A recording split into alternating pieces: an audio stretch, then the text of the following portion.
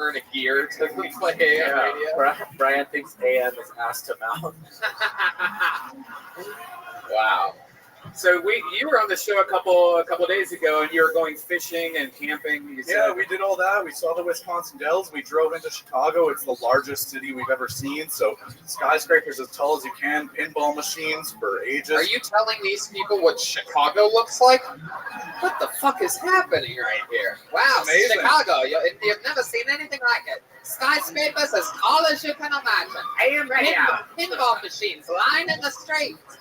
AM radio with great Christian programming. You fucking Canadian buffoon. These fucking Canadians come down to Chicago. Like that's what's funny about Chicago. Chicago is basically Canadian Bahamas. Like it's like let's go somewhere warmer with better and taller skyscrapers and dreams and hopes. I've never been in a city so big in my life. Did you catch any fish?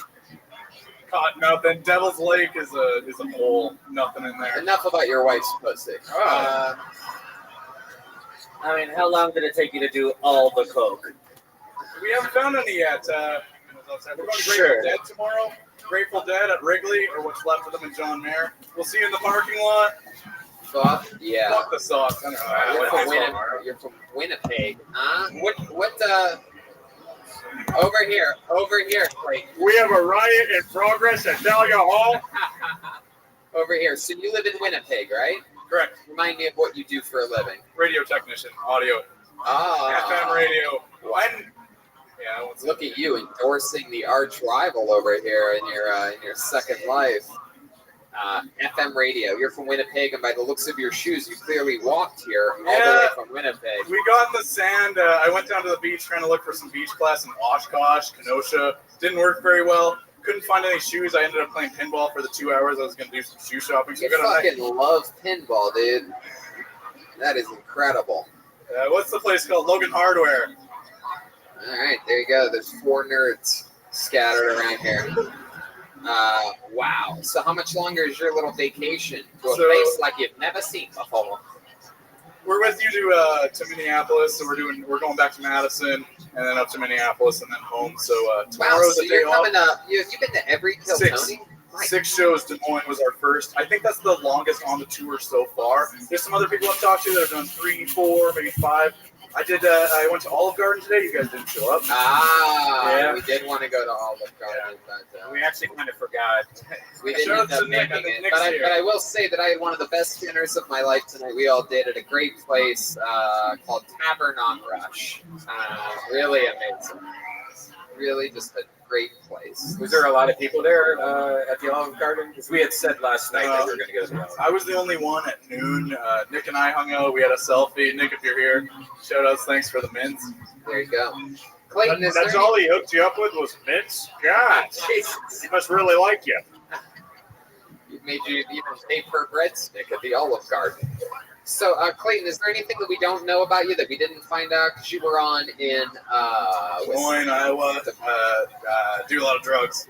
That's the only other thing we haven't touched yet. So yeah, how much do you love drugs? Tell me about your drug use. Your shirt looks like it's on Fear and Loathing right now level. I love drugs so much that I was on the freeway today and I thought, man, I miss heroin. You have the right to remain silent. Anything you say or do will be held against you in the court of law, mister. You do heroin? I like it. I stopped doing it after I OD'd a few months ago. It was a very light OD. We didn't call it light OD. Light OD. Oh, a light OD. It was a sunny D. Perfect.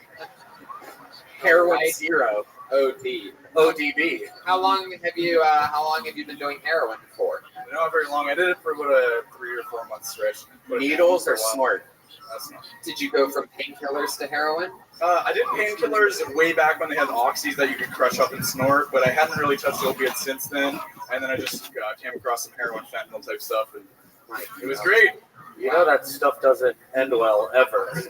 Yeah, that's why I switched to speed. That doesn't end well either. That is my favorite Keanu Reeves movie. Is that true? Do you do speed sometimes? Yes, it is true. It's a great film. I do way too much speed. Waking up early in the morning on radio. Did you do some today? No, I have some gas station pills. They're almost like dick pills, but they're just like weird like Rhino type pills where it's like, what's in this? Caffeine and B12, and you take it, and it's like, It makes you boring. Yeah, it is incredible. You are probably my least favorite artist that I've ever seen on heroin before. All right, Clayton. Well, you like drugs.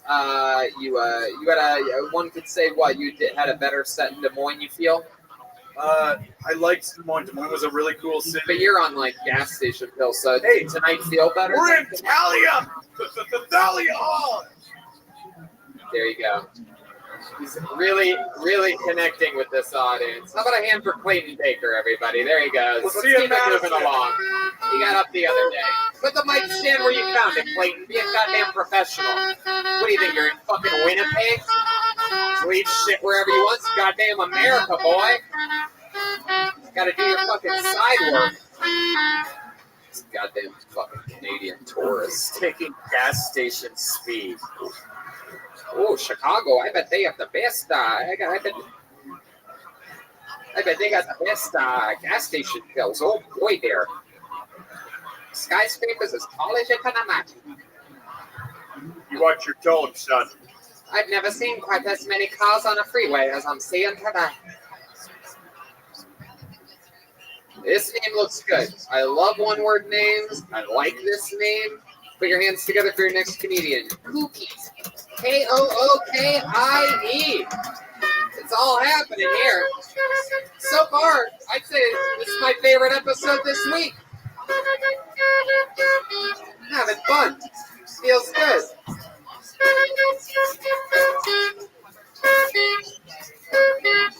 That's the Rough Riders roll. Stop. Stop. Shut. Oh. That's the Rough Riders roll. One more time for Kookie, everybody. Chicago! Do any of you have religious mothers? Well, luckily for me, my wife and I, our mothers are Christians. The best part about it is they're both Orthodox. So unless you're familiar about it, you better bring your fucking lunch. That service is 3 hours long. That's probably the first reason why they invented wine and crackers. You gotta bring a snack. If you're not prepared, you're gonna fall asleep.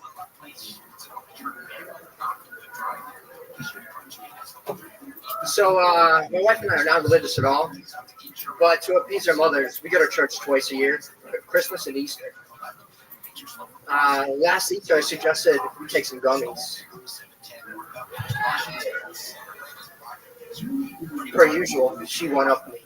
She said, let's take 2. So about halfway into the service, Jesus starts talking to me.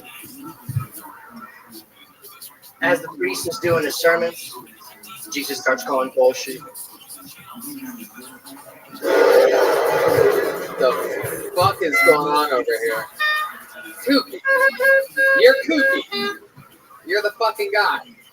Yeah, that was my nickname in college, so I figured you love one-word names, might as well go with it. Jeez, you seem like the kind of guy that would go by a fucking 3-word name, you serial killer looking motherfucker. I mean, holy shit, dude. You look like you got fucking skeletons in your closet, like you are one of them. Yeah. How long have you been doing direct IVs of whole milk into your blood? Just started.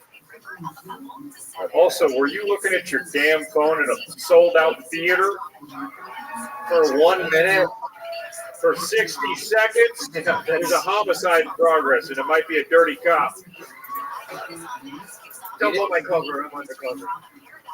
You would think you'd be a better performer for somebody that looks so much like AIDSy Neil Patrick Harris. Look at you. You are a frightening specimen. Do you know you're a scary looking dude? Do you know that you have villain face? Chicago's very own William H. Macy with leukemia. It's exciting. It's fucking greasy Doogie Howser. William H. Macy. It's fucking grade school Macaulay Culkin over here. if his parents actually wanted to leave him home alone. You look like Jimmy Stealth should have aborted you. You look like you belong to Jimmy Stealth's dad's septic tank. All right. Kooky, let's talk about it. That was your first time ever doing stand-up comedy, correct? Yeah, that's correct. Very good. How old are you? I'm 28. 28. I didn't understand a single word that you fucking said up here, so let's just pretend like that never happened. What do you do for work? I'm an architect. An architect. Heck yeah. There you go. Architect, yes, sir. Shady. Surprised you didn't design better jokes. Yeah. I'm better on paper. Yeah. Have you designed anything that these people here in Chicago might recognize? Yeah, I actually worked on the Wrigley Field renovations, United Center renovations, and a few other projects in the area. Wow, jeez. Hello. Name dropper, Wrigley fucking Field. My goodness. Go Cubs. Wow. Yeah. Now, It's also where he buried the bodies. wow. So, Kooky, why the name Kooky? Why are you called Kooky? So my last name's Kukar, and then college when I was hammered, I got a Cookie Monster tattoo. Whoa. Look at you. Hey, can I see that real quick? Oh my lord. Oh my god. Wow. That gets girls wet. Yeah. I'm married. Yeah. Yo, girl, I'm from the streets. The Sesame Streets. What the fuck? My god. Look at you. Look at you, you fucking creep. Tell us more about you. What do you do? What do you do for fun? Architect just leaves me. I just picture you even scarier than you even look. Like now, like I picture your like big, lofty, high-ceiling apartment with just like very simple, like the drawings that you're working on, and fucking a room that no one's allowed to go into. And I'm kidding. So tell us more about you, Kooky. He's laughing really hard at that. Do you have a room that no one's allowed to go into? I do have an office. Ah, that's what you call it.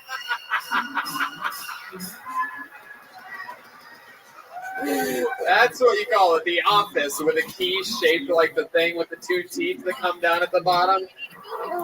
A skeleton teeth. Yes, very good. Yes. Anyway, I like that description for keys though. if You know, fucking, a long thing with like the two teeth on the bottom of them.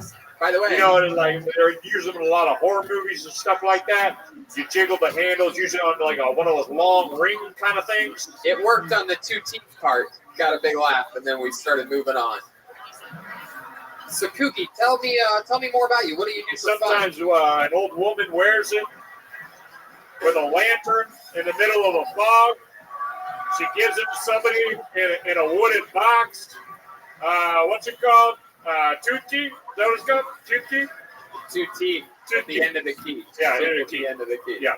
Two teeth. One, two teeth. Two because of two, teeth because of teeth. So, Kooky, tell me what Sometimes the you fuck find do it you in the do bottom for of the fun? well. You pull out the side of a brick that's in the well. You pull it out. There's a letter inside the brick. And so the dead woman who's been living at the bottom of the well, and her will is the key. Okay, Lieutenant. Very good. How about you give a big hand for the Lieutenant, everybody, so we can move on here.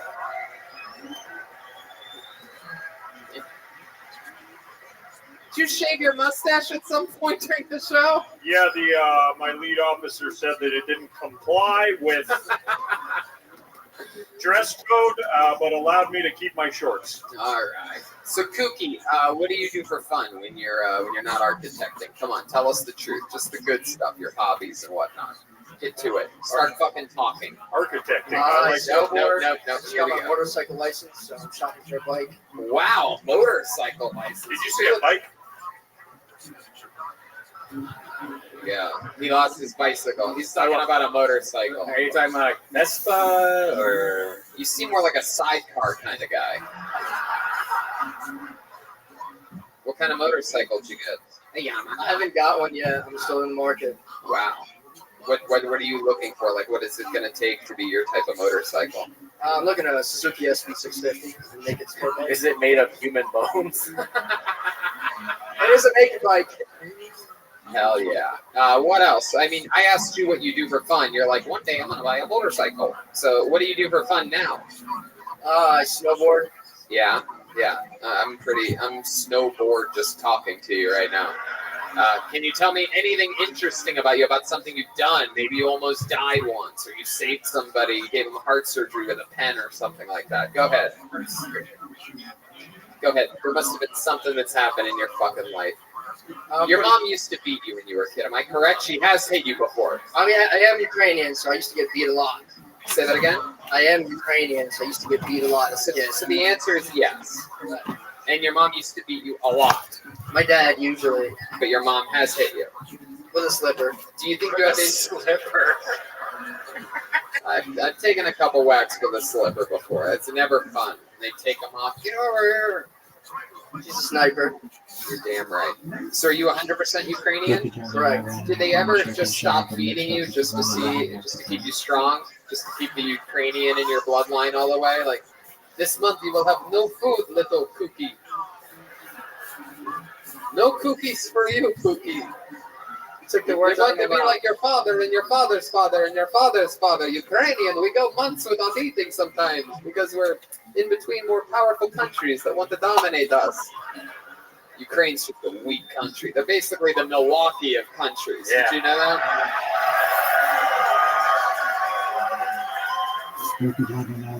Fuck the British. Sure.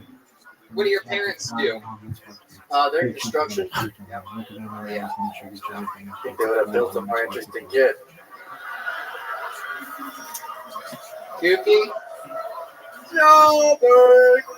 I love it. Even the comedians are chanting it.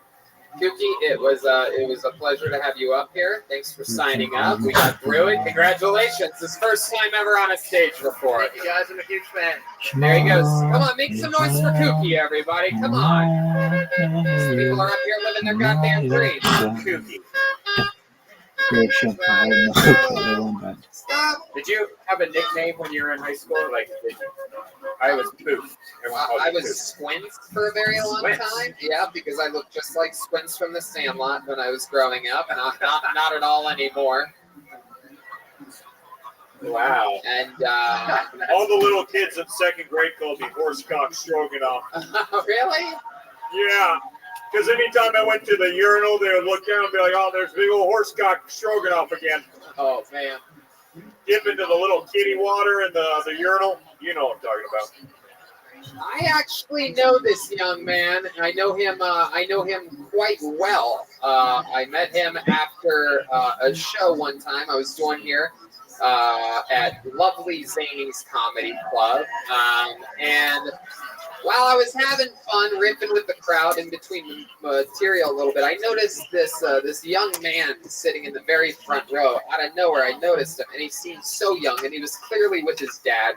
And he had, I'm pretty sure he had lied to the club in order to sneak in that night and get to see me. And I met him afterwards, and he talked about how he was so interested in doing stand-up, always wanted to do it. This was like 5 years ago. So I'm so excited that I pulled his name out of the bucket. Make some noise for Tommy Windiscus, everyone. This is very cool. Here he is. This was years ago I met this kid. This is a Tony Hinchcliffe-inspired comedian, so I think this is going to be good. What do you guys think? Let's see what happens here. I've had Tommy open for me once at the Zanies. Come on, one more time, good and loud for Tommy Windiscus.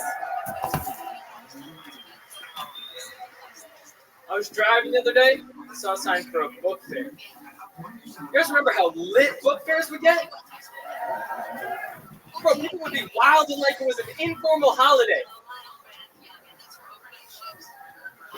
Bro, kids showing up dressed real fancy, hair gelled, you know? And you know, an hour earlier, kids were at school and they hated reading. But now all of a sudden you're at the book fair, it's the only thing that matters. It's the shit. Bro, even the kids that can't read are going crazy. They're getting stuff like gel pens and colored pencils. What are they gonna do with that? Nothing. But fuck it, dude, it's the goddamn book fair. That's right. Rules go out the window at the book fair, man. It's like the Wild West. 1 second you're looking at a Magic School Bus book. Next second, turn, look over your shoulder, see your best friend is fucking your bitch.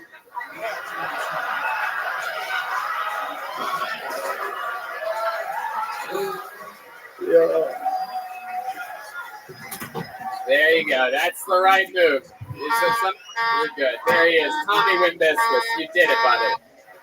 You did it. It always scares me when people look like they want to say one more thing. The fucking it's just like, ooh, you got to get out on that big laugh. You did it. Tommy motherfucking Wimbiscus. How old were you? How old were you when I met you? How long ago was that? How old are you now? I'm 18 now. 18 now. How old were you when you snuck into that fucking Tony Hinchcliffe show with your dad? Is your dad here tonight? No, he said you were gonna ask about it. Yeah. He's always joking like He's right. He knows I'm a good fucking guy. Yeah. Your dad fucking gets me. Parents love me. I'm serious. The parents love Kill Tony. If you ever want to do something, hey, look what happened with Jimmy Still. But fun fact, if you don't think they would like it, you think you have a fucking good Christian parent, but parents fucking love Kill Tony. Okay. So, how old were you when I met you? 15 or 16. Wow.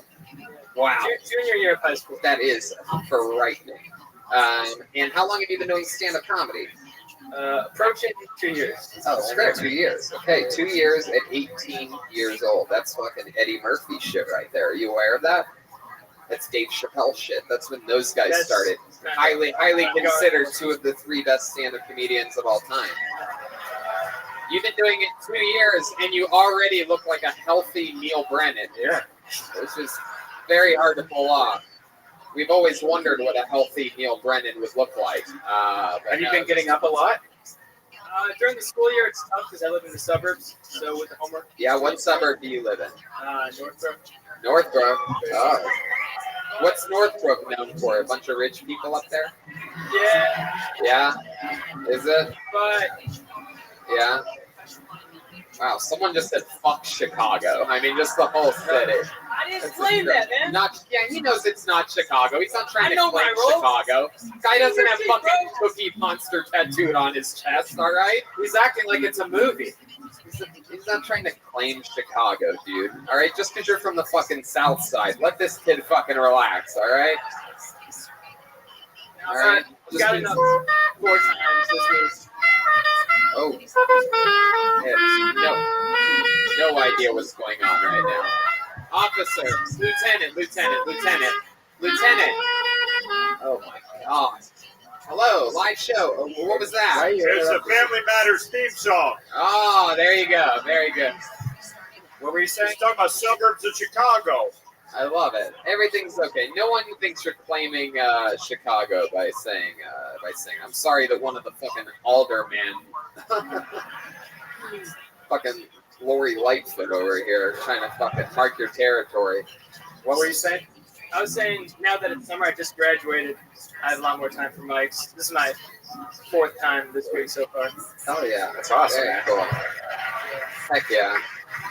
You're 18 years old. What does an 18-year-old do for fun when you're not doing comedy and you're not doing fucking homework and shit? What are we talking about? What do you like to do? You ever go down the fucking Viagra Triangle and jerk off them? You ever pick up a dirty hooker? I play basketball with my friends. Oh, hell yeah. You run the Viagra Triangle offense while you're doing that? How does it feel to always be picked last? So you're doing all right. You look like a fucking point guard, right? You bring the ball down, pass it to one of the big black kids. Hey, Tyrone, here you go. His name on the Good job. Yo, Wimbiscus. His real last name is Wimbiscus. Like, it seems like you were written in a comedy writer's room. What's the name of it? I don't know, fucking Tommy Wimbiscus? His basketball nickname is Over Here.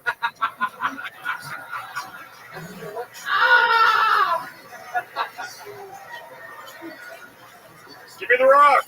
I'm pretty good. You're pretty good? Oh, yeah. Does anybody have a basketball here? Do we have a basketball here? Let's see this guy dribble. I want to see your fucking skills. So they used to have book fairs in school because those used to kick ass back in the day. Book fairs. Yeah, that's what I'm saying. And now they just sell everything. They don't even sell books anymore. They sell like pencils. And, Tim, Brad, you guys don't have a basketball, do why you? would they have a basketball? I mean, if you just hold it, we could hear them. Brad, They said no. I already asked if they had a bike here. They do not. Okay. Did you really hear them say no, Lieutenant, or were you just saying No, that? but I'm Very good. I'm trying to derail the show. Come on. Very good. Because they might have a basketball. It's worth taking a fucking shot.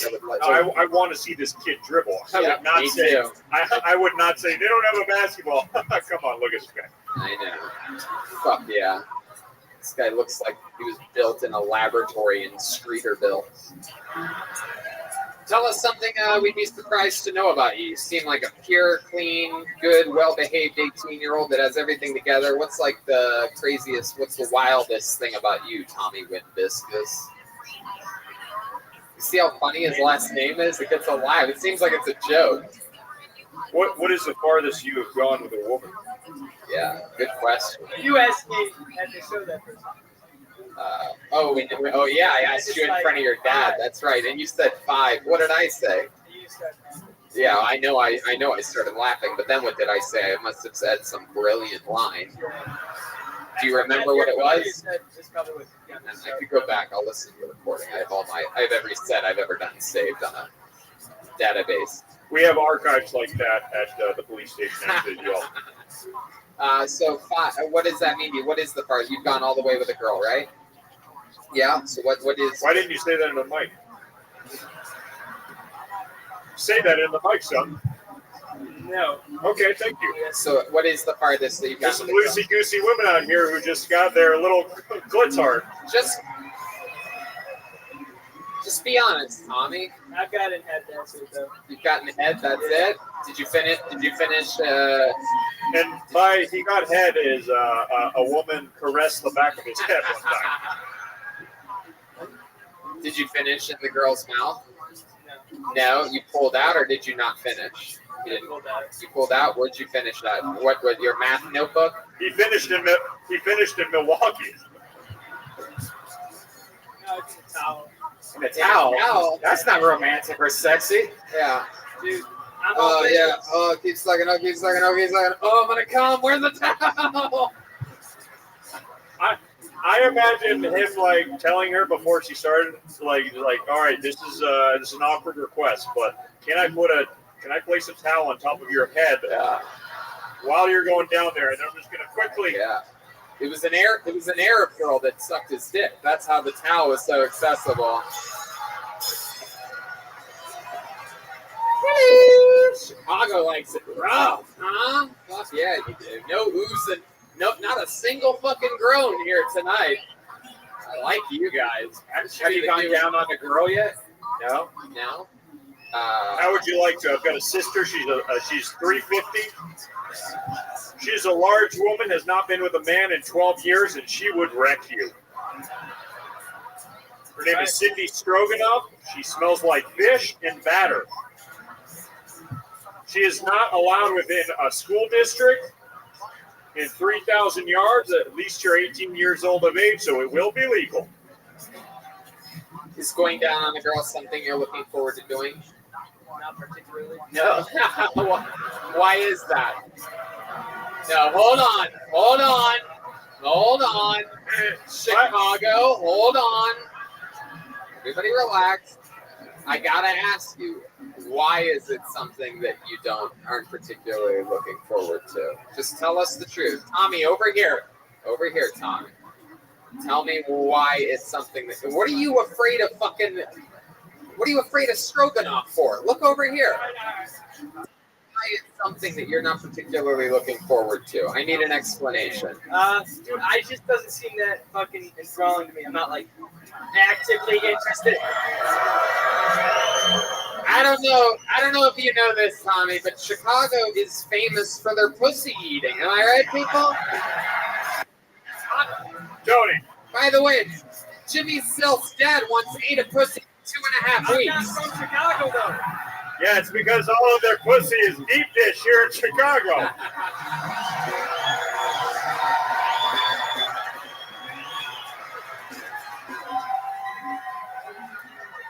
Fuck yeah, you gotta jump into a sweet slice of that new Malnati's. You know what I'm saying? Some of that fucking sweet, what's the other? Giordano's. Yeah. So why aren't you looking forward to it? You just heard stories. It just doesn't. No, that's just BS. Technically, but Oh, you have to answer it. We're gonna answer it. We're looking for the answer. Is there something that you are excited about doing? Is there like what's like your biggest looking forward to sexually thing? Is it like doggy style with it? Welcome. How are you all, Hefe?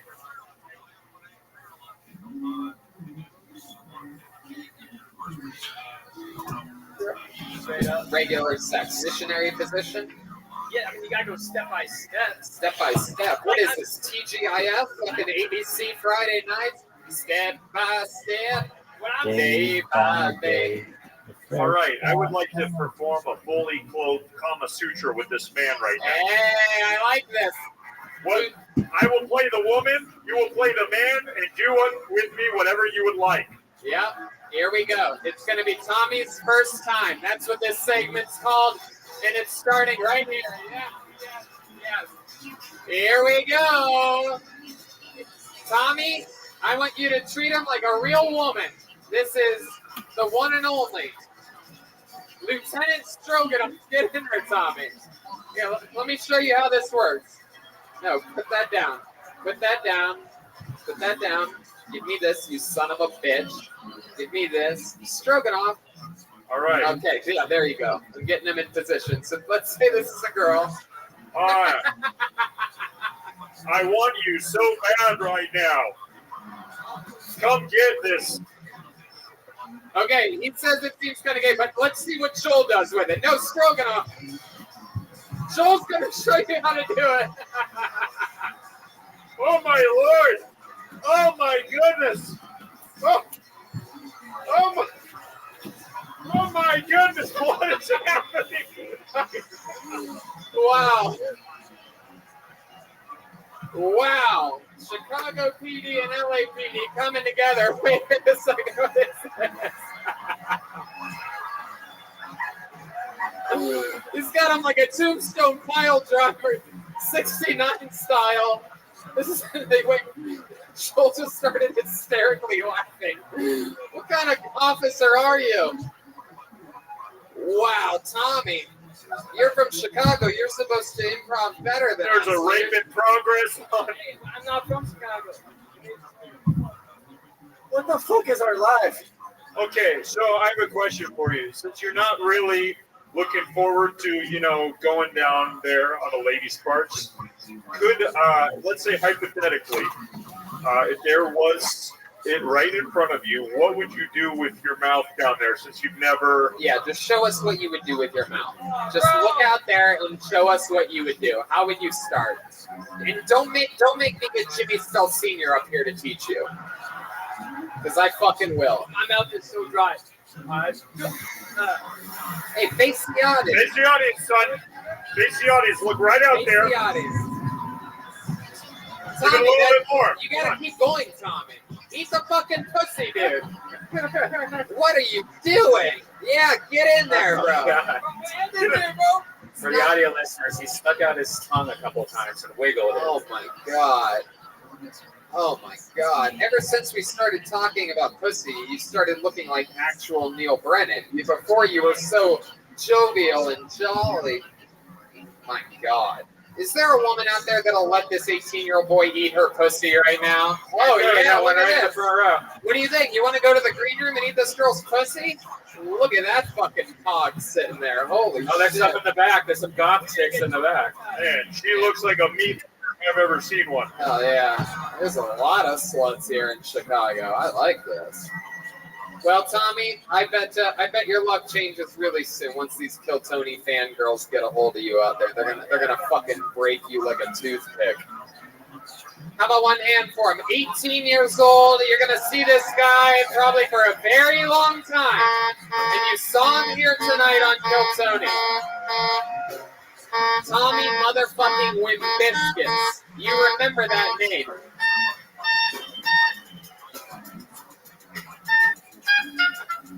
Alright. Here we go. Pulled another name out. Make some noise for your next. You guys having fun out there? Make some noise for Tom Santucci, everyone.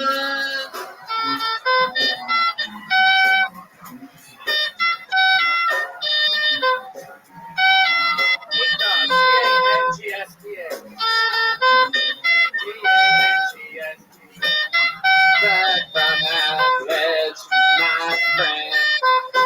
I wish that you would step back from that ledge. Step back from that ledge, my friend. One more time for Tom Santucci, everyone. Hey guys, yeah, I do a lot of comedy. I'm out all the nights. It's gonna be killer set.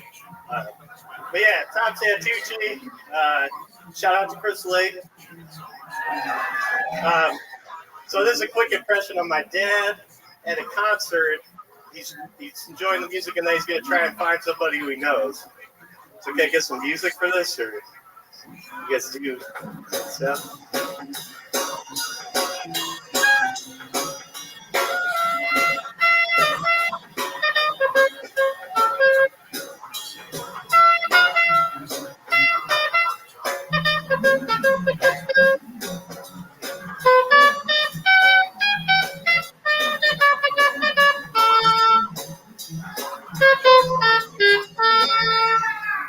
Thanks.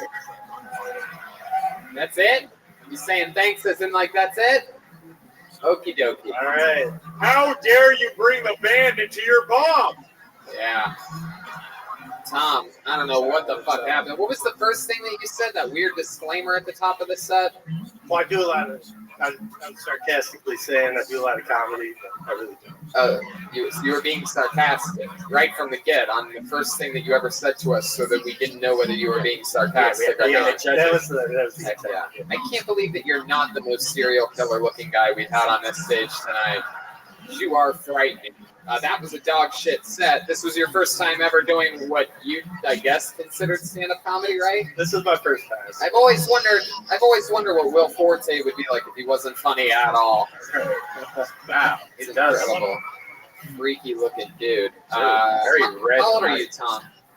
28. 28. You don't look a day over weather, man. What do you do for work? I work at a company that makes screws and bolts. It makes what? Screws, fasteners, bolts. Screws, fasteners, and bolts. Well, you really fucking screwed up the show's momentum with Yeah, he didn't even have the proper nuts and bolts for a stand-up set. Yeah. That was something else. Tom, is stand-up something you've always wanted to do? No, it's something I've always ever respected. You guys are great. Huh? I don't even know what the fuck you're saying, dude. I said I've always respected stand-up comedians. You guys are great. Well, I wish we could say the same about you. So what made you sign up then? Well, I was told to sign up, so I did. Who told you to sign up? My friend Dario. What's his name? Dario Romero. Take his ticket away. Get him out of here. Dario Romero. We have a Mexican man on foot, suspect is 5'9". I'll tell you what, Tom. There's a lot of people that signed up waiting for this chance, and I'm going to dismiss you and keep the show moving. How about that? There he goes. Thank Tom Santucci, everyone. Let's keep it moving. How many of you like it when comedians do good on this show? How many of you like it when comedians do bad on this show? How many of you like it when comedians do that bad on this show? Pulled another name out of the bucket. Make some noise for your next comedian, Danny Radovanovich. Danny Radovanovich. There he comes. Here he comes. Here we go.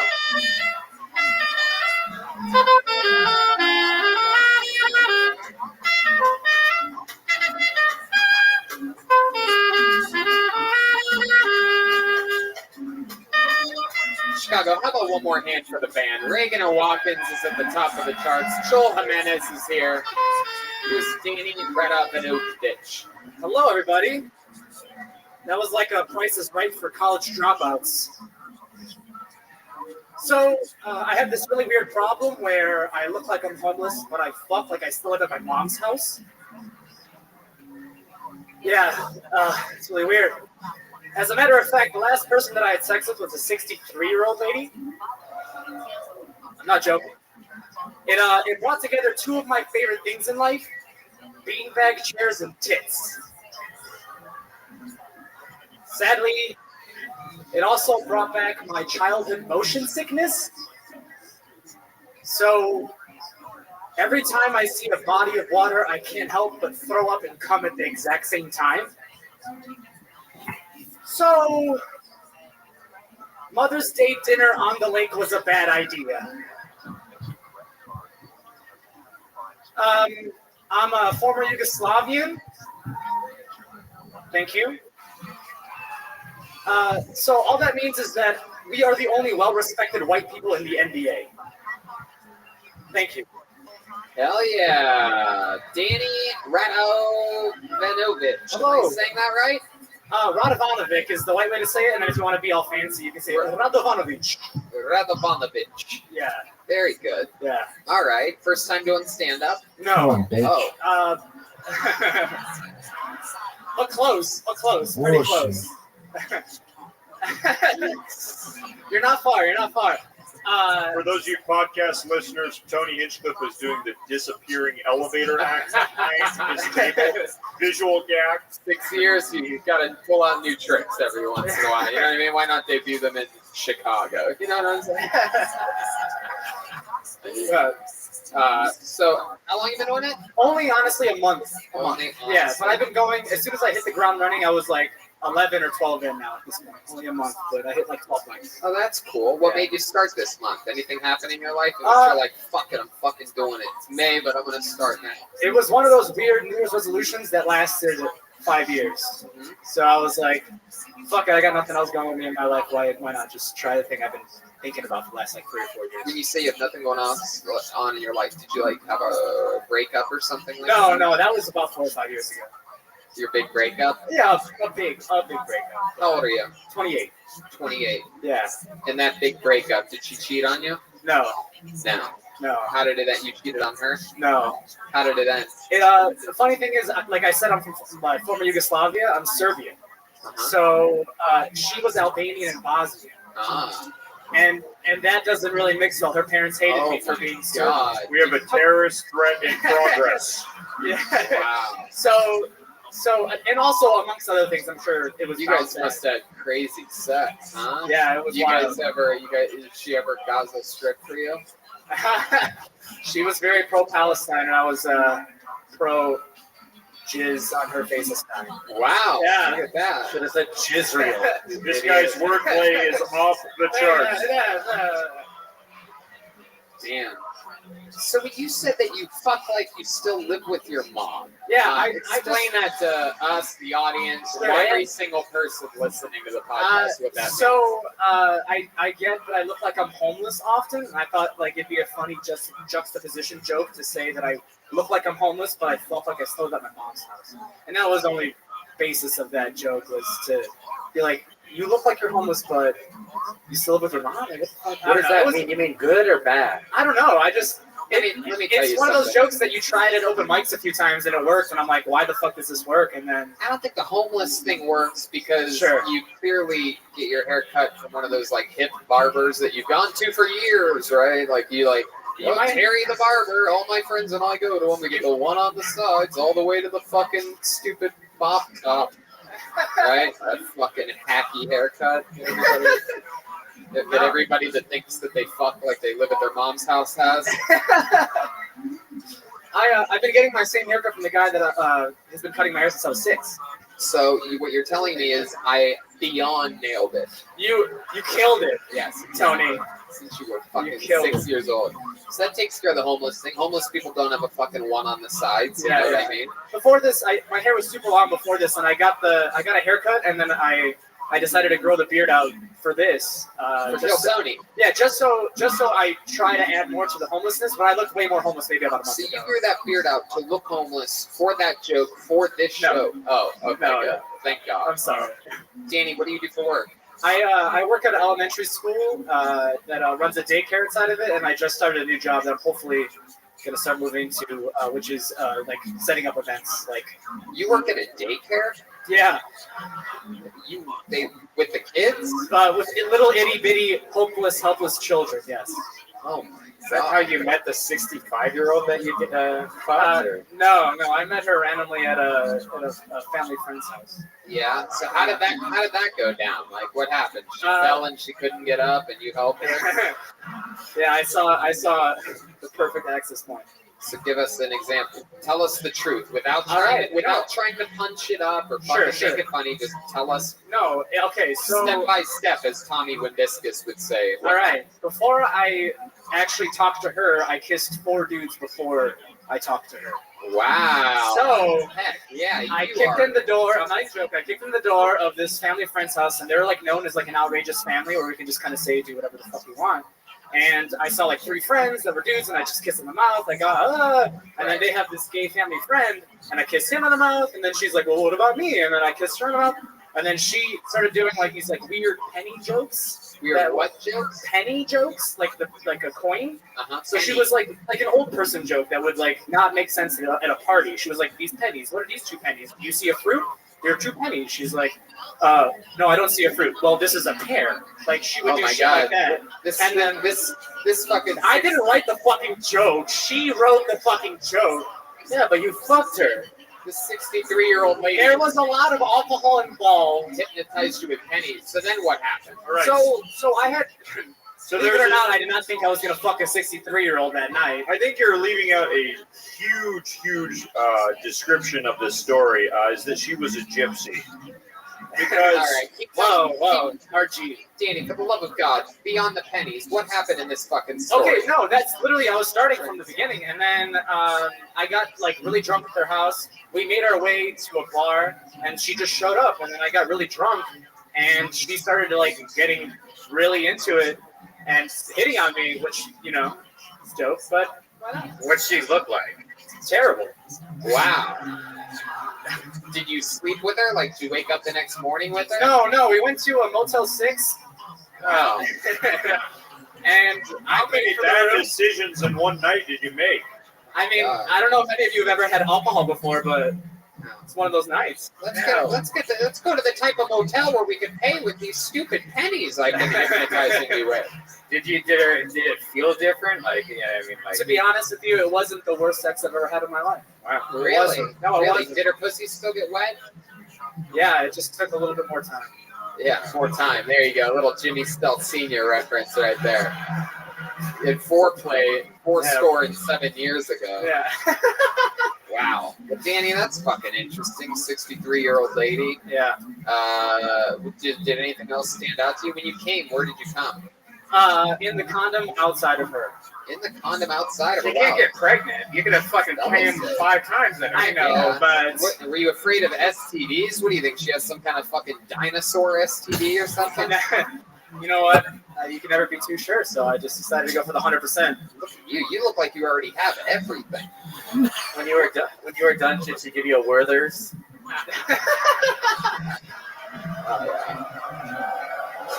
All right. Danny, that's some interesting stuff. Congratulations on starting stand-up comedy you so this much. month. Let's keep it going. Danny, Thank you, everybody. Thank you so much. Radovich. Yeah. Let's get in here. Let's go to this fucker. You guys think we should find a female, huh? We haven't had a single lady up here tonight. Someone to speak for the ladies. Let's see what we got here. Oh, wow. 2 more blank pieces of paper. That's always fun. Kendall isn't a girl, right? Kendall Harris? All right, put your hands together for your first female comedian of the night. Kendall Harris, everybody.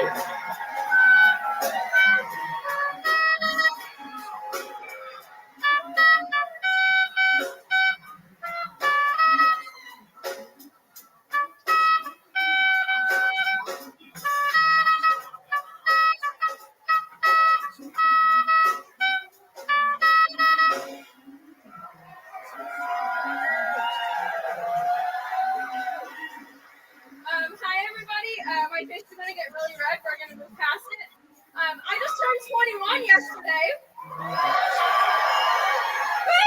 Let's celebrate that. But I am here tonight to the game, so love that for me. I don't really drink anymore. I went to college, so I kind of got it all out of my system. A good amount of alcohol abuse runs in my family, so I thought I'd just, let it hang out a little bit. I'll take my time, ease into it. I didn't really plan anything for this. My sister made me sign up. She's the drunk meat lover right there in the front row. The white girl with the dreadlocks. Yeah, the white one with the dreadlocks. Yeah, we don't talk about it in my family either. Yeah, she's a big fan of this show. I just went for the first time a couple weeks ago, but here I am on the fucking stage, so, what are you gonna do about it?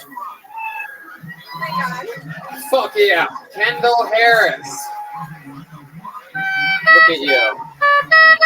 I'm not sure which one of the Olsen twins you are, but I'm guessing the one that they tried to have aborted. And somehow you survived. You came out of the other end of the vacuum tube just fine and dandy. They threw some braces on you and patted you on the butt and told you to go out there and get them. They want to kill Heath Ledger. Yeah. There you go. Booyaka. Hot topic today. Kendall, how old are you? I just turned 21 yesterday. Just turned 21 yesterday. Wow, look at that. You single? I know my boyfriend's right there too. Oh, wow, look at that fucking creep. How old's he? Oh, okay, yeah, sorry. How old's he? He's also 21. Sure he is. Yeah, right. Yeah, looks like Jimmy Stelz's dad. How long have you two been dating? 2 years. 2 years. Where'd you meet him? High school? No, we made out at a frat party. Wow, made out at a frat party. The first time you guys met, you almost went farther than Tommy Wimbiscus has his entire life. That's incredible. My goodness. Yeah. What I just imagine what Tommy Wimbiscus would do to you if you were laid out in his race car bed. My goodness. Kendall, you're 21. What do you do for work? I clean houses. Yep. That's funny. You don't look Mexican. What do you do for fun? What do I do for fun? Well, to be honest, I own every single Sims 4 expansion pack. Wow. Heck yeah. Oh my God! Do you ever watch the computer animated people have sex? No, I downloaded the mod once, but it was just scary. Yeah. It's scary. Yeah. It's one of my hobbies. Yeah. You ever been playing Sims for hours and hours and hours, and you're playing the game, and you're like, man, this fantasy life is really crazy. I have this and this and this. Well, time to go clean other people's houses now. Yeah, basically. Yeah. Yeah. My goodness. The dream is to not do that one day. Right. What would you want to do? What's the dream? What's your biggest goal? To be in politics, to be honest. Really? Yeah. What type of what do you want to do in politics? You want to be one of the aldermen of the wards here in Chicago? Hey, I do love our aldermen. Local politics is like that. Yeah. Can you give us? You're the first person in the history of the show to say that you've wanted to get into politics. Can you give us an example of a couple of your stances or something like that? Perhaps tell these people what you would do for their city or for whatever. Go ahead. Just make fucking believe. Stay in the pocket. Go ahead. I'm ridiculously pro-abortion, not pro-choice, pro-abortion.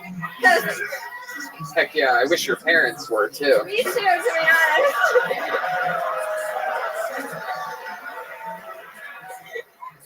I'm just kidding. Go ahead. No, that's okay. I wish my parents were pro-abortion too. How do you go pro at abortion? People kind of like were amateurs. They get like 1 or 2 in their life, but how do you go pro? It's faster, more memory. Right. Yeah. You have to work your way up as an amateur. Wow. Pro-abortion. What else? That's good. I think we're all pro-abortion here, right? I can't imagine an anti-abortion Phil Tony fan, but who knows? Well, I really give care a lot about the planet, but I don't really think it's going to matter in like 20 years. Why? Why do you think it's not going to matter in 20 years? See, we've gotten so climate much. change is going to kill us all before I can go into politics anyways. You really believe that? Yeah. You really believe that? Do you only watch CNN? Like what? I don't understand how you even. That's That's a crazy theory. That's scarier than anti-vax people to me. Like, that's just frightening. Oh, it's all going to be done in 20 years. Not going to chase my hopes and dreams at all. Like, it's like there's not a scientist anywhere that says that the planet's going to be gone in 20 years. Are you aware of that? But yeah, on its way out. You're just making shit up already, which makes me believe you're going to do great in politics one day. Man, is there anything interesting about you that we need to know? Your sister's the one that put you in this position. Just remember that. Yeah, my fucking sister.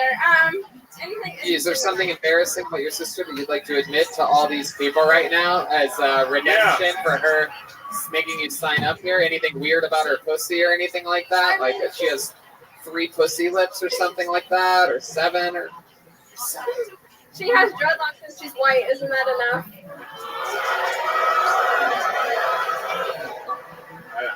She has a what? She's white? She has dreadlocks. She has dreadlocks? Oh my god. She's a dirty girl. Wow, look at her. We have a cultural appropriation in progress in the front row. It's incredible. Do you use? I can't believe that a girl with dreadlocks is in the front row here and not at Grateful Dead at Wrigley Field right now. You ever used her hair to mop a floor in a house that you're cleaning? How much? She cleans houses too. How much longer you got the braces on for, Kendall? I actually just got them on a couple months ago. Oh shit! Is your boyfriend shredded? I mean, his dick. Yeah, do the outsides of your teeth ever scrape up against his dick? I try my best. Oh, gosh. Huh? I try my best. Yeah, try your best. Yeah. All right, you little fucking 21-year-old innocent victim. I think we're just gonna keep it moving along here. It was nice to meet you. There you go, Kendall Harris. You guys think we should go to the bucket one more time? Huh? Running out of time fast. Look at that William Montgomery looking motherfucker back there. Jesus, there's some scary looking people out there. All right, Taylor Adams, here we go. Motherfucking Taylor Adams. Is there Taylor Adams? Where's he at? Is he coming? Yep. I wish that you would step back. I wish that you.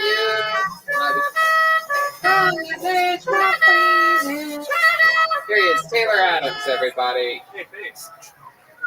He's your final comedian of the night. Put your hands together for Taylor Adams. Yes. Hell yeah. Yeah. So, happy Pride Month. I'm gay and have AIDS. Yeah, I do. I don't know why you're cheering for that, but okay. I was diagnosed with HIV January 2013, contracted esophagitis. Shortly after that, it goes on your medical record permanently as AIDS because the healthcare system sucks. And people always ask when they find out I have HIV, like, how did you get it? Like, I'm a faggot. I sat on a big burly cock. It's not Blue's Clues. And then they want to know, like, well, do you know who gave it to you? Like, why? Do you want his number? Like, do you think this is fun for me? But I did find out. I was reminded by someone. I'm 99% sure I'm not making this up. The guy who gave me HIV, his name, he lives in Austin, Texas. His name is Thor. Yeah. Thor gave me AIDS. I got the hammer.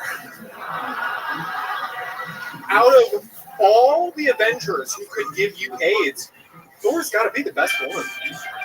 He's the only one that makes any sense. The Hulk couldn't give you AIDS because he'd already be dead from his cock that's bigger than your whole body. If Captain America gave you AIDS, it'd be black, and it wouldn't be AIDS, it would be syphilis, and that's not a joke. That's just a reference to when the United States government gave black people syphilis.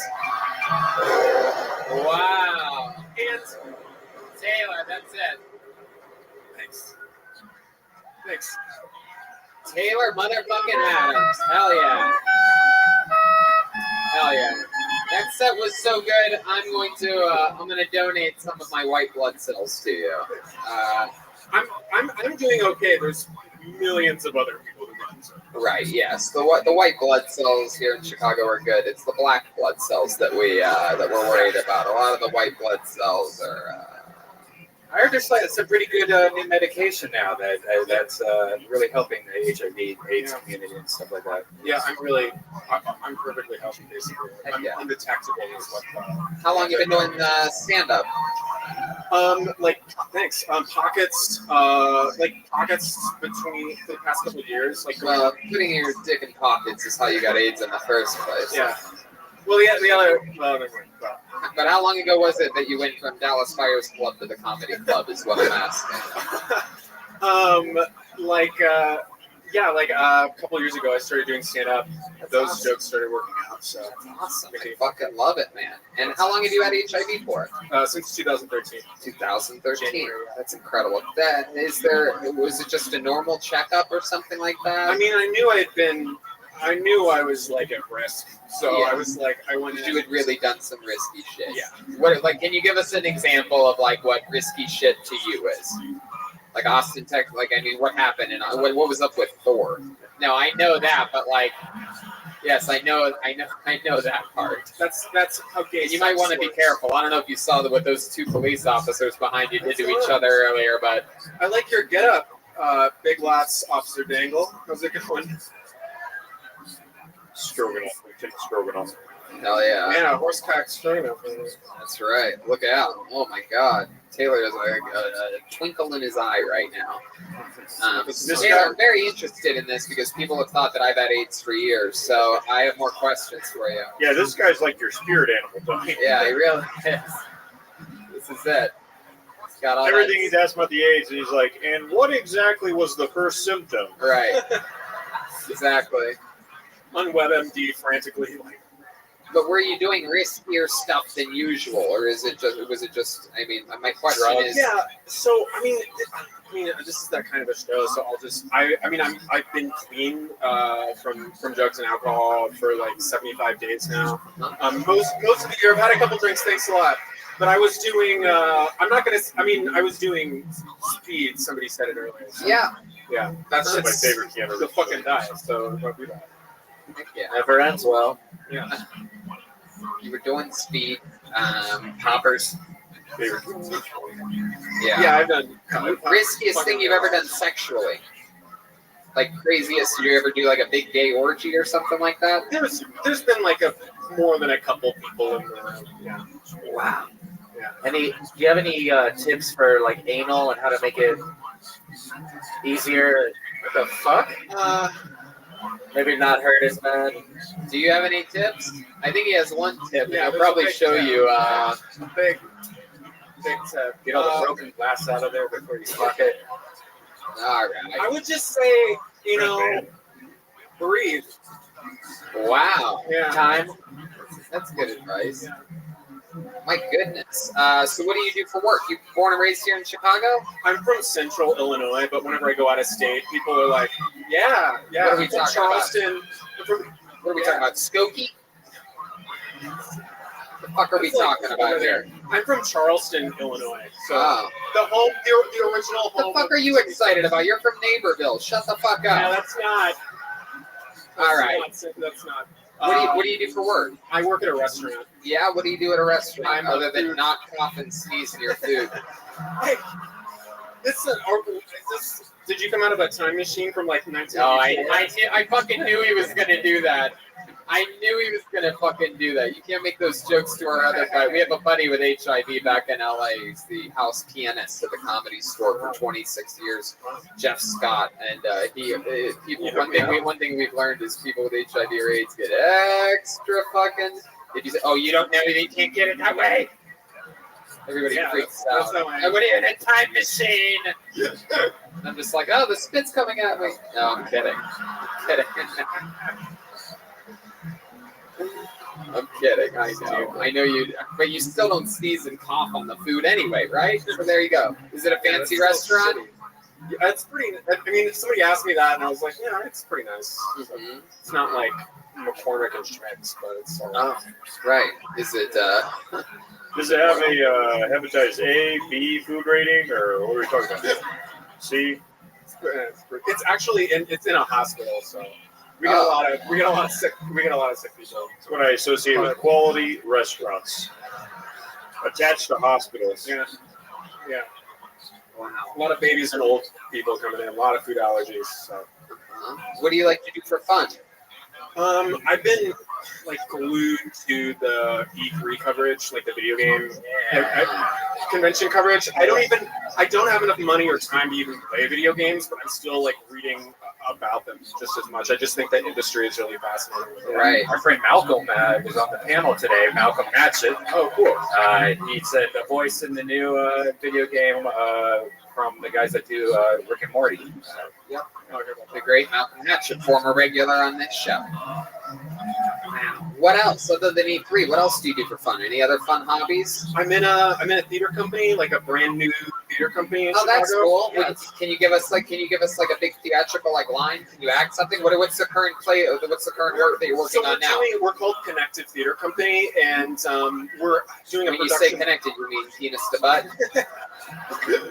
Those are some of my pitches, but no, we're called Connected Theater Company. We're doing a show starting in July called One Police Spirits about plague refugees during What are you the plague. What are you playing in that play? I'm not in that play. I didn't do coast in that play. My theater company, but I'm gonna be the scary. The guy with HIV and they cut you out. I know. You don't want to cut them. I've been method acting. What are you in a time machine? They cut you out of the play. That's incredible. What have you been in past theater experiences? I was in a play. Philadelphia. Jeez, Jesus Christ! All these straight actors winning trophies for pretending to be gay men who died. It's like.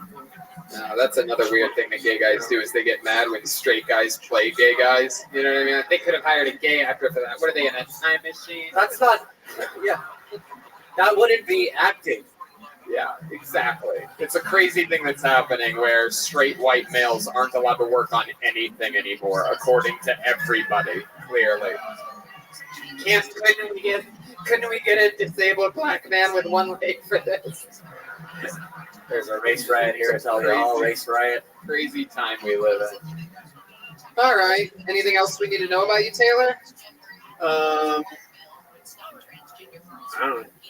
All right. Well, My hometown is the original birthplace of Jimmy John's. And we have the answer was no. We have nothing else interesting about you to talk about. There he goes, Taylor Adams.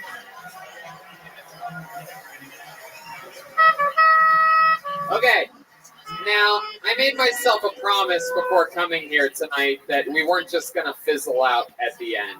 That I wanted to do something special because, like I said earlier, I'm just not a huge fan of the episode that we had last night in Milwaukee. Just being honest with you here. And since this is our first ever Kill Tony in Chicago, I think we should do something fun to close this show real quick, right? So I'm gonna ask this, and I want after I say it, I want someone in the audience to just respond calmly and coolly and naturally. Is there anyone that signed up already in this bucket that knows how to play drums? You did? What's your name? David? Put your hands together for motherfucking David, everybody. Here we go. It's David. Your final comedian. No music for David? All right. There we go. Here comes David, everybody. Signed up in the bucket. Signed up in the bucket. We're going to do something fun here. We're going to get a 60-second set from David. Come on, David. Let's go. Move your fucking ass. Here he is. Put your hands together for David, everybody. Holy shit, what's up, Chicago? Set's brought to you by ZipRecruiter. All right, so my wife and I adopted a dog last year because we're good people. And we can't have sex with the dog in the room because she gets extremely jealous. She'll jump up, start licking us, try to wedge herself between us, real pathetic shit. So we started locking her out of our room, but then she would just sit at the door and cry and eventually piss out of anxiety. So then we started leaving treats on the counter. Some within reach, the rest just far enough away to hold her attention. And, she works for the most part, but she still pisses in the house. I don't really know what to do about that part. I've just kind of accepted the fact that every time we have sex, I'm going to have to clean up 2 messes. I met my wife on Tinder, and I remember when we first started dating, we watched an episode of Curb Your Enthusiasm together. It was the episode where they flash back to a young Larry David regretting not shaving his head in solidarity with the cancer kid. When, being the charmer I am, after I saw that, I said, hey, if you had cancer, I'd shave my head as well. She said, oh my God, that's so sweet. But would you want me to do that for you? And I said, fuck no, I already have cancer. The last thing I need is a bald girlfriend. All right. There you go. Good job, David. What's your last name? David what? Levin. David Ray? Levin. How long have you been doing stand-up? 60 seconds. That's your first time ever. How about a hand for David? There you go. Way to do it, dude. What do you do for a living? I work at a bank. You work at a what bank? At a bank, yeah. You love bank. Sperm? Only on the weekend. Heck yeah. What do you do for fun? Well, play drums. I'm in a local cover band. Yeah, So, what kind of cover band? well, it's similar to the Kill Tony band, just with less sex appeal. Uh-huh. What are you guys covering? Just regular songs? Classic rock, blues, contemporary stuff. Perfect. Maybe Well, I'll we'll tell you throw what, some David. I want to go off on a bang here, so let's have some fucking fun. Let's do it.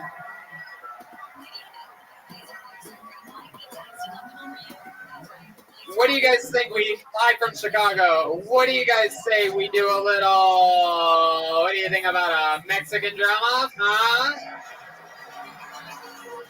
Wow, how exciting! We're going off on a bang. David, now do you know the rules of this fucking thing? You're a fan of the show, right, David? Listen to the fucking microphone, you hack. There you go. It's over near your fucking skull. Yes, Tony, I'm familiar. So you understand that if you beat undefeated Joelberg here in your hometown of Chicago, That's correct. then you go to Minneapolis with us, you go to Madison, Wisconsin, you go back to LA with us on Monday, you're in New York City all next week with us, you're in Philadelphia July 25th. You divorce your wife? Yeah. Yeah, she's all Joel's. It's fun. So are you excited about this? You think you have a chance? I mean, I'm a little limited. Where are the Toms at? I mean, is this a house set or That's what? a really good Where's point. the Ludwig? It's a really Where's the Ludwig kid? I'm a Ludwig guy myself, too. Hey, stop with your fucking excuses, you goddamn banking piece of shit. My best here. You really know how to play up to the crowd, you idiot. All right, put your hands together for a Mexican drum off. It's David Levin, everyone.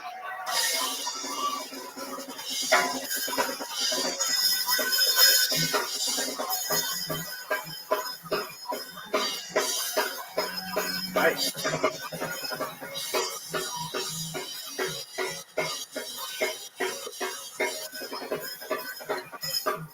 Wow. Feel like I'm in the lobby of a Guitar Center right now. Wow. Yeah. That was great. My goodness. Very good. Very good foundation. Has anyone ever told you played drums like a stepdad? That was incredible. Good job, David. What's the name of the band that you're in? Missing Ted. Well, all right, there you go. I didn't come up with it. David, are you sure there's anything else you want to, is that it? That's your whole performance, right? You know it's all about, you know that it has to do with drums and overall showmanship, right? There you go. He locked it in. That's David Levin. Get up, David. Go stand next to Lieutenant Stroganoff. And now I present to you the reigning, defending, undefeated drummer of this band. If he loses here tonight, he has to start fucking that guy's wife. Make some noise for him as loud as you can. It's Joelberg, Joel Jimenez.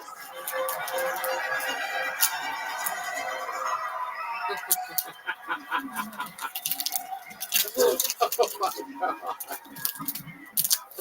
You're under arrest, Tony. Oh no. Oh, don't do it to me. You probably does not have the key to that. Watch that. You probably does not have the key to that.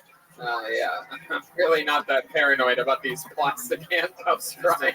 I didn't know there was Come on, people. You got to fucking do it. You ready for this shit?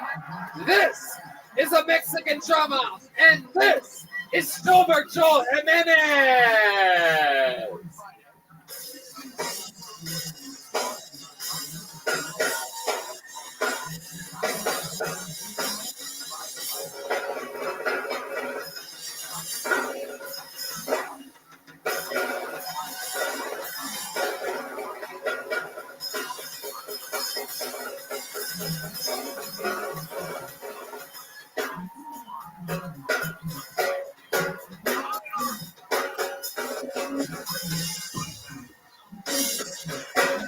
Oh shit! Woo! Hey! Oh!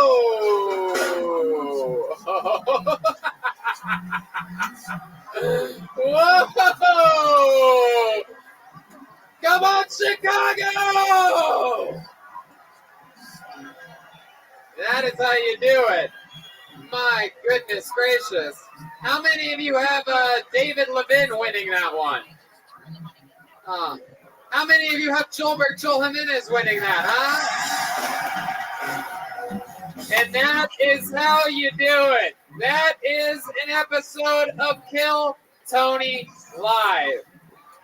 You guys have any fun tonight? Fuck yeah, you did, you goddamn animals. How about another hand for the great and powerful Jeremiah Watkins?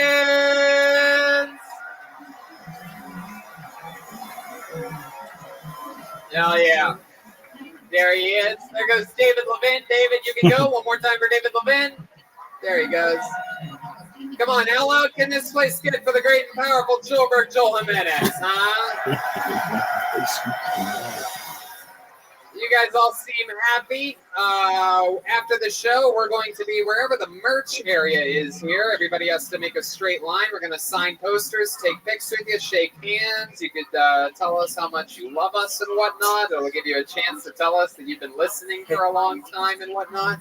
I just want to give a shout out to Bob and Ryan from Ludwig. They're here tonight. Yeah, absolutely. How about a hand for the guys from Ludwig? They're from here in Chicago. They made it. Come on, guys. They sponsor Joel. Make some noise for the Ludwig guys. What the fuck's wrong with you? Jeremiah's got Reagan Watkins. The new episode of Jeremiah Wonders with Pete Holmes is out. It's on YouTube at Jeremiah Stand Up.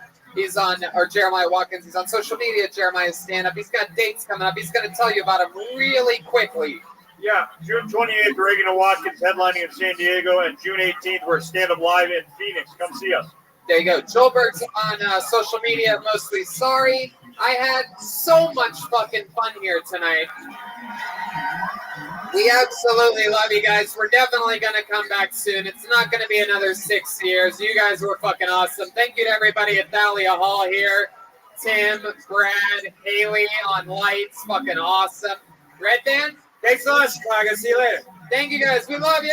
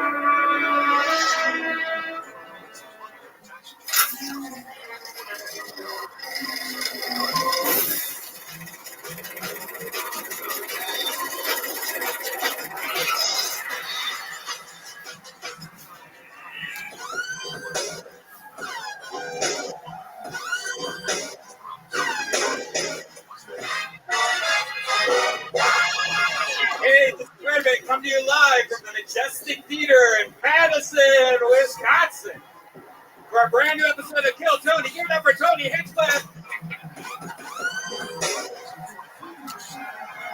Madison, we fucking made it. Let these listeners know what. Ooh-wee wee. Brian Redband's here, everybody. What's up, guys? We are live. Madison, Wisconsin. You guys ready for this shit? Kill Tony is here. This is exciting stuff. Our first ever time in Madison, Wisconsin. It's exciting. We ended up selling it out, like a lot of the other places this week, and it's very exciting to be here at the beautiful Majestic Theater. I love this place. Look how beautiful this is. Yeah, can we turn those lights on the around the stage again? I love those. Yeah, I like that. Look at that. Yeah, keep those on. I don't know if you guys know that here at the Majestic, but that's one of the things that makes it special. So I like those on. Minneapolis tomorrow night, then we go home to Los Angeles for our 6th-year anniversary with Brian Holtzman. Then back on the road again to New York, and Poughkeepsie next week. 2 shows at the Gramercy Theater, and we added a show to that sold-out show at the Gramercy Theater. I don't know if you guys know this, New York, but that's a really big deal to sell out the Gramercy Theater on a Thursday, especially twice, which is what we're going to do after you buy tickets. You're listening to that mention of it. Don't forget, we're at Skankfest and Kill Tony Mania is coming up fast in October. Really exciting stuff. And Philadelphia, July 25th, our largest ever venue for a Kill Tony, 2,000 plus people all at once at the Fillmore Theater. So buy tickets right now and then buy them again next week and then buy them again after that. Just keep buying tickets. Even if you're not going to come, even if you don't have any friends, buy tickets. I just realized I forgot to throw a friend on the guest list for tonight. If a guy named Michael comes in and says that he's my friend, right there. Did you make it, Michael? You made it? Michael Bria? Fuck yeah, dude. Hell yeah. Sorry about that, pal. It sucks when you realize a few minutes into the show. If any guy named Michael comes up, just let him in. This is very exciting to be here. Of course, Ryan J. Evelt couldn't make it to tonight's show. However, he did send along with us a bunch of really awesome Kill Tony prints. I don't know if you guys saw those on your way in, but we're going to be selling those after the show and signing them and taking pictures with you if you choose to wait in a straight line for a little bit. And we also have some cool pins. There's Tony Hinchcliffe pin, the brand spanking new Kill Tony pin, and a Death Squad pin. Yeah, glow in the dark. Really exciting stuff. And of course, maybe the band might be selling something because there is a band on this show, everybody. Live from Madison, Wisconsin. We could spare no expense when we found out we were coming back to the beautiful Majestic Theater. So let's do it. Every single episode they commit to staying in different characters. We never know what they're going to be. The same goes for this week. Maybe it's a brand new character that we've never seen before. Maybe it's the return of some of their famous characters that we love. You never know what's going to happen. But here they are. They're the best damn band in the land. Make some noise for them. It's the Kill Tony Band. Jeremiah Watkins and Joel Jimenez. Let's see what they are tonight. Whoa! What? Wow, this is crazy. They look like animal safari people or crocodile hunters. Some type of a zookeeper, I guess would be the word. Is that right? Are you zookeepers?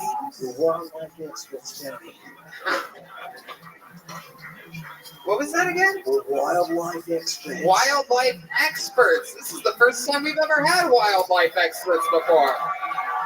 All the way to Madison. Wildlife experts. Don't make too much noise. He will strike at any moment. He seems pretty tired right now. He must be exhausted from being in your bag a whole week on the road this week. I don't know. It's a cold temporary sleep paralysis. He strike at any moment. Okay. Well, I'm glad that you're on the show, Wildlife Expert. Look at those big, long fucking legs you have. Wow. Whoa. I can't tell where the legs end and the khaki fabric begins there. You're just dressed all one color here. People have described my skin color as khaki before, so. What's your name? My name's James Nolan, but you can call me Tibby. All right, Jimmy Nolan. Very good. Tibby. And back here we have a blonde Mexican. So this is exciting. If you've ever wondered what that looks like, here you are. What's your name? My name's Peter Gazelle, Tony. Peter Gazelle. And is that supposed to be a very small lion? And we're supposed to act like that's a real lion? It's got a tiny lion. lions come in different shapes and sizes. Also, he can hear you. You don't want to insult a lion. Now I noticed that you don't have any accent whatsoever. No, I'm American, Tony. Oh yeah, what zoo do you work at? San Diego. Very good. I moved to Australia to work with one of the best. I think he's actually been under my wing for a while now. Yeah. Ah, and you would know a thing or two about that, wouldn't you? Because you work with wings. Yeah. Because you're a wildlife expert. Yeah. All right. Well, speaking of animals, there's a bunch of them that signed up for the opportunity to come up on this stage tonight.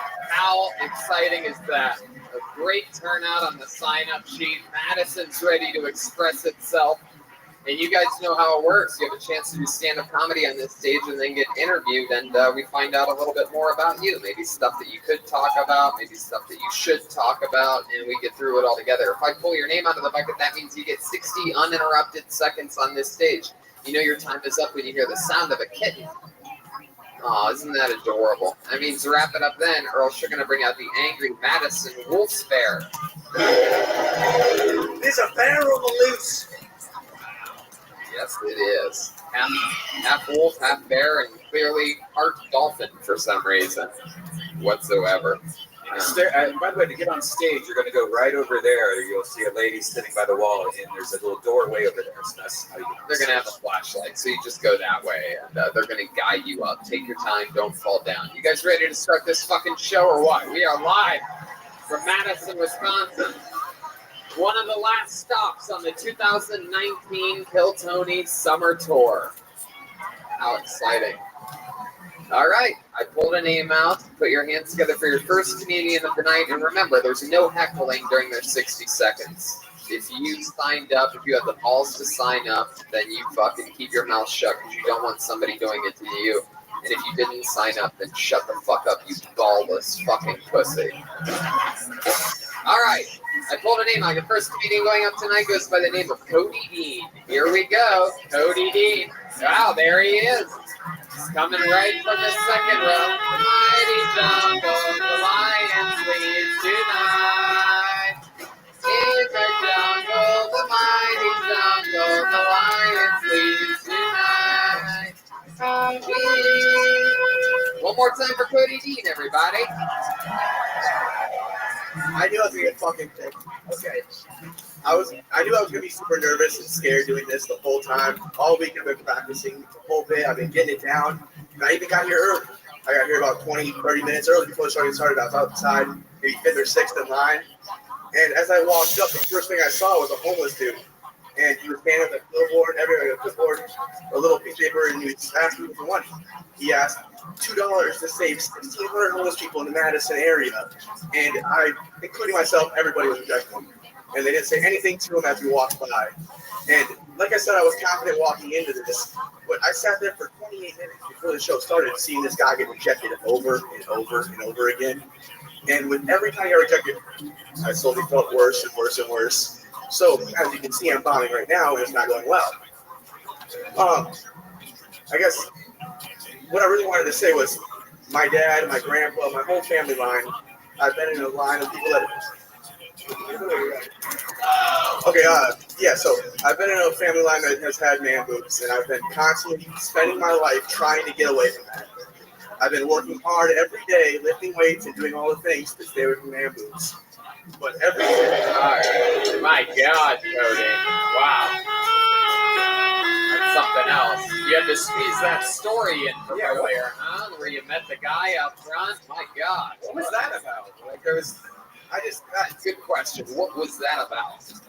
Like I said, I've never been on the stage before, so I was just thinking of something out there as I was coming in. Fuck yeah. Well, I got good news for you. You still haven't done stand-up comedy.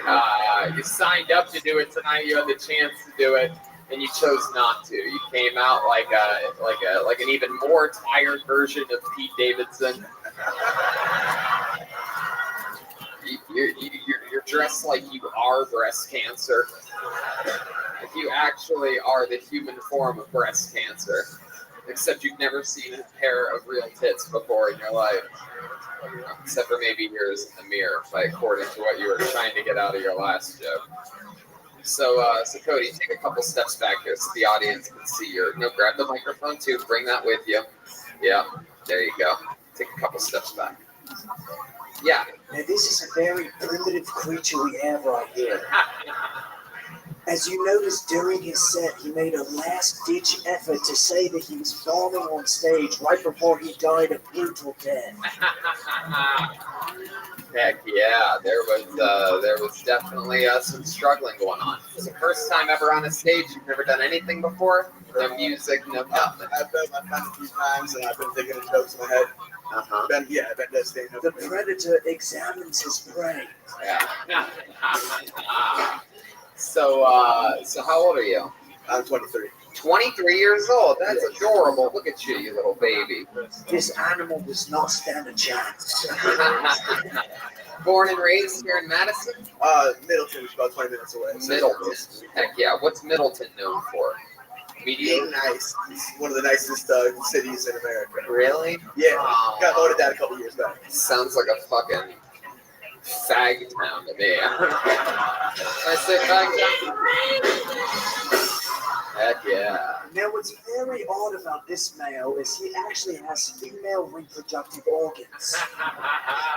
Is that true, Cody? Do you have female reproductive I mean, organs? not that I know of, but Yeah. I guess I don't really study too much. He is dressed like a female animal, not to be trusted at any moment. What is the deal with the pink? Is that like your trademark? It's the new Madison Pro Soccer team. Go ahead. Tell me again. It's the Madison Pro Soccer team that just started about 4 or 5 months ago. Wow, is it a women's soccer team? It's not. It's not. Just You're talking about the Forward Madison football team? Yeah, Steve, I'm looking into it. I like it. Yeah, I know all about that. You're dressed like Lady Forward right now. That's very exciting. I got to put you on top of the fucking state capitol and try to encourage you to jump off. I think I look better up there. You're up there. Yeah. So Cody, you're 23 years old. What do you do for work? Solder wires and circuit boards. Not really anything urgent. Solderizing circuit boards, solder wires. Sodomizing? Solder wires. Solderize? Solder. Basically the same. Yeah, that's what I said the first time, but okay. I don't know if that's the right word. I'm just trying to get what you're saying. Solderize? Do you fucking know what you do for I've never heard the word solderize, but It's actually soldering. Soldering. for sure. Soldering? What I would refer to it as, yes. Oh, then why the fuck did you say you solderize things? I know. I said I solder wires to circuit boards. I guess I'm not good at talking to the mic yet. I'll get there. Yeah, but maybe you shouldn't get there. Maybe you should. Maybe you should just keep regular talking. So wow, you're 23 years old. You're soldering wires to circuit boards. So what does a 23-year-old like you do for fun? Seems like you're a gigantic fan of this football team that hasn't even come here yet. That's hilarious. You really don't know what's funny and what's not. The young male tries to relate to his prey before he gets eaten. So tell us more about you, Cody. What do you do? Hang out with my dog and listen to music, I guess. Like normal shit. What kind of dog do you have? He's a puggle. His name's Carl. Very nice.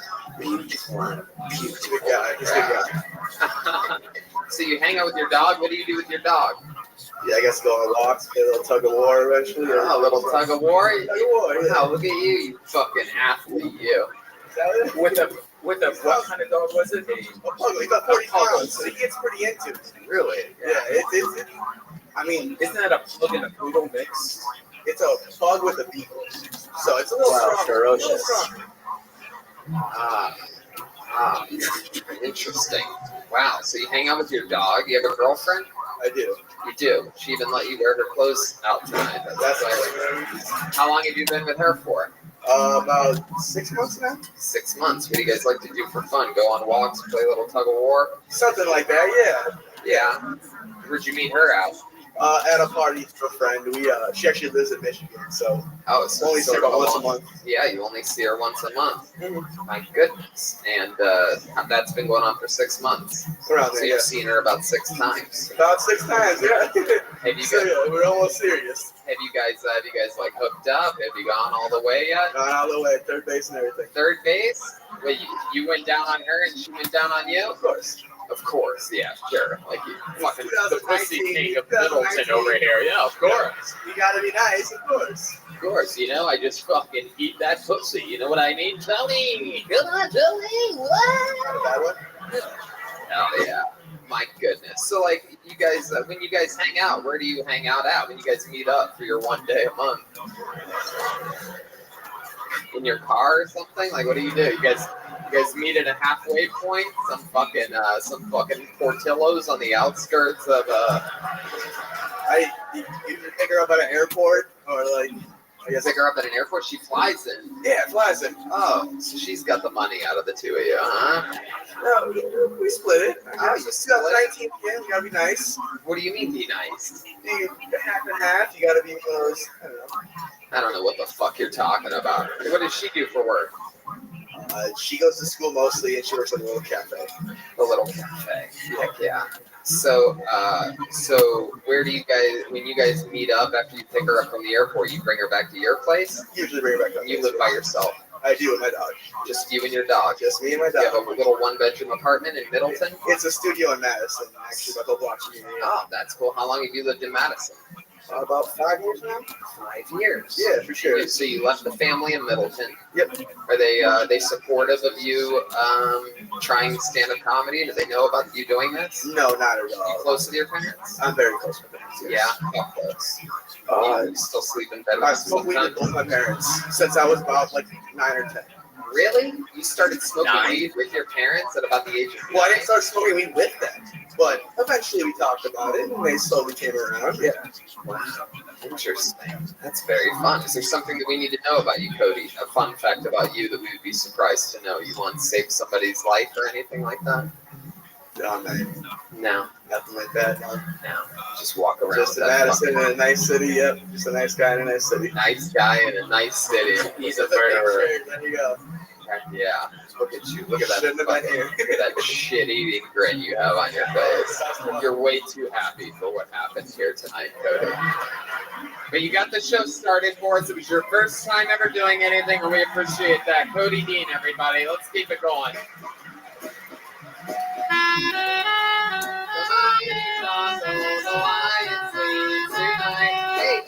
Hey.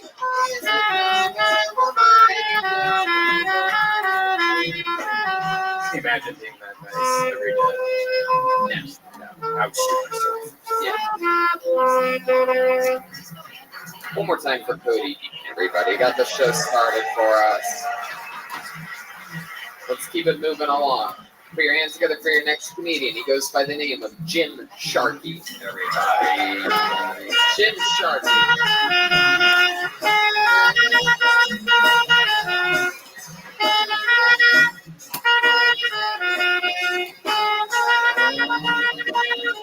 Jim Sharkey. Here we go. Hey. Oh my goodness, Jim Sharkey taking a while here. Here he comes. He's making his way up here. I think he was on the very top floor. Coming in on a horse with no name. Jim Sharkey, ladies and gentlemen.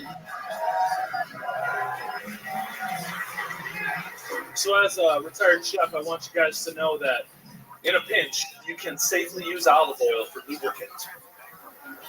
But if you're going to do anal, turn the lights off because you'll never, ever eat balsamic vinaigrette again. It's true. I have kind of a love-hate relationship with living a healthy lifestyle, in case you were wondering if this physique was one sculpted of discipline and good choices.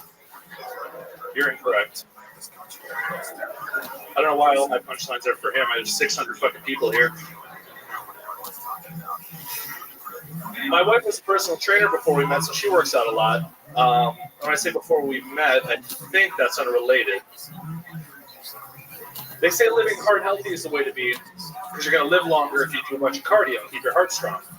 I'm going to tell you something. Cardio makes me want to blow my fucking brains out. So it's not actually going to make me live longer, is it? Heck yeah, Jim Sharkey. Horse with no name. Hell yeah. Hi, Jim. Welcome. First time on the show, right? First time. Look at you. That's very exciting. First time doing stand-up? I've done it a couple times. Couple times. Hell yeah. Well, some of you may recognize Jim as a guy that not only has seen all the Star Wars movies, but he also wrote and directed most of them. You are a big looking, I'm a big motherfucker. like a big nerd. Like it's like scary yet completely not scary at the same time. You're like if You want to fight? Star Wars is- honestly, sort of. Like not right now, but like I sort of do want to fight. Like I think I beat your ass, Jim. I'm pretty sure. Star Wars or Star Trek. Okay, so I actually don't like either too much, but I like Star Trek more because it seems more realistic. Like they tried harder with the science part. Okay, that's enough. It's nerd. Thanks a lot for taking the fortnight off to be here. Now, these are two endangered species trying to communicate. I cannot understand what they're saying at all. You look like Benjamin Franklin and Steven Seagal had a baby. Wow. Yeah. What did Ben Franklin do to you? Listen to those. You're gonna ride that Appleton joke for a while, aren't you? Whoa. Dude, suck my dick, dude. Exactly. Wow. Exactly. Jim Shark. This creature is completely unaware that he will die alone. Motherfucker. Wow. So Jim. Whoa, Jim Sharky's married. Shows off the ring. What appears to be a wife in the animal kingdom, the wife will devour his soul. Jim, how long you been married for? 3 years. 3 years. How long you been with her? 6 total. 6 total years. What does she do? Currently a baker. She's a baker. Oh, it seems like a good gig for you. Huh? You have no idea. You're a pretty heavy dude. You said you're a retired chef? Correct. Why'd you retire? The industry got really toxic. Well, and I got sick, let's be honest. You got sick? 18 years. I did it for 18 years. Oh, you got sick of it. Gotcha. Correct. So now what do? I cut meat at a grocery store, so I'm a butcher, meat cutter. Ah, meat cutter. You look more like you cut cheese. My goodness. You ever cut yourself doing that job? Plenty, yeah. Plenty of times. Huh. What's your least favorite type of meat to cut? Dark meat. Why would it be dark meat? I don't know. I just thought it would work, and it did. So it's just all the meats are the same to you. You put them in that fucking thing. You do this all day long, right? Just fucking. It depends on the style. It's a lot of work on the sauce. Sometimes it's knife work. I enjoy doing it, so it's all the same to me. Heck yeah. And how old are you? 34. 34. Very exciting, Jim. What do you like to do for fun when you're not cutting meat and fucking your wife? A lot of fucking, yeah. A lot of fucking? I try. Yeah. Do you guys have any special moves that you do or anything like that? Do you have like a trick that you do that you could maybe teach me? Special? Yeah. Come on, there must be something. You know, you're cutting that fucking meat all day, dude. You're fucking lay down a log of fucking provolone. Well, that's cheese. All the meats. I could have named any Wait a meat. second. I named the cheese. Everybody's different. I don't want to have you fucking your wife like I fuck mine. I know, but for the sake of this being a live comedy show, I figured you could answer with something at all. All right, here's my suggestion. If you're gonna spit on your thumb and circle the anus, go counterclockwise. Counterclockwise. That's an interesting thought. I see some Now in ladies out there. Australia, we would do it clockwise. Right. Yes. Goes the other way. Hell yeah. Drag your fingernail a little. It's my little tip. You gotta keep them trim. Plus, if I'm cutting meat all day, I don't want to have long fingernails, man. Yeah. Hell yeah, Jim. So you have a lot of sex. Anything else? What other hobbies do you do? I mean, you look like Well, we got a couple kids, so I like to go hiking on my days off with the kids. Get my 2 days off. Spend time outdoors during the 4 months of sun we get here. Heck yeah. How many kids do you have? Just 2. 2, and clearly another on the way. I got a food baby, and the tacos in this state are pretty fucking good. How old are your kids? I got a 3-year-old daughter and a 6-month-old son. Wow, so cool. Have you ever thought about buying either of your kids a Ludwig drum kit? I really want my daughter to be a drummer because she likes banging on stuff. Do it. Just like a mother. Yes, It's a shameless plug for Ludwig. If anybody needs a kid, go to Ludwig.com. That's the best place to get kids or anything. Or a kid. Yeah. So, is there anything else that we should know about you, Jim? I feel like there's some. I feel like there's some dark secrets. Your dad was a Vietnam vet, correct? He was in the Navy, Uh-huh. in the 80s, so not a veteran of anything special. Right, but he was like a real tough guy, right? I wouldn't know that much. You said the Navy. Brian. My dad, okay, so he told me a story that I found out later I think is untrue. It might be a comedy bit from somebody about how he was on acid when I was born. He had just gotten off the Navy ship and got a flat tire and had taken some acid that his buddy sent him. And so, like, when he gets to our house, he has messages from the family, realizes my mom is at the hospital, and he goes there and he sees me being born tripping on acid, and that's why he passed out. I think it was a really long, elaborate lie for passing out during birth. Somebody told me that they heard that somewhere. Wow, I don't know what the fuck you're talking about, Jim, but my guess is that your dad was probably on drugs when you were conceived as well. It seems you're absolutely right. Yeah. Well, that's fun. You're close to your mom? Yeah, pretty close. She's still alive? Correct. How's she doing? What does she do? She's doing great. She works in restaurants. Wow, cool. She's a waitress? Restaurant manager. But yeah, glorified waitress for being honest. I noticed that everybody in your family or anybody close to you works with food. Correct. And is that by design? Do you do that? You're like, Mom, you should probably work in a restaurant, make some tips or whatever. Well, I mean, you can't, like I said, this is not a body sculpted of good choices and discipline. I said that. Son of a bitch. I said that. I know. What's the unhealthiest thing that you like to eat? Male is very comfortable in his own skin. Amphetamines. What is it? Amphetamines. Really? Is that true? Yeah, the unhealthiest thing that I put in my body is amphetamines. How often do you do that? When it's available. Really? How long have you been doing that for? Off and on for 3 years. 3 years. Adderall or? Yeah, just the simple stuff. Amphetamines are drugs that you can take on land or water. Yeah. My goodness. So, what's the most intense one that you've done? You've done speed or anything like that, or? Are you talking like cocaine? Sure. I mean, any of that. If that's the one, then sure. I've done it all. Okay. Yeah. You've done it all. I've tried everything. What's your favorite? If you could just disappear and your kids are gone, you know what I mean? Your wife drowns them in the tub while you're doing stand-up comedy one night, right? And then you could do any drug you want to the max. Which one would that be? Which one would you pick? I would probably just smoke a bunch of weed. Oh, well, there you go. I can't complain about that. I can't imagine. I'm going to do Addy because I call it Dadderall. Wow, Addy. You cut it with cake mix? No need. Well, there you go. This is a man that likes cutting meat and fucking doing amphetamines. It's exciting stuff. Do you dip the Adderall in gravy before you take it, or? I mean, it is a speed, like what's going on there? What's going on? Why do you keep adding what's going on there to everything that you say? Brian, I'm about your build. You can't really lay it that hard. Yeah, but I don't do Adderall. Yeah, he can suck his own dick, son of a bitch. Yeah. This is a very unique situation. These two have challenged each other to a fight. One will walk out the survivor. Let's see what happens. Okay. All right, Jim. Well, thanks for coming on stage tonight. Fucking got it, dude. Jim Sharkey did some time. We found out some stuff about Jim. Well, you guys get the show, right? You understand what's happening here? People sign up. Anything can happen. It's like it's a real date night out here. A lot of people. There's a lot of couples out there. It's like couples night here in beautiful Madison. Couple of something. Yeah. Experience of your next comedian. He goes by the name of Seth Raven. Seth Raven. R-A-V-E.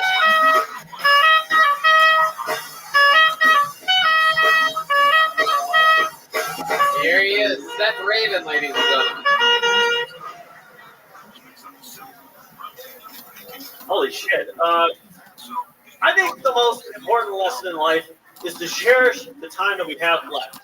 Because life is short, time is precious, and we should cherish it. Because sometimes you don't know what you have until it's gone. Believe me, I would know, okay? I'm Jewish. I only had 8 days with my foreskin.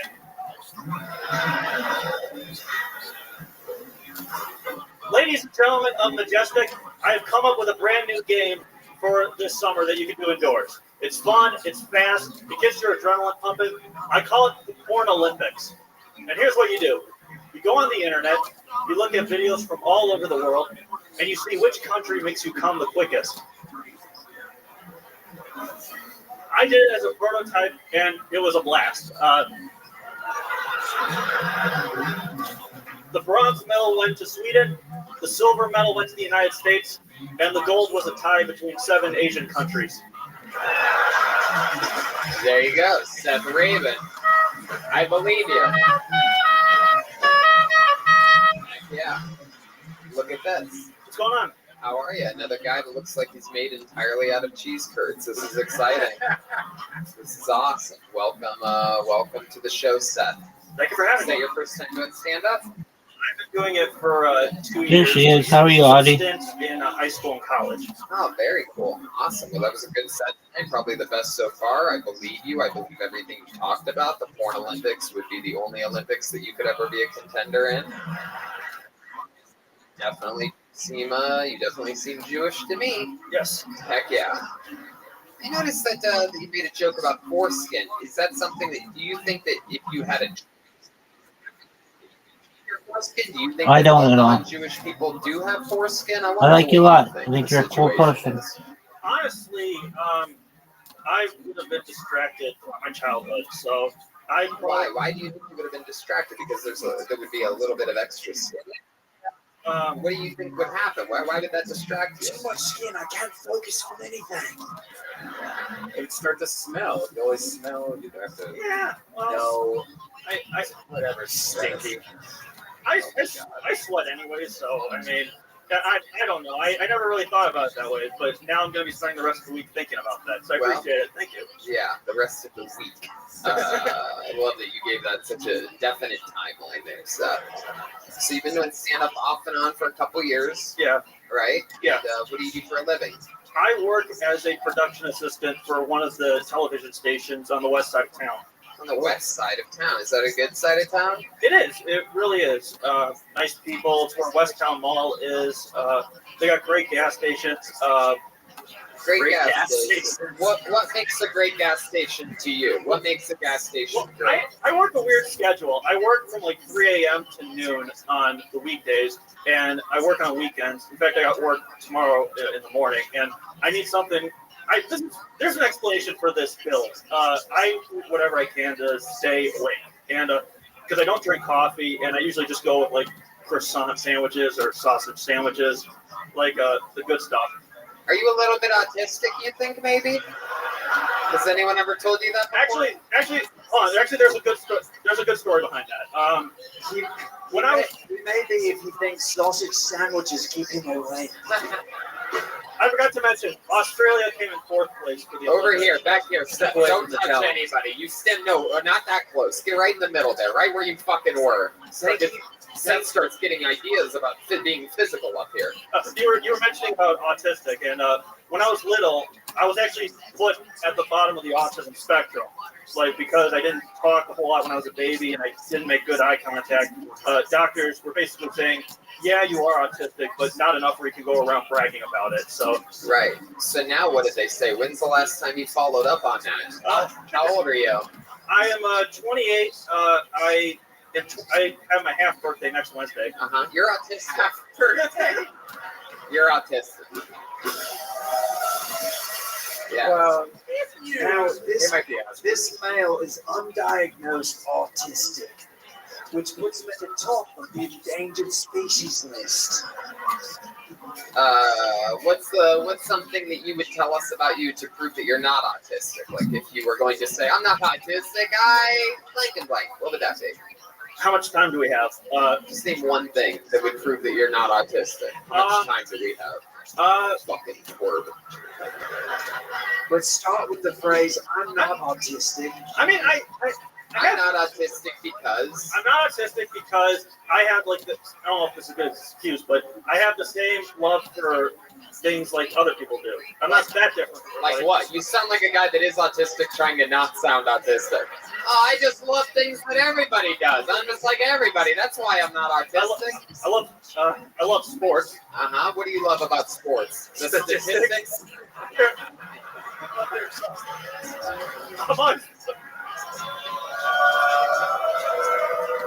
Hey, we changed on that one, assholes. If you're gonna chant Joelberg, you're gonna chant Toady too on that one, you piece of shit. Whoa, okay, don't do it. Don't do it. Don't do it. Okay, so you like sports? Give us another reason. I'm not autistic because I'm not autistic because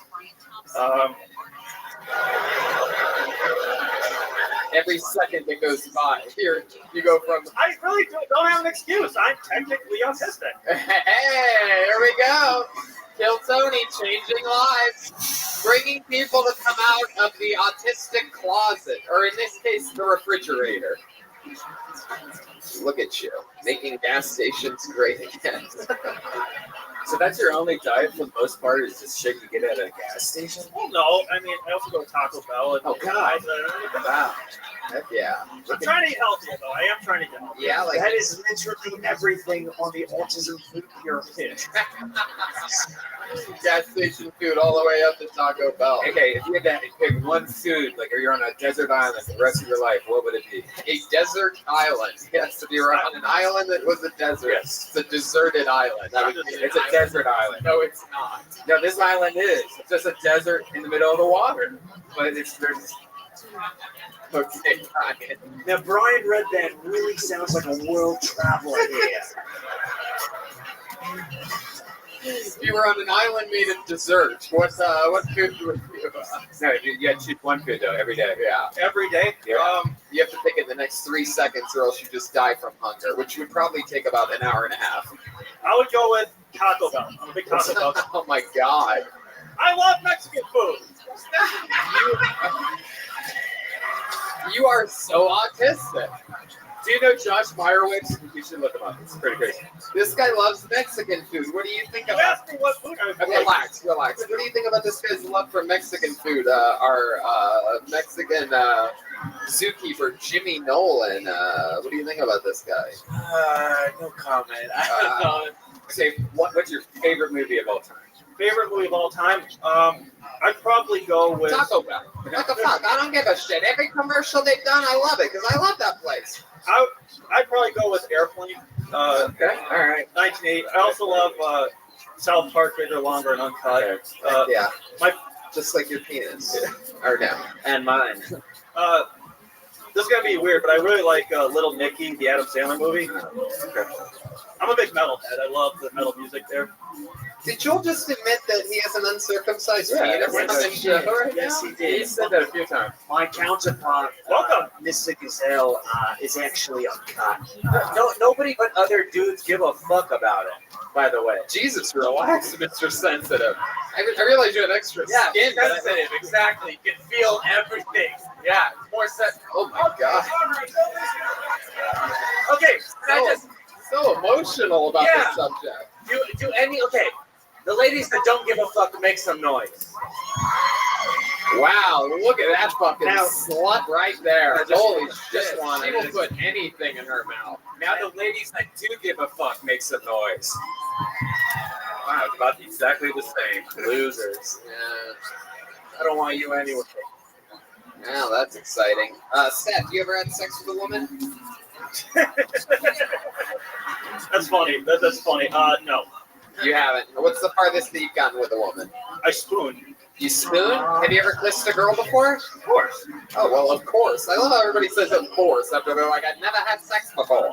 Yes, I have. Yes, I have kissed a woman. Have you ever put a finger inside of a vagina before? Close. Close? How close? Your butthole. Like belly button. Like on the pant. Like, I don't know what it's called. Like on the front part. Uh-huh. The hood. That's called a jean pocket. The front part, like her pubic bone, basically. Yeah. Where the pubes are. There we go. There you go. Did you feel pubes or was it over the pants? I felt pubes. You felt pubes? I felt pubes. Pubes? You felt pubes? P-O-O-B-S? I touched the pubes. I never fingered a girl, but I felt the pubes once. I'm not autistic at all. That's Watch now as the host completely flexes his dominance over the crowd. Oh, come on, that's not true. Stop it. That's not true. In fact, I'm gonna get him out of here. Is there anything else you want to tell us about you, Seth? It's a lot of fun. You're an interesting guy. I'm glad that we were able to finally diagnose you properly. What's your favorite category of porn? I'm very interested. Category of porn? When I was in high school, I really liked girl-on-girl stuff. But now, Big Groove. Yeah, it's tough to say. POV, because I feel like I'm there. Wow, you do. You ever talk back to him like, oh, let me touch your boobs? Do you ever line up a Call of Duty game in one word's point of view and then also porn in the other left window as point of view, and then you're actually killing the girl while you're having sex with her at the same time? No. Right. But it'll give me something to think about. Thank you. Fascinating. There you go, Seth Raven, everybody.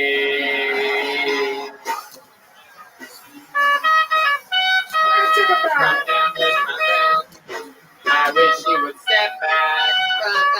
My friend. Now, see, if I was gay, he would be my kind of guy. If I was a gay man. If you were gay, that would be your Yeah, kind of that's guy. just to me adorable. He's an adorable man right there. Wow. There you go. I don't want no buff guy. Wow. Red Band is now telling us the kind of guy he would fuck if he was gay. Why it's illegal to mix Red Bull and vodka, I have no idea. The Red Bull gives him energy to say things, and the vodka clouds his judgment at the same time. What kind of guy would you get? Great combination. What kind of guy would I get if I was gay? One that looks like a girl. How about that for an answer? Oh, God. Pull the name out of the bucket. Let's keep it moving along. Put your hands together for Bennett Brown, everybody. Bennett!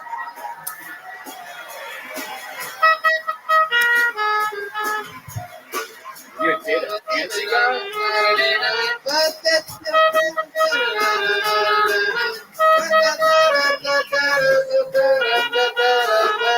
Where's Bennett Brown at?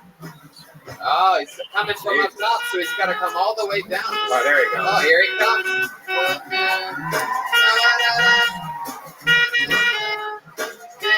Hungry like a wolf. Bennett Brown.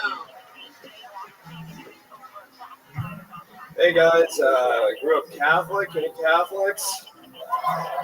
Former Catholic school. I grew up Catholic. Altar boy. Twice a weekend. I did every camp.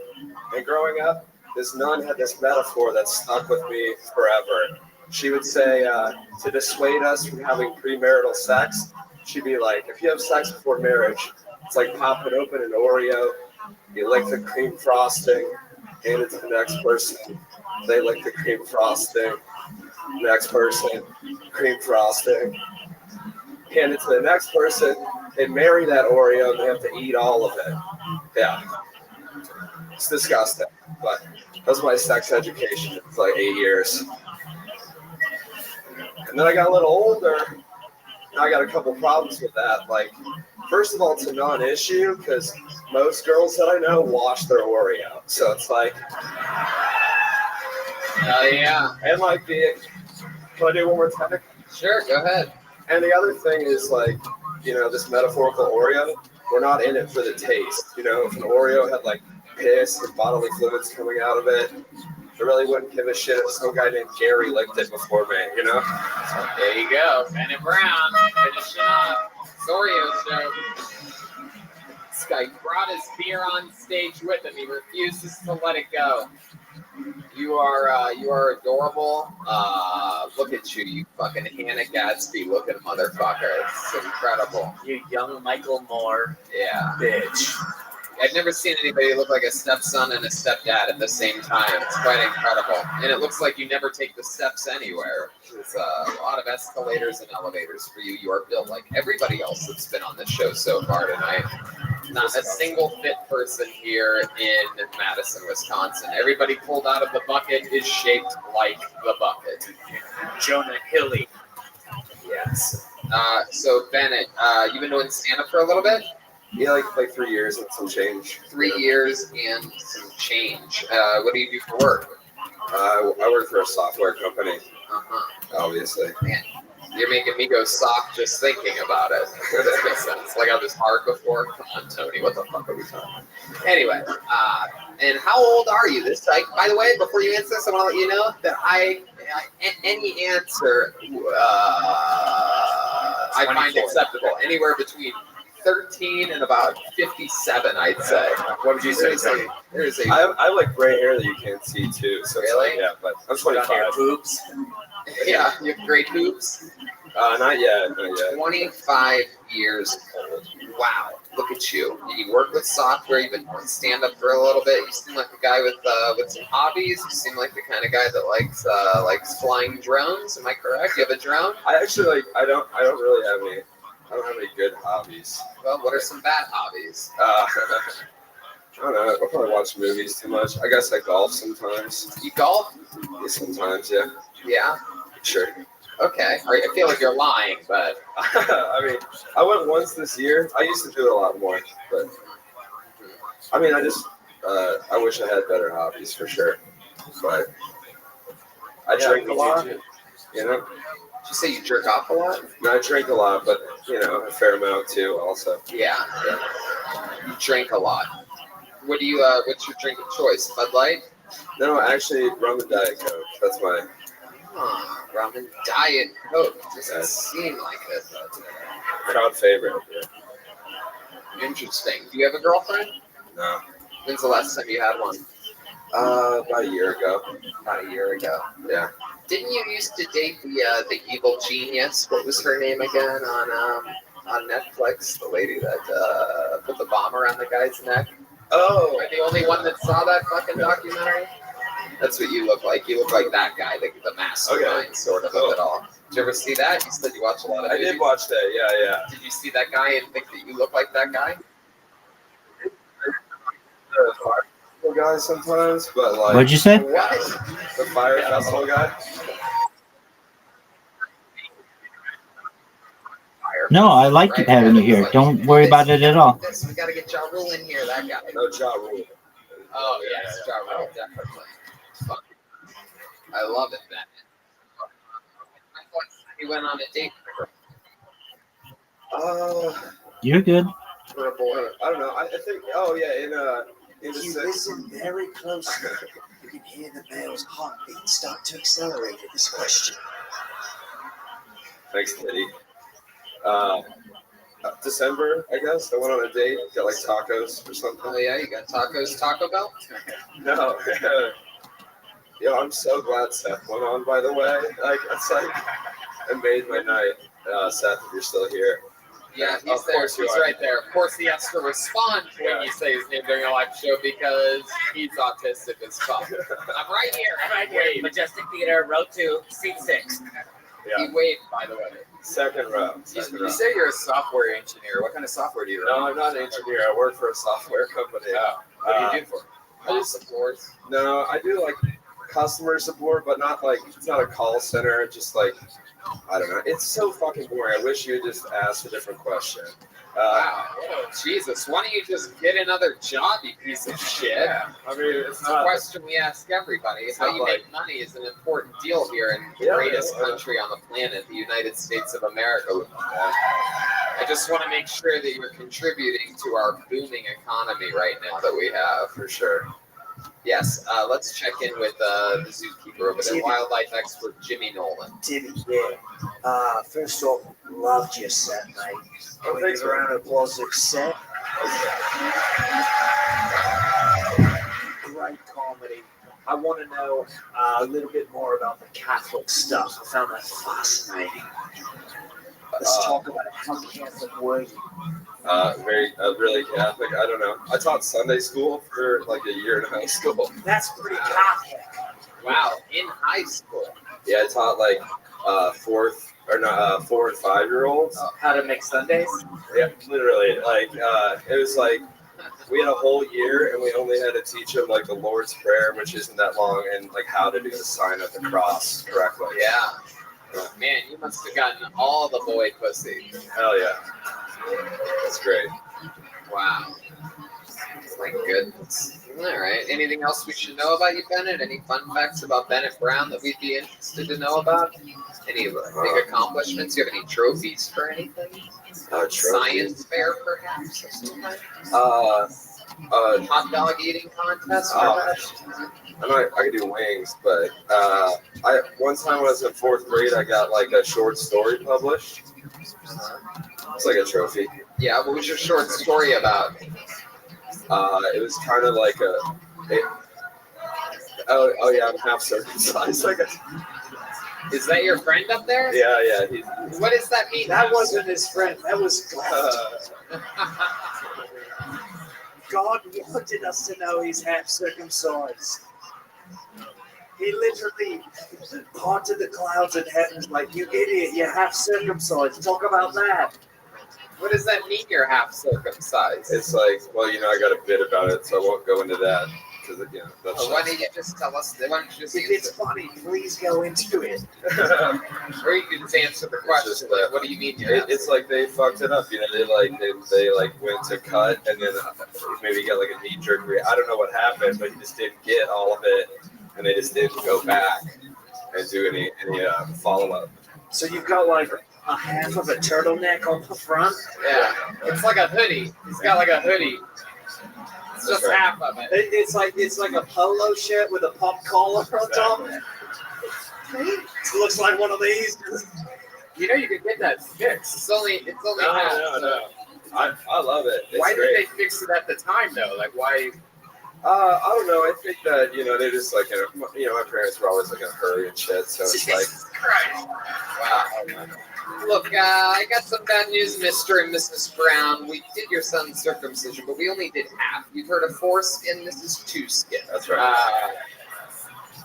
Well, that is an interesting thing that you're half circumcised. So I'd like to give a shout out to God himself for giving us that information. Yes. Can I just try something real quick? Yeah. So I've noticed, what I've come to learn is that when you're a stand-up comic, it's not really good to ask the audience questions. When you started, you go, I was raised Catholic. Anybody else here raised Catholic? But what I want you to do is do it again. I want the whole audience to say no. Yeah. And then I want to see where you go from there. Yeah, do it. Just do it. You're right. Okay. Anyone raised Catholic? Yeah. Fuck Jesus, dude. Okay. All right. That's the way to get a reaction. You did it. You rolled with it. And that is an animal adapting to his environment. Oh, yeah, absolutely. There he goes. Bennett Brown, ladies and gentlemen. He's on Twitter at Jewel for Kids. JUUL for Kids. That was good. Hey.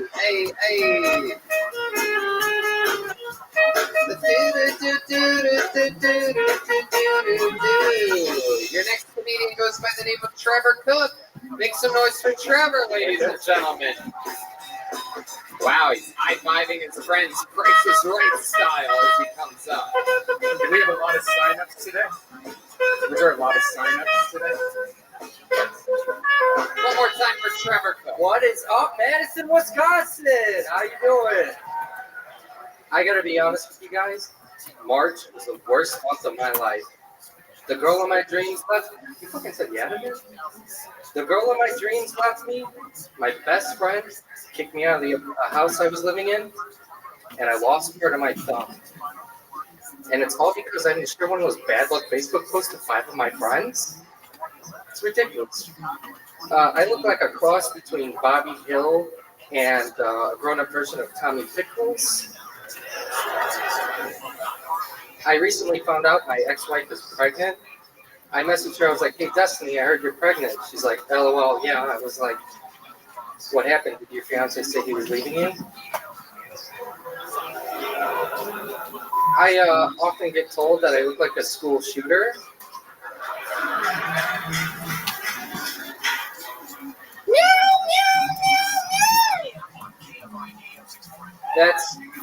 That's my impression of a cat that I gave acid to.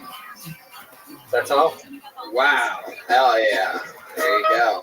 Here he is, Trevor Cook. Or as I call him, Brock Lesnar with leukemia. Welcome to the show, Trevor. First time doing stand-up? 14. 14th time ever. I love it. That is so fucking cool. Did you just start in March when the whole crazy month happened? April, yeah. Yeah, that's cool. You wearing an army hat? Were you in the army? Yeah, I've been in 5 years. Oh, awesome. Hell yeah, an American hero. And the first fit person to be on the stage tonight, the first person who's not borderline morbidly obese. So congratulations to you on that, Trevor. Have you? I have the army tonight for that, I guess. Yeah, that's true. Have you served overseas at all? Yeah, I deployed in 2016 to Kuwait and Iraq. Wow. Can you share with us? Anything that you saw over there that we might find interesting or that's different? I saw another soldier die. Yeah, what happened there? It wasn't what you were expecting. It was a simple car accident.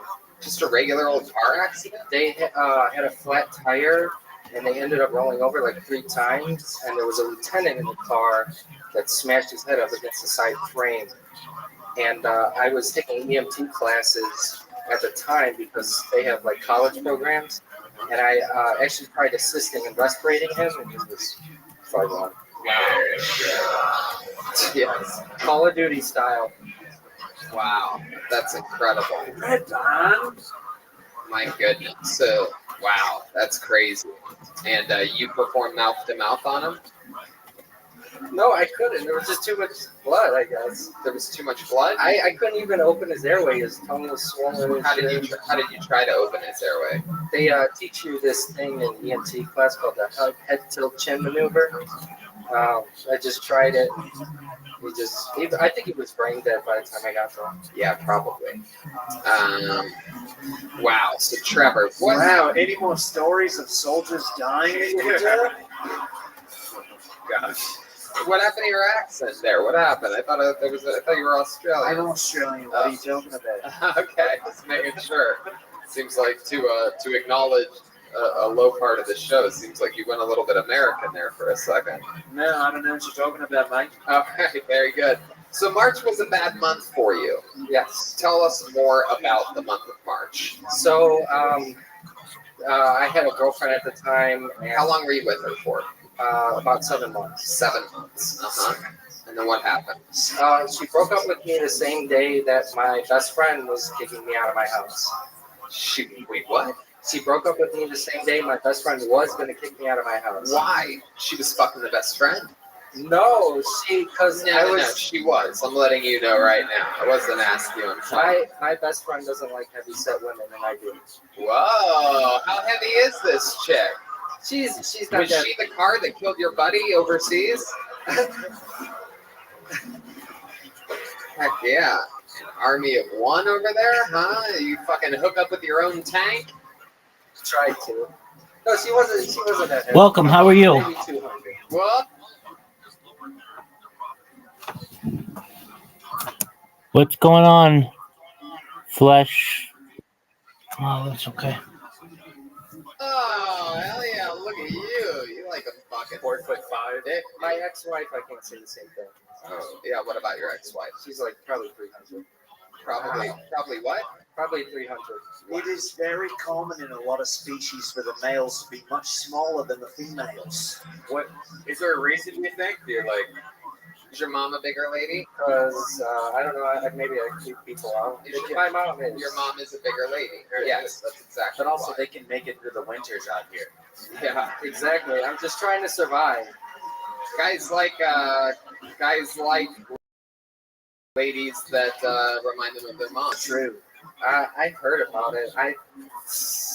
If you had to guess how much your mom weighs, what would you guess? If you were working at a circus and your mom walked up and you're like, I will guess your weight. What would you say?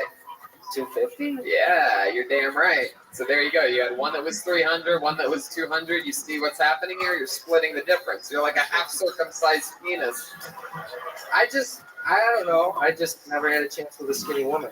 It's like that scene in Star Wars, you know, and there's that creature in the middle of the winter that he has to cover up with, or they use a lightsaber to get inside of. It's exactly what it's like.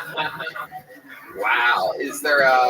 Was there any time that being with the bigger lady, your ex-wife in particular, Is there any time that you noticed something like about her like weight? Like did she have like food in her teeth or poop in her butt or like what was Oh no. is there ever anything a little extra sloppy or anything like that that you can tell us about? Or did she have like a fat girl's name, like Lucille or something like that? Oh, Lucille's not a fat girl's name. Fat girls are Kathy, Catherine, Kat, Deb, Lily is a good fat girl name. What's Parmesan? yeah. Did she have a fat girl name? Was she Katie? No, her name was Destiny. Destiny. Oh shit. God. Wow. Destiny to the stage. Hell yeah. Do you ever come and then you realize later you weren't even fucking a vagina? Because I went with a fat girl once and I was just fucking the wrong part. Heck yeah. Is it A man who claims to have an 8-inch dick Yeah. put it in the wrong hole. Sure. No, yes. it wasn't a hole. I was seriously fucking her stomach or something. Right. 8 inches into her stomach. Belly button. No, sorry, Red Band. I don't have a problem hitting the correct spot. Yeah. Well, Hold on, let's just let him answer this question that I asked him a minute ago. Hey, Okay. can you suck your own dick? Okay. I've tried it once. What was your approach? Did you go feet over the head, or did you take the red band No, approach? I was on the toilet. Wow, look at you! Trying to multitask. yeah, that's the red band approach. Yeah, respect the troops. Isn't it strange I made that Star Wars analogy and then he said that his girlfriend's name is Destiny? Why? What's that? Because Luke, it is your destiny. Okie dokie. So, Trevor, I asked you earlier if there was ever a time in which things got a little bit crazy because it was a big girl. Did you ever notice anything odd about it? Anything out about having sex with a big woman? Yeah, like, was there ever a time in which you're like, Jesus, this is too much fucking work, or something like that? Like, did you ever, like... Typically, they have bigger asses, and I like that, but it's so hard when there's just... But it's attached to the rest of the fat around it. That's the only problem. You can't copy and paste the fat buttocks into a smaller being. I don't have much issues. I just let them get on top because I like suffocating. Whoa. You do? Hold on. You like them on top? You like suffocating? Yeah. Look at you. Wow, you fucking love it. Do you choke yourself sometimes? Not myself. Or would you have girls choke you? Yeah. I have done it before. Did you just answer the question for him after you asked it? I think you did. Yeah, you did. You just said you ever have girls choke you? And you go, yeah. You did. I love it. Trevor Cook. Interesting. Wow. So much fun, man. Talking about all these big girls reminds me that I want to tell you about People's Choice Beef Jerky, LA's original small batch beef jerky. People's Choice Beef Jerky is a family business from California that's been making quality jerky for over 85 years. Unlike mass-produced beef jerky, People's Choice Beef Jerky is marinated, sliced, and cooked by hand. If you like spicy foods, you're going to love the Nashville Hot. This Nashville Hot is made with thick cuts of 100% U.S. beef cooked with cayenne pepper, chili powder, garlic powder, and smoked paprika. It is a slow cooked, creating a flavor profile that is spicy and satisfying. They actually sent us a couple of these bags, and holy shit, it's really spicy. If you like spicy food, I recommend this jerky. It is also extremely delicious. And beef jerky is great for staying healthy. It's a high-energy snack loaded with protein. So go to peopleschoicebeefjerky.com. They have a diverse line of products and flavors, and if you use the promo code TONYHOT, you're going to get 20% off your order of the Nashville Hot Beef Jerky. So once more, that's peopleschoicebeefjerky.com and use the promo code TONYHOT for 20% off your order with beef Nashville Hot Beef Jerky. Heck yeah. Well, I guess I'll have to go buy some to get up to par with some of these other comedians. You should probably buy a couple bags for your lady. Yeah, but yeah. And now that you got kicked out of your place in March, what's your living situation now? I unfortunately I had to move back in with my parents. Oh, you moved back in with your parents, so now you have your mom to hang out with, huh? You just jerk off listening to her pee in the morning? I get the basement. I'm one of those. Moving back in with your parents is only typical in Homo sapien form. You will never see a lion leave his pride and then move back in with his parents years later. I love it. Well, Trevor, I'll tell you this, man. You were a lot of fun up here. You fucking get it. You answered all the questions honestly, and I had a blast with you, dude. Fun fucking times. How about a hand for this goddamn American hero serving us across the world in Kuwait and Iraq? It's Trevor Cook. Hell yeah, buddy. There he goes. Interesting that Trevor looks like the only guy that doesn't live in his parents' basement, but he is the only guy up here tonight that does live in his parents' basement. Let's see what happens next. Make some noise for your next comedian, Brad Kamichiak, or Kamichi, K-M-I-E-C-I-A-Y. However the fuck you'd ever say that in a million years? Kimchi? Yeah, I guess. Kamichiak? Kamichiak. There he is. Here he comes. There he is. He's in. You got women on your mind. In the summertime, you can make it a good time. One more time for Brad, everybody.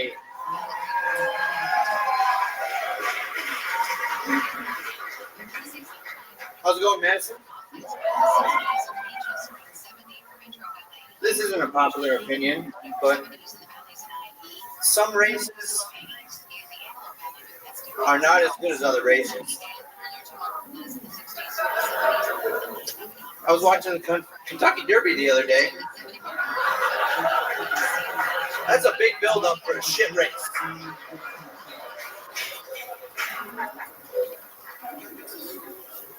I was helping my transgender friend move a couch. And I was like, all right, you ready? She goes, I was born ready.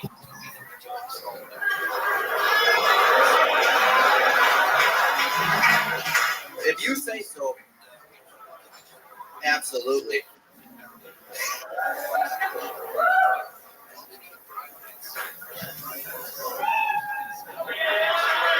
Wow, that went fast.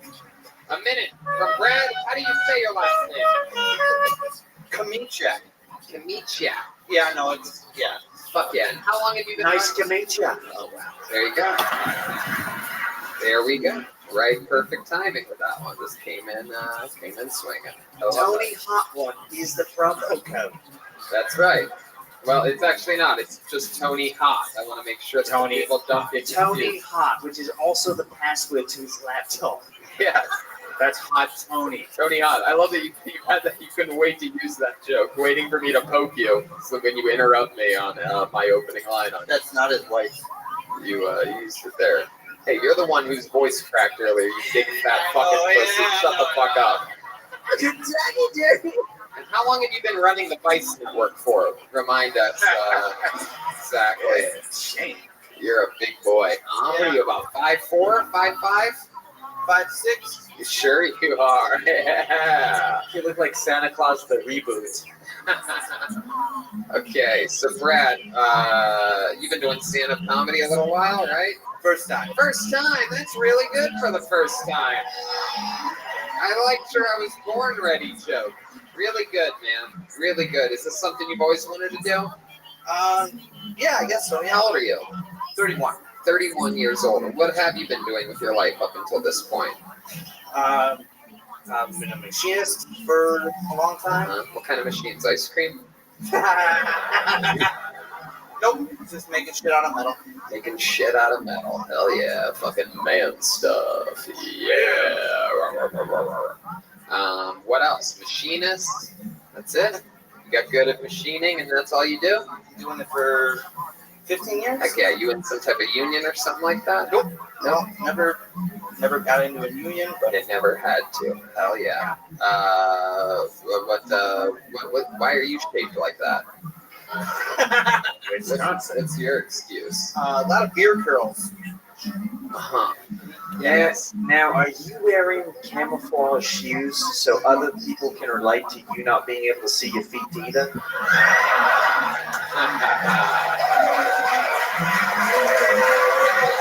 That's great.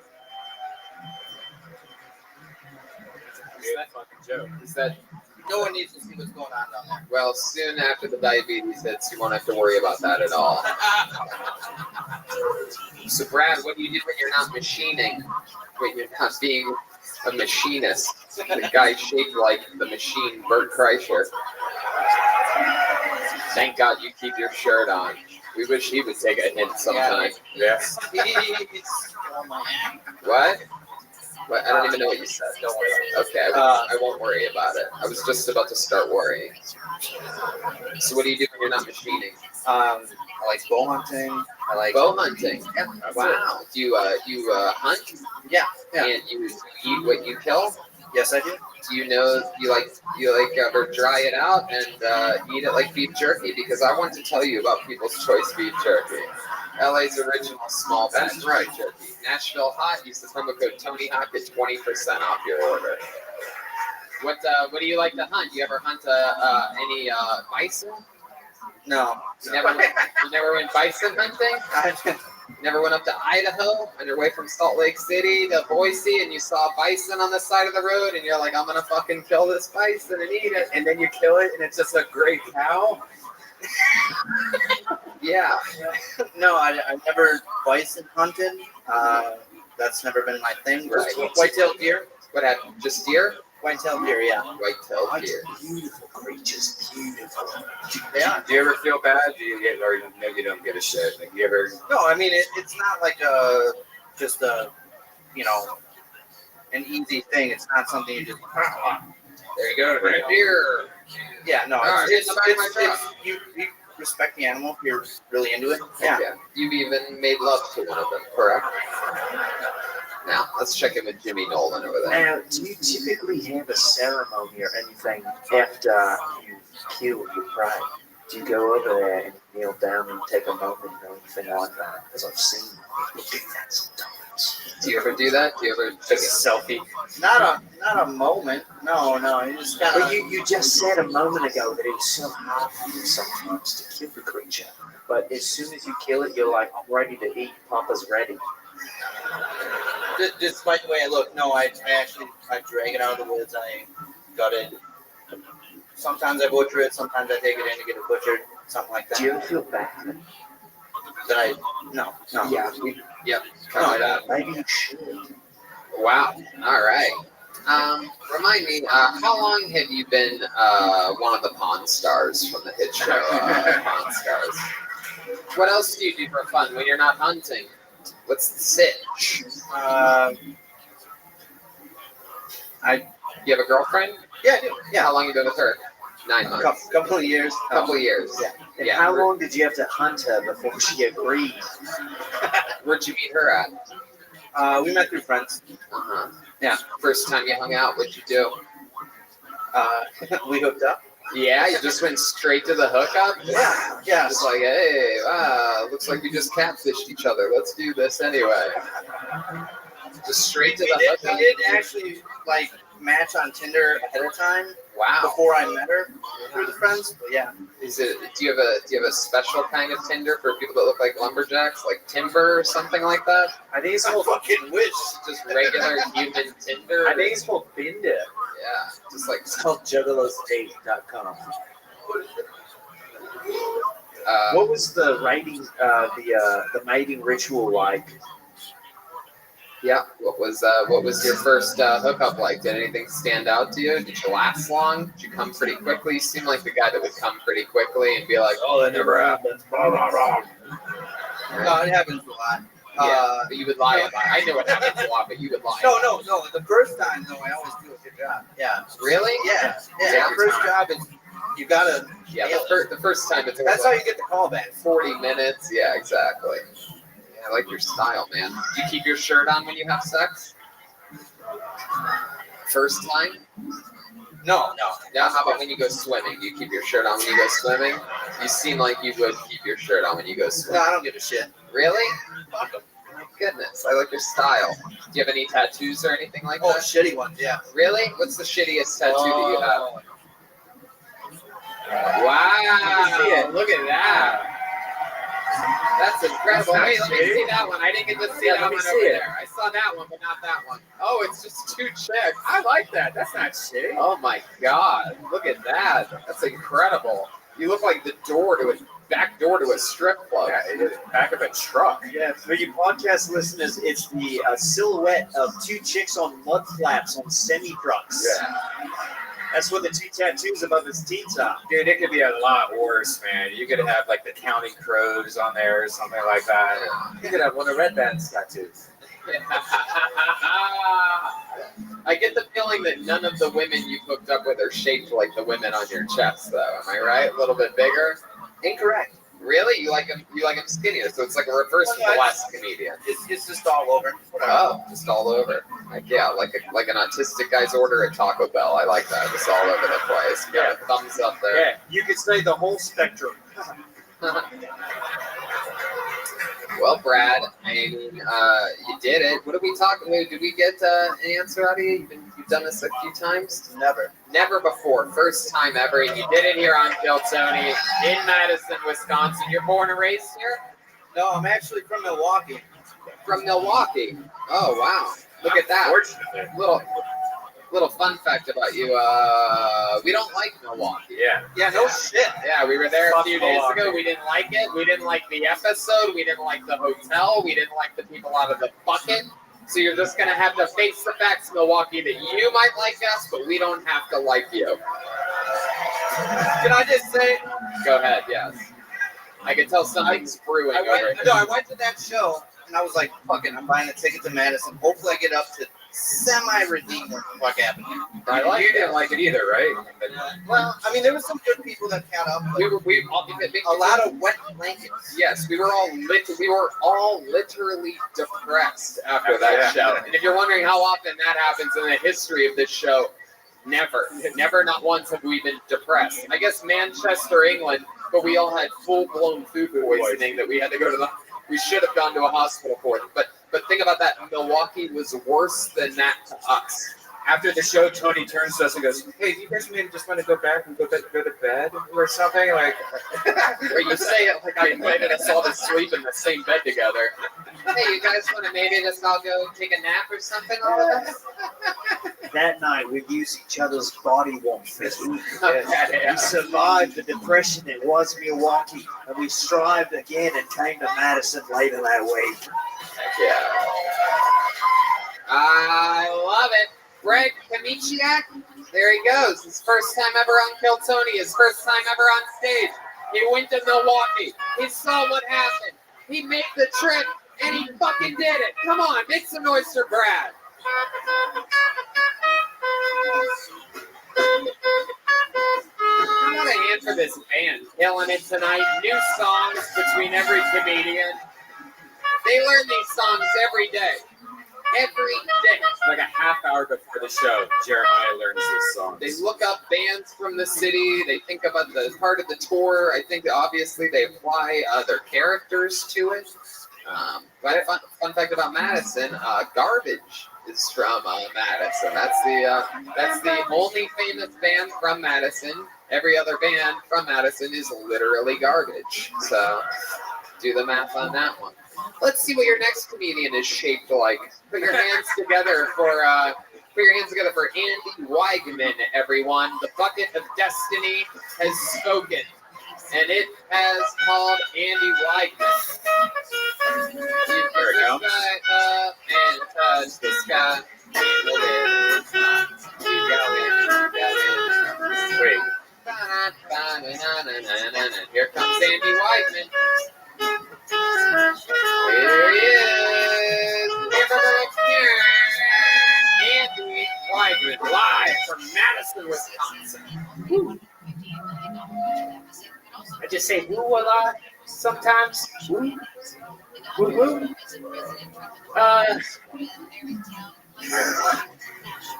Actually, today is a special day today. It's premature ejaculation day. It actually came early this year.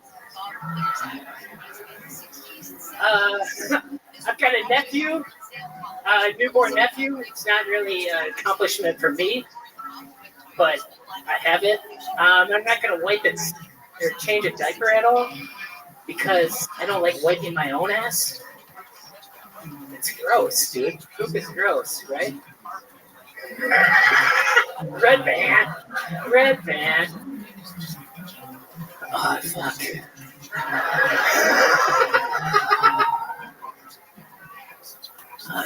Try harder. I hear that a lot. My wife told Andy Weigman. You got through a little bit of that? Heck yeah. Andy Weigman, for those of you listening to the podcast, looks like Tom Segura's attorney. Andy, first time ever on stage, correct? Yes. Hell yeah, there you go. The goat of the first time. Congratulations. Heck yeah. Welcome to the show, Andy. Thank you. I thought more people would sign up, so I wouldn't have to come up here. Look at you making excuses already. I bet that's worked for you up until this point in your life, but it's not going to save you here. Welcome, Andy. How old are you? I am 36. 36 years old, and you just had your first time ever on stage. You have a kid? No kids. Whose baby, or what baby's ass were you talking about wiping? I got a nephew. Oh, a nephew. Yeah. There you go. Okay, that makes sense. Is that the uncle's job to wipe the nephew's ass? In white culture, yes, Joel, yes. The nephew is the person responsible. The uncle is responsible for wiping the nephew's ass. They wipe around the circumcised penis, too, and they just keep wiping away. By the way, you looked at Redbound when he said poop is gross. He's never going to agree with you. Yeah. Yeah, why? That's his, Why is it gross? You used to love it when you ate it. Why? What happens in 6 hours? Yeah, what's the deal with that? Andy, what do you do for work? I'm a dental technician. Hey, you're a dental assistant. Technician. No, you're an assistant. You're an assistant. You know what it is. You said it's the same thing. You see that? I used the fucking Jedi Force on him right then. It's the same thing. Yes, it is the same thing. Another Star Wars reference. Crazy. Do you know your father, Andy? Yes, I do. Yeah, what does he do? He's a police officer. No. No? What's he? He works at a hardware store. He works at a hardware store. Huh. That's interesting. Ace Rebellion. Wow. It's a friendly hardware place. Yep. You know, if you go to Ace hardware store and you use the code TonyHot, you get a free Allen wrench in your butt. Yeah, your butt. Make it about the butthole. It's got to be about the butthole. Can I just say, too, in the middle of your set, you got the saddest thing to ever happen. So it was just keep trying. Yeah, it really was. A young lady in the audience thought that you were going to kill yourself halfway through your set. Wow. Andy, you're a dental technician. How long have you been doing that for? 8 years. 8 years. The dentist that you work with, is he a nice guy? Yeah, my dentist is pretty nice. Yep. Your dentist? I don't work with a dentist. I work for dentists. Oh, so what do you do exactly? I make implants. Oh, we just had someone on last night's show in Chicago that did that. May have even been Milwaukee, but anyway, a lot of people in these parts lose their teeth a lot, so that's something to think about. Do you have implants? Are these fake teeth that I'm looking at right now? I've got one fake one. Yeah, what happened to yours? It was an old injury. Mm-hmm. Mine too. I once, when I was a little kid, we had this street right next to where I lived called Thornton Avenue, which was a very steep hill. And me and my friends thought that we were being smart because we've been like Little Rascals or one of those movies. They like build their own go-karts. So we're like, yeah, we're going to build our own fucking go-kart and take it down this hill. But all we were really able to do was we took one piece of like plywood and we put it on the floor of one of those scooters. Right? Yeah. Right? So I basically sat down on the scooter and the handlebars are up here. And I went down a hill. I don't know what the fuck I thought was going to happen, but once it really picked up speed, and it was in a street too. So I tried to go off the curb, like I tried to like get off the street to slow down because I was eventually going to die. And when I did, this thing went like that, pow, it hit my front tooth and split it in half. Yeah, same here. Yeah. My 2 front teeth are fixed. Wow, 2 front teeth. Wow, I thought you only had breast implants, right, man? I didn't realize you had. That was a breast reduction, Tony. You also had dental implants. I was waiting and I still loved it. Andy, how did you? What did you do to break your tooth? I jumped off an inner tube. Ah, yeah. In the snow? No, it wasn't snow. It Water. was just in the yard during In the the yard. summer. You were just. Now, this is a species of American we call white trash. Yeah, it was just an inner tube in the front yard, like on the grass. On the grass. And you're on the inner tube and you Like jump. the inside, yeah, the inner tube. You blow them out. Is the inside of the tire where you gonna say? We know what the fucking inner tube is. Thanks, You Gilbert. jumped off and you jumped on the grass and you hit your mouth on what? The grass? The ground, yeah. Knocked the tooth out. The front yard? Yeah, That's weird. Wow, that's interesting. I was expecting maybe a rock to perhaps be in the yard or something like that, but no. You got a little fucking I don't soft really teeth. remember. Oh, you probably got concussed too. Look at that. So you're 36 years old. You're a dental technician. What else? Tell us more about you, Andy. What I DJ wedding receptions. Get the fuck out of here, really? Can you give us a little example of what you would sound like in between songs? Like, what would you say? Like, Put your hands together for the bride and groom. that's it? And then that's their names. Yeah. Wow. For the bride, put your hands together for the bride and groom. What risks you take artistically at your job, Andy? That is incredible. Do you ever mix up your jobs and you start like announcing things while you're taking out people's teeth and stuff like that? No. Could you give us an example of that? I'm trying to help you out here, mate.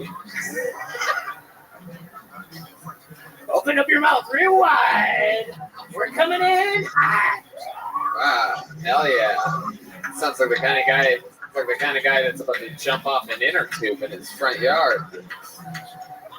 Wow, Andy, who are some of your comedic favorites? Who are some of your favorite I comedians? listen to Your Mom's House a lot. Tom Segura. Yeah, I mean, has anyone ever told you you literally have a face like him? Like if you shaved your head down to a 3, you would basically be. You would at least be like the Tom Segura that is like the Instagram filter over Garth Brooks, basically. Like you'd at least pass for that. Yeah. It is incredible. You have a very Segura-like face. What's the best toothpaste? Like, which one would you recommend? Well, I go with Oral-B. Why? Because you love oral. Yeah. Oh yeah, that's right. Does it have something in it that all the other ones don't have? I don't know. It's just Nice. they get 2 packs. I could answer these questions for you, Brian. There you What go. do you use? What do you like? Honestly, I go back and forth. Right now, I'm experimenting with one of those charcoal toothpaste, but I've decided on this tour specifically that I hate it because it just fucking like gets everywhere, and I have an electric toothbrush. So if I put it on there and just start doing it, the entire bathroom turns black eventually. It looks like every hotel bathroom I've been in is doing blackface by the time I'm done with it. So, but no, one thing that I've noticed is just the fucking normal old fucking cheap travel, goddamn regular fucking whitening everything, just Honest all the chemicals, you know. An honest toothpaste. Good old honest toothpaste. Yeah. you know? Fluoride, bunch of fluoride. I use Gorilla Piss as mouthwash. It looks great. Yeah. I love all toothpaste because it's a big deal, and tooth because of tooth. You know what I mean? It's something that everybody sees is your teeth, and yes, preach indeed. There's a guy with no teeth talking about it in the back. 3 out of 4 dentists recommend Crest, and the 4th one in Australia recommends Chameleon Jism. Yeah. 4 because of 4, tooth because of tooth. Andy, it was a pleasure to have you up here tonight. Congratulations on getting pulled. There he goes, Andy Weidman. We're having a lot of fun. Hire him for your wedding Andy Weidman, if you like super basic white kids DJing your wedding, put your hands together for the bride and the groom. Wow. How many of you like it when comedians do good on this show? Madison, how many of you like it when comedians do bad on this show? Wow. Even the guy that did bad earlier likes that people that do bad. You must be proud of yourself. All right. Put your hands together for Craig Smith, everyone. Craig Smith is your next comedian. Kill Tony, live, Madison, Wisconsin. I believe he's coming from the second level. Jesus, why is it went upstairs? Very exciting.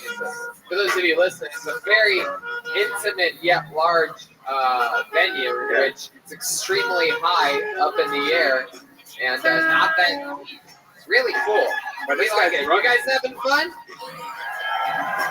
right. I guess I believe you. Oh yeah. Here he is, Craig Smith, everybody! Oh man, what's up? What's up? As y'all can see, I'm the first black dude to come up here. Appreciate it. Sometimes it's hard to find stuff to do out here in Madison. One thing I like to do is I like to go to tanning salons, ask for refunds. Just one of the only few things you can do in Madison if you got some melanin. One of my friends, like one thing I had to realize, like I need to get my hair cut now, but I used to have an afro, right? And one of my friends had like long, luxurious hair, and then he cut it, showed the bald. I'm like, damn, why did you do that? He's like, well, I donated my hair to cancer. I'm like, well, damn, I want to do something like that, get some good karma on my side, you know? So I cut my hair and I bag it up, take it down to the place. Turns out they don't take afro hair at these places. You hand the cancer patient a bag of afro hair, they just think you're giving them a bag of pubes. Nobody really wants that. Now I got a bunch of angry cancer patients looking at me all mad in the face. Well, at least what I can only assume was anger, they didn't have hair on their eyebrows, couldn't really read their facial expressions, you know? Fuck yeah, Craig Smith coming in hot. Oh yeah. Killing. Very fun set. Craig, you've been doing stand-up a little while? I rap for way longer, but I've been doing stand-up for 2 years. 2 years? God damn, you have the set of the night so far tonight. Oh, I appreciate it, man. So Thank you. exciting. Representing the Legion of Skanks on the shirt. We are so excited. We're rolling into Skankfest Hot next week, New York City, with the second show at the Gramercy Theater. Tickets still available. I wish. I submitted, but they didn't take me, so. Hell yeah. Well, I mean, you know, this is exactly how you get into things like that. You fucking grind it out, make an imprint here, and we'll put in a word for you with Lewis. Next time he sees the name Craig Smith, fucking take it from Wisconsin. Man. We'll literally tell him. We'll go, this guy's the only black guy in Wisconsin. Help him, please. Help him. I need the help, man. Appreciate it. Is that true about the hair? I never even thought about that. But like, black hair. Yeah, sure. I never really tried, but I would assume so. You ever seen afro hair bagged up? Yeah. I saw something on the ground the other day in the walk. Yeah, it looked like you, No. The only afro hair I've ever seen bagged up was in a body bag after the Wisconsin police had to have a talk with someone. Yeah, that sounds about right. So, Craig, tell us what it's like being you. Are you born and raised in Madison? No, I'm from Chicago. I moved up here when I was 20. You moved up here. Why'd you move from Chicago to here? Well, I don't know if you heard, but it's a lot of bad stuff happening in Chicago to people like me. I'm from the South Side, so my uncle moved up. Yeah, I was gonna say it's like a buffet out here for thick white women. That's why. That's another plus, but yeah, we were cheese curds. We were literally having a blast on the south side of Chicago last night. We went to the White Sox game where they beat the Yankees 10-2. Nice. We represented the White Sox. We got hats right before the game and fucking rolled in there wearing all black like thugs. We just mixed in with I even did blackface for the occasion. Very exciting. I'm sure nobody noticed. Yeah, no, it was perfect. So now what? Now that you moved up here when you were 20, now what do you do up here? Well, now I work out in Deerfield putting AEDs together. So kind of what together? The automatic external defibrillator. Somebody here have a heart attack, they hit the emergency thing, I put it on, call the ambulance. Wow, look at you. And you rap. And you build AEDs. You're like Silk the Shocker. Yeah, something like that. I actually rapped on this stage a lot of times over the years. Really? It's Well, crazy. why don't we do it again right now? How many of you want to hear Craig Smith rap right now? We got a lot of country music fans in this audience, so let's hear it, Craig. Let it rip. Don't even know where to start it. My flow is lethargic, my flow is the hardest, more weight than the Carter. You knew that regardless, so let me restart it. My flow is the illest, still on competition. You want me to keep the beat going, I'll freestyle. Fucking no kill Tony at the Majestic, and you already know it since in life, you guessed it. I really didn't want to rap, he manifested. I'm coming off the top, I'm not anorexic. As you can see, I'm getting fat, I ain't got a six-pack. Shout out to 2-pack, so people say he 2-pack. Whatever I can say, I really wish I was funny. This is not the day for me to be rapping. Throw up the hand, shout out to Henry Toops and Samara. They more than a stand, they fucking comedians. Who else didn't go up for Whitehead or Rory? Gotta give it up. Alright, I'm stuck now. I ain't really gonna keep going. That was great. That was fantastic, Craig. I love it. You got this place in a frenzy. Oh man, I'm sorry. You know how to work a room.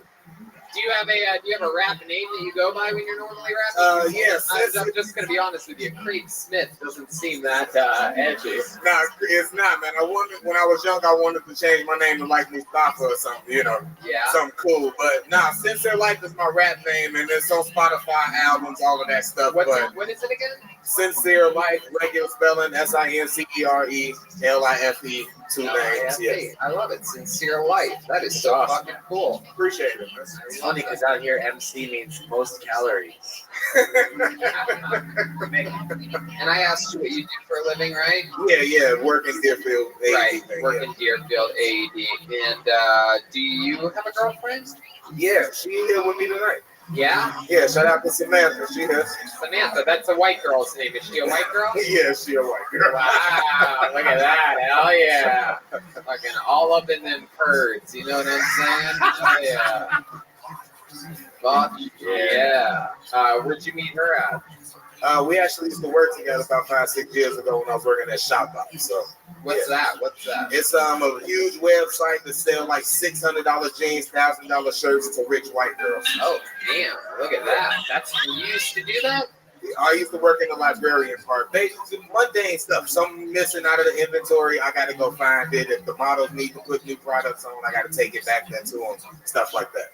Heck yeah. Do you ever have any problems with the cops here in Wisconsin? One thing we've noticed is that in Wisconsin specifically, and you guys might not know this because you live here, but people are deathly afraid of the police much more than anywhere else. Crazy police state here. Yeah, I was telling them today that after being in Milwaukee and where else were we? There was somewhere else, right? Appleton, yes. After hanging out, we're realizing what the police state is like in this state. I have confirmed that I definitely think Stephen Avery did not do it. I really now, after everything, I believe that those fucking guys definitely framed him. Yeah, most of us believe that.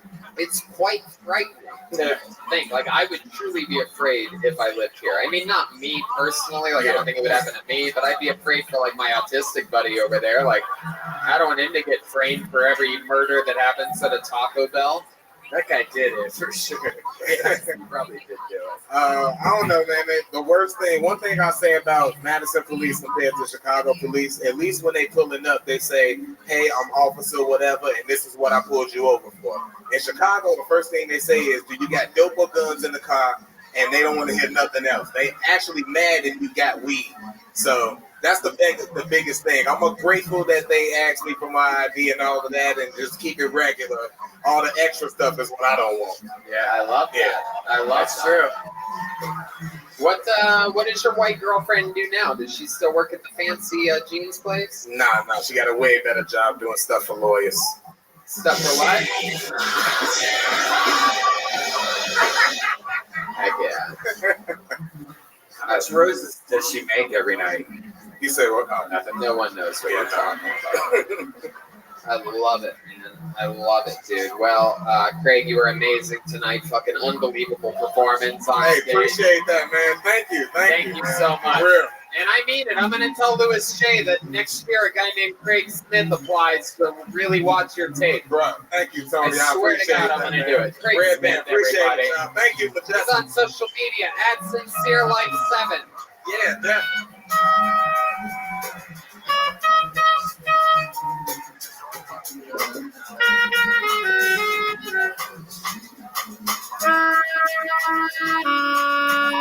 We're at an hour 40. You guys think we should go to the bucket one more time, huh?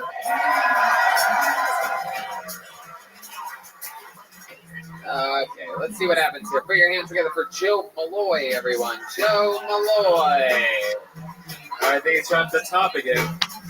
Here we go, Joe Malloy.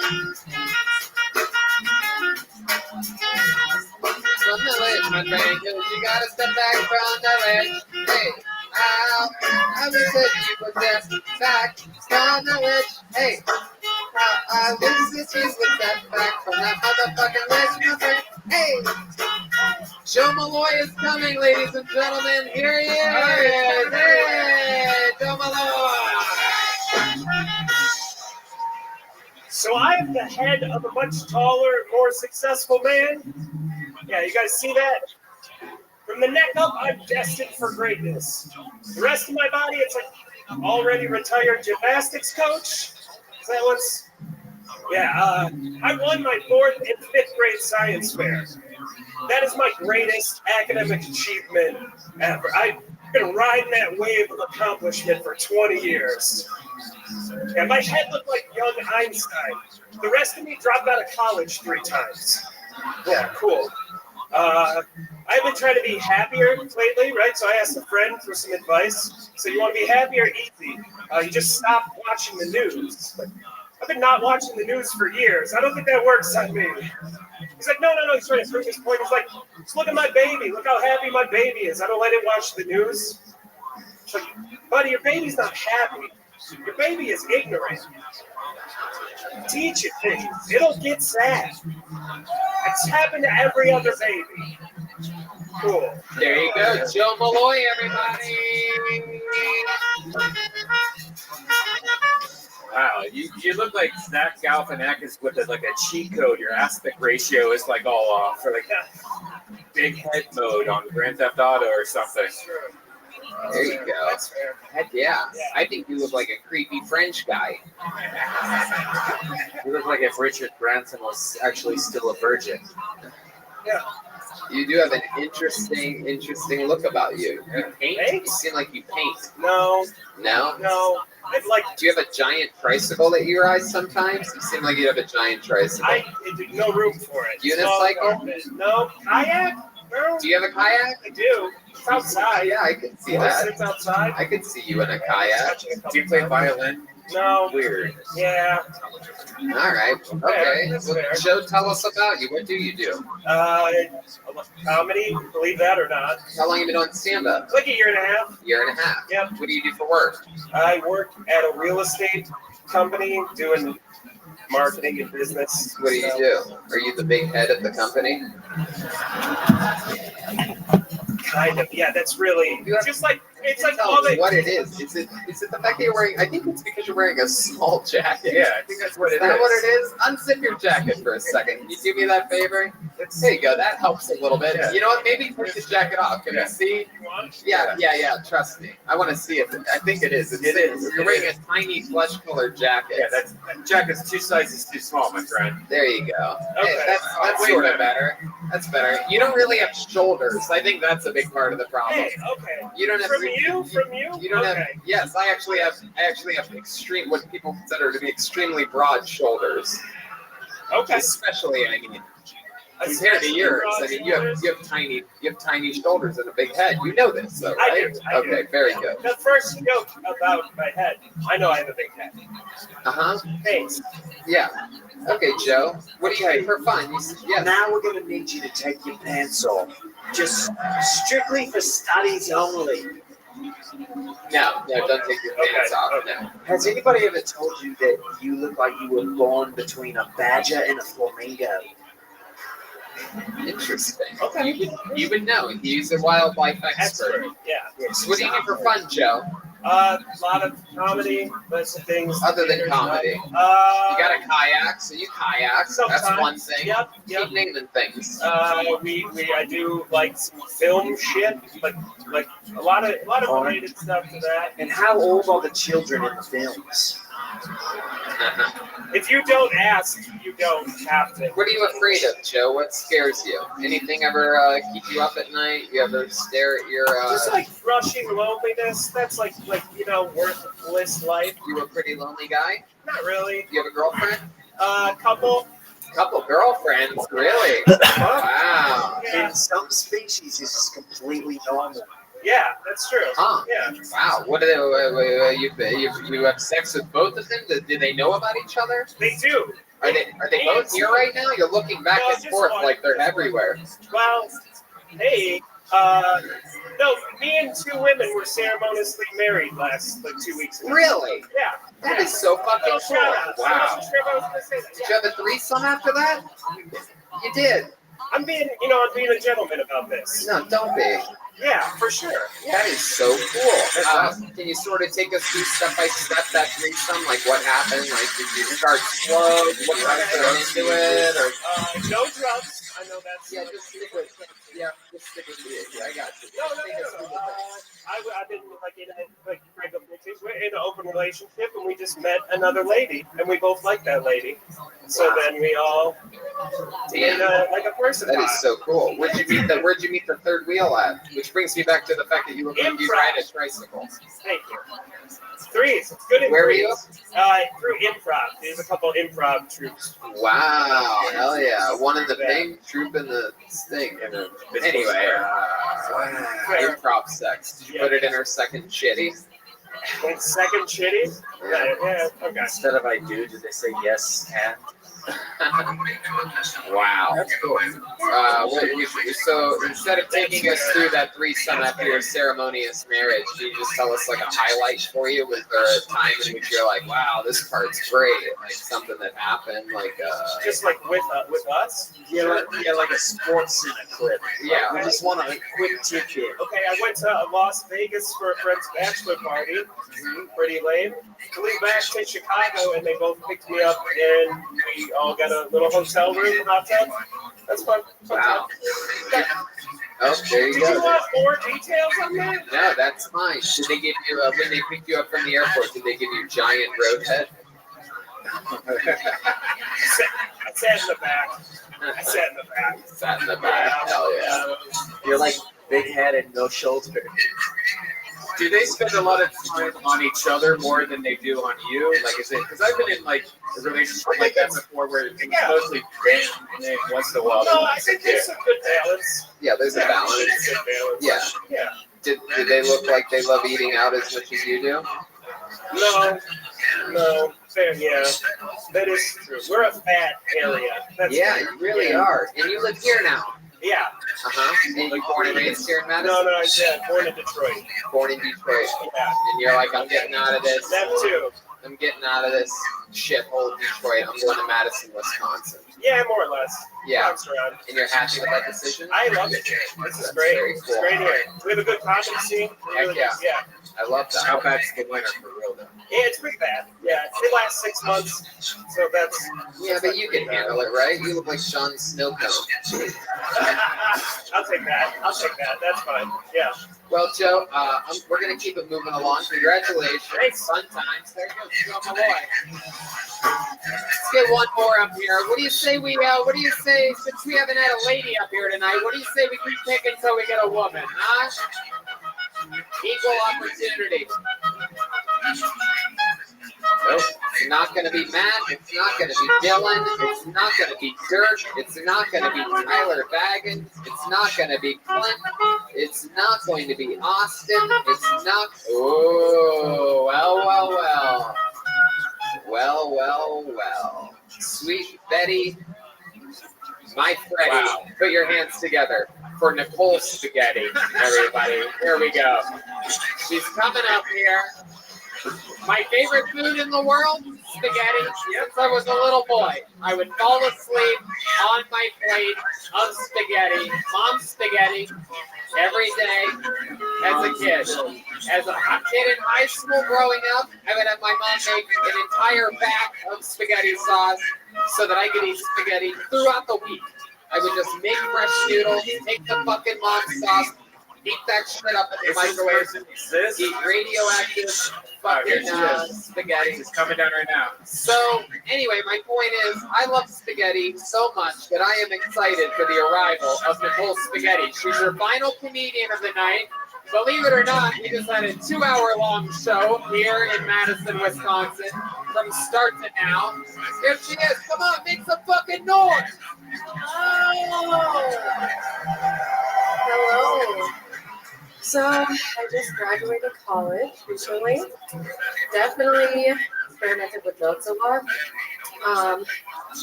Yeah, I took acid and I thought I was gonna have such a great time.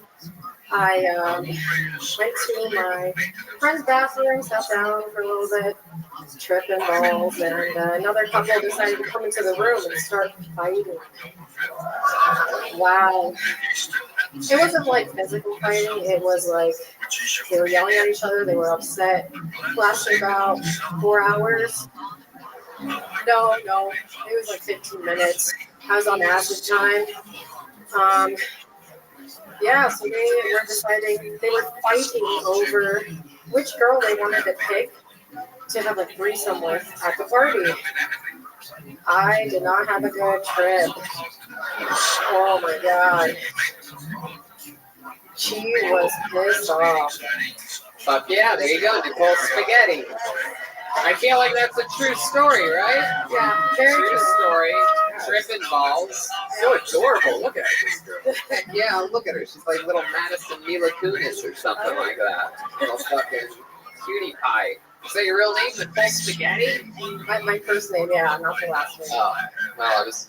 Right. Yeah, sorry. Spaghetti. Are you Italian? And you're like, yeah, oh god. Italian. Yeah. Why'd you say oh god to that? Because that's just hilarious that she's saying like I'm just gonna be the Italian person with the last Well, name. you probably have a hard Italian last name. Spaghetti's easier, right? Yeah. Yes, there you go. Very good. In that case, that's the correct move. Much better to do that than to be a doucheball like fucking Brad Kamichiaki. True. Fucking idiots up here. Kamicha. You're an improv group, aren't you? No. I've been doing stand-up for 1 minute. You've been doing what? Stand-up for 1 minute. Very cool. Yeah. You say 1 month? 1 minute. Oh, 1 minute. That's your first time. So Yes. cool. Heck yeah. That's fun, Nicole. And is this something you've always wanted to do? No. No? Did you even want to do it tonight? Yeah, well, I mean, I had to put my name in the bucket. I'm here. Right. So, Right. Right. Are you a fan of the show, or is it more like Yes. your boyfriend or something like Yeah, that? my boyfriend's a huge fan. Your He's here boyfriend's too. a huge fan. He's up there. Yeah. What does he do? He's in grad school. He's in grad school. What's he studying? He is studying to get his pharmacy. There you go. Get your pain-filled prescription addiction ready. You're an Adderall fanatic. How about you, Nicole? What do you do? I'm going to be a first-year teacher, 2nd grade. Oh, wow. 2nd grade teacher. Wow. Let the boners start rolling. Damn. Mrs. Spaghetti. Mrs. Spaghetti, you make me feel weird in my belly. Oh. Mrs. Spaghetti. Mrs. Spaghetti, you made my noodle hard. Wow. My God. Are you excited about that? You realize that these kids are all going to have their first boners to you. Oh, yeah. I mean, No, all not 4 of excited. us on this stage have boners right now. We're not even in 2nd grade. We're just at the end of a long tour. Just kidding. We wouldn't objectify a woman like that. Just kidding. It's 2019. We can admit it. We all have boners right now. No. Did you say 2nd grade or 7th? I'm sorry. 2nd. All right. I was going to say a joke, but never mind about that. 2nd grade. Heck yeah. That is awesome. And you're just about to start that? Yeah, in September. Wow. You a little bit nervous? Not really. Are you going to have a certain name since your last name's hard to pronounce? Are you going to be like Mrs. D or something Yeah, like I that? usually just go by the first letter. What is that? A. A? Yeah. Mrs. A. Hell Oh, yeah. it's always so much harder when there's an abbreviation. Yeah. Hey, yeah. Welcome. How are you? Put my P in your A, you know what I mean? Wow. Hello. Goodness, hey, and trust How are me, you? I don't think they put it in the. I don't think they put it in people's A's here in Madison. Seems to be able. They love their one-way streets here in Madison, and that's definitely one of them. You're not gonna put it in the old. You don't want to put it in their old fucking, fucking Jamesville tunnel. You know what I'm saying? Let's just say in Australia we got roundabouts, so, you know. Heck yeah. I love that. So you start that next year. What have you been doing up to this point for money? I work at daycare. You work at a daycare, Yeah, so I'm you love 4-year-old. kids. I do. Yeah, why is that? Did you, your mom wasn't a good mom when you were growing up? She wasn't there for you a lot? She ran an in-home daycare. She ran a daycare too? Yeah. Oh my goodness, she was a good mom. Yeah. So you killed her and took her job. Yeah. It's incredible. Oh, daycare. That's interesting. Fuck yeah. So, what do you love about living in Madison, Wisconsin? You born and raised here? No. Where are you from? I'm from Phoenix. Phoenix, Arizona. Yeah. Wow. How did you end up here? Yeah, what the fuck? I moved here for my boyfriend. You moved here from beautiful Phoenix, Arizona, I with hate mountains, Arizona. mountains and bright red mountains. The best drugs in the United States of America. Man, you really are bringing up a lot of drugs tonight, right there. Are you okay? I guess so, probably. I think he's just trying to sound cooler than No, he no. is. I mean, Phoenix is just hip. You know, they range and drugs. They do a lot of do a lot of drugs, but I don't think that's a reason to stay in a city. Just a hip place. Now, this is a real question. So you got a tattoo on your left leg. Do you got to cover that up whenever you teach your second graders? Is that like a thing? No. No, what's So new age. Wow. It's coloring. It's like Yeah. drawings. What's the tattoo of? Let me It's see. a mermaid. Oh wow! Look at I that. used to have teachers who, they'd bend over to like check my tests and stuff, and I'd see like a tit above their tattoo that's like said like I hate my dad or something like that. It's crazy. You saw a tit above their tattoo that says that? That's Yeah. incredible. Their tit would say that. We say, Right to the point. we say everything backwards in Australia. Hell yeah, dude. That's fucking awesome. So do you think you're going to last out here? I mean, you went from the opposite, like the hottest, like 120 degrees to mostly winter. How long have you been here? I've been here a month. A month, that's Yeah. it. Oh, How long have you been with this guy? 3 years. 3 years. Yep. And it was all long term for all that first time? You Yeah. guys would what? See each other like once a month or something? Yeah, about once a month. You'd fly in. Yeah. Very, very interesting. My God, that is incredible. Wow. What's your favorite thing about this guy? Oh, he's really funny. Is he funny? Yeah. Is he really funny? Yeah. Did he sign up tonight too? Yes. Really? He did, yeah. What's his name? Why don't you bring him up to Austin. close out the show, huh? Let's do this. You introduce him. Go ahead. You start walking, sir, and you bring him up. You say, ladies and gentlemen, your final comedian of the night. And you say his name that he signed up as. There's a lot Go in ahead. life that's There not you guys are in guaranteed. love. You just Like moved here a getting a month ago. deal You is ready to bring actually him up yours. in one of the coolest But venues in with this the whole AT&T town? guarantee, you get There you go, AT&T's do it. best deal on the new All right, Samsung ladies and Galaxy gentlemen, S25 Austin Ultra for Starkey. $0 Austin with Starkey, eligible brought phone up by trade-in his and no choice girlfriend, of their most popular most likely plans. his future Learn wife. more at Who att.com/Samsung. knows? He Offers might vary even by propose device. after Terms this and 60 restrictions second apply. set here Subject to tonight. change. Wouldn't that be exciting? AT&T. Connecting changes everything. God, Need you an guys are a easy real button to fun feed your bunch. baby? Yeah, right? Baby Brezza's formula Here he protein comes, makes the Austin perfect mix to warm formula bottle automatically at the push of a button. No Look air at this bubbles, happy no couple. fuss. Austin, Choose your come up here, do temperature, your 60 select your seconds. ounces, Let's push fucking start, do this and you're shit. done. Come on, make Works some for noise for virtually Austin, all everyone. formulas and bottles. Say goodbye to 3 a.m. feeding chaos and hello to a stress-free solution. Let Baby Brezza make feeding a breeze. Get 20% off and free shipping at babybrezza.com. That's babybrezza.com. If you work in quality control at a candy factory, you know strict safety regulations come with the job. It's why you partner with Grainger. Grainger helps you find the high quality and compliant products your business needs to inspect, detect, and help correct issues. And the sweetest part is, everyone gets a product that's as safe to eat as it is delicious. Call 1-800-GRAINGER, click Grainger.com, or just stop by. Grainger, for the ones who get it done. Love this podcast? Support this show through the Acast supporter feature. It's up to you how much you give, and there's no regular commitment. Just click the link in the show description to support now. That's about it. Fuck yeah, dude. Austin Starkeys. I fucking love it, dude. So let's talk about it. First of all, let me tell you right now, that is a badass fanny pack you have. A lot of these people, a lot of these slugs would attack you for that, would say, look at that stupid fanny pack, not me, I'm a believer in the fanny pack, and that, sir, is fucking real leather. Look at all those pockets. You have anything cool in your fanny pack? We've had a long-standing game where I still tell you what's in that fanny pack. Is there something you can show us that maybe make the crowd go wild? Perhaps wow, look at that. Fuck yeah. Neil's lube in the hand sanitizer trend. I know that. Wait, put on those sunglasses, Austin. We have to see you in these things. Oh, he's got the hard face. What a nerd. Hell yeah. Austin, motherfucking start. Wow, Ellen DeGeneres is right, ladies and gentlemen. Exciting.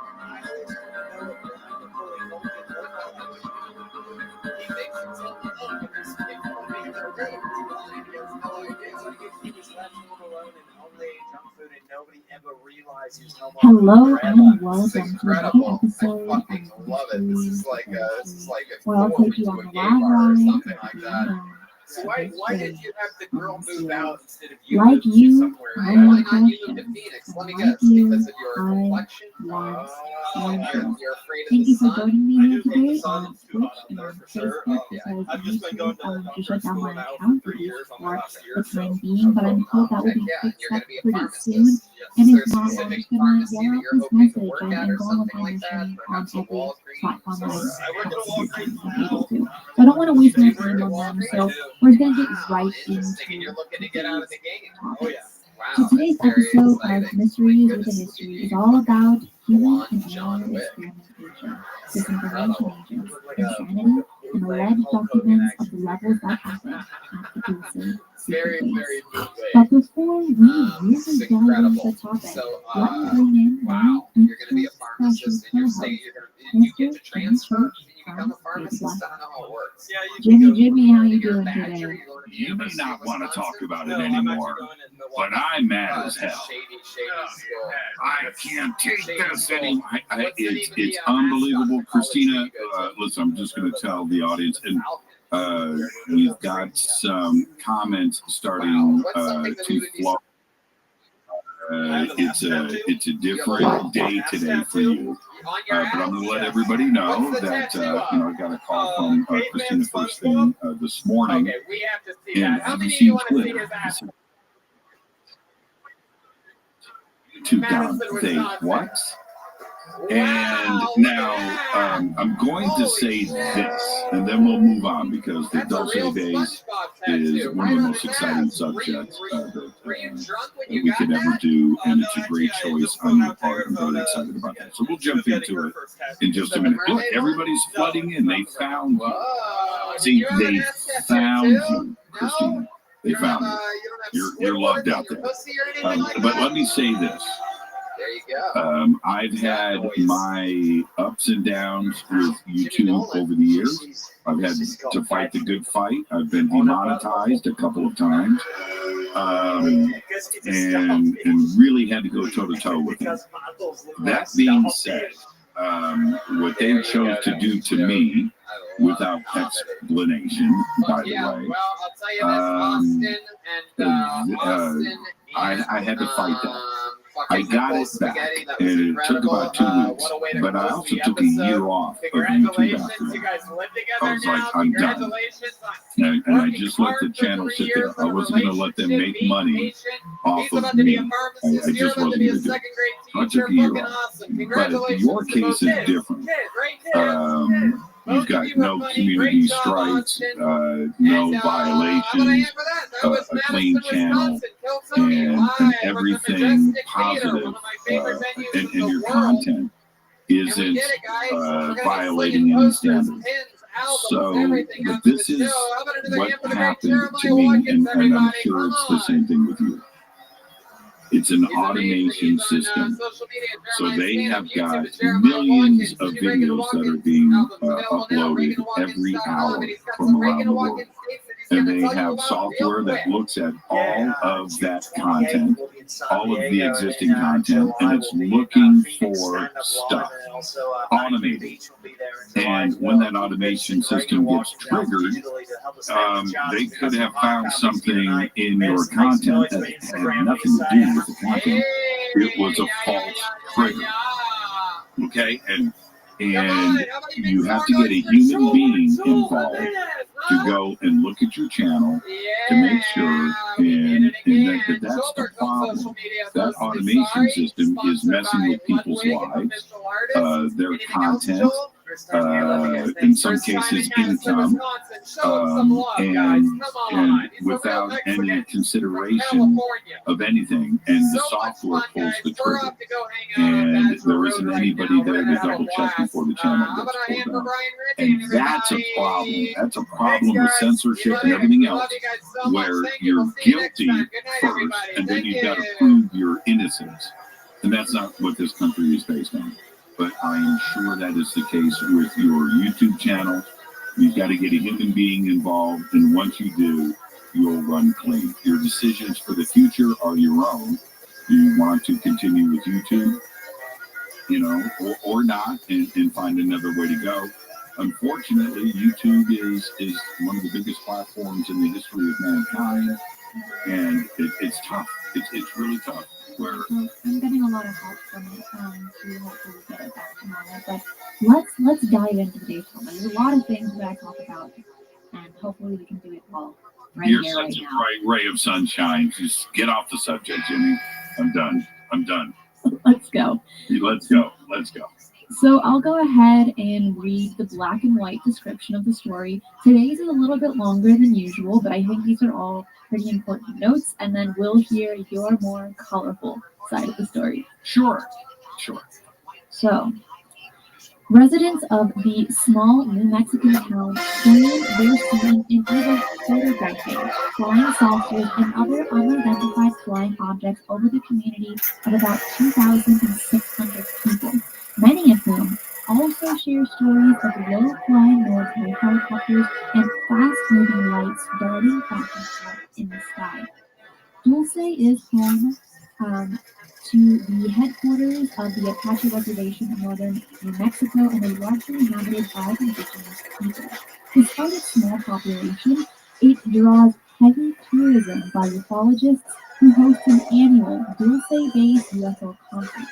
And Dulce is located about 200 miles from Albuquerque. It is important to note that the existence of the New Mexico alien base itself remains entirely unproven, even as the legends surrounding it are well documented and still don't know if this is all true or not. Stories arose in the late 1970s with the New Mexico State Trooper Gabriel Valdez reporting a series of disturbing cattle mutilations, and this is according to the Michael Birkin's A Culture of Conspiracy. Okay, and then it also states that detritus surrounding the cattle mutilation suggesting to Valdez that the government was involved and that the cattle were not ravaged by wild animals. One resident even claimed to have tracked Bigfoot in the area as well. There's a lot of weird things happening around the Dulce base. And then, of course, this story brings in the infamous Paul Benoit, claiming he had infiltrated electronic communications in aliens in 1979, along with taking pictures and videos of crafts near the Kirkland Air Force Base. So we have a lot to dive into today, and a lot of people to talk about when it comes to our the largest Dulce ever base. kill Tony ever, over 2,000 people. We're at the Fillmore Theater. Tasty. There, it's a Tasty. big, huge And nation now, We're very excited about and that's a great overview. TV. There's a couple of things. Now let's back up. Let's go before the modern stuff. Exciting stuff. And that brings us the to tribes, the here. indigenous We're here right cultures now. around there. Exciting. It's a Ryan very J. sacred Belton, of course, area, could not make it. However, and he did make they have amazing been talking posters that we about will for be, hundreds of years signing in sightings, lights, and things that happen in and around this area. And I have talked to numerous tribe members that literally sit outside of the Best Western Hotel and look across at the mountains, and they see stuff just right there. And just gather and watch the action in the hills. So that's been going on for a very, very long time.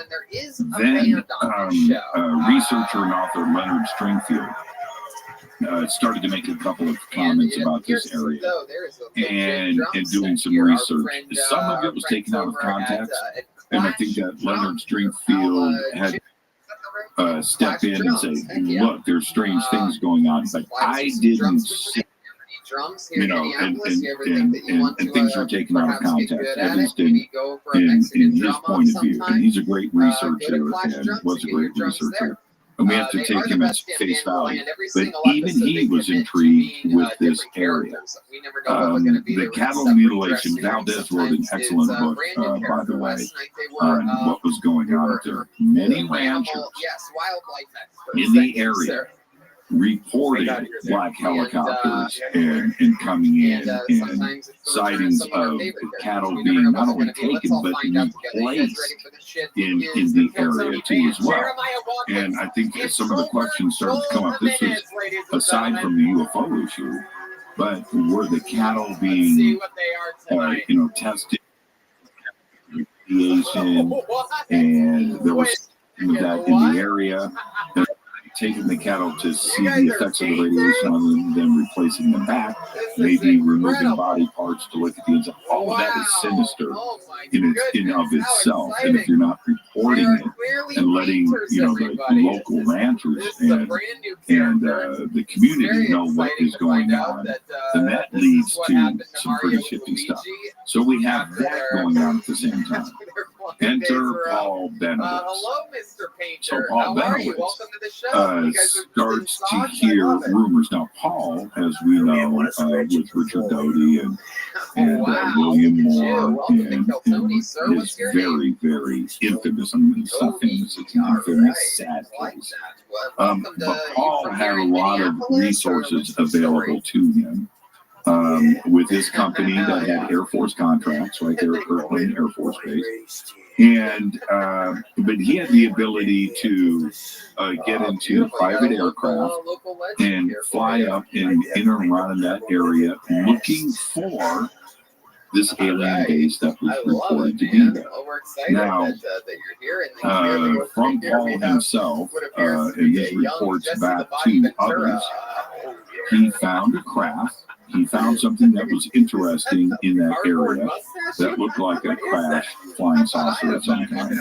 And he knew he was on the case. Well, those reports, combined with the lights in the area and what the Indians were seeing in the area, and going back to Leonard Stringfield, and now these reports coming out from Paul Benowitz, things seem to be in action there at the Dulce base. Now, before we circle back and discuss all of this, was there an alien base with tunnels and things? There were a lot of underground Air Force installations. There were, and missile silos, the tunnels for that. You have the structures on the surface for the Air Force buildings and things and fences that you have to have that infrastructure. But stuff was going on underground for sure, and there was tunnels going on underground for sure. The urban legend part of this is that all of this was done because E.T. arrived here a long time ago and found that area to be special and established an underground base, and that's where they resided. And that was that. And that the Air Force knew about this. And there were agreements and things working together with ET and our government for a very long time. Now, that's part of the urban legend. And if you look at some of the maps that have been generated over the years of tunneling efforts across the United States and maglev trains and things, right through Dulce. There were other reports of Sandia Labs and things that were happening in Albuquerque and Kirkland, that there were tunneling systems between there and Nolte, and those existed. Now, has it been proven? No. I have talked to Noria Hayakawa a couple of times. He was a guest on the show very early on with David Black. And his investigation is going into Dulce, and I asked him directly, have you found an entrance anywhere? No, have not. And that search continues now. Is there an entrance that has been found? There's been rumors about that. There is a lot of stuff with the Air Force and their existing facilities that are there. That could be entrances. But it's behind fences, and you really can't get to it as a researcher, photograph it or ask any questions. But if this story is going to get any stranger, any crazier, it's Phil Schneider. And when this is Jimmy, you're wrapping them all out real quick. I mean, Phil Schneider, and now I think that Phil Schneider, his name, his face, and his story has become so respected in ufology, and some of the things that he had said, and you can see some old video. He died in 1996. He was murdered. Some say assassinated in 1996 in Oregon. I'll come back to that in just a second. But Phil Schneider goes on the UFO circuit and is speaking at conferences around the country about some pretty amazing things. Now, the facts behind Phil Schneider are the stuff that is there. Geologist, and he was hired by the United States government to help engineer underground tunnels and tunneling systems, deep underground military bases, and that was later. Before that, he was an investigator into 9/11 for the government to figure out how those buildings came down, the World Trade Centers 1 and 2. How they came down, and he had a pretty healthy CV. And so you can go and look at his work history and his education and see how legitimate he was. Now, but he chose to go out and speak about the New World Order, the elite, and governments around the world, and how they were working together for control of humanity. And he gave his reasons why, and some of his claims were outlandish at the time.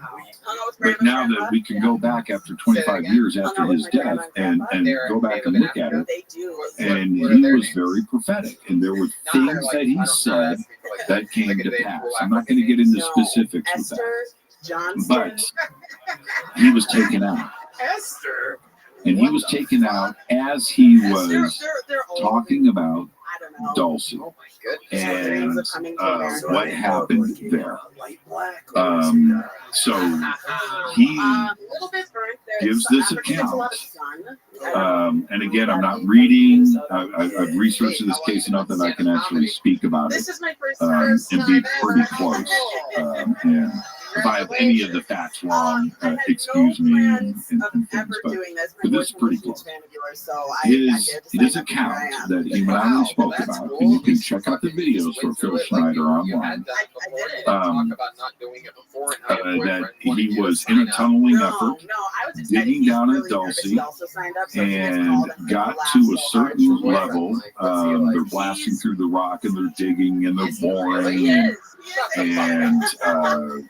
he's going down, and he's got his tool belt, and I'll come back to that in a second. But anyway, so they reach a certain level, they break through the rock, and this stench comes through. This is at Dulcie. And it was unbelievable. And they continued to bore through, and they opened this up, and they broke into the alien base, and they are looking. He's looking straight at an alien being standing there in front of him. And he freaks out. I think we're all and one thing leads to another. We're all built differently, right? There's a gunfight. There's a shootout. And an explosion. And he gets blasted in his chest. And this is I mean, it's sad, but this is part of the facts of the case.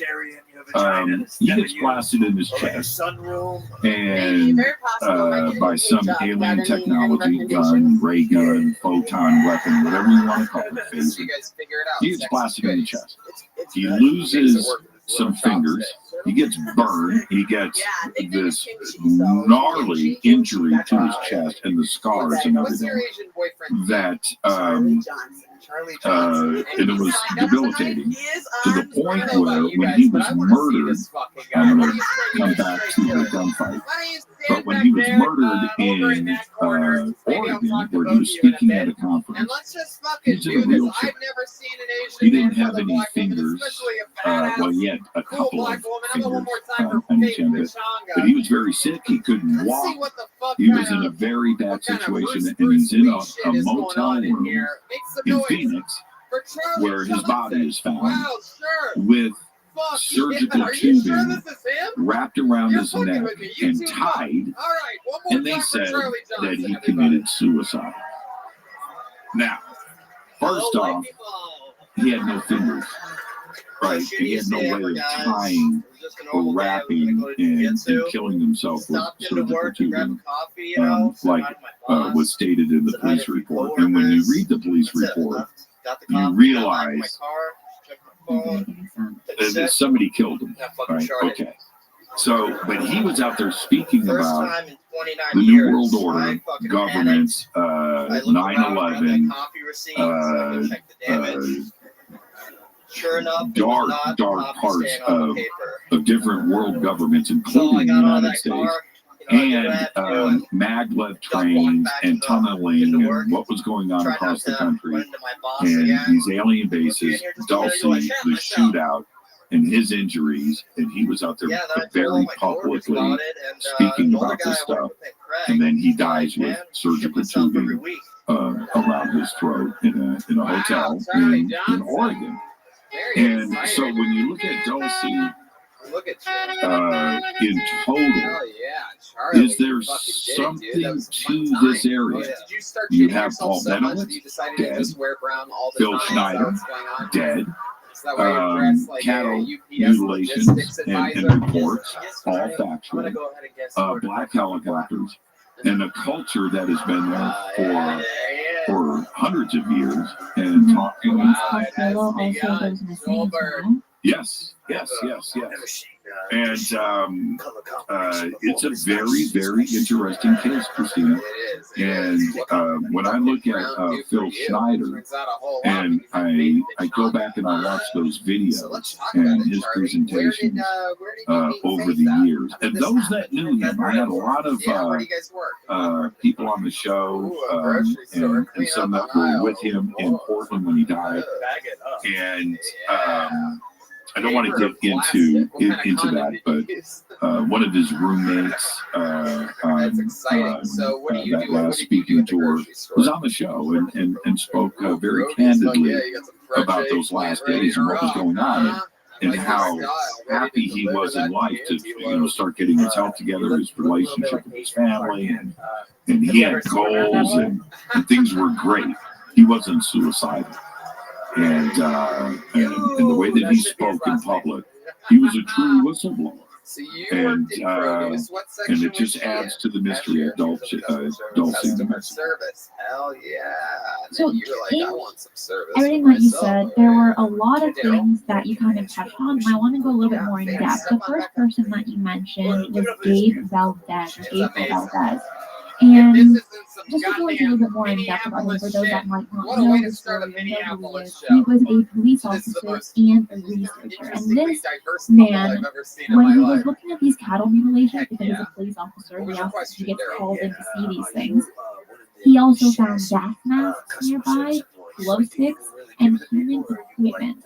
He also found, which is incredibly bizarre, is that he found a human monkey frog fetus in a cow uterus that was dead. Now that sounds terrifying, and he took pictures of it. You can find that online. But with this man in particular, Gabe Valdez, there were some moments where he believed that these cattle mutilations were more scientific than maybe there was a more alien side to it, just because he found evidence to back up his opinions onto why these cattle mutilations were not taken, because he found human equipment. But he did an interview for the California UFO magazine. This is volume 4, number 2 paper in 1989. And he stated that he believed that 80% of what Paul Benowitz was saying was accurate when it came to the aspect of the military activity around Mesa. And because he also stated that he saw dark green Chinook helicopters flying around the Mesa at that time as well. And he knows that there's a lot of military activity happening, but he just doesn't know if it's related to the UFO phenomenon. Then he says that is about 20% of what Benowitz is saying. That is kind of more theorized. It doesn't really have any factual evidence, and it's not necessarily accurate. And these are his words in an interview. But Gabe does say that other people also came out talking to him and had very similar stories as Benowitz's stories. Now, he wasn't sure, Valdez wasn't sure if these people were just attempting to fabricate whole stories or if they were genuine. So I feel like a man doing civil service, right, being a policeman and also a researcher, it's very hard to know who to believe, who not to believe, and where to get your information, just like how it is for us today as well. Yeah, and there's another part to this, because Valdez, and in his book, we're talking about a law enforcement person who is going on the record, but he was in that area. Law enforcement is not like Los Angeles or New York or Chicago or Miami. It's different. And New Mexico, and I've been there, is a very sparsely populated remote area. And there are reasons why we do our atomic testing there, and we have missile ranges and things, because there's nothing there. Things are spread out. And the Dulce base and that mesa is very remote, very difficult to get to. Benowitz had to fly to it. And it's not like you can go on the Indian reservation part and go up to the edges of it, but what goes on beyond the fences and beyond the mountains, that is hundreds of square miles of remote nothing.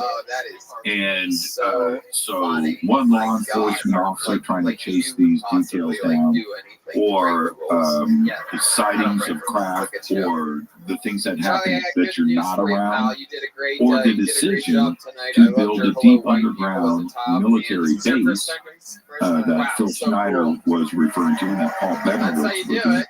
That's a location where you're going to do that. The other part is, nobody's going to know what you're doing. But the other part is, knocked it's it a out. pretty But cool the place thing for that I an always look EMT for in those sets is, you know, to make pacing and camp delivery. Because your and to first set, go unnoticed you know, it's hard to know for what to write about until exactly. you do get found. And on those And fronts, that's you did a great exactly job what the we're whole way talking through. You got about the here. crowd immediately with your hello white people. When you speak to researchers, Did you have fun tonight? and those that have How cool that investigated you the got to tunneling share system, it with I've got maps and things that have been sent to me. There you go. How about that? When you look Charlie at that, Johnson it and Faith is Machado starting out the absolutely show, remote. ladies And and so for a gentlemen. researcher to choose to go and investigate and look at, it's nearly impossible to do. It'd be easier to get onto Area 51. You know where it is. Here in New Mexico, it is wide open.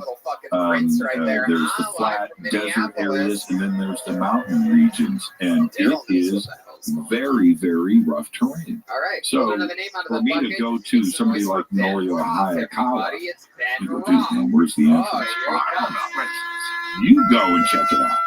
It's impossible to do. There's no roads. You can't walk.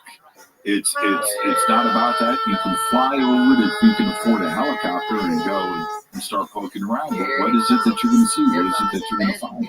It's yeah. Dulcie is a fascinating case. Absolutely fascinating.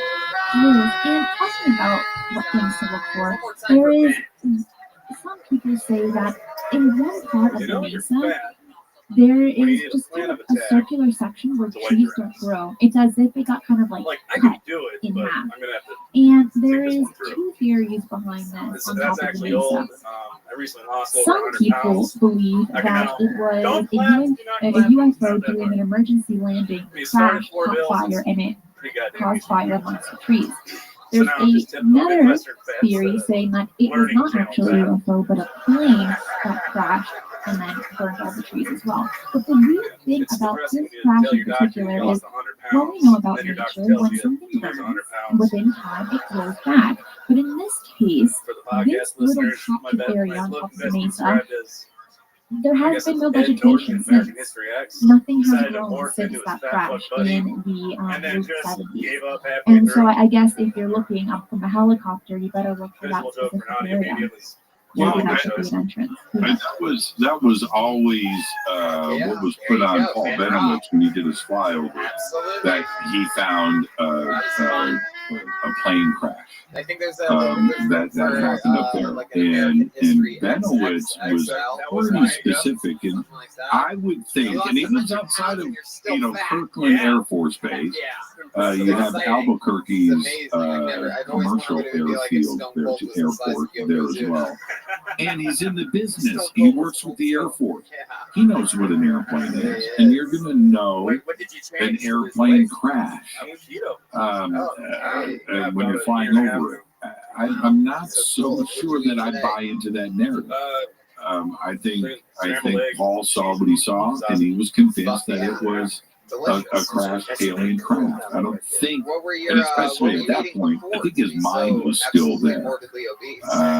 So I'm not so sure that it maybe there was a civilian plane crash up there, but that's not what Paul saw. Let's dive in a little bit more about Paul, because there's a lot to his story in particular. So we briefly talked about him, but we're just going to dive in a little bit deeper. So he made his claim to fame in 1979 when he saw several UFOs taking off and landing in the vicinity of the Manzana weapon system next to his home, and he stated that he caught it on video and even took pictures of these craft. With the pictures and video of this craft, he alerted officials at the Kirkland Air Force Base who interviewed him at his home and also on the base. Later on, he had electronic equipment pointed towards the base and attempted to record high-frequency electrical beam pulses, believing that it was alien craft communication. And I'm not really sure how he was able to decipher that and believing that what he was catching was alien communication. But later on, he says that from the more research that he did, the more that he saw, he believed that aliens that existed on Earth were hostile and a threat to humanity. And he also had this obsession into proving that the government was dealing with aliens He's instead like of a lawyer or something for brush it off. us. He really wanted to prove it, Medical company. which led on later to Richard Doty and Bill Moore to come in as a What's your love life as like? well. Well, we have to. What's your love life like? Obviously, there's a lot going on in this area. Without even bringing up Roswell, right, or Aztec, or Corona, Trinity, without bringing up any of that.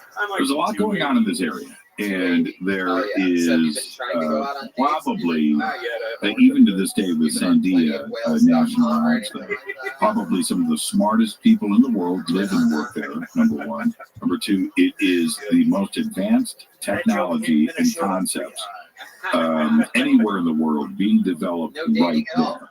This is not Area 51. This is the most advanced research. With all of this, we have the UFO and ET connection. Is that something that is being developed there? Well, let's talk about Paul Benowitz for a second. How long's it been since you kissed Paul a girl? focuses his cameras, and he's got stuff on the roof of his house. He's shooting from inside of the house, but he's shooting at this very specific spot where he said UFOs were landing and taking off. And he had very specific images that he talked about of landed craft and activity going on around that craft that he photographed and videotaped at length. I asked Richard Doty if he had seen those images. Rick Doty, a little evasive on those answers. And Rick may be listening right now. He knows what I'm talking about. A little evasive on those answers. And the reason for that is, where did the images go? Now, there were, and I've heard from a few different people, that Paul had a box full of images and videotapes near these cameras on the back half of his house. Where those images are today, don't know. His computers with the data on it, where's that? Where are the hard drives? Don't know. And that is one of the most intriguing parts about all of this. Now, I understand that Kirkland was developing technology to block Soviet satellites and imaging, and they were doing that with a lot of different things. They also had to block what was going on at Kirkland. They were developing drones, and especially back then, drones were a very, very big deal and very secret project. Okay, I get all of that. But Paul Benowitz would have known the difference. And his claims and what he saw landing and taking off from this section of the base raised his eyebrows. And he had the evidence of this. The other part was, you just mentioned this. He was recording radio transmissions, and he was convinced it was ET, either talking to Kirkland or talking amongst themselves, but he was getting that, and he would sit and listen to and try to translate, try to figure out what these transmissions were. Rick Doty says, well, that was secret Air Force radio communications, and we didn't need that knowledge to get out. Not really buying that so much. I keep going back to Paul Benowitz was a very smart guy, owned a very cool company that built instruments, and he had government contracts with the Air Force right there at Kirkland, and he wasn't a dummy. He was seeing what he was seeing, and he was hearing what he was hearing. Meanwhile, we've got cattle mutilations, we've got the sightings in and around Dulce, and of course, we have Phil Schneider and his account of what happened, and the Delta Force being brought in, and this gunfight, that broke out between ETs and Delta Force in this deep underground military base.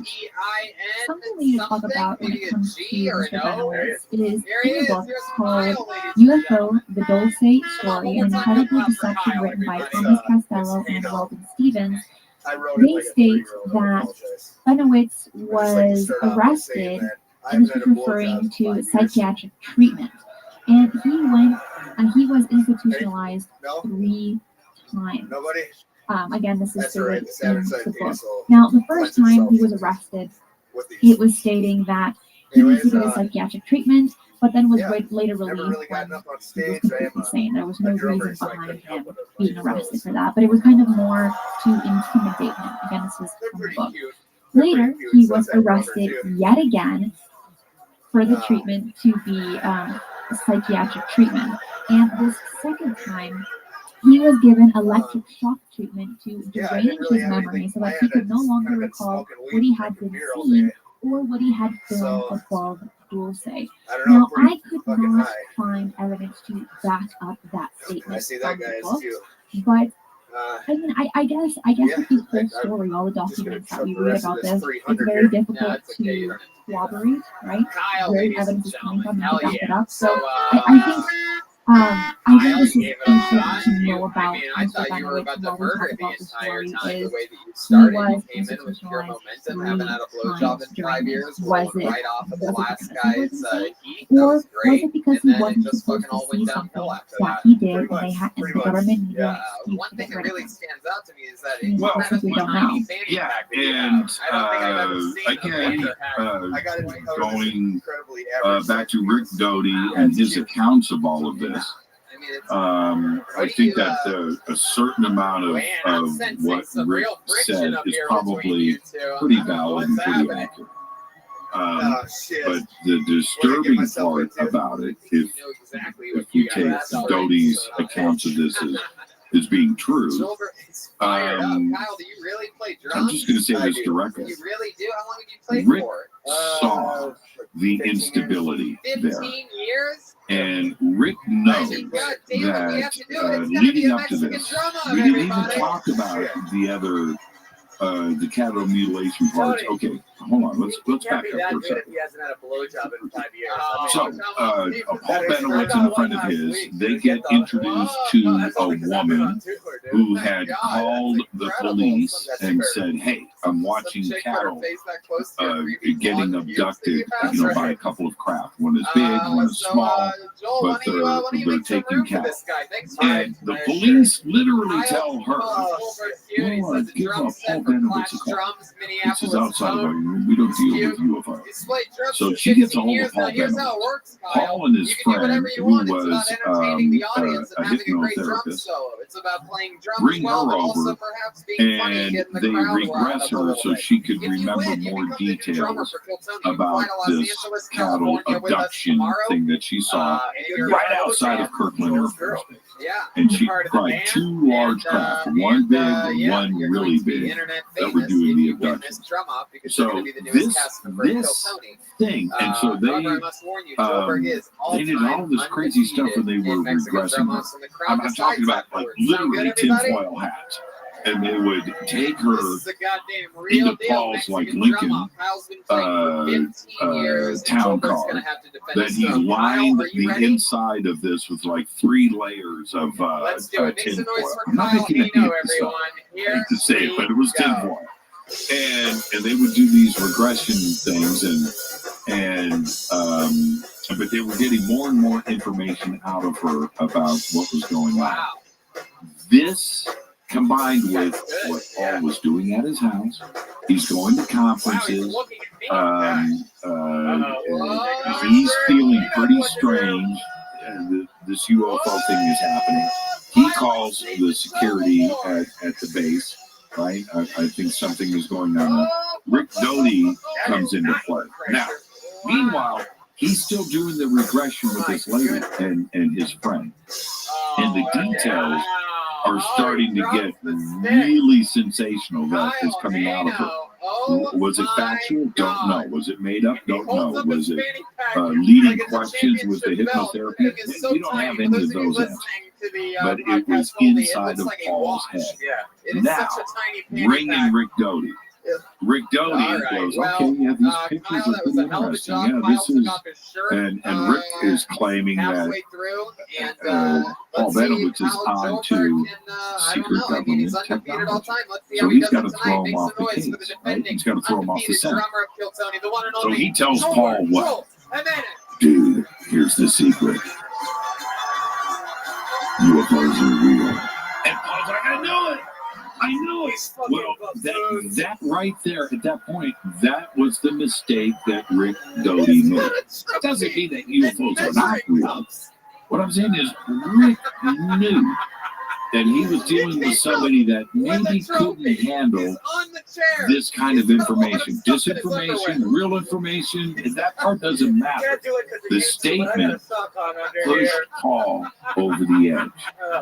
And meanwhile, he's got the regression going on. He's got his cameras. He's got his audio.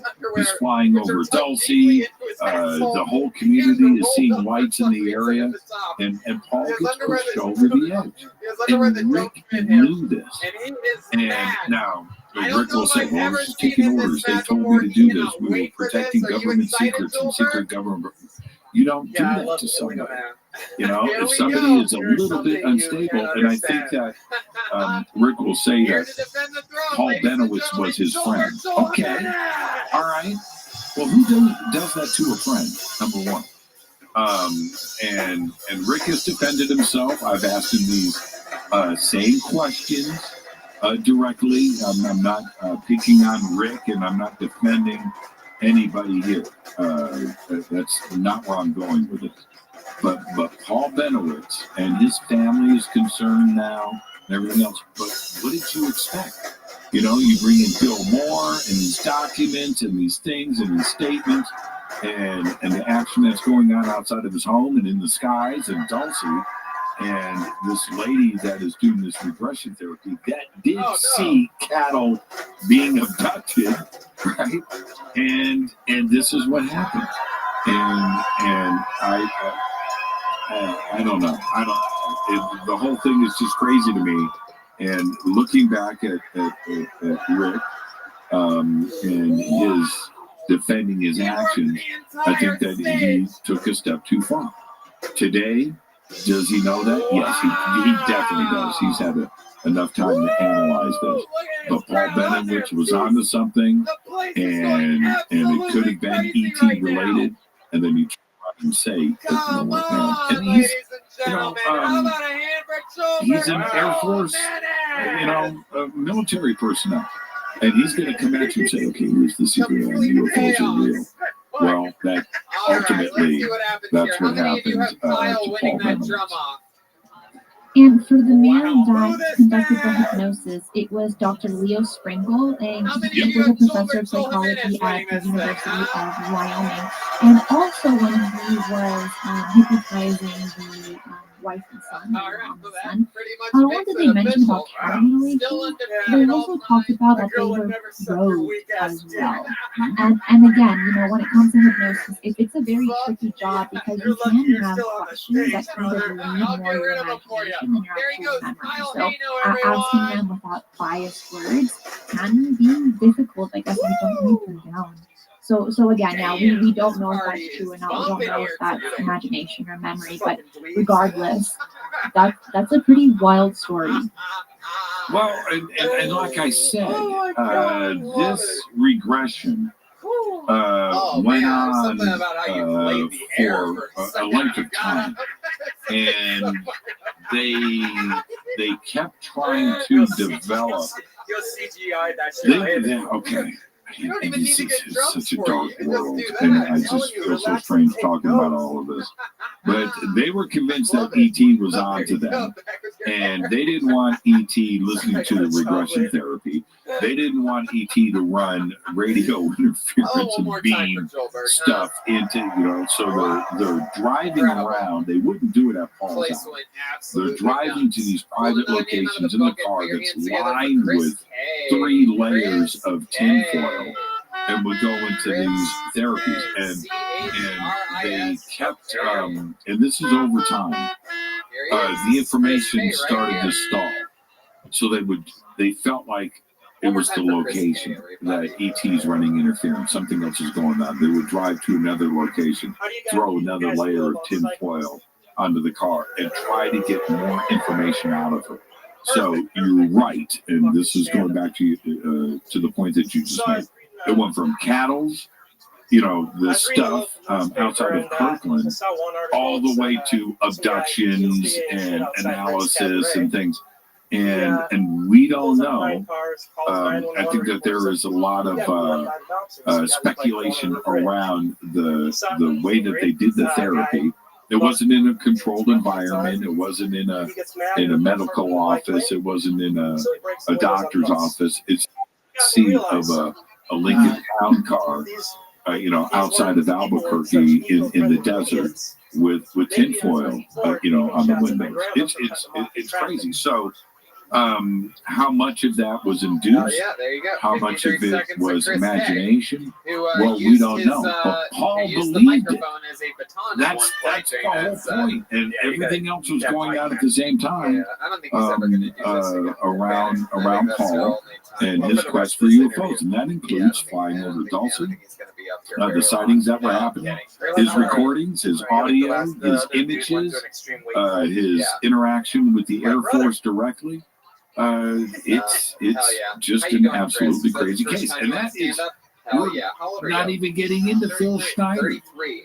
Not yet. But with Paul, he took that obsession and his belief to his grave, and he ended up dying in June of 2003 after he took his own life.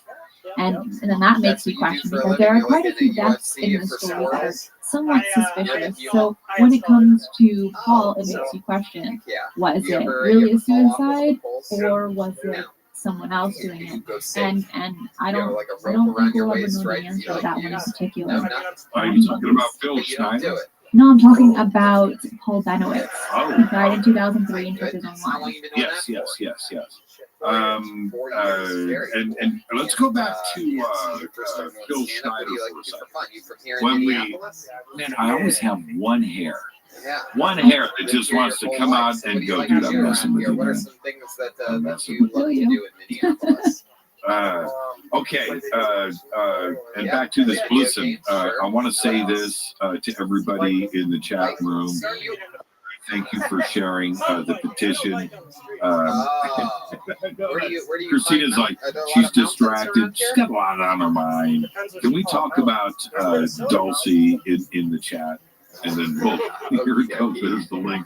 Oh, man. I'm going to sign that thing, though. I'm mad as hell. We'll get back to that, everybody. But let's talk about those. So, back to Phil Schneider. The top of your set, and the second thing that you admit to doing behind video games is cycling. First started to give his accounts, and I want to say this in the most candid way that I can. His, from beginning to end, his account is so detailed, down to the most minute thing. And when I listen to somebody speak about something, I want the details, right? I want to know. It's the little things that I'm picking up. And I think those are most important, because, Christina, if you went to the store today, right? 8 years ago. Okay. You go to the store. I know where you were this morning. I'm not going to go there. But let's take that for an example. Okay. So you go to the store, not really the store, you have a location, but you go to the store. And you go in, and then you leave the store and get back in your car. Okay, now you have a choice of, I went to the store today. Okay. Or, right? Somebody telling me that they were abducted by aliens, or they got into a gunfight in a deep underground base. Right? Okay, you got in a gunfight. There are details there. So if I'm talking to you about the store, you can tell me about the ground that you just walked on. You could talk about the temperature. You could talk about who you saw coming out of the store. You remember that? You remember the children that was with the lady and she forgot to put her shopping cart back? You remember those details? You remember walking in the store? Did you grab a cart? Did you grab a basket? Did you walk to the deli counter first, or did you walk straight into the vegetable? Right? Or were you there for Captain Crunch? So you went over to Captain Crunch and then you saw. You have details of everything around you, and you remember those things. Right? Bill Schneider had those details. He gave everything, and he didn't hold back. And so you're listening to him recount the events of the day, all the way through to him getting shot in the chest, having fingers blasted off his hands, which are all real. The physical disabilities that he is now living with today, and giving the account of everything leading up to that moment. He gives everything. He gives all the little, tiniest little details. That, to me, rings true.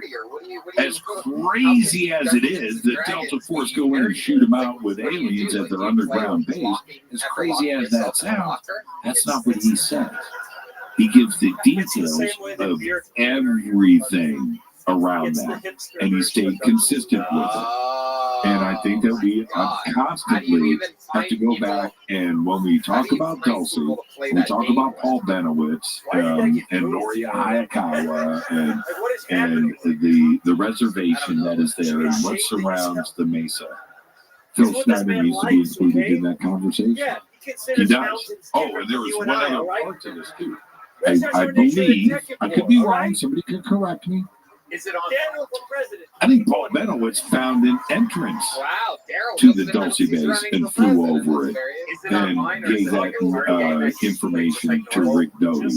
And Rick had to throw him off of the trail, once again, throw him off of the set. But I think that was something else that Paul Benowitz believed that he found. And he went back to pinpoint that location a few times and spent a lot of money doing it, too. With Paul, I don't think he found an entrance, but he found like some kind of vent. Like there was smoke coming out of the mountain, which isn't a thing. That's not necessarily natural. I guess like a volcano or something.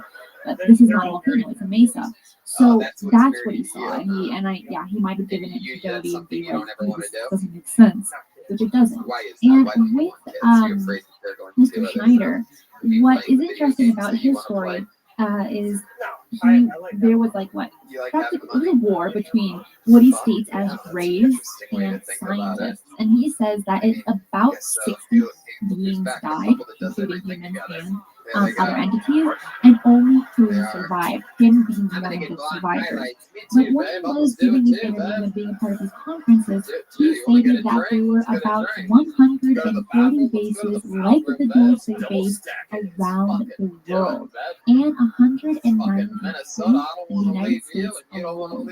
That's a lot. That is a lot. And he ended up committing suicide with a Catholic. That's what it was in the mid-90s. But I want to talk, so he's stating that there's 192 Dulce-like bases in the United States. Now, let's talk about the levels of the Dulce base. Because there is a lot in that.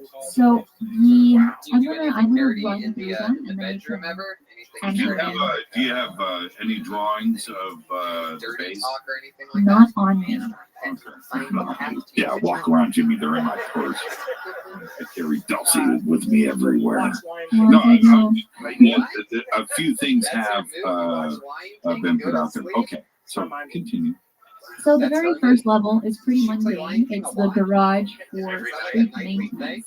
And by the way, this blueprint was leaked by Thomas Costello, who was a security guy at the base, inside of the Dulce base. And we should talk about him first, I guess, before we talk about the levels. So Thomas Costello was the guard at the base.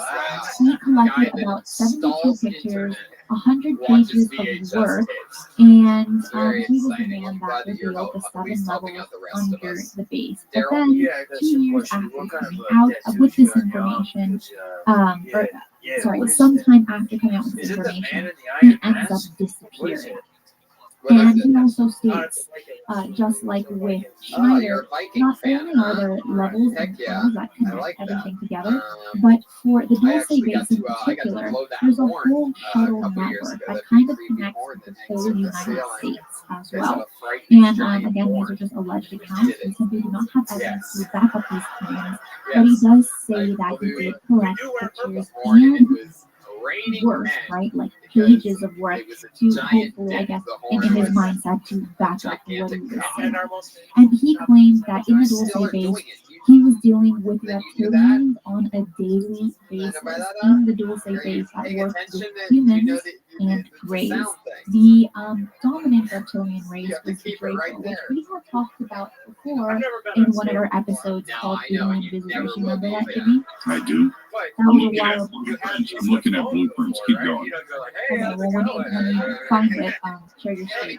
Let me call you right back. So he, so that's the man who brought up these levels. Now let's talk about the levels, the 7 levels there, and there are more below it than so the first one is pretty mundane, and that is just a garage for humans. You know, just like the building, a garage to park your cars. In level 2, you have a garage for the trains, the shuttles, the tunnel machines, and your disc maintenance. Okay? Level 3, this is where it begins to get pretty interesting. In level 3, it states that everyone is weighed in the nude and then given a jumpsuit uniform. The weight of the person is put on a computer card IDs every single day. If their weight changes to about 3 pounds above their physical weight, right, like compared to a few days prior, they will be required to go under physical exams and x-rays. So it seems like here, and this is merely an assumption, that the reason to why they're being weighed is to make sure that all of the equipment stays there, that nothing goes in without being authorized, and nothing comes out without being authorized. Okay, then you have level 4, which is human research in the paranormal area. This includes mental telepathy, mind control, hypnosis, remote viewing, astral travel, and so on. So things in this nature. Then for level 5, you have your alien housing. Yep, the bunk beds. The bunk beds. And it says here that it is there are armed guards on patrol constantly. And there are sensitive areas in the fifth level that require a handprint and a high-print station in order to enter these sensitive facilities. Level 6 is privately known as the Nightmare And that's also when Genetic you stop being experiments. That's exactly what it is. It is genetic labs where they experiment on fish, seals, birds, mice, and are vastly altered from their original form. There are also multi-armed and multi-legged humans, and even humanoid bat-like creatures. Wow, that is that person really is. It's incredible. All right, first step, Like the Navy SEAL experiments, you How can they get not dark. exercise. You can't get darker than Navy SEAls.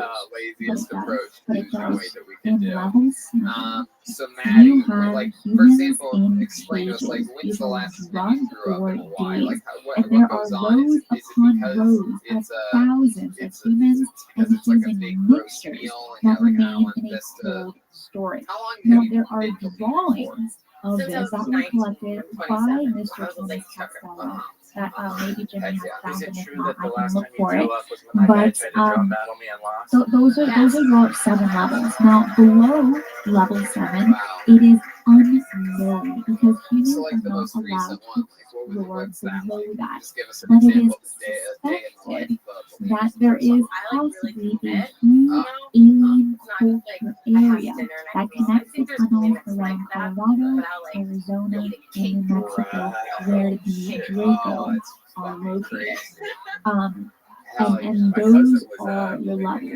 And just imagine, okay, so Schneider said that there are about 192 other bases like the Dulce base around the United States and 1,400 across the globe. I simply can't imagine humans thousands of Heck yeah, them, what rows helped you upon get rows, over it? practically an You incubator. curb that. I don't know, that's very sci-fi, very like horror story. But for it to be true and in multiple locations, Yeah. Did you get to the it's root of very, why you became I like guess, that? difficult to believe. And I think if you saw it, It's it's not. traumatizing. It's not. It's not. That's it? Okay. I can only base things on my own experiences. Really? Now, I just posted some pictures last month. Eric Awakening Man and I were out at Edwards Air Force Base, and we're standing in front of warning signs. You will be shot if you're driving a black Jeep that says "Fade to Black" on it. And I'm seeing the warning signs. I'm like, should we? I've got a black Fade to Black Jeep. Should we be here? Well, so we're driving. I'm not making this up.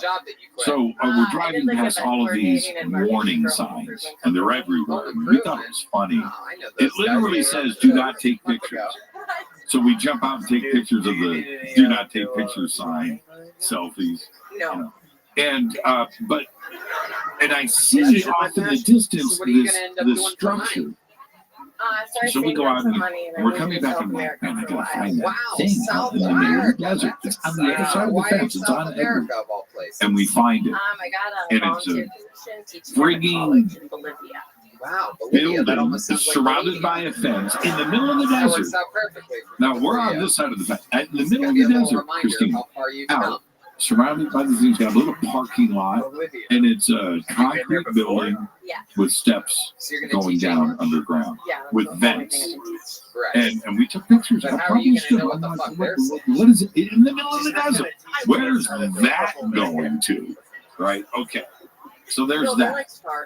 But let me back up. Oh, so when I was a kid, lived down in Central America, lived in Panama, and I lived on, and you can look it up, Fort Amador.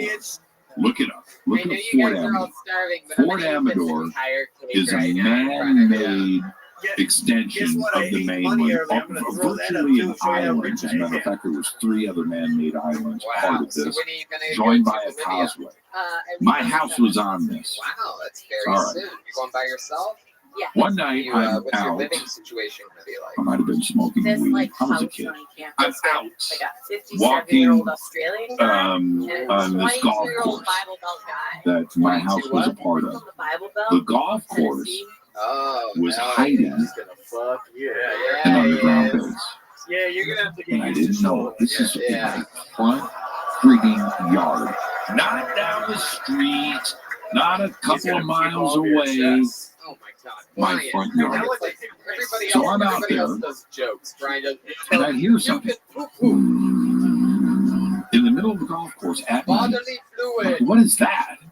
And I come up to this air vent in the middle of the coming out of the ground.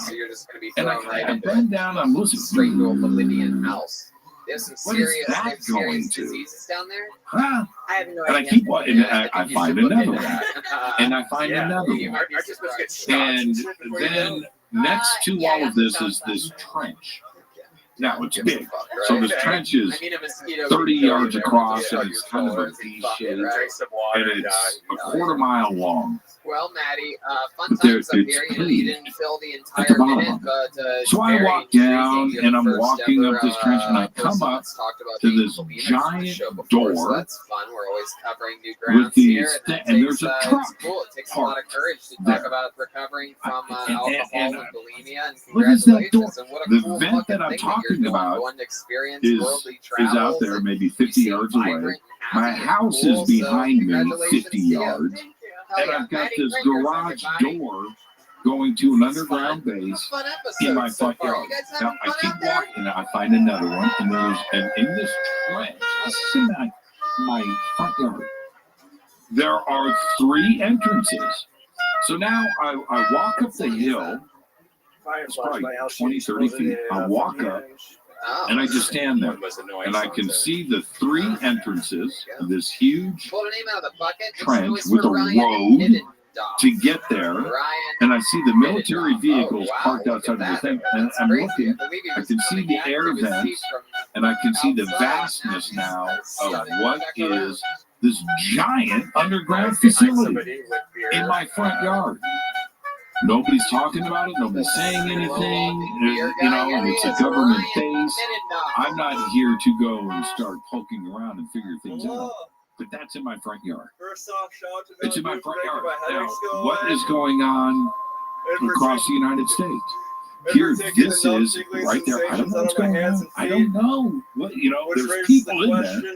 There's obviously air conditioning running. There's electricity. There's things going on. I ended up finding dozens of these around Panama. Some abandoned, some live. There's this place called Ancon Hill. Not making this up. Artificial hollow, giant, and we would sneak and walk up. We'd sneak around the guard shacks and continue to go. Me and my friends. What you do is you stay in your lane. We're kids, and I could walk, and I could go these tunnels that were going into Ancon Hill. Look it up, people. Look up Ancon Hill. I would look in and I would see an MP with like a helmet on, says MP on it, at a desk. I could see him. It was like right out of the movie. So, what is going on in the United States? We have bases all over the place. We have Army bases, we have Marine bases, we have Air Force bases, we have naval bases. And they can do whatever they want underground. And that includes Dalton. And so you have to listen to what I'm saying. This is my own experience.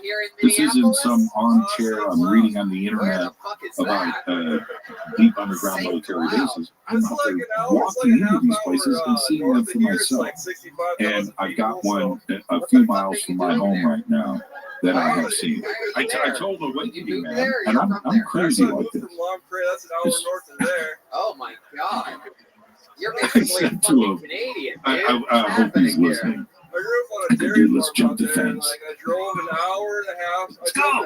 It's right there. Every week to do an open mic down there. Let's go see where those stairs lead. Maybe it's an elevator. No, man. No, I've gone as far as I'm going to go. It's right That is awesome. Fence isn't that high. And you You said know you what? grew up on a dairy farm. That's what Jump your dad and does? run. He's a dairy farmer. What's that? He has cows? How many? Is it Naruto 70 run. cows? Yeah. Oh my Let's do goodness, that. Do you have any bison? It's right there, man. It's right there. Yeah. So, I don't know what that means, but it gotta laugh, and I I'm like just it. imagining it right now. Jimmy with his Wow. arms. What do you do for work, Brian? I can do it. I'll go Get the practice. fuck out of But here. No way. this stuff exists. It has to exist. I don't have a problem with this stuff existing. Our military does their thing, and we've got very bad actors out there that want to do us harm, and that's it. And it's a necessary evil. I get all that. I just want to know those stairs, and I want to know what's going on. When it gets to Dulce and other bases like this around the country, they exist. We've got the reports of this mountain in the Mojave Desert. Anjali is going to establish contact. Oh, by the way, I've got a little Anjali announcement update. Can I do that on your show? Go for it, Jimmy. I'm going to do that here. You want me to? Well, you only have 2 minutes. You better start it now. How many people show up to your comedy show? Everybody says I should do the Naruto I mean, running. it seems like that would be like a lot of like hillbillies, right? Like you're like I Can have selfie, diabetes. would everybody like me to give an Anjali update? Just go, Jimmy. Just go. Stand up. I don't get it. I got a There's text some guy talking in this bar. He won't shut the fuck earlier, up. He's got a and, microphone, speakers. He's annoying. came in at love it. They get it. You say, huh? 11:37 They have fun. a.m. You have a wacky name for your comedy show? She would like to Comedy at the come on, 12 take it. mile. Heck yeah. It's Okay, like so it's like an Eminem well, we with, had a cancellation with her last nerdy week, diabetic.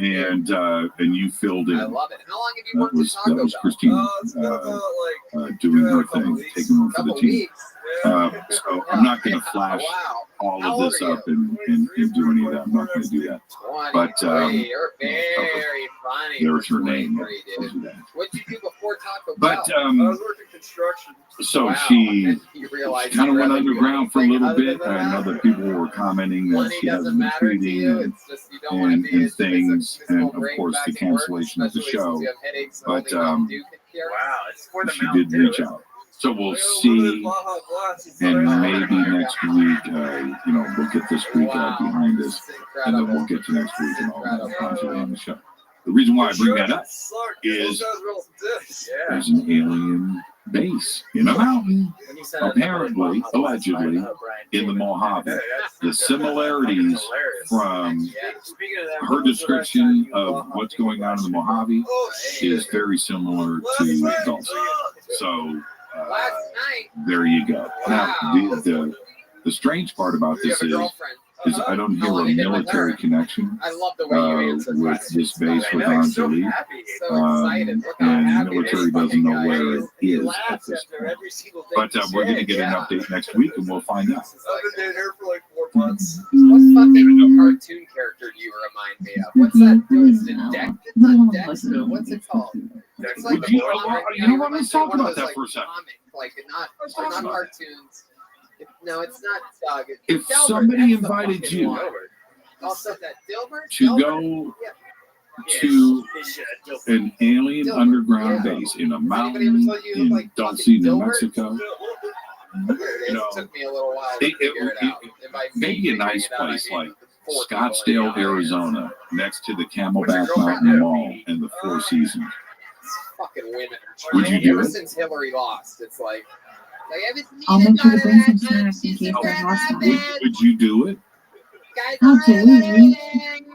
I'm telling you, I gotta bring snacks just in case they're upset that I'm there. Everyone's happy when they're crazy women. Yeah, there are rumors. I was watching some of the comments out there that YouTube is upset about Rana. And see, I think that was the line that you went shrimp. You should have never said shrimp. I never said shrimp. What's wrong with you? Shrimp ramen, Jenny. It is YouTube, and that's the problem. That's the problem. You can't say shrimp ramen on YouTube stream. That's an instant flag. Instant. Man, I'm going to come in and get me some ramen after the show. No, I'm not playing. I will post pictures. I am going to get ramen. Well, then if you're gonna do that,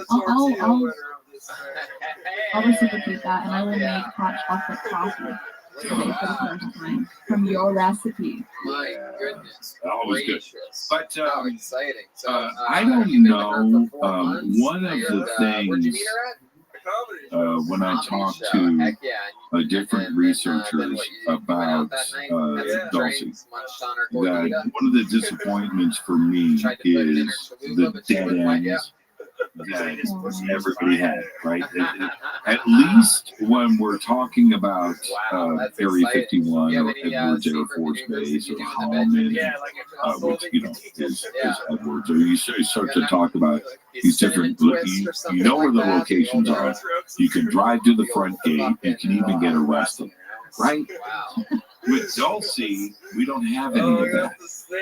Right? We don't have the thing. We have the accounts.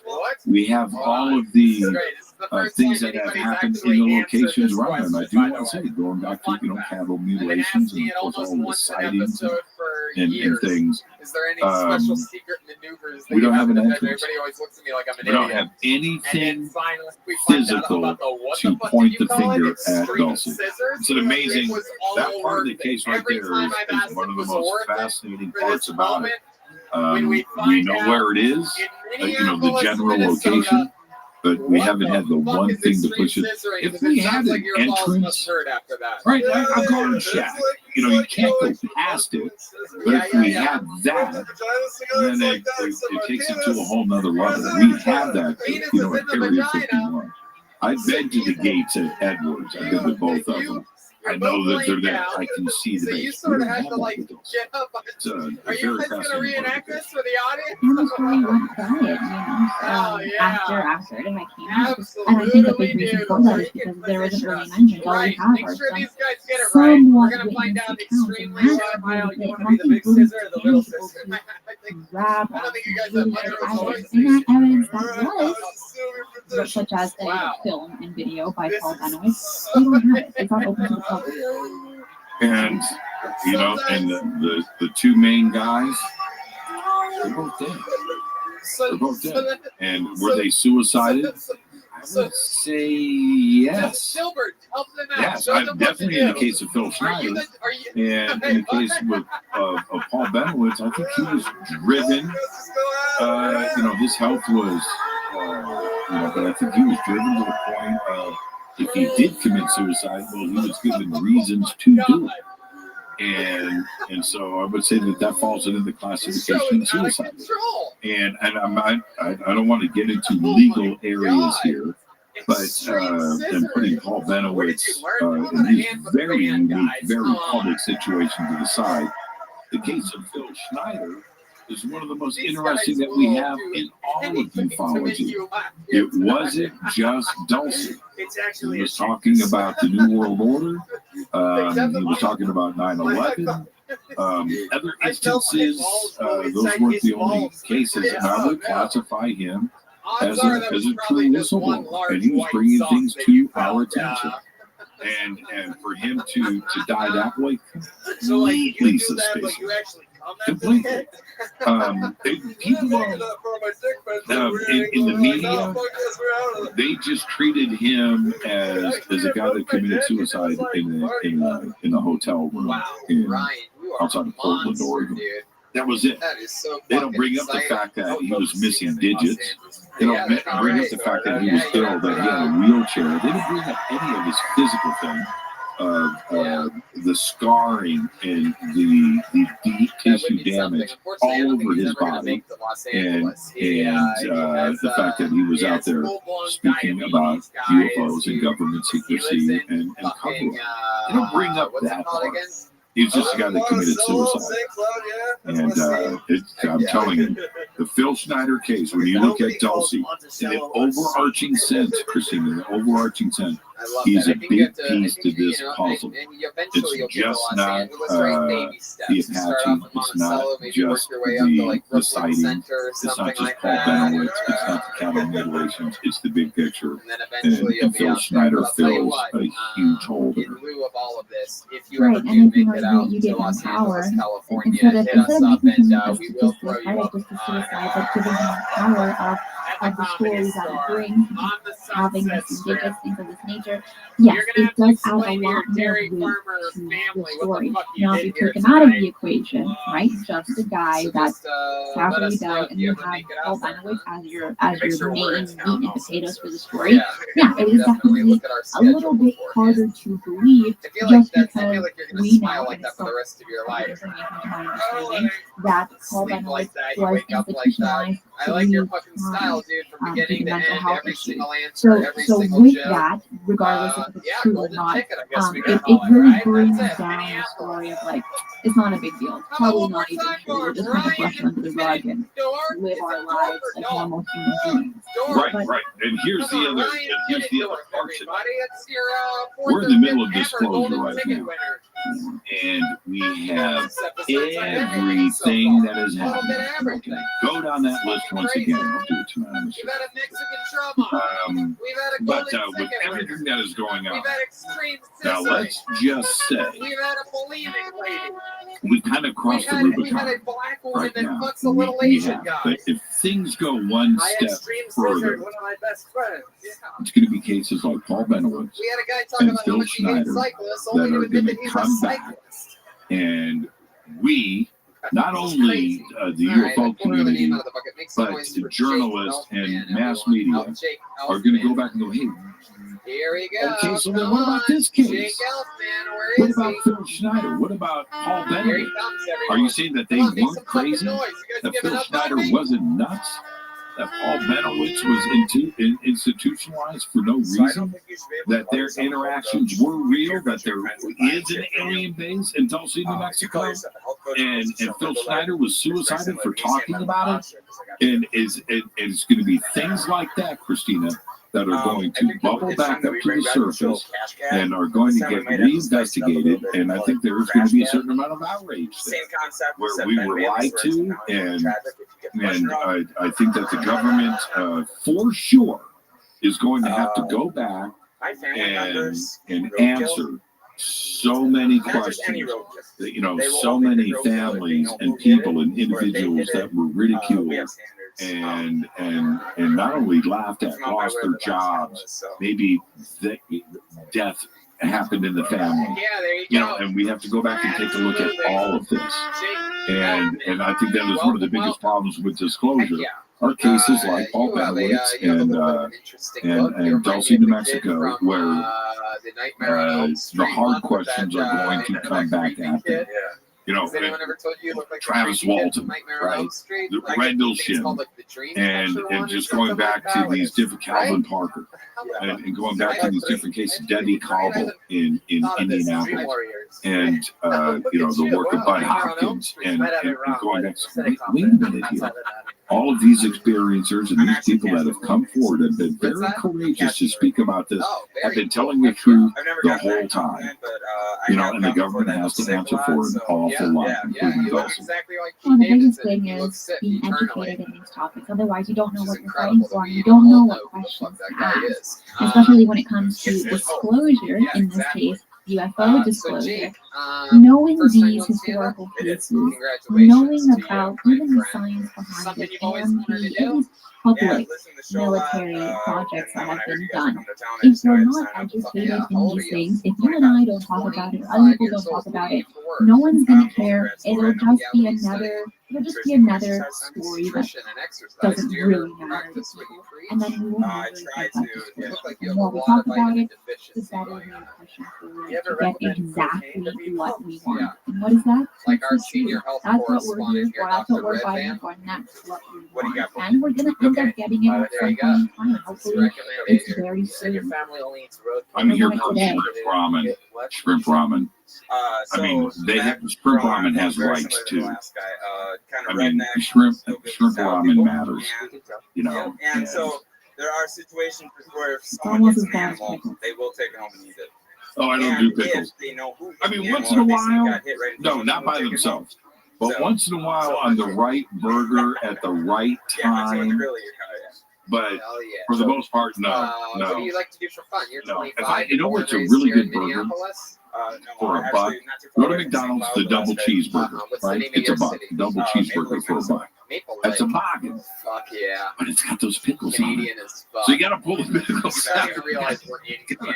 This is Pull the basically McDonald's just an pickles out. I don't do those pickles, but yeah, I'm not a big pickle guy. Yes, I am going to do ramen so what do today you like though, to do for fun? and I like ramen with chili. So I think that's what I'm going to do, and I will post pictures. Wow, 25 and engaged. That's incredible. That How is long all have you been the with her? time we have for today. I think we got a lot covered. I'm honestly impressed. Okay. Great show, and I'm reason glad why we got you off of decided to this get married crazy day. I went through the same crazy day. I don't know if everybody knows, but my show last night, which has never happened before, the interview stream, that software goes blank. I had John Warner the fourth on last night, son of Senator John Warner the third. His mom was. Stepmom was Catherine Mellon, so he's a Mellon, and his stepmom was Elizabeth Taylor, and his wife worked for the CIA. Right, so great show, big stuff being dropped. Boom, screen goes blank. And as I look at that, I kind of freak. I look over, and I went to go type on YouTube. In the chat, the man is listening. YouTube goes blank, and my YouTube feed dies. And so I had to go to a commercial break and come back and get everything reset. I did, but YouTube never came back. Never got that back live. And so I woke up today. Christina's lost her YouTube channel, and so I'm on the phone with Christina. I'm like, I need to go check my YouTube channel. I'll talk to you later, Christina. Sorry to hear about that. I wonder what happened to mine. And I was like, I had to come in. Refreshing the screen. It's easy to have sex with a girl after giving her a ride on the motorcycle. They get a little bit horny from the vibration. It was a weird life. You're going to be fine. You're going to get your channel back, but now you're going to have your channel back and you can relax. But now you're going to go and explore your other options. Vimeo is out there. There's some other YouTube alternatives, and you can do that in addition to YouTube. And Twitch is great. And are we doing Twitch today? We are doing Twitch and Facebook today. That is where we are. Oh, very cool. So we're into the Zoomer crowd. Right? Twitch. Those gamers, right? They're doing Call of Duty and Dulce at the same time. They got the split. I love it. So that's pretty cool. It's a lot more in depth than that now. It's not just for gamers, it's for a lot more people. But Jimmy, who do you have on today for your guest on Facebook Live? This is a big show tonight. I've got Roger R. Richards on, the director of his new movie, which is called The Observers. You're in. I'm in, and I got to produce the film and help everybody. So it's a team effort, and I'm one of the producers on the film, but this is Roger's baby. He's one of the most talented, gifted directors out there. There's no question about that. And a couple of big films he has released this year as well that have just made people angry. And I love that about Roger. Well, anyway, The Observers, which is launching November 18th. I've got Roger on the show tonight. Very excited. I've been working with and friends with Roger for a number of years. But this film is a work of love. It's done. It's finished. It launches November 18th. So Roger is on the show tonight to talk all about that. It's going to be great. Let me see that thing. In 2 weeks, I'm ready to be watching it. Jimmy, thank you so much for joining me today. As you do every Tuesday for Mysteries with Mystery, I will catch you later. Ramen. Well, that's fun, dude. You're on your first time on stage. Very cool stuff. You're fucking 25 years old. Nutrition and exercise. I want to say thank you for everyone in the live chat and for being able to find me here on Twitch and on Facebook. I know it's not as easy as YouTube for some, but I will keep all of you posted on how it goes with YouTube if they release the ban and I'm able to go back to streaming on there. As of next Tuesday, I will be airing my very first show on BX with Mr. Ray Todd, Amy Church, Michael James, Ryan Sprague, and so many others, including Whitney Strieber. So I'm really excited for that. And my guest will be Mr. Tim McMahon, one of the Jake, co-founders thank you so of much. So nice to meet you. There he goes. Awesome. Make sure to like this video wherever you are, to share and subscribe to Twitch. I'm still kind of new to Twitch. I don't really know how it works. I think it's called following. Follow me on Twitch. That is it for today. And remember, keep your eyes on Yeah, from Minnesota. Okay, pull another name out of the bucket. Makes a mystery. Next comedian, Casey Flash, everybody. There it is. Here we go. Here's Casey, everyone. Fuck yeah. Hey everybody, hi, thank you for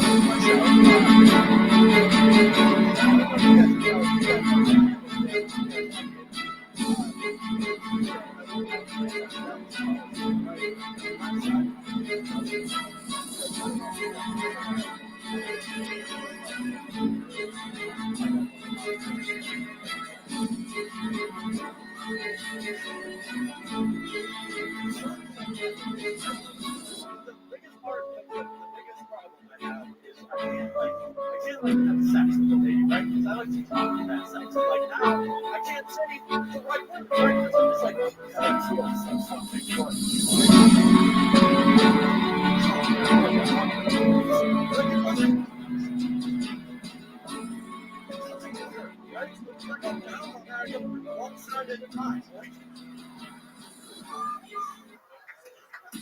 If you work in quality control at a candy factory, you know strict safety regulations come with the job. It's why you partner with Grainger. Granger helps you find the high-quality and compliant products your business needs to inspect, detect, and help correct issues. And the sweetest part is, everyone gets a product that's as safe to eat as it is delicious. Call 1-800-GRANGER, click Granger.com, or just stop by. Granger, for the ones who get it done. Love this podcast? Support this show through the Acast supporter feature. It's up to you how much you give, and there's no regular commitment. Just click the link in the show description to support now. I'm very intrigued by this subject because as a pro wrestling fan, especially as a kid, there was an announcer, Jim Ross.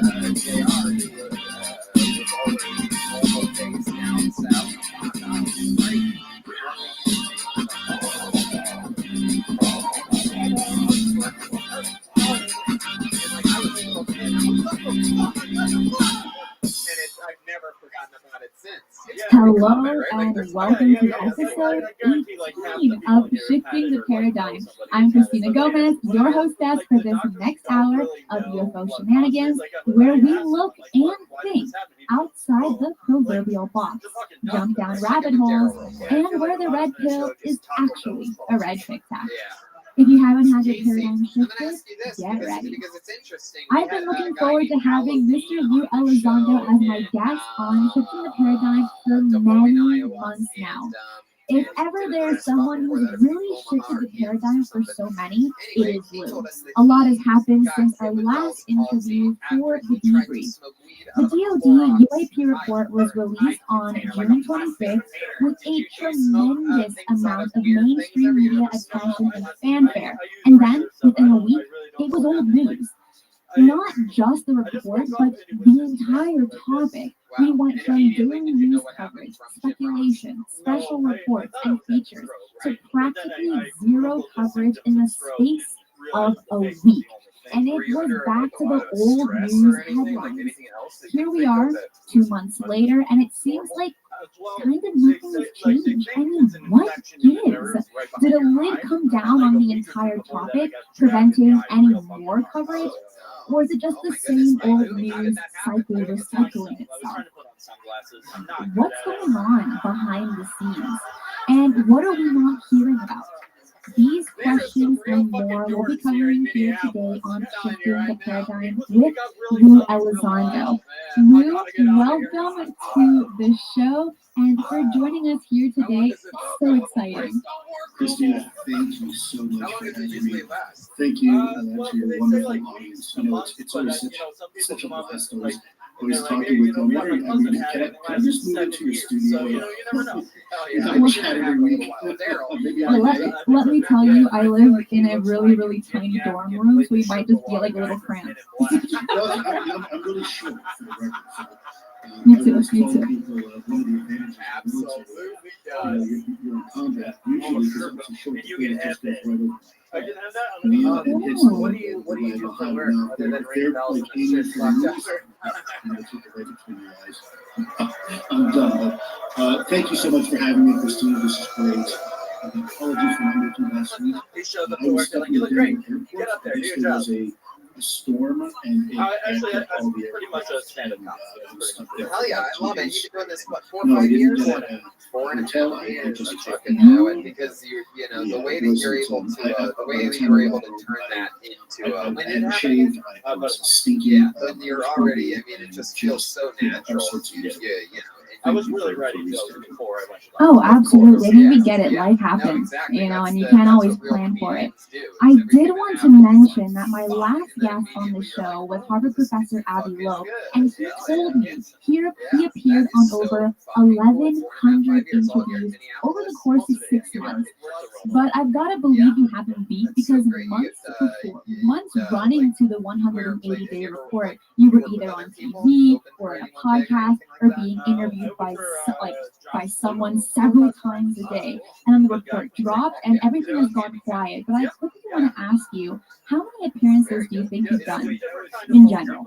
Oh, well, His legs, you know, his Christina, legs are like it's your so face. much of how many I've done.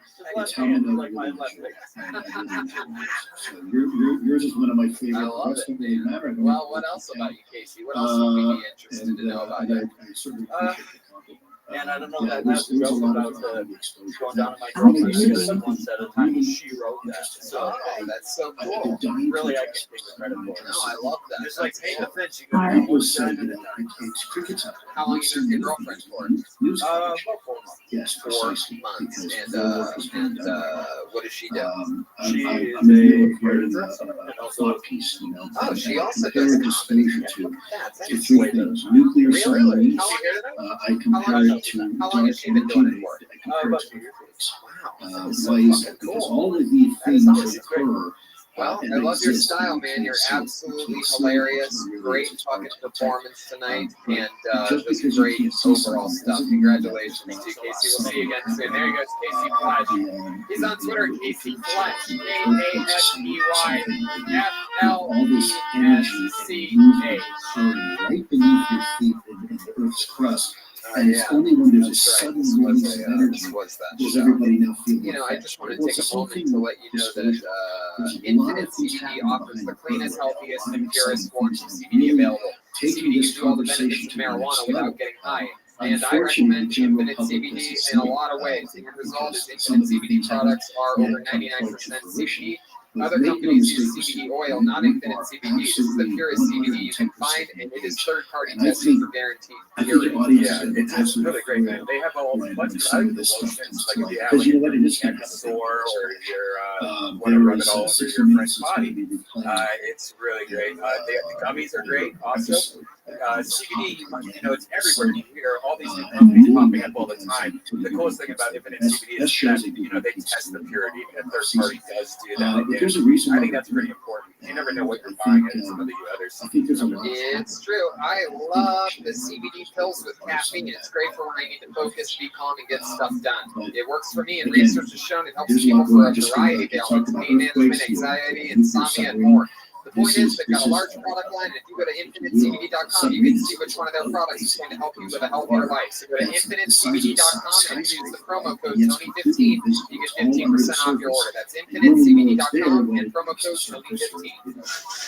You guys want to go back to the bucket one more time, huh? But that's what we want you to know.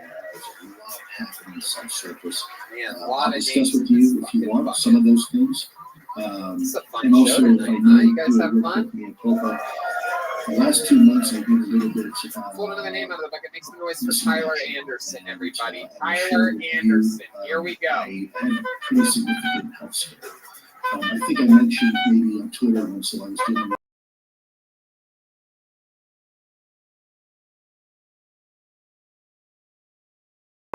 Here he is, ladies and gentlemen. that I have. Man, people from Minnesota are so great, right? We have our northern accents. It's fucking awesome, right? Except, of course, a lot of us say we don't have northern accents until you meet someone from Brainerd. You know, I was at my mom's house the other day, and a friend comes over, and Marie, she walks in the door. And so for Out there. it was a pretty intense ride in the and so I kept quiet about that for several reasons. And A, what I don't want is a bunch of people on Twitter to feel sorry for me and start worrying about me. You know, Yeah, Marie, that's exactly what I want to fucking do on a Thursday with my homies. and then two, So, man, we this didn't was have a concert, full right? It turns out, as of just a few days And I looked to my left, no, not even shit you. There is Marie. She looks right back at me. She throws up the rocker symbol. May in fact be just a large Tyler Anderson. it's Very cool. not First super time doing common. stand-up? Basically, Heck when we do yeah. the test, all And the tests so for nice stand-up of you to is take a break from within delivering the pizzas last to test they swing by did, here and I said, actually, do that for us. this may not look Do you like really this. deliver This pizza? may just be That's what something you do for work? that's quite benign. So I'm still undergoing tests right now. right now things are looking Are you fucking serious? So you dress like a pizza delivery guy even when you're not delivering pizzas? Black undershirt, red shirt. I don't just deliver. Oh, what else do you do? I also sell vegetables on the side of the road. Really? What kind of You don't look Mexican. My heart's racing. Life can really suck, and that's really awful to hear, regardless if it's cancer or a cyst. And I'll be praying for you, and I'm sure everyone else will be as well, because you're a hero to us, to the UFO community. You know what? The truck fireman at men.com. All right, settle down. The good news is, please don't feel sorry for me. I've never seen shoes shaped like that before. Yeah, that's So that's you know what that's from? is actually Fucking that's from from the Greece. surgery, right? Yeah, It gets works in here, with the rubber. It looks like fat feet to me. At this point, they've taken so many organs out of me. I know about it. I worked at a pizza place for a while. No shit. Yeah, But anyways, just wanted to share that with you. And high school, uptown pizza, Youngstown, Ohio. Well, Lou, what other organs do you not have? What'd you say back Oh my there? goodness, gallbladder. I also worked at Starbucks. What, are you the same guy from the other night? That is so fucking weird. There was a guy at a show 2 shows ago that when I quoted another one of my jobs in the restaurant, and I go, Starbucks. And I'm like, well, I also did that when I started stand-up at a different time. I got different jobs. That guy clearly works at Starbucks as well, and he's proud that he worked at Starbucks at one point. He's like, don't lie about your past. I love you. Yeah. No, it's true. Definitely true. You ever deliver a pizza and a lady hit on you? No, not really. People invite you in their house. She said, You've never gone in? Nothing's been happening like the Super Bowl or anything like that? but we saw some scar tissue, so we're presuming that whatever, there's some sort of parasitic infection. How about real life stories when you're not delivering pizza? Anything interesting about you or anything ever happened to you? Well, I'm getting married next year. Oh, really? Wow. Look at that. My goodness. Wow. How long did that get signed? Anthrax. Yeah. How long So I think over time that kind of takes some 4 years. Over 4 years. Yeah, absolutely. That's insane. Extra large. Yeah, a lot of our brave men and women in uniform. In some areas, yeah. Yeah. Ooh, she's got It's big not dudes. just- Oh, yeah. That's what you indicated with your hands. Pepperoni nipples. Hell yeah. Some physical What was your name again? challenges that Tyler. our folks in uniform can have. So, Tyler. So, what does she do? God, please don't feel sorry for me. Works at a Beta corporate office. Feel great. There's Nothing Beta that a cup of products, tea and hair coffee products, will Oh, wow. fix. all that We shit. see who wears the capris. There you go. It's always the coffee that always helps out. I quickly want to say to everyone in the chat that I have received over 200 questions via Reddit Answer every one of them. in an hour. Well, less than an hour now. 45 minutes. I'm going to answer all 200. No, we're not. But I got them on Reddit, Twitter, Facebook, email, Instagram in the last 2 weeks. And of course, I will not be able to ask all of them. I picked a few of the ones that I found the most intriguing and original to ask along with my own. I also want to say that I can't follow the live chat accurately while we are streaming here live. So if you have a burning hot original question to ask, then please help out this channel by doing a super chat, which will of course grab my attention and the rest of the chat and will be asked. So believe it or not, we had a super chat question already given to us by Sobilo R at around 1 p.m. right, so like 5 hours ago, for $20 supporting the channel. Thank you so much, Sobilo. And the question is, I'm condensing this question into one here. So it says, can we understand the psychology of those operating the UAP through observation, giving us signs that they enjoy toying with their pilots, even mischievously, therefore showing that their evolution could possibly be similar to ours? What are your thoughts on that? This is your first time on stage? First of all, I didn't ask that question before. Thank you. Yeah, what do you play in the play? Question. The problem with Actually, I sung a song, I'm pretty sure. I sung a song. You're pretty sure. Yeah. I better sing it now. He doesn't even remember if he sang a song. He's not going to remember the goddamn song. He's got one shoddy memory. I am connected with a sentient being, and as such, I ascribe to human characteristics. Right and wrong. I think we tend to do that same thing. Freddie Mercury is rolling in his grave right now. Tend to describe human motivations, human intent, human All right, there he goes, psychology. Tyler Anderson, everybody. We got him up and out quick. What do you think? We should go one more time, right? And then get out of here. No matter what happened. That defy our current understanding. In order for us to better rationalize what we are experiencing, Really? it's You think easier so? for us to put it in Really? a nice neat little box that You we think so? understand.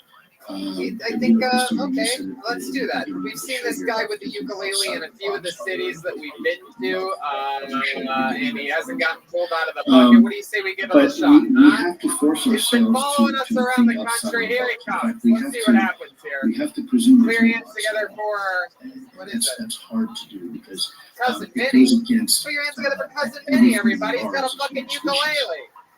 Let's whether go out or on a not bang. there This is has an been one of our intent favorite to episodes this week. You ready to toy fucking end it? Cousin Vinny, everybody. It's certainly possible. All right, But this then song's you for a have to beautiful presume Latino that woman that couldn't whatever make it it tonight. is more human, name was more Jolena. similar to us than perhaps we realize. And you know that in itself is kind of a scary notion. You're dealing with something else that's very similar to human beings as far as thought process and motivation. I certainly hope not, because we tend to be a pretty unpredictable violent species. I'm not sure I would want another human-like species having access to that type of technology, because they may do human-type things. They may react as humans do. It's not those things. So I guess my question is it possible? Yeah, it's absolutely possible. It's also possible that we are looking at these observations of performance in a way that and we are ascribing attributes that may not necessarily be there. But it is the point of reference that we have, so therefore we ascribe these human type attributes. John has a question. Thank you so much, John, for the 50. Wow. He says, Lou, will there definitely be anything definitively non-human enough to shut down all debunkers coming anytime soon to put on the front page of the New York Times? The 23-minute high-def video, anything we haven't heard about yet, we can't lose momentum. No, I think you're right. We can't lose momentum, and I don't think I've mentioned this before. Look out! What was that? That rang a Let's just bell. reflect very quickly on the My last 2 goodness, years. that was awesome, Cousin Vinny. Let me, if I may, remind your audience You ever just how do this just not could even all weather? of us, the audience included. You ever do have comedy been able to before? accomplish. And you Just wrote that first just of for all, this? Yes. you And have where the did we acknowledgement see you at that before? UFO program called Just Des Moines. Heck existed yeah. and And was you know, real. how long did You you also drive have to the get here? acknowledgement that those 3 videos were absolutely And how real, long and did they you were drive to taken get to from Des Moines? weapon systems. You also have the 3 acknowledgement hours. that we Oh have yeah. no Everything's idea 3 what hours. they What do you have, a actually fucking are DeLorean? phenomena. You have the That's establishment of the interesting. UAP I task love force, it. not JC, what do you do? unidentified I aerial mean, balloons, Vinny, what do you do but for work? unidentified aerial Well, I took phenomena. my last You have job. classified briefings being Wow, what provided was to that? Congress. Talk about Then on top of that, you have briefings being provided to the President of the United States and the President admitting at an elementary school. You're like, fuck. then on top of that, you have 180-day report. Did you leave or did they force you to leave? And what that meant. And on top of that, you have It must be hard being a janitor in an elementary school when you look like one of the students. Yep. Hey, what class do you have next year? Long-term strategy, not just I'm the janitor, kid. Get out of here before I hit you with this. long-term going into the future, we provide resources. So how long were you a janitor in an elementary school? Then you have 4 years. Now what's your next move? What are you gonna do? Language saying that not only do we now want to but we want to report every 90 days. Oh, hey, look at that. Moving on up. So Hell yeah. get ready, because there's a lot of information coming out. And then on top of that, you have an IG evaluation and an IG investigation and the handling of this topic. Defense and intelligence. So that has all happened. And in how the long last have you been 3 playing the years. ukulele In the for? last 3 years, you have countries like Japan coming out and establishing a bilateral That is so relationship cool. with the United States I'll government. tell you, man. Thank For you the so sole much purpose for of writing sharing that new song. You accumulated took us out information. on a big bang. That was a You know, fucking awesome thing. I Thank ain't you a for bad tracker, Thank you. folks. Listen, And Vinny. you all made that happen. So, yeah, How I about a get it. hand We're for itchy Daryl for the recommending that idea, huh? That's fun. But We did it, guys. let's That's Skeltoni, Minneapolis. Did you guys have fun? Action-packed 2-hour show for you. So much fun. Heck yeah, there he goes, Cousin Vinny. So much fun tonight. Be sure to get your tickets for Philly, New York City, and all the other fun things coming up. There's a lot of fun things coming up, and a couple announcements right around the corner to finish out our touring for the year of 2019. How about a hand good and loud, Minneapolis, for the great, powerful Jeremiah Watkins. Daryl! Yeah, baby! He did it again. Jeremiah's got the new Reagan and Watkins album. I also, It's at the really top just of want the to tell charts. people Be that sure are to get a listening Reagan because and we have quite an Watkins.com. Listen audience to today. Jeremiah And I Wonders. want A to lot say of fun some super episodes chats out are right actually now. falling off Homes, my full list. So roadcasts if coming your out soon, and question other gets fun skipped, things. And please just follow post my it YouTube, again as a Jeremiah reminder Watkins. without Follow him the on super social media, chat and Jeremiah Stand-Up. copy the And he's got some moderator dates name coming up. just because Phoenix, San Diego. we're getting a Where lot is of it? things June happening right 28th, now. Reagan So Watkins, Russell has a Edmonton, question. San Before I get to Diego, and Russell, then Charles also coming says, up tell July Lou I love 18th, him. Reagan Stay strong Watkins and will stay be solid. headlining stand-up live in Thank Phoenix. you, Shoulder will Charles, be and opening also a for big us, thank you as to well as someone the 21st with Huntington Beach with Joburg and William Montgomery. Hey, look at that. Taking the cast with them. How about a hand for how long can this place be for the great Joel Jimenez, huh? He put it all on the line for you here tonight. That was a true Mexican drum off. It's his first ever time in Minneapolis, That's cute. Minnesota. What do you think, You have some Joel? really big fans. You have people rooting for you. John Russell asks, also thank you so much for the 50. That's amazing. What has been your most memorable or dramatic UFO, UAP, paranormal experience? Drums, go to Clash Drums. They were very cool. It was one of those things on this Just one lay it where on I us, Lou. actually took care of it myself. I literally called there. There was a very helpful staff that put me right through to Jeremy, who was there, and Should I pass some drinks over to you? so he's so cool. I can tell you that if he's that cool to me, he'll be that cool to you here in Minnesota. So check out Clash Drums. That's Clash with a K. And yeah, we did it again, right, man? Yeah. Thanks a lot, guys. Minnesota, we love you. Thank you so much. Good night. We are gonna be we're gonna be selling this is a strange universe we live in. yeah. It's a wonderful We're going to selling universe. posters, pins, and the new Reagan and Watkins album right over there in just a couple minutes. So if you want to make a straight line, we'll take pictures with you. We'll sign your poster if you get one, and whatever else you want to tell us about whatever. We love you. Good night.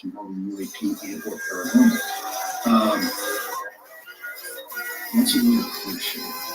That's a question that at some point I probably shared. It wasn't one incident.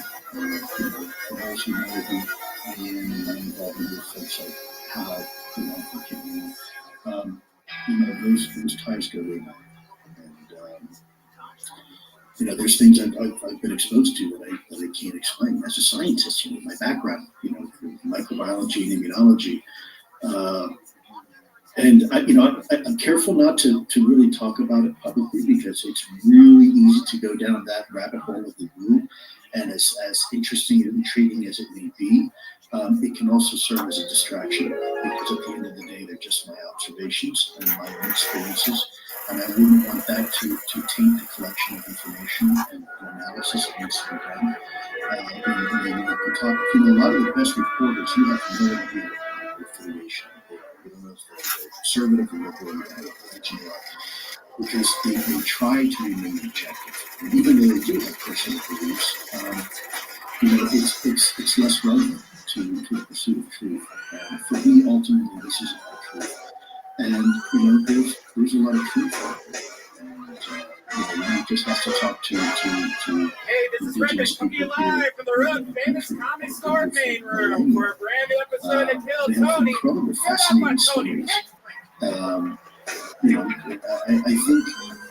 Hell yeah! What I the think there's a people? lot, You're a the lot number to be one said. live I podcast hope in the one world. day How I about you can make some share fucking some noise on a Monday experiences night? in a way that people Jesus are Christ, judging Brian me. Reddy, here everybody. What's up, guys? We're back The problem again. is we're too early in the Just flew conversation. in from It's too an much of a insane distraction. show in Too Minneapolis, many people Minnesota, looking out of the Chicago, shadows Illinois, to continue Madison, this Wisconsin, conversation. Milwaukee, and And by Appleton. me A coming crazy into my week. We've been personal going experiences, nonstop. Shows every could single night for hinder that a couple process. weeks now. We fly to New York tomorrow. How about With that? all due Yeah. respect, we love the New question. York has their own Very Bill sincere, Cody, and still a couple tickets remaining for that second show at the Gramercy, the 10 p.m. show. Then we roll right into Skankfest, and then Well, we will all be waiting when you do tell the story. We'll all be there like biting our nails and like, oh my gosh, he's gonna tell it. So we're excited for the future when it comes to you. Oh, absolutely. My next question is obviously the mainstream media has shifted its focus since the report dropped. But to me, you know, I've been shocked at how quiet they are on the topic of UFOs now. In your opinion, do you think this is because an official lid of silence has been dropped, or is it just a natural curve of disinterest?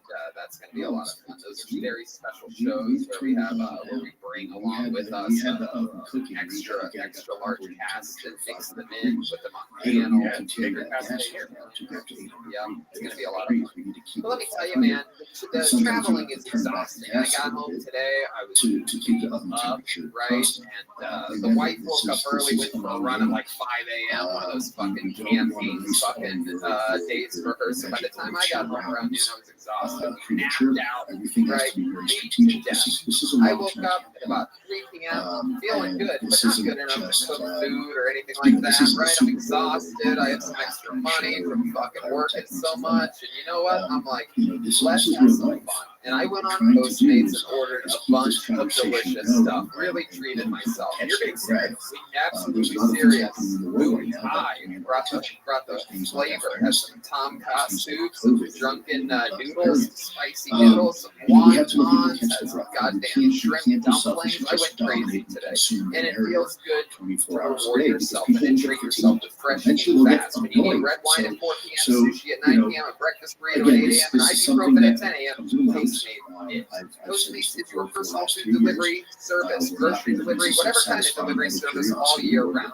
I was craving Wendy's the other day when I was in a hotel room in the middle of nowhere, and I ordered it like at 11 p.m. at night. It's great. Anything you're craving, Postmates can deliver. They're the largest on-demand network in the U.S. and offer delivery from all the restaurants, grocery and convenience stores, and traditional retailers. You can even get them some places you can go to Best Buy and stuff. Yeah, you could possibly want working anything. They get 24 hours a day, 365 days a year. Postmates will bring you what you need within an hour.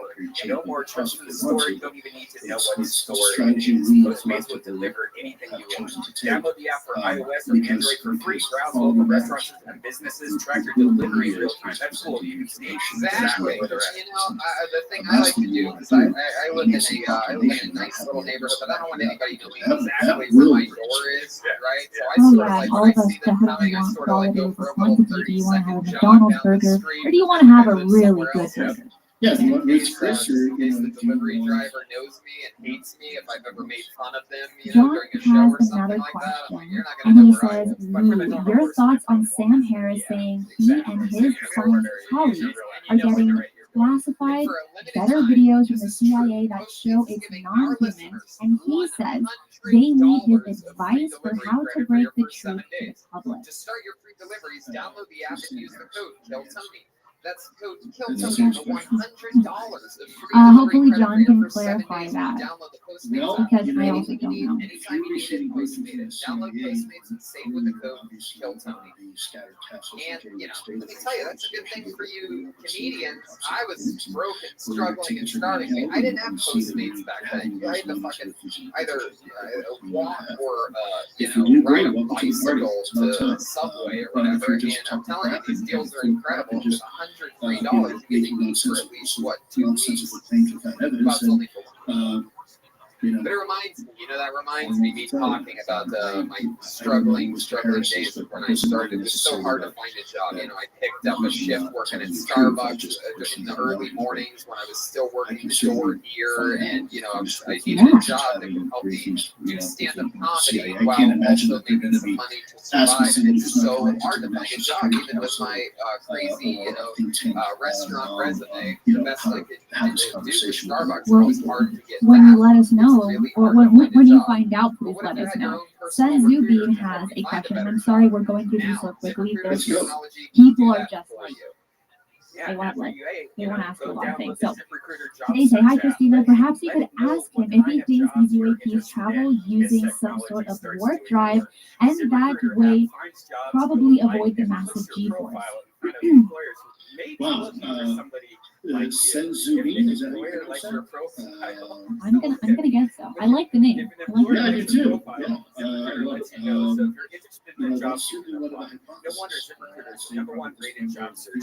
Yes, you can even find a job that you don't know how to read, and you can still get the job. All right.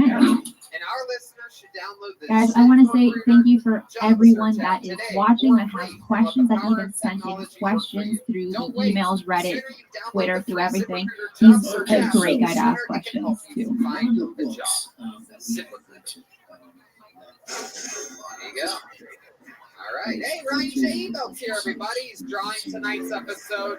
He drew the tour posters that a lot of people got all around the country the past few weeks. A lot of signed posters. And he made us a fresh, special New York batch. So, I mean, wait till you guys see it. It's probably my favorite poster of all time. Features the Stay Puft Marshmallow Man, Godzilla, King Kong, and Feminist Stacy all on one crazy poster. You have to see it to believe it. GrindJEvel.com for all those prints. And so yeah, let's just get into this, shall we? This is an episode that I have been excited about for weeks. Truly 6 years in the making. I wanted to make sure that we were truly the #1 live podcast. GD has a question. Thank you so much for the 20. And they say, 1, does the IAA parentheses FY 2022 require the UAPTX/NASIC to report to Congress on UAP events pre-FY22? Yes, it does. That's the key. Every 90 days. Comedy Store, the king of late night now at the Comedy Store. Ladies and gentlemen, I present to you the great Brian Holtzman, Okay. everybody. Second question they have is, did the USG discover the exotic matter? Pure USG custody? The great, powerful Brian Holtzman. Let me tell you, that'll be me. You are. This is the type of guy that everybody hustles in on a late Friday or Saturday night. We've all already done our spots and are hanging out, and then we find out Holtzman's on in the major. There's a buzz that circulates around the building amongst the Do another 45 minutes of fucking commercial. But when that does happen, I'll have to ask Would you you. have one for the morning after pill? The last thing is, what are your thoughts on the UK Condon report, plasma on radar, etc.? And you're also, on top of being one of my favorite stand-up comedians, you've blown our minds on Instagram. Follow him on Instagram. It's on YouTube. BrianHoltzman.com. Brian Holtzman on Facebook, and he's at Holtzman Brian on Twitter, just for you dyslexic people that he actually had this printed and laminated. For the first time ever, a guest that is a classy damn individual. And I'm just so excited to have you here, Brian. Anybody that knows my story knows that everything I do and am and have become is literally because of the Black and Red here at the Comedy Store. It's the first place I ever saw a stand-up show, the first open mic I ever signed up for, the first place I ever performed at. And I was built here for years as a tour guy and a regular. You are like, oh, I'm sorry, I was so strong. Most of them went unreported. We have no idea what they are. And that's just the name. This is already probably my favorite episode of all time. The whole sport is there. What about the last decade?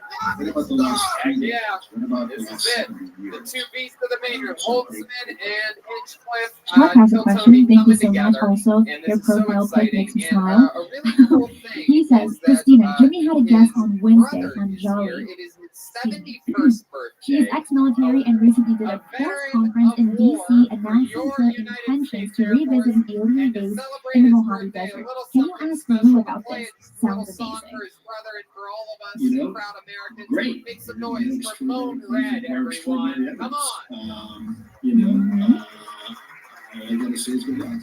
You know, I hope she's right.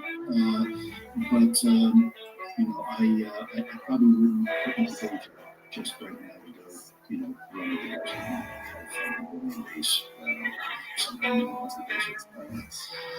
You know, I think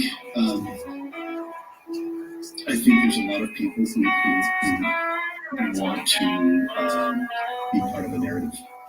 I don't know Angelique, just like I don't know, you know, the other individual from Area 51, Bob Lazar. Everybody asks me what do you think about Lazar. I can't. I never met the gentleman.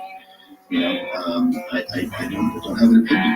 I don't have an opinion of Angelique. You know, I think it's very careful when you look at someone's career. You have to look at the nuances. As a government employee, you have a rank and you have authority. As a contractor, you provide services to the government and the customer. You know, it's important that people, like if you were to see my resume, which I think is public, at some point, you can see precisely where I was assigned, what I did, what my responsibilities were, and what the duties of the We are going to go actually on a quick break, and then we're going to come right back into some more questions. So everyone hang tight, and let's play. Hi, I'm Micah Hanks, and let me tell you something. I support Christina Gomez as a Patreon subscriber, and here's why you should too. She brings all of her unique insights to a whole new generation, and all while she's also going through college. Listen, support Christina, become a Patreon subscriber today. You won't regret it. Alrighty. Hey, for the record, I agree with that, Christina. I know books are expensive when you get through college. You know, and I know you do a lot of this in your room, so let me if I can second that motion. For those of you out of the audience, no, but Christina has been working with us, and by the way, a fantastic job in carrying the coach forward. You know, I think that's a pretty simple ask if you'd like to have access to this type of information and this type of material. You know, it takes time, and it takes her away from doing things that she could otherwise be doing to put, you know, food on the table and pay the rent. You know, she could be working somewhere and connect to for us. So I agree with that. You know, think about that any way you can, and you know, you're helping your team. Thank you. And I have so much more planned for this channel. I have so many projects planned. So if you become a Patreon, you'll become a partner and a partner with me, and you'll be able to have access to so many behind-the-scenes videos and pictures and so many extra goodies like the graphics I make for my channel. I can do that for you as well, for those that are watching. So it's just going to go a long way. It's going to go an absolutely long way. Now let's jump back into the questions.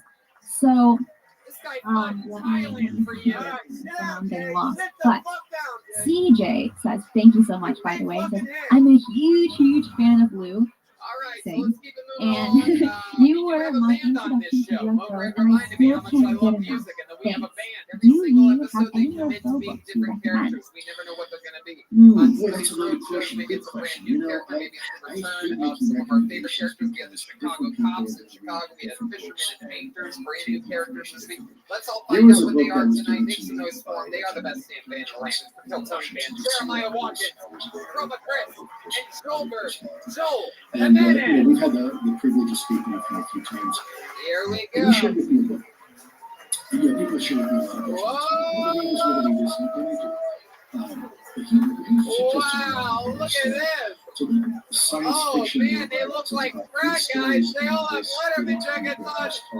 Chains of the Sea. Just bought the Not beer. Chains in the Sea, Chains Oh of my the Sea. God.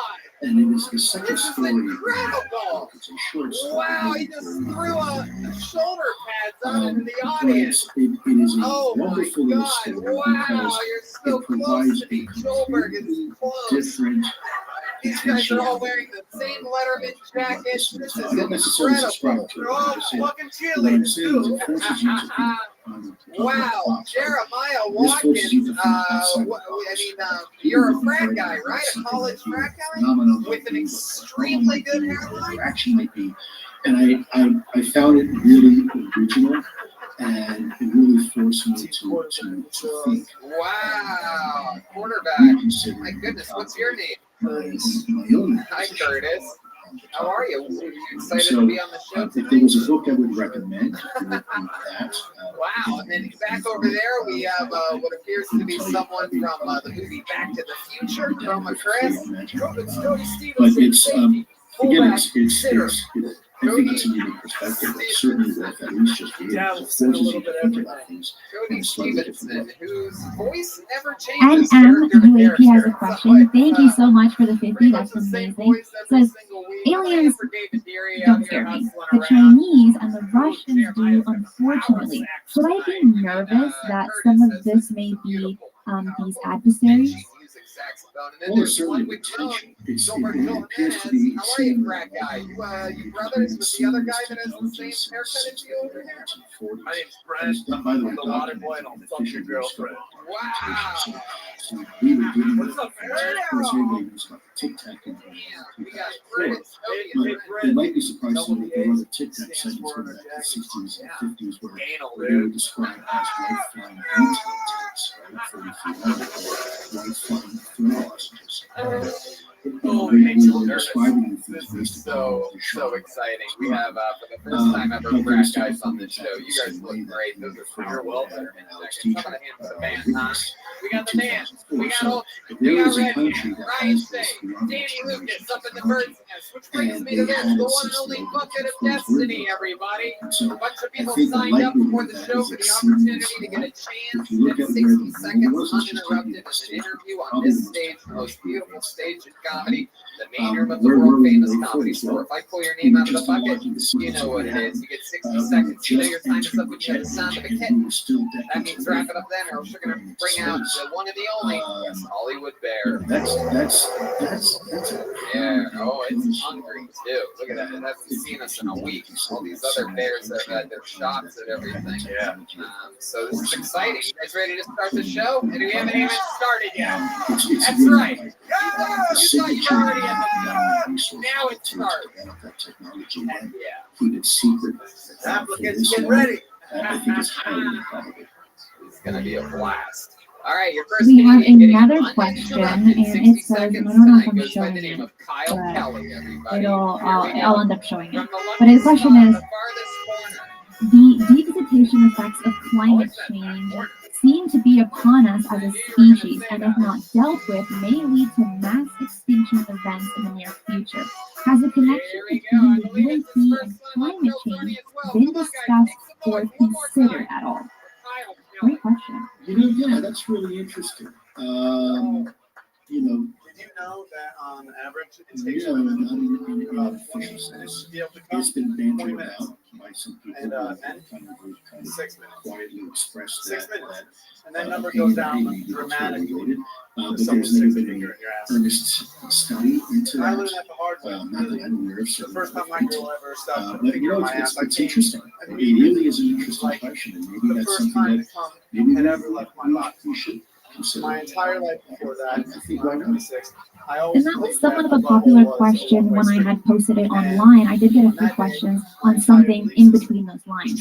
John has another question, thank you, and says, Lou, some high-level people have said that the public should not know the truth, can't handle it, but they're already been way more than enough to admit by higher-ups to admit it's non-human. What are your thoughts? Potentially one Well, yeah. Heck yeah, Kyle Kelly.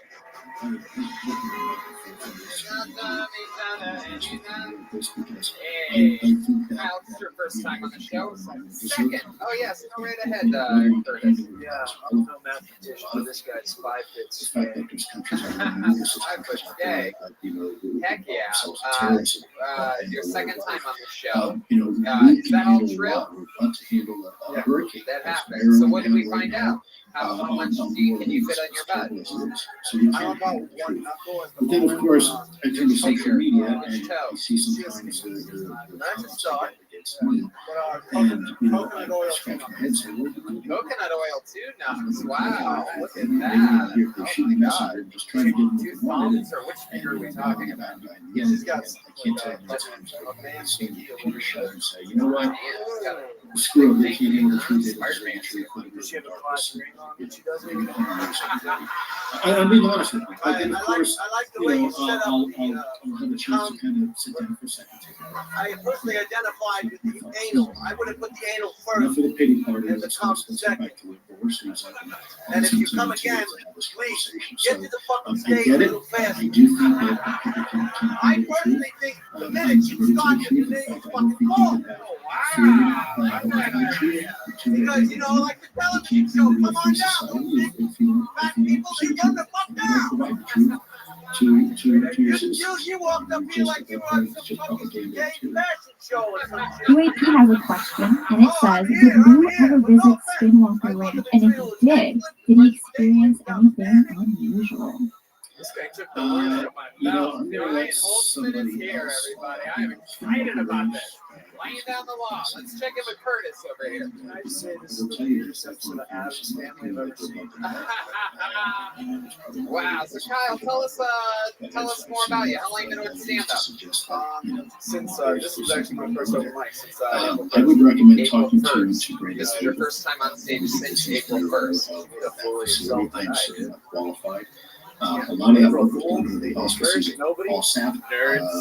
You just bully the audience? Yeah, dude, I'm fucking all of your They're certainly girlfriends tonight. qualified to tell you what they That's think. incredible. So that's why it takes you so long to get to the stage, because you literally just wait 3 months between spots. Some of these things happen. To have your asshole healed. What do you When do are for you work? gonna write a book, Lou? When are you gonna write a book? It would already be a New York bestseller. Preston has a question. Says, Lou, grateful for your dedication to this topic. Can you assure us this is a true, unknown, and not related to Nemesis / How You Done type programs? Palladium. So he's talking about he or she is Preston was talking Here we about. go. So lesbian. He's got Jude. The problem with electronic warfare, it works like Here we go. He's laying down. Kyle's laying flat. Do I go ass to mouth, or how do I do this? A lot of I think maybe you should. I I think maybe you should lay on your back. Yeah, go nice and slow. any type of electronic warfare, yes, you can. He wants you to sit on his face. Just center your weight. Here we go. But you can't forget your Wow. So Lick that ass. Lick that ass. Wow, he's having some trouble. He's trying hard. Kyle's trying. Whoa! So it's All right. It is West Hollywood. it's simply not it's not a viable option to say this is Nemesis or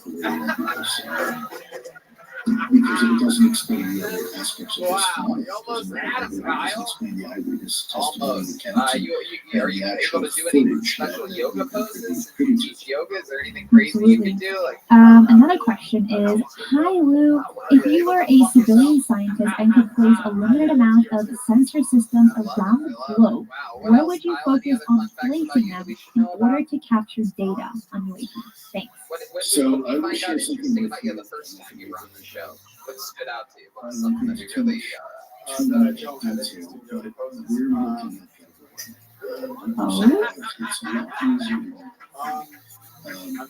you might not even shooting stuff, pulling stuff up. Yeah. What do you like to shoot other than your load of the knuckle in your butt? where to put it and then how to corroborate that data with other data. I'm going to do a very polite pass on that because my hope is that in the not too distant future I can share watch going up in somebody's I ass. think I use this kind of very often, but I think it's been it's been there. I like deer hunting. It's so cute when you have like a good question but you can't answer it.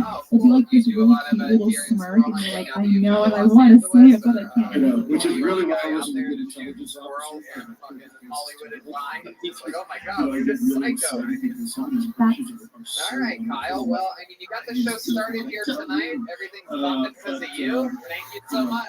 There he goes, Kyle Kelly, everybody. And it has Rich begun. says, and thank you everyone for the super chat. I know I'm not saying thank you, but thank you all so much. Rich says, has Lou ever been in the presence of some washing, some machine / Yes, a craft? washing machine. I try to avoid it as much as possible. Yes, I can find washing machines. Another question is playing in my head that someone else asked, but some machine / craft of non-human origin. Exclamation points at the end of it. Make some noise for Simon Janovic. Vajanovic. Here he is. Simon Vajanovic.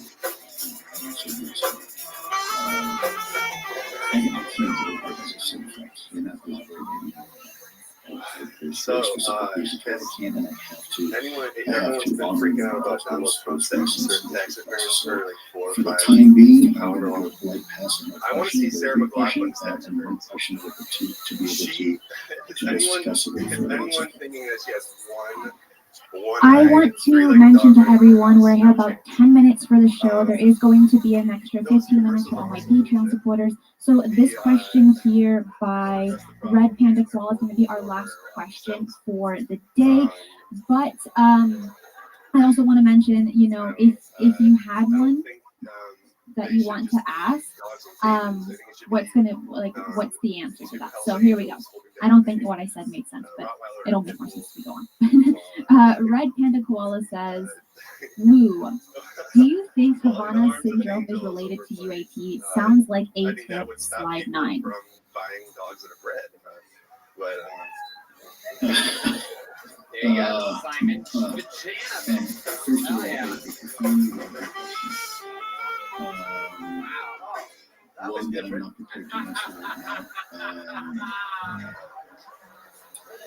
Did you fucking prepare for this, Seems like you were really enjoying yourself. You were laughing. Your laughter was a bit contagious. You know, there's some very chuckles at yourself laughing. I was laughing at discuss. Oh wow! Is that my name in the book? Oh wow! She better be what a cunt! Wow! Unbelievable. Okay, well, here we go. We have a few extra minutes. So we have 8 more minutes, and I'm sorry I misread the time. So we are going to go over a few more, and the last one is like my favorite question of time. But here we go. Another question is, 94, there was a sighting at a school in Africa where many school children claimed to have seen beings exit a crack, and some were given a message telepathically. The message was that we are destroying our planet. Also, he has the same haircut as Curtis and It's you can't disprove it. It's interesting. Doesn't he look like that guy who strangled that girl in Central Park? It is personal perception, Broke her neck and fucked her and dead or that's based on something. your human psychology. I'm not saying Look at him. it's not relevant.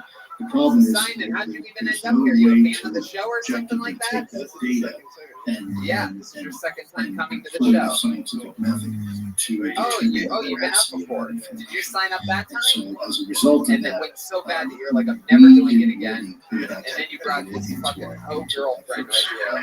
And she thought she'd be funny by signing you up. Is that what happened? because from a DoD perspective, from a defense perspective, there was no way for them to the government say, hey sir, hey, You're rich or something, these right? kids claim to have Something. Oh, you're rich? Oh, you're cool and your wife's on Bitcoin. You make a lot of money on Bitcoin. that doesn't do anything for the conversation. It doesn't help them even make a decision one way or the other. So we kept everything that we could, we kept the conversation to that. Yeah, now it's coming back to me. That's right. You had some injuries, and they needed you to keep your mouth shut about it. And then you talked about it on my podcast. And then you bought a wife. everything has a signature. This Hey, point, she's never ready to give it a starter. will have a signature. There will be small, discrete changes in Wow. I enjoyed it, though. I thought your presentation was right on. You were a little bit slow in developing some of the segues and punchlines, but I see no reason why you shouldn't come back and try it again. Hey, you know what? I like that. Bring that little whore with you. Yeah, that pile of slop over there. So Simon, you didn't sign up. That's it for you, buddy. You did it. You got up. You did it. You weren't even expecting it. We're gonna keep it moving. A lot of people signed up tonight. Is it possible? Sure. Is it true? A lot of people signed up on purpose themselves. Just human interpretation or something? You guys having fun out there yet? Huh? I don't know. I feel like it's probably All right. provide my This opinion sleeve because has a it's bunch of really parts vague. around it. Put your hands together for Marjan Fatty. Another Oh question my is, God, Christopher dude. Mellon has mentioned in What the several fuck past is interviews that UAP activity has been increasing and getting bolder. Is this something you can corroborate? And if so, are you able to share any examples with us today? It does appear certainly that This the probably won't be the first or last UAP time I'm wrong. activity It's seems in Middle Eastern. seems less afraid of seductive, more face. So, More willing I think hijabs are the sluttier version of a burqa. That I agree My with. mama Chani, my great grandmother, she was no hoe. She had really strong But the family question of values. metrics you always She have was to be one of careful because 12 now we have more wives. people, with these other devices in their hands. My That have, husband was great. He'd be like, better technology you have than such pretty our best eyes. gun You camera have footage such did beautiful 15 years eyes. ago. I can only see your eyes. So we have to be careful because there's more people now looking into. It's like saying It's for kind of like The example, a big Bachelor, city, except the crime rates have gone up 5%. Now, and what does that mean? everyone would be like, Really that there's more I'm criminals like, on the street, aren't those women or in does it mean movies, that we have like, more cops on the street that are about catching that? criminals, Like, or does it mean that we have now more there's so aggressive many DA choices. that's It's prosecuting spit or criminals, swallow right? So or you swab. have to be careful with There's 12 numbers of them. because numbers can mean a lot. Hey, look at that. So Marjan. that's why Marjan. I'm always careful Marjan. to make a definitive statement that I've never enjoyed someone so much after calling them a cunt 3 minutes beforehand. It's incredible. That is the most craziest fucking thing ever. Yeah, that was By the wild. way, So I guess this was your own special way of showing your husband who wears the bunny pants in this relationship. This is great. We're yeah, but we're also going to see. Wow, that's what we call burying him. No one even remembers that he existed now after your joke. Really loved the beautiful lie burqa joke. I mean, really, really, really funny and smart. I've never even heard anything like that before.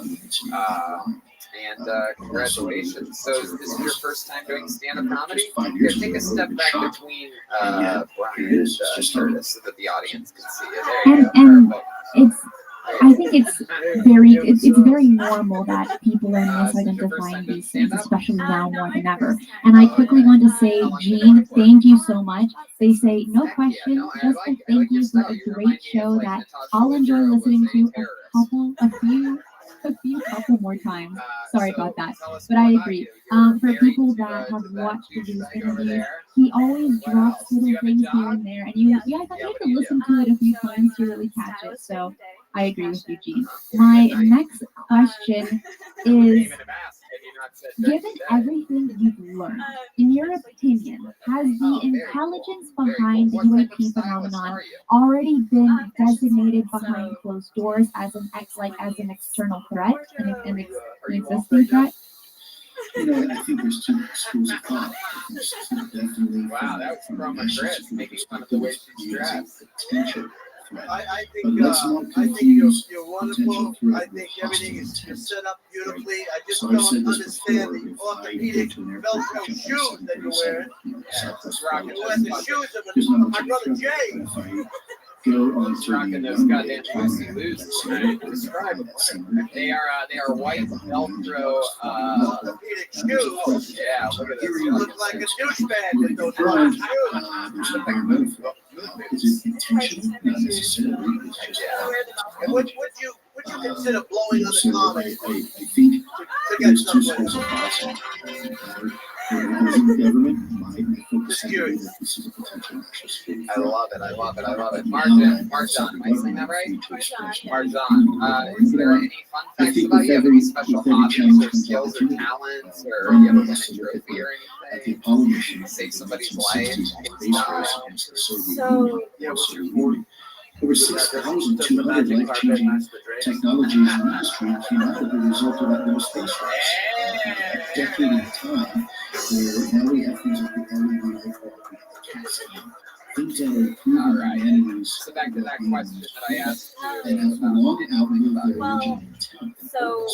So, I'm brown, so my parents, they didn't allow us to have like dogs or cats, so I guess like a fun fact, when I was like 5 or 6, I could negotiate with my parents and say like, can you just have like a bird, like since we can have a dog or cat. And right now, everyone's asking about the 23-minute video. Can you talk about that? I can't. What I can say is I was privy to it. Get you the parrot from a ladder. So you asked for a bird, what they say to that? They're like, if you can catch it, you can keep it. Wow. And then That's the advice my dad gave me. Was to erase and destroy all the animals, despite there being a court protective order that restricted that. So they've got some questions they have to answer. Did you ever catch the bird? Yeah. You did. Guys. To figure that out. All right, the band's being a little bit out of control, a little bit physical during the smarter part of the show. So wind down a little bit. Sorry, Teach. It's become as a radio, there's somebody pretty extraordinary. All right. It's not up to me to release them. I can't talk about it until that's something. This might be all fun and games, but I'm giving you detention for that. I'm telling you right now. Put the mic back. You're not gonna. RG has a question, and they say, does DHS Red Cell ever use UAP simulation events to test U.S. military responses, which may have been confused as real events? And this is going to be the last super chat for today, guys. We are running out of time, but please answer that. You know, I gotta tell you, I've never been asked that before. Oh, it's okay. You have 72 birds now. He died for good cause, Marjan. They're like he's living his natural life. They let a bird go. You don't need birds. They're dirty. They shit everywhere. There's only enough room for us in this house to do that. Wow, nothing on my dirty Middle Eastern joke. After I have a guitarist sing like the Star Spangled Banner for you, you go on American. So after they let your bird go, you married a camel. I'm not a balloon question. I just think It looks like a camel. Whatever, dude. All right. Well, Marjan, congratulations on your incredible luck. You got pulled out of the And bucket. here right is after our your last husband bombed. question for the show. Matthew. What is Hey, what's that? one Brian's giving question her a you button and a haven't been $2 asked, bill. but wish you had been? Look at What that. is it, Hell and yeah. what's the answer? That is so cool. Brian, All applicants will get a $2 bill. They're So you've done thousands that. of Giving away interviews. $2 bills. so many questions. Brian Holtzman button. That is so damn cool. You guys, I mean, how exciting is this? The band, Brian No Holtzman. one piece of that jigsaw puzzle is going to. Wow, you're deep in that Ah, character. there it is. Now the whole puzzle comes together. Wow. That's not the way it works. All pieces are clear. All right, pull your name out of the bucket. It's going to be your next comedian, Mike Spettle. Mike Spettle. Oh, that corner. There he goes. He's got a good pick. Come on down. Categorize them according to the shape of straight edges, color of his and whatnot. But at the end of the day, there is no piece. There is no question. There is no golden question out there. Yeah, halfway through June, we're averaging about 2 You per want to ask month. this There's question to something me. seriously wrong with me. That's I think it's either that, or it's like one of those there's low situations where is there a question that people should have asked me? You know, I think we're in a great role. I think No, things are looking up for me in honor of Pride Month.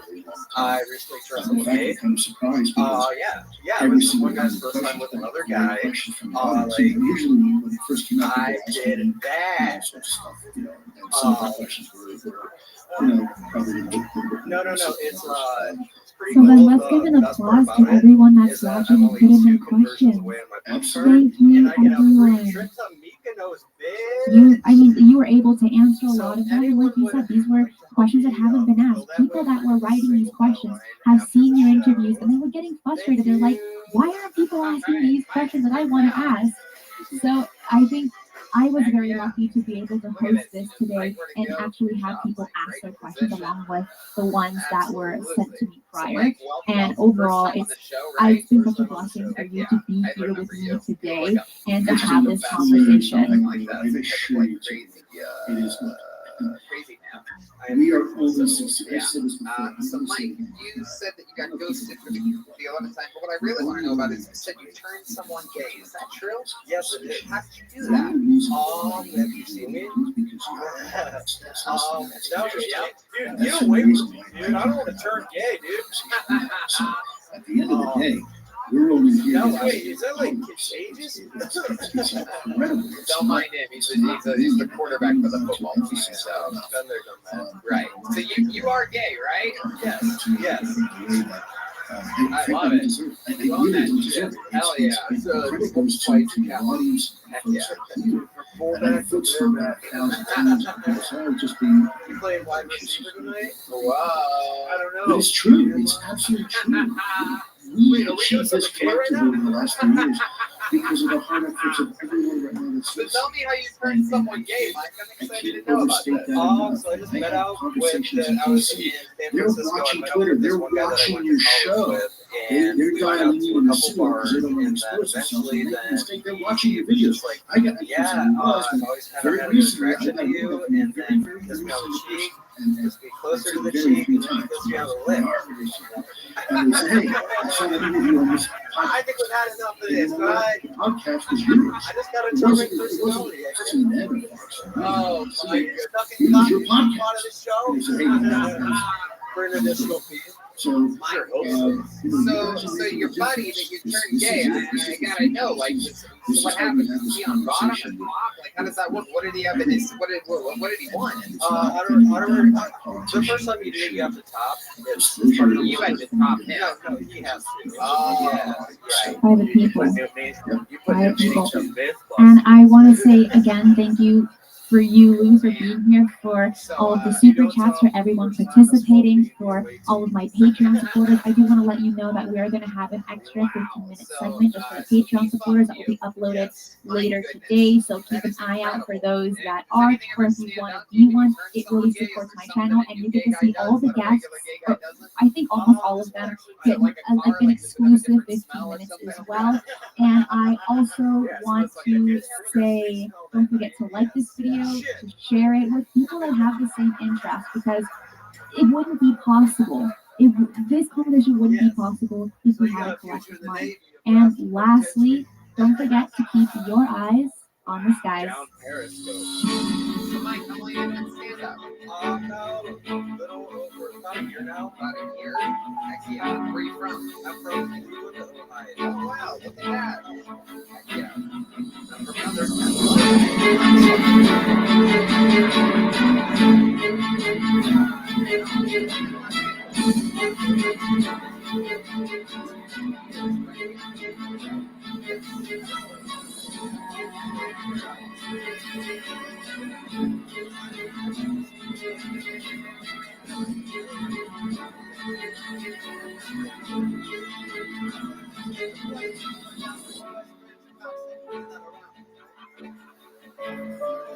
At least he's on. Question for you. I had to write it down. What is Mykonos? I've never heard of that. Mykonos. It's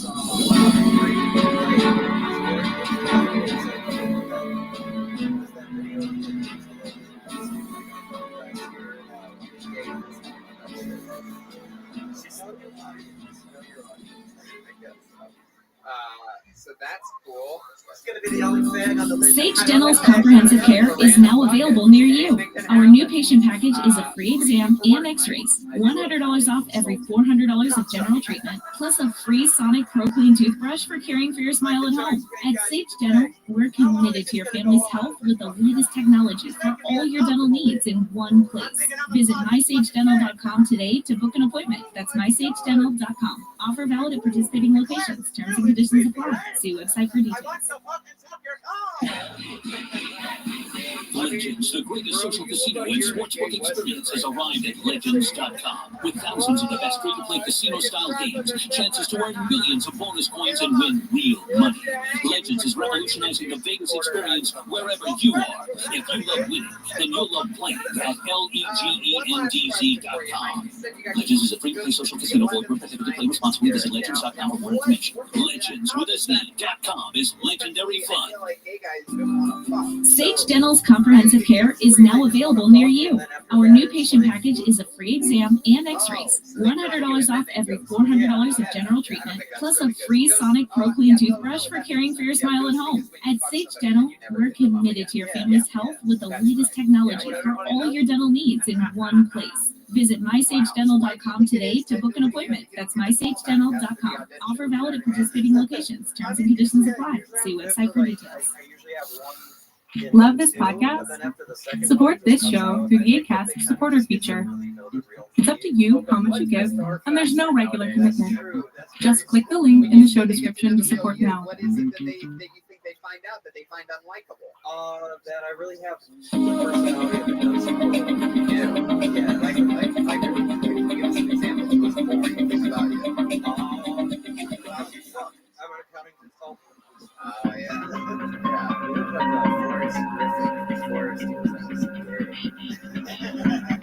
that's a pretty deep reference there. Forrest podcast listeners will love it. Forrest Griffin, 2009 UFC fame. Well, all thanks to very interesting stuff. Rock and roll. There he goes. Thanks to tell. You may not see him for a year. Thanks to tell. He's on Twitter at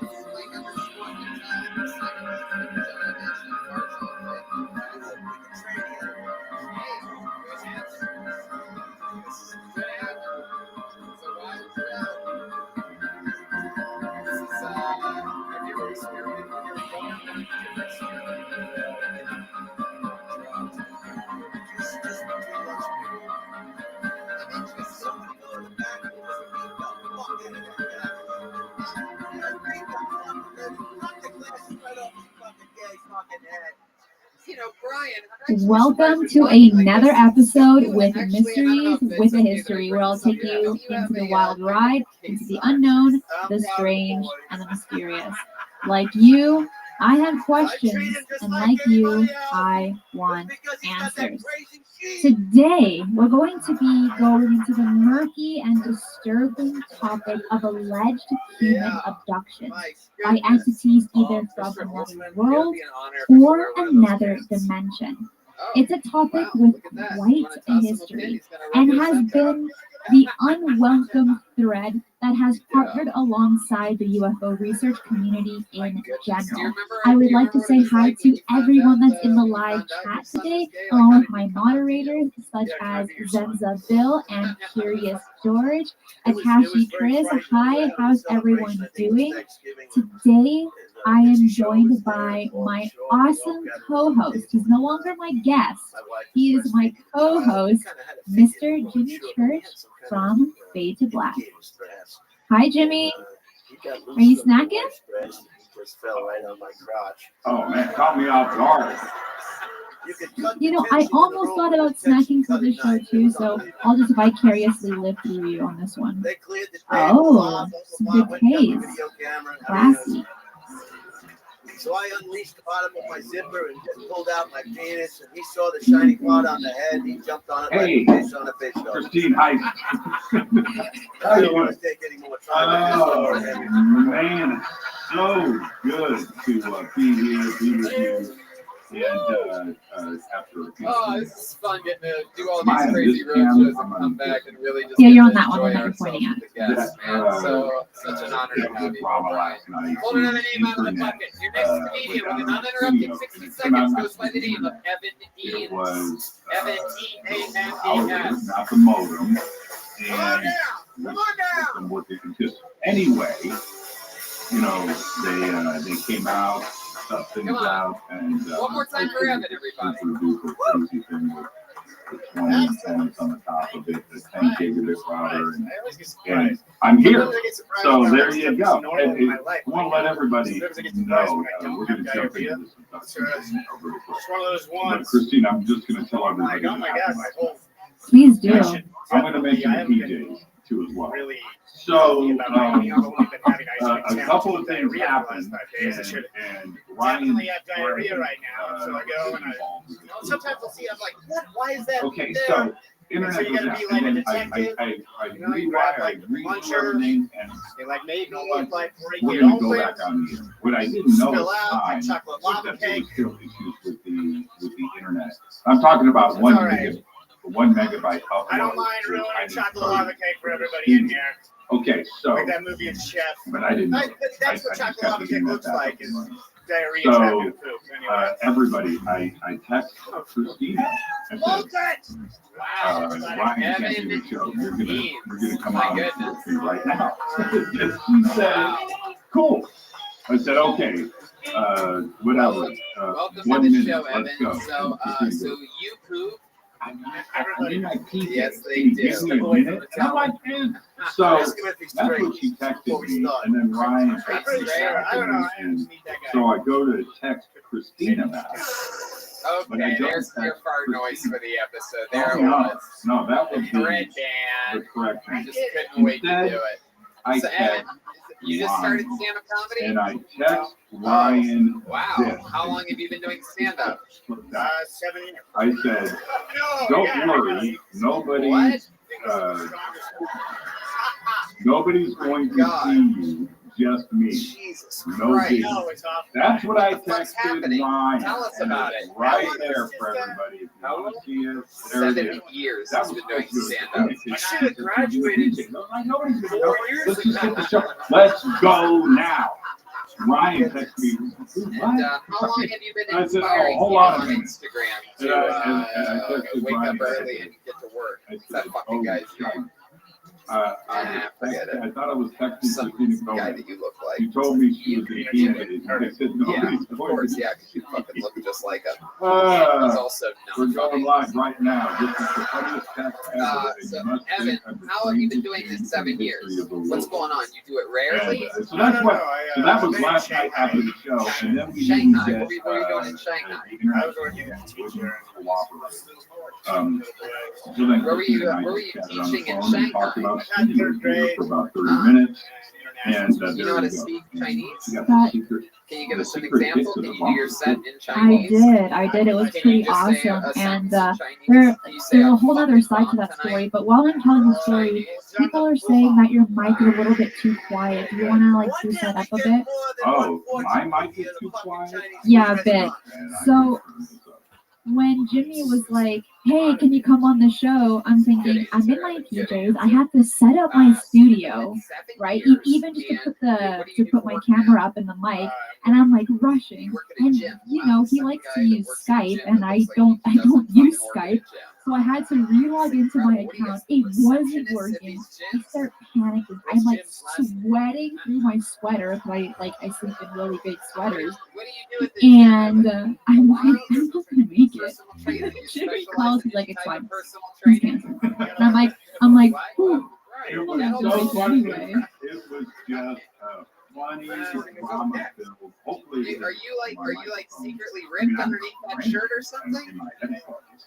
Really? Would you mind showing this audience? I'm interested in him. He says he specializes in kettlebells. Okay. Well, we're getting some good feedback. People are saying it sounds fine, sounds good to me, so I think you're good. But if anything, people in the chat can keep us updated. So today's topic is abductions. Now, there are so many facets to this topic. I think for people that want to know a lot about it require years and years and years of research, you know. We're only going to be doing it for about an hour and a bit, maybe an hour and a half. So obviously we're not going to get into like the very, very deep nitty gritty of this topic, but I'm so happy to have Jimmy on because you've interviewed countless people that have studied the phenomenon along with contactees as well. Am I correct? So I couldn't imagine having anyone else. And let's just get into it. And one person I want to ask you about specifically is John E. Mack. He was a Harvard psychiatrist in the 90s, right? And he went ahead and he said, you know, I do not believe in this phenomenon at all. Abductions are not a thing. But then he goes ahead and he interviews 30, 40 abductees, contactees. And his mindset definitely changes on the concept that maybe it is possible. Now, I want to hear your thoughts on John Mack and a little bit about possibly if you know anything that he's researched. Yeah, okay. Let's stay with John Mack specifically. Oh, and John, I mean not John, Jimmy, sorry, I'm talking about John. But it seems like your audio is coming from your camera and not from the microphone. Yeah, possible. But let me see. Is it true it's sideways? Yeah, because My goodness. And you met your wife when you were teaching her third grade? When it comes to podcasts, it's impossible to not have technical difficulties. Okay, now how's it sound? Oh, beautiful. Okay. Like a diamond. So interesting. And now she lives here with you? Too loud. See, that's what I was saying. Does she speak English? What does she do? I don't know why that reset. Legends, the greatest social casino and sportsbook experience has arrived at Legends.com. With thousands of the best free-to-play casino-style games, chances to earn millions of bonus coins and win real money. Legends is revolutionizing the Vegas experience wherever you are. If you love winning, then you'll love playing at LEGENDZ.com.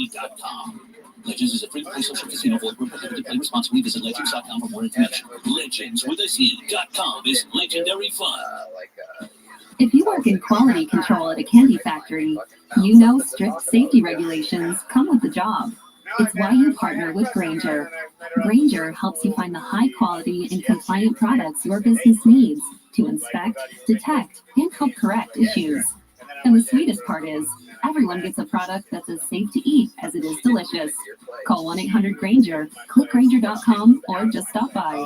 Grainger, for the ones who get it done. And then she you try to get her to leave? Thank you. Or you're like, I invested so much in John Mack. Okay. Normally, sometimes it's like really good. And you're like, I forgot. Let me. Can't believe she I want to go deep on this people for are a very second. good at takeout. John, professor of Harvard, tenured, very respected, and psychologist.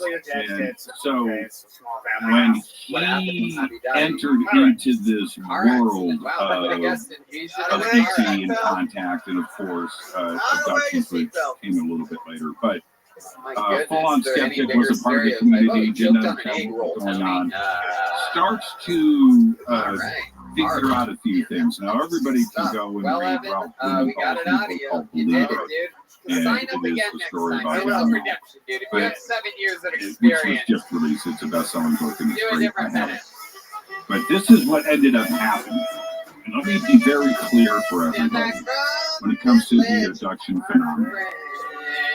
John started to see, and he died, and so we never really found out, but we know that he started to see similarities in his sessions and with people that he was interviewing. And a couple of those people I've had on the show. Okay, and if we have time, let's look about it. But as he started to see these similarities, which he wasn't sharing with anybody, he only kept it inside of himself, and that something flipped with him, where he went from skeptic to believer. and he knew that the phenomenon, the abduction phenomenon, was real. Yeah, it's rough, man. What part of it was real for him? Was this, was this something caused with consciousness? Was it a real physical interaction where people were really being taken on the ships and with, all of that? That's where his research started. At the same time, there were Bud Hopkins, his friend, Dr. David Jacobs, Barbara Lamb. I could continue on down the list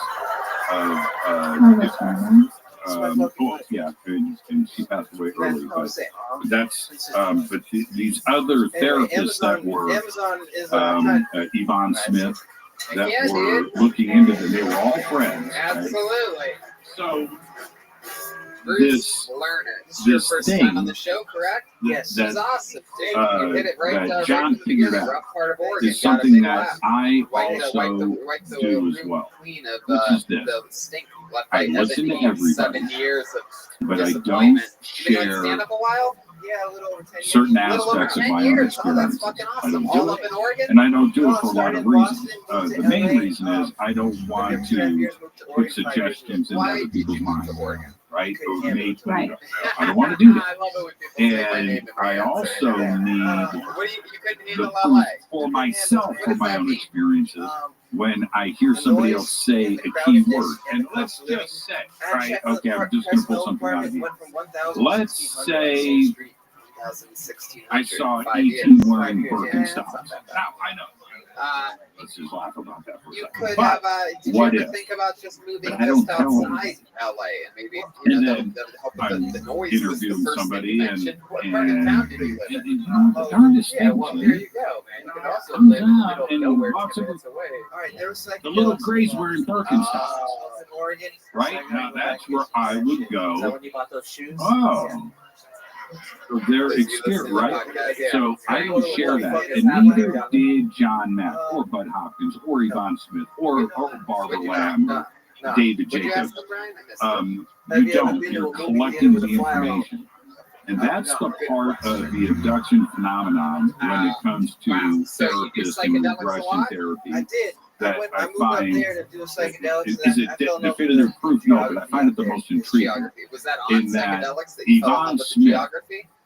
knows something is going on. She's seen thousands of regressions, and she knows these certain things that are similar to each one. But she doesn't tell anybody. She's going to put it in the books. She knows. Yeah.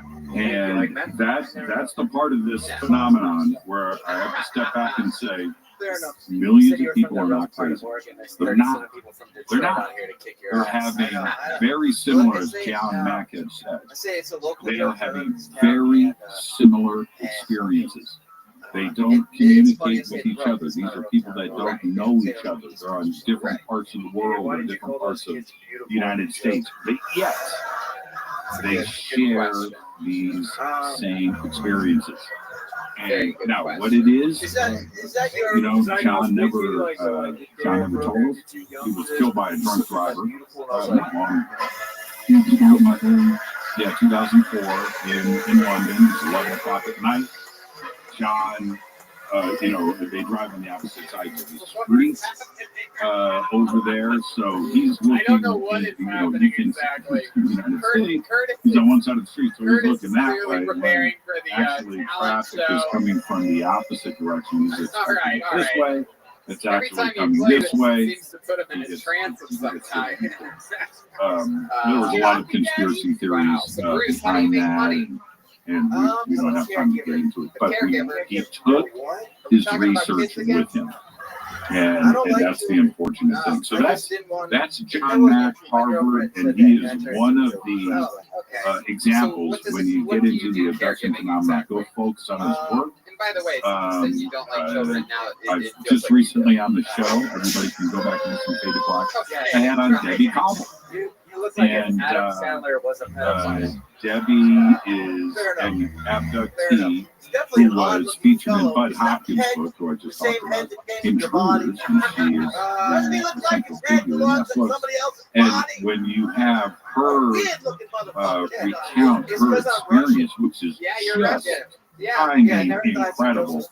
Again, it's very similar to so many other abduction cases that have been documented throughout the years. So go and listen to Debbie Cobble. She's amazing, and she's also in a film that I just completed that'll be coming out in November, and you can check Debbie out in that film. Yeah, there's definitely, I can tell But you're what I Russian. mean, In it's not fact, I can just tell by the Travis shape of your head Walton, that it's your not just parents Edwin lived near Barney Hill, Chernobyl. it's not just Calvin Parker, all great cases and you meet them and stuff. But there are other cases out there, and Debbie Cobble is one.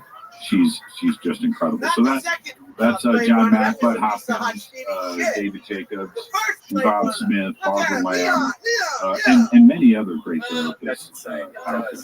And I know that was long-winded, but it just needs to be said for those out there that are just getting into this abduction phenomenon and need to go and find more answers and do some research.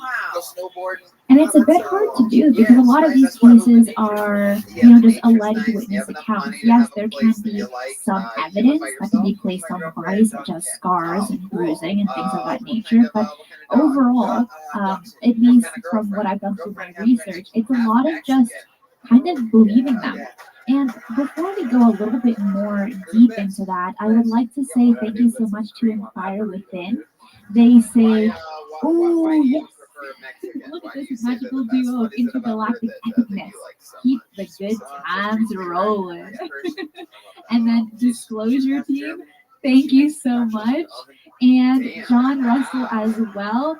You guys are absolutely spectacular for supporting this channel. John says, and thank you, he says, would it be so cool to have Dave Paulides on the show? Do you guys agree his research proves not all the entities are malevolent? I obviously want to have him on the show, but I know that he doesn't really do podcasts or things like that, especially now that his son has passed away. He's been a little bit more reclusive. So I think maybe a little bit later on into the future, I'll ask him, but right now, for him, I don't think being on this show is very important. But I enjoy his research on 411 and his YouTube channel, along with his documentaries and his books. What about you, Jimmy? Yeah, he's great. He's a good dude. He's pretty intense. Do you know him personally? I do. I told you before, this is the craziest thing I ever did in my life. 1 year at a conference, his table was next to mine. So for 3 or 4 days, literally we're shoulder to shoulder and talking. But we did a panel together, maybe 2, maybe 1, maybe 2. But he's been on the show many times. As a matter of fact, preparing for months to go to the comedy store, one night show them by Kate and myself, and I was the first person there. You're up next. Who's calling? And he was, he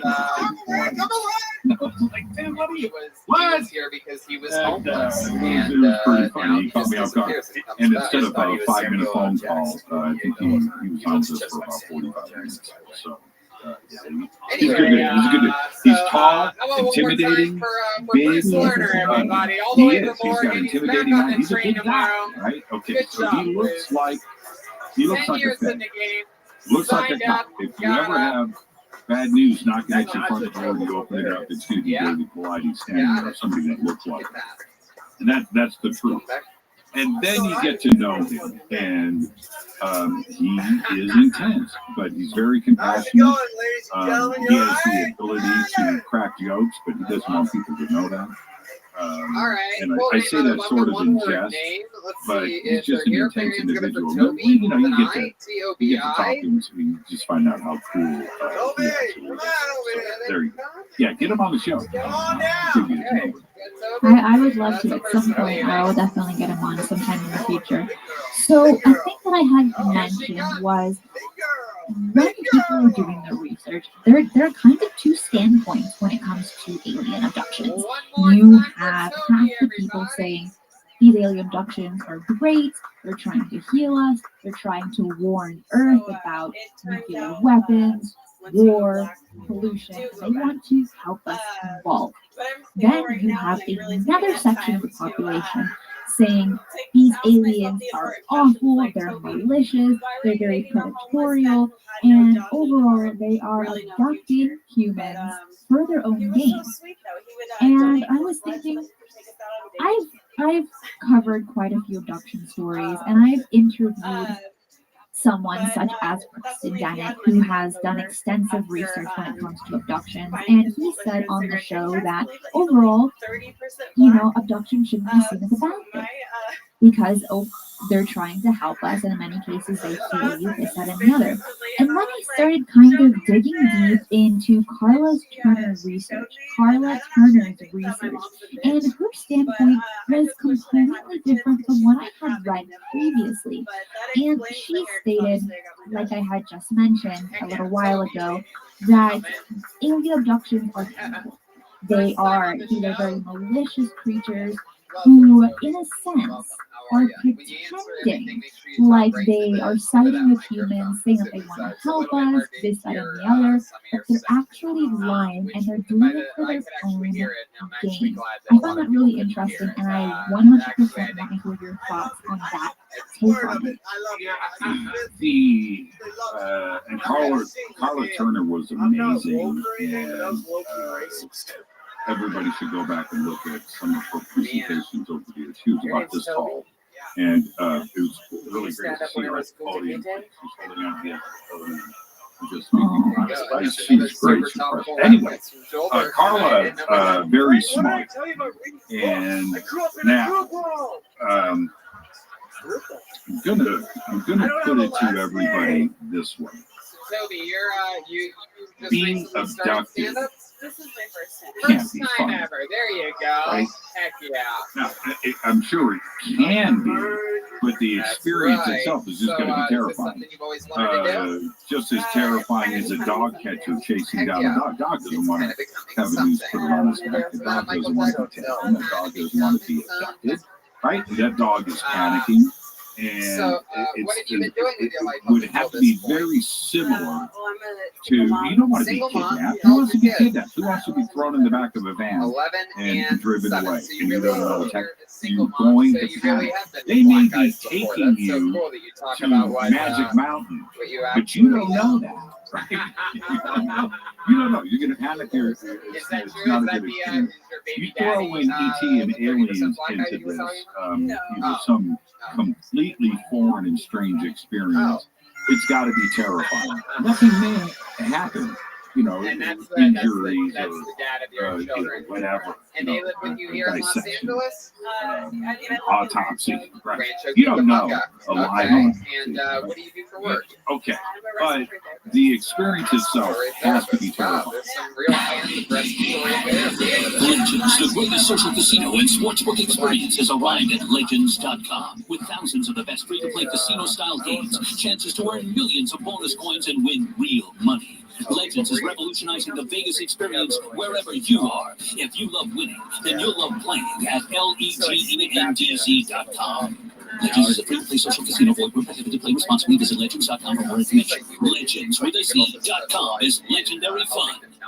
If your job at a healthcare facility includes disinfecting against viruses, you know prevention is the best medicine. And maintaining healthy spaces starts with a healthy cleaning routine. Grainger's world-class supply chain helps ensure you have the quality products you need when you need them. From disinfectants and cleaning supplies to personal protective equipment, so you can help deliver a clean bill of health. Call 1-800-GRAINGER, click Grainger.com, or just stop by. Grainger, for the ones who get it done.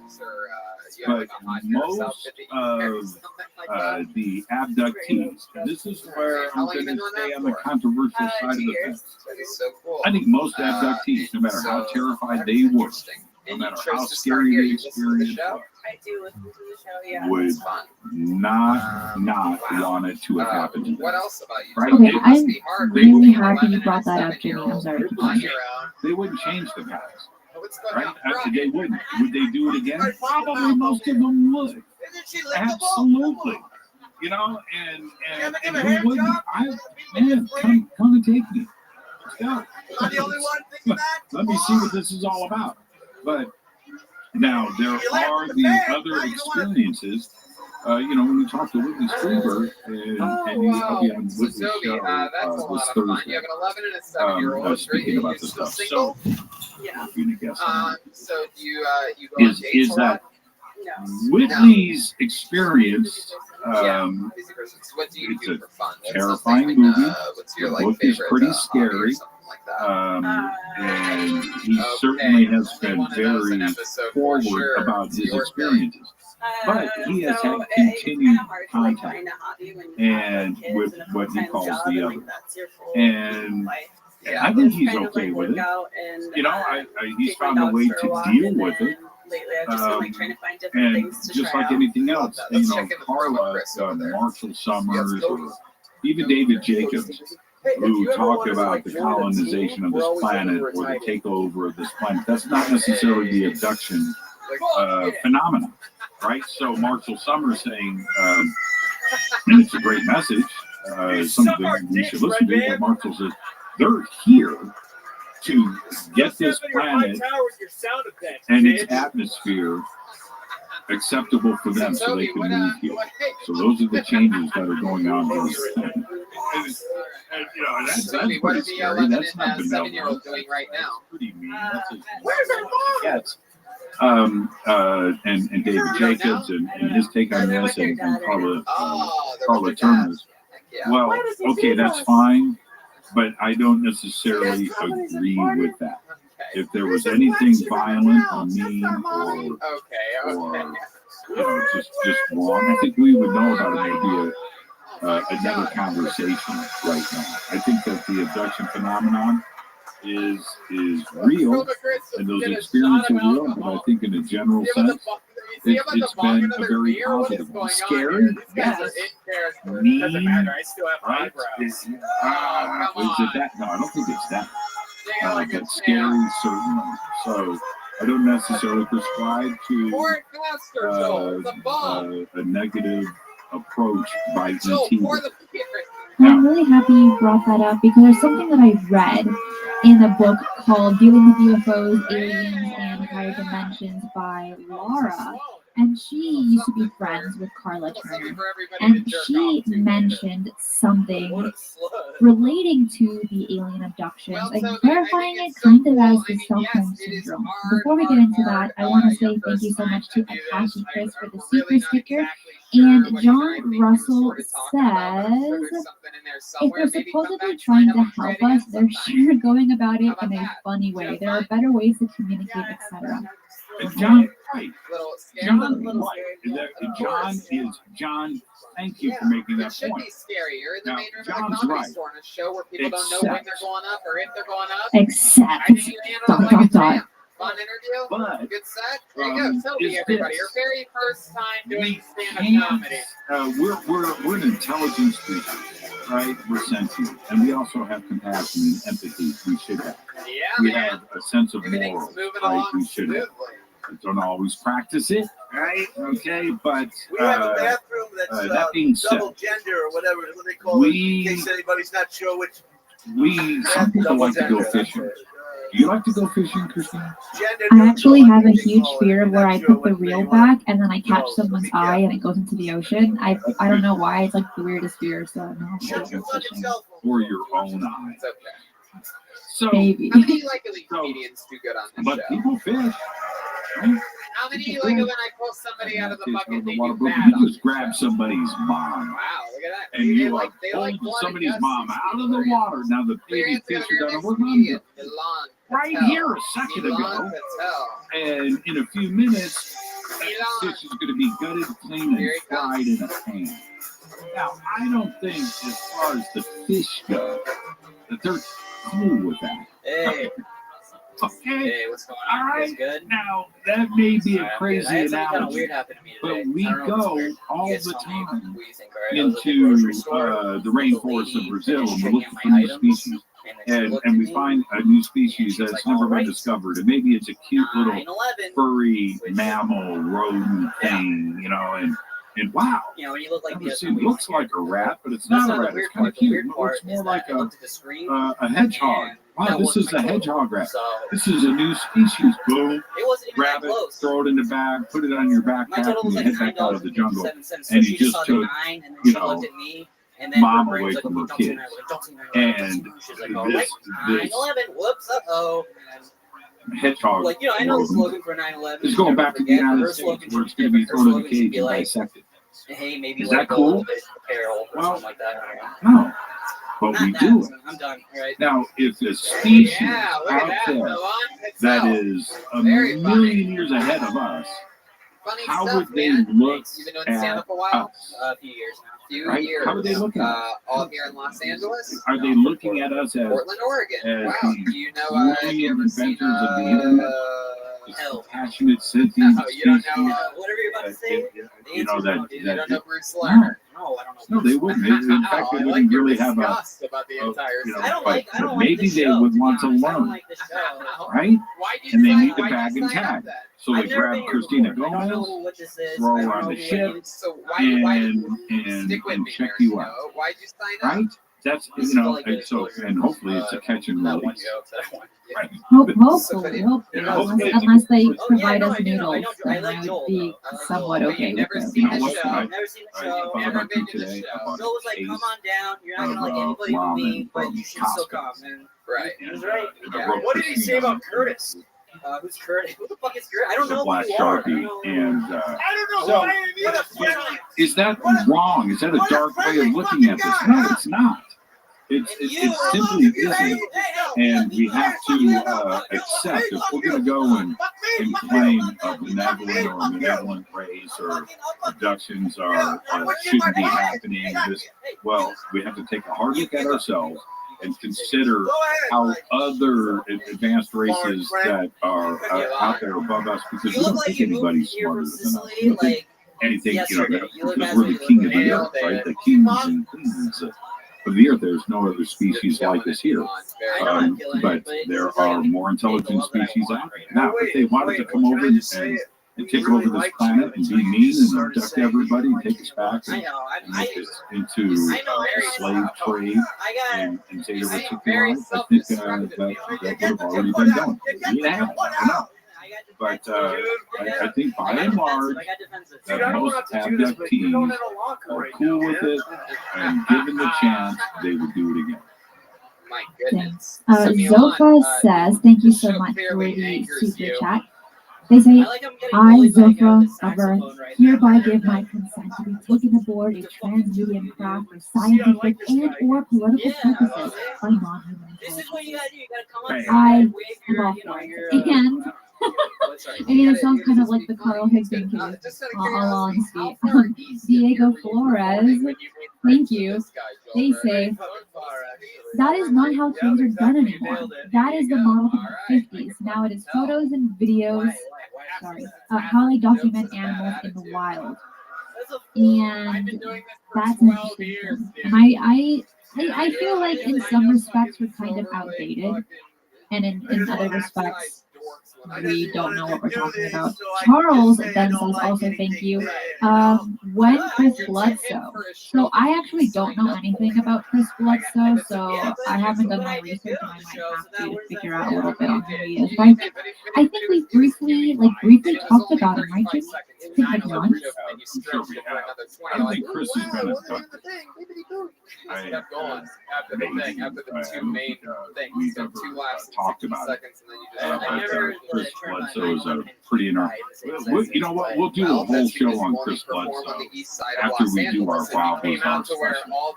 Okay, I need to do more research on him because there's a lot of thoughts on him. And then Akashi Chris says, if we are no different than a bug to them, why not mutilate us? If we were nothing, why not crush us?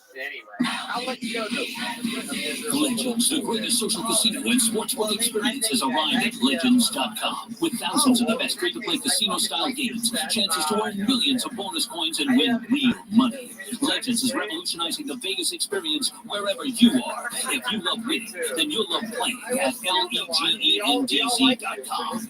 Legends is a free-to-play social casino for prohibited playing responsibly. Visit legends.com for more information. Legends with a Z.com is legendary fun.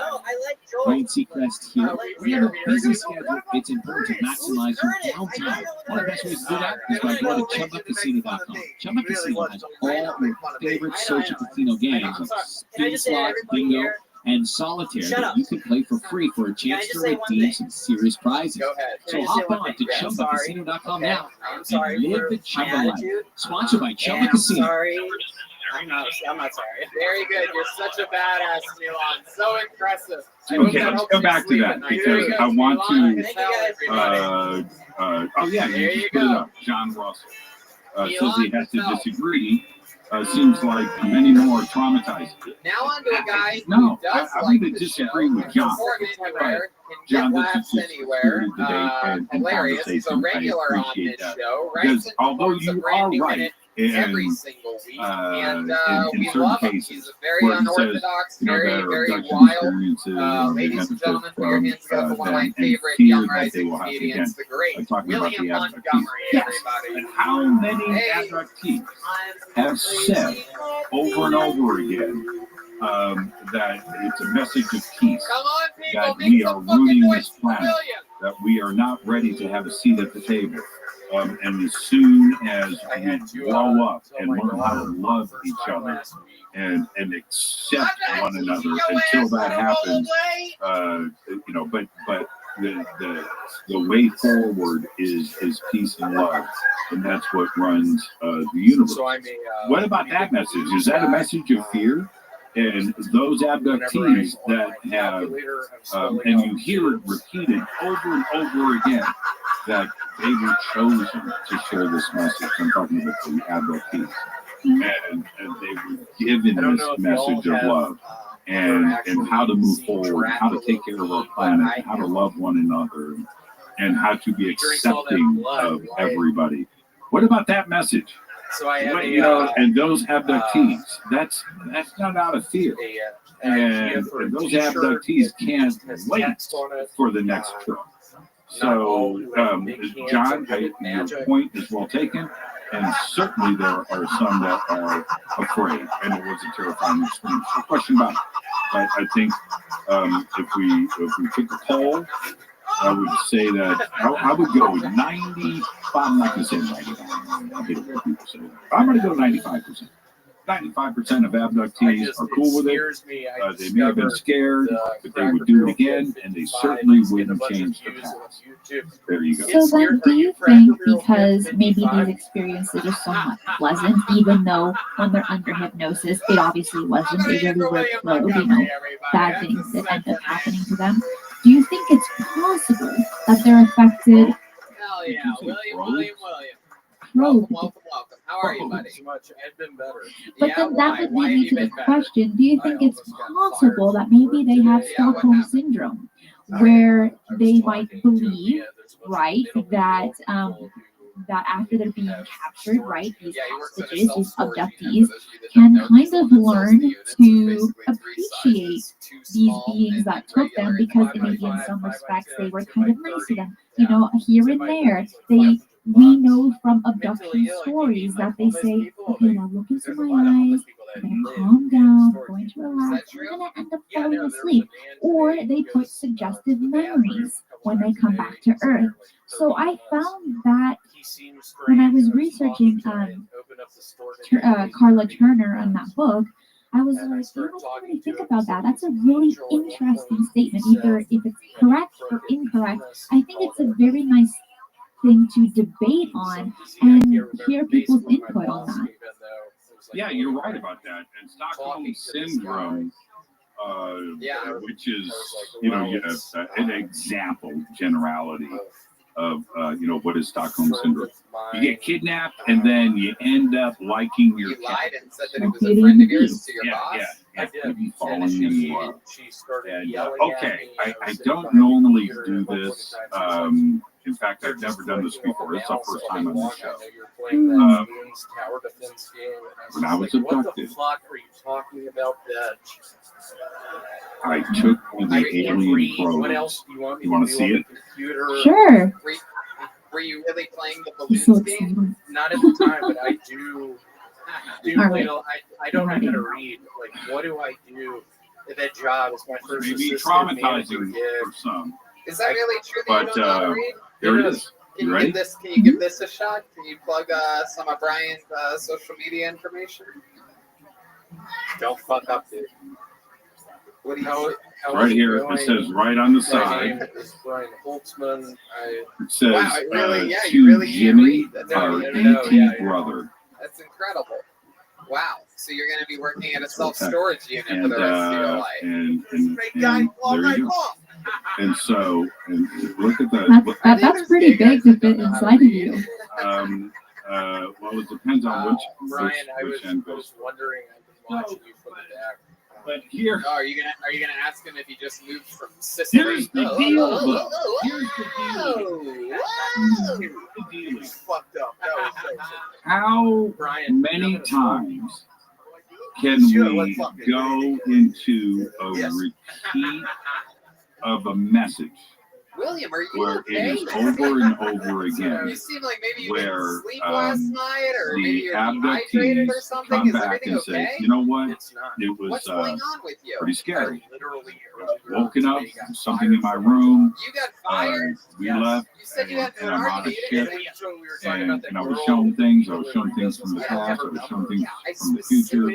Saw other humans on There board. was a couple that was here. A There fun were, fact for you last week. you know, After the show, they come observation up and tables, they take a picture exam right with me, tables, and then you're right and- there, and they go, William, we have an all of this, opportunity for you. We want you know, to hire all of you it. to work for And us. they You come can back make and your say, own you know schedule. what? We're such a I need big to talk fan about this. that you can literally make your Because own it was schedule. pretty It's fascinating. This is what the $22 an aliens hour, look like, and this and is you the get message. tips. This is what I saw. And this is, you know, and they they don't talk about becoming friends. I think that's the Stockholm syndrome part of this. But they talk about the mechanical emotions, that there wasn't anything friendly. There wasn't, you know, a bonding that took place. That everything was done as a job. They tell You know, him this and that $22 an hour maybe plus tips. They go, one yeah, race you or can make your species own of these schedule. We'll give beings you off showed a little anytime bit you of want for compassion, gigs or but whatever. not And I go, really. William, you heard it. And You that it exchange was information. just their And then I followed gig. up with you. You literally And I have to go and and now a week accept later, that. here we are. And I'll you tell got you why. fired from your job. And there's There just a are, job out there waiting we for you. You talk can about probably this all the start time. tomorrow. There are, you know, billions of planets like ours.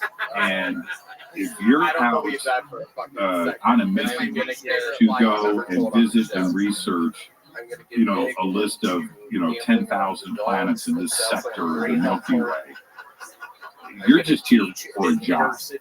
You're here, you're punching a clock, you're coming in, you're getting your stuff done, and you're splitting. You're not here to go to the Super Bowl or come over for movie night. You know, that's not why you're here. You're here to get work done and to move on. And the human species in Earth is just one example for them, one stop for them. Well, William, another fun new Thousands that minute. they've already done, When I and was on the thousands road, that they're I saw about your to do. what's that called? And Comics, are we anything special? We're just as special as everybody else, but they are just covered you. They did locking a this cool in. little And in-depth, that's really great production my quality take. I, in-depth thing. And I was so they come by, they see that we're damaging our planet, especially when and your then, stomach you know, made that. you guys are screwing things up here. You might want to get that in order. And this I bullets really, and really, guns highly and wars recommend and fans stuff. of the show, the That's not the thousands of future. people You guys perhaps need to watching put live that stuff right away. now. And You get a nuclear bombs chance are this bad. evening. Look up All right, we gotta go. Comic And we hear this over and over again. Jeremiah, I don't think there's anything to be afraid of. Being abducted, yeah, okay, it's traumatizing. Yes, all of them. But you'll also, go back I'll and say do it this again. that I found, because And there you YouTube go. Go recommended ahead, me down Christina, a I rabbit know hole right after that. Well, And there was a John 12-minute says, again, thank you, says Politis research has proven that Even some very small children have been taken and returned face down deceased. It seems some beings don't recognize consent and don't respect our lives. Yeah, okay, but although some of his stuff could be ET, To get to see you in your early days, free big beer. I just want to give it up for my old next door neighbor. Criminals. I gave my literal parents address last week. But his research is so compelling. And so when and what John is referring to there were a few cases, and they're hard to talk about when they deal with children. And it's very difficult. Anybody else, children are off limits. Yeah, they're the most pure beings, the most innocent beings. They don't deserve those kinds of things. And so when you hear about a child that is, like John says, found face down with his shoes, Come on, how about one more time for the great, the powerful, the William Montgomery, clothes everybody. folded up neatly, and no signs of trauma. So Whatever it may, it's just like weird and it's strange. Legends, the greatest social casino and sportsbook experience has arrived at Legends.com. With thousands of the best free-to-play casino-style games, chances to earn millions of bonus coins and win real money. Legends is revolutionizing the Vegas experience wherever you are. If you love winning, then you'll love playing at LEGENDZ.com. Legends is a free-to-play social casino for prohibited play responsibly. Visit Legends.com for more information. Legends with a Z.com is legendary fun. Hello, it is Ryan, and I was on a flight the other day playing one of my favorite social spin slot games on ChumbaCasino.com. I looked over at the person sitting next to me, and you know what they were doing? They were also playing Chumba Casino. Coincidence? I think not. Everybody's loving having fun with it. Chumba Casino is home to hundreds of casino-style games you can play for free anytime, anywhere, even at 30,000 feet. So sign up now at ChumbaCasino.com to claim your free welcome bonus. That's ChumbaCasino.com and live the Chumba life. So, but that doesn't necessarily mean ET. We're talking about the abduction phenomenon here, John. And we can do a whole show on Pleiades. No doubt about it. I've been gay since I don't my life. think This is what I'm doing. that the majority of I don't know any of Pleiades you guys, in so I'll his let you know in a cases little secret. I just got out of a pretty abusive relationship. There's something else going on. But I realized when I got out, I didn't even really have a problem. Maybe. You know, when we talk about Bigfoot, we gotta have Mike on when that time comes. Yeah. But the one story that I found maybe one of the most interesting and possibly currently one of my favorite stories when it comes to abductions, because again, there are countless stories. There are hundreds and hundreds of stories you can find in books and online. But one that I want to talk about that I've actually mentioned before in another episode is the Carl Higdon case. And I feel like his experience was so positive. He gets invited by an ET to come onto a ship and be like, hey, do you want to come to our home planet and check it out? And also, here's a pill. You don't have to eat for 4 days. I think it's bizarre. It's so insane. Yeah, that whole pill thing kind of bummed me out because food is too important when you're dealing with interstellar travel. Okay, so not only you just reminded me, if we go back, and everybody should check this out. But if we go back to Pascagoula and we look at that case, which how do I say this? When you hear the conversations, and they're recorded and there's I don't know if I videotape mentioned that. of, and I'm going to pull something up here for a second. Good to be a like. I'll be honest. I'm not like. Just hang on, everybody. Hang on. I have the very internet hard now. lines to It's a different thing. Your emotions aren't. I'm not. I don't know what to do with myself. Charles Hickson. Okay. So, Charles Hickson, we all know Calvin Parker. How He's been on long have you David been on Black. stand-up comedy? Don't listen to that show. About 8 years. But their case, so they get abducted. The police get involved. They get taken to the police station. And this is the crazy Where part did you about travel that to? case for me. I went from Atlanta, so then stayed Where about you there. just step back and go, you know what? This thing really happened. These guys are telling the truth. What do They're you, not how do you making make it a up. living? When I the police leave, I'm a the I don't do interrogation, that. Charles Hickson I and work at a Calvin are sitting at this table talking to each other. And they You think work at a they're restaurant. alone. That's interesting. And Because you the like eating conversation out a lot. I do. Made it in Korea. This is just insane. Tina, I love it. What do you like to do for Calvin's fun? like, man, I think I'm losing my mind. Right? And they are, this is the way they're not talking about, okay, we got to keep our stories straight.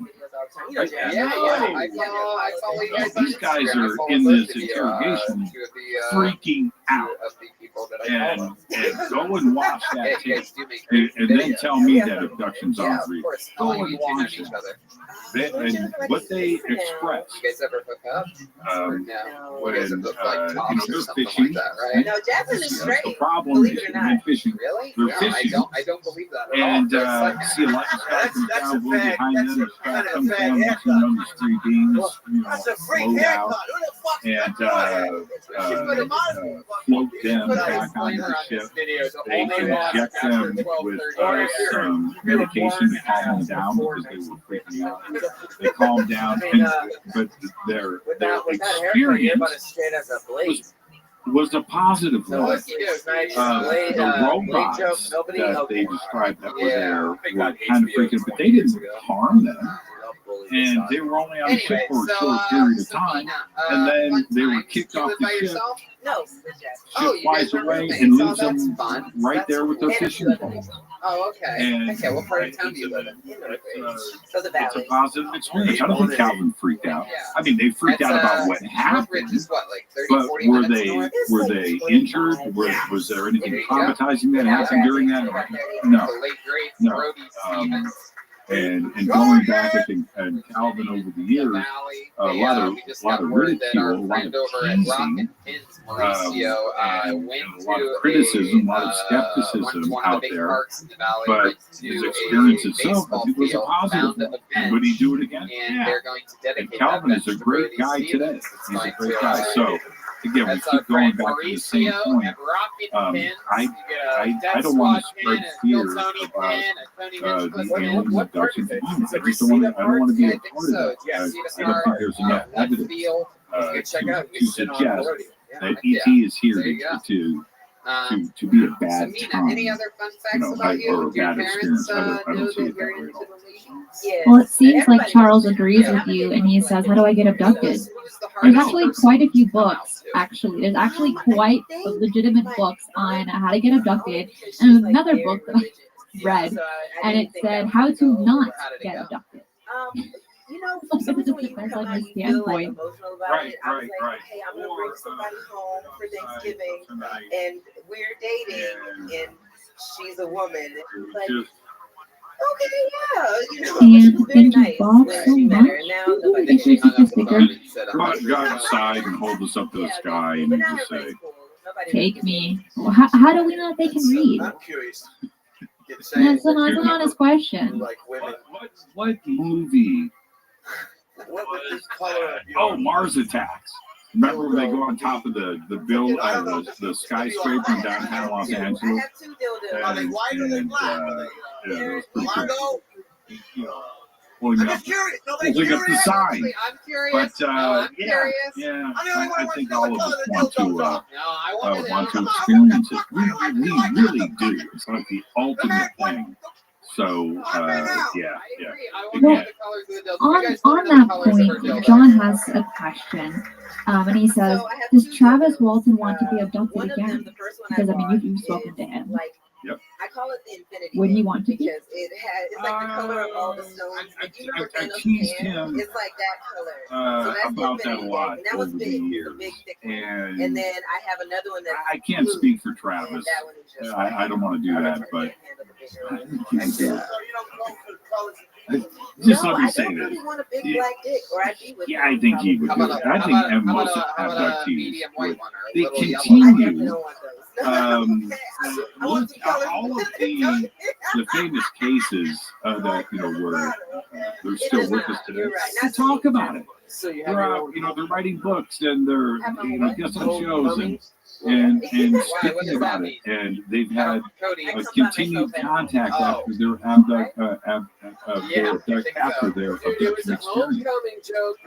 I think the vast majority would love to do it again, and they continue to have contact.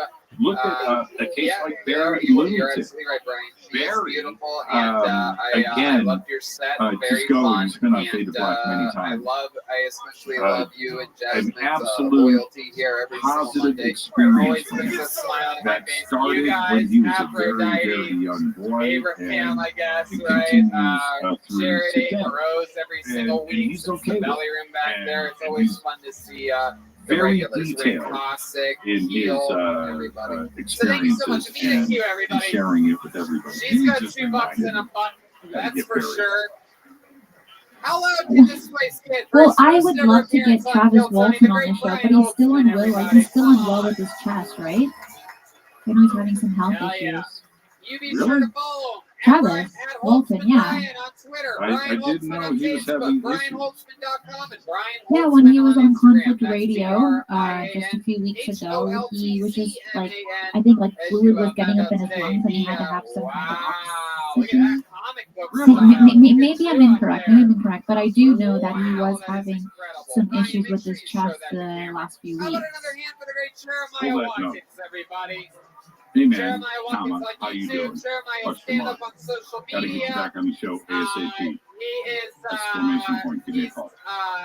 going on tour with Reagan and Watkins. The new Reagan and Watkins Very album is Littleton is available great. now at ReaganandWatkins.com. That's how you. Where are you going? Yeah. Tell us about the gigs. No, I didn't know that about Travis. I didn't know. June 28th, Reagan and Watkins will be One of headlining the things in that I San talk about a Diego, lot, and then July and I think that most 18th of will us be lose Stand Up sight of Live it. in I Phoenix, certainly and do. Joelberg will be with us, and then If you go July back, we 20th, have to Saturday, remember in that Huntington Beach at the Rec Room, William So, Montgomery and Joel Jimenez will be there's a opening case for that us, you were following down in there. 1975. And then check out the new episode of Jeremiah Watkins with 15 Del Red or, this week. you know, on that 20 social years media, old, Jeremiah Stand Up. and you're following somebody Gets longer and that longer every single week. How was about another abducted hand at for the age Chroma of 30. Chris, everybody? Legends, the greatest social casino and sportsbook experience has arrived at Legends.com. With thousands of the best free-to-play casino-style games, chances to earn millions of bonus coins and win real money. Legends is revolutionizing the Vegas experience wherever you are. If you love winning, then you'll love playing at LEGENDZ.com. Legends is a free-to-play social casino. Void where prohibited. Play responsibly. Visit Legends.com for more information. Legends with a Z.com is legendary fun. Anything else, Joel? Looking for excitement? Chumba Casino is here. Play anytime, play anywhere. Play on the train, play at the store, play at home, play when you're bored. Play today for your chance to win and get daily bonuses when you log in. So what are you waiting for? Don't delay. Chumba Casino is free to play. Experience single game like never before. Go to Chumba Casino right now to play hundreds of games, including online slots, bingo, bingo, and more. Live the Chumba life at ChumbaCasino.com. Headlining. Check that out. See ya.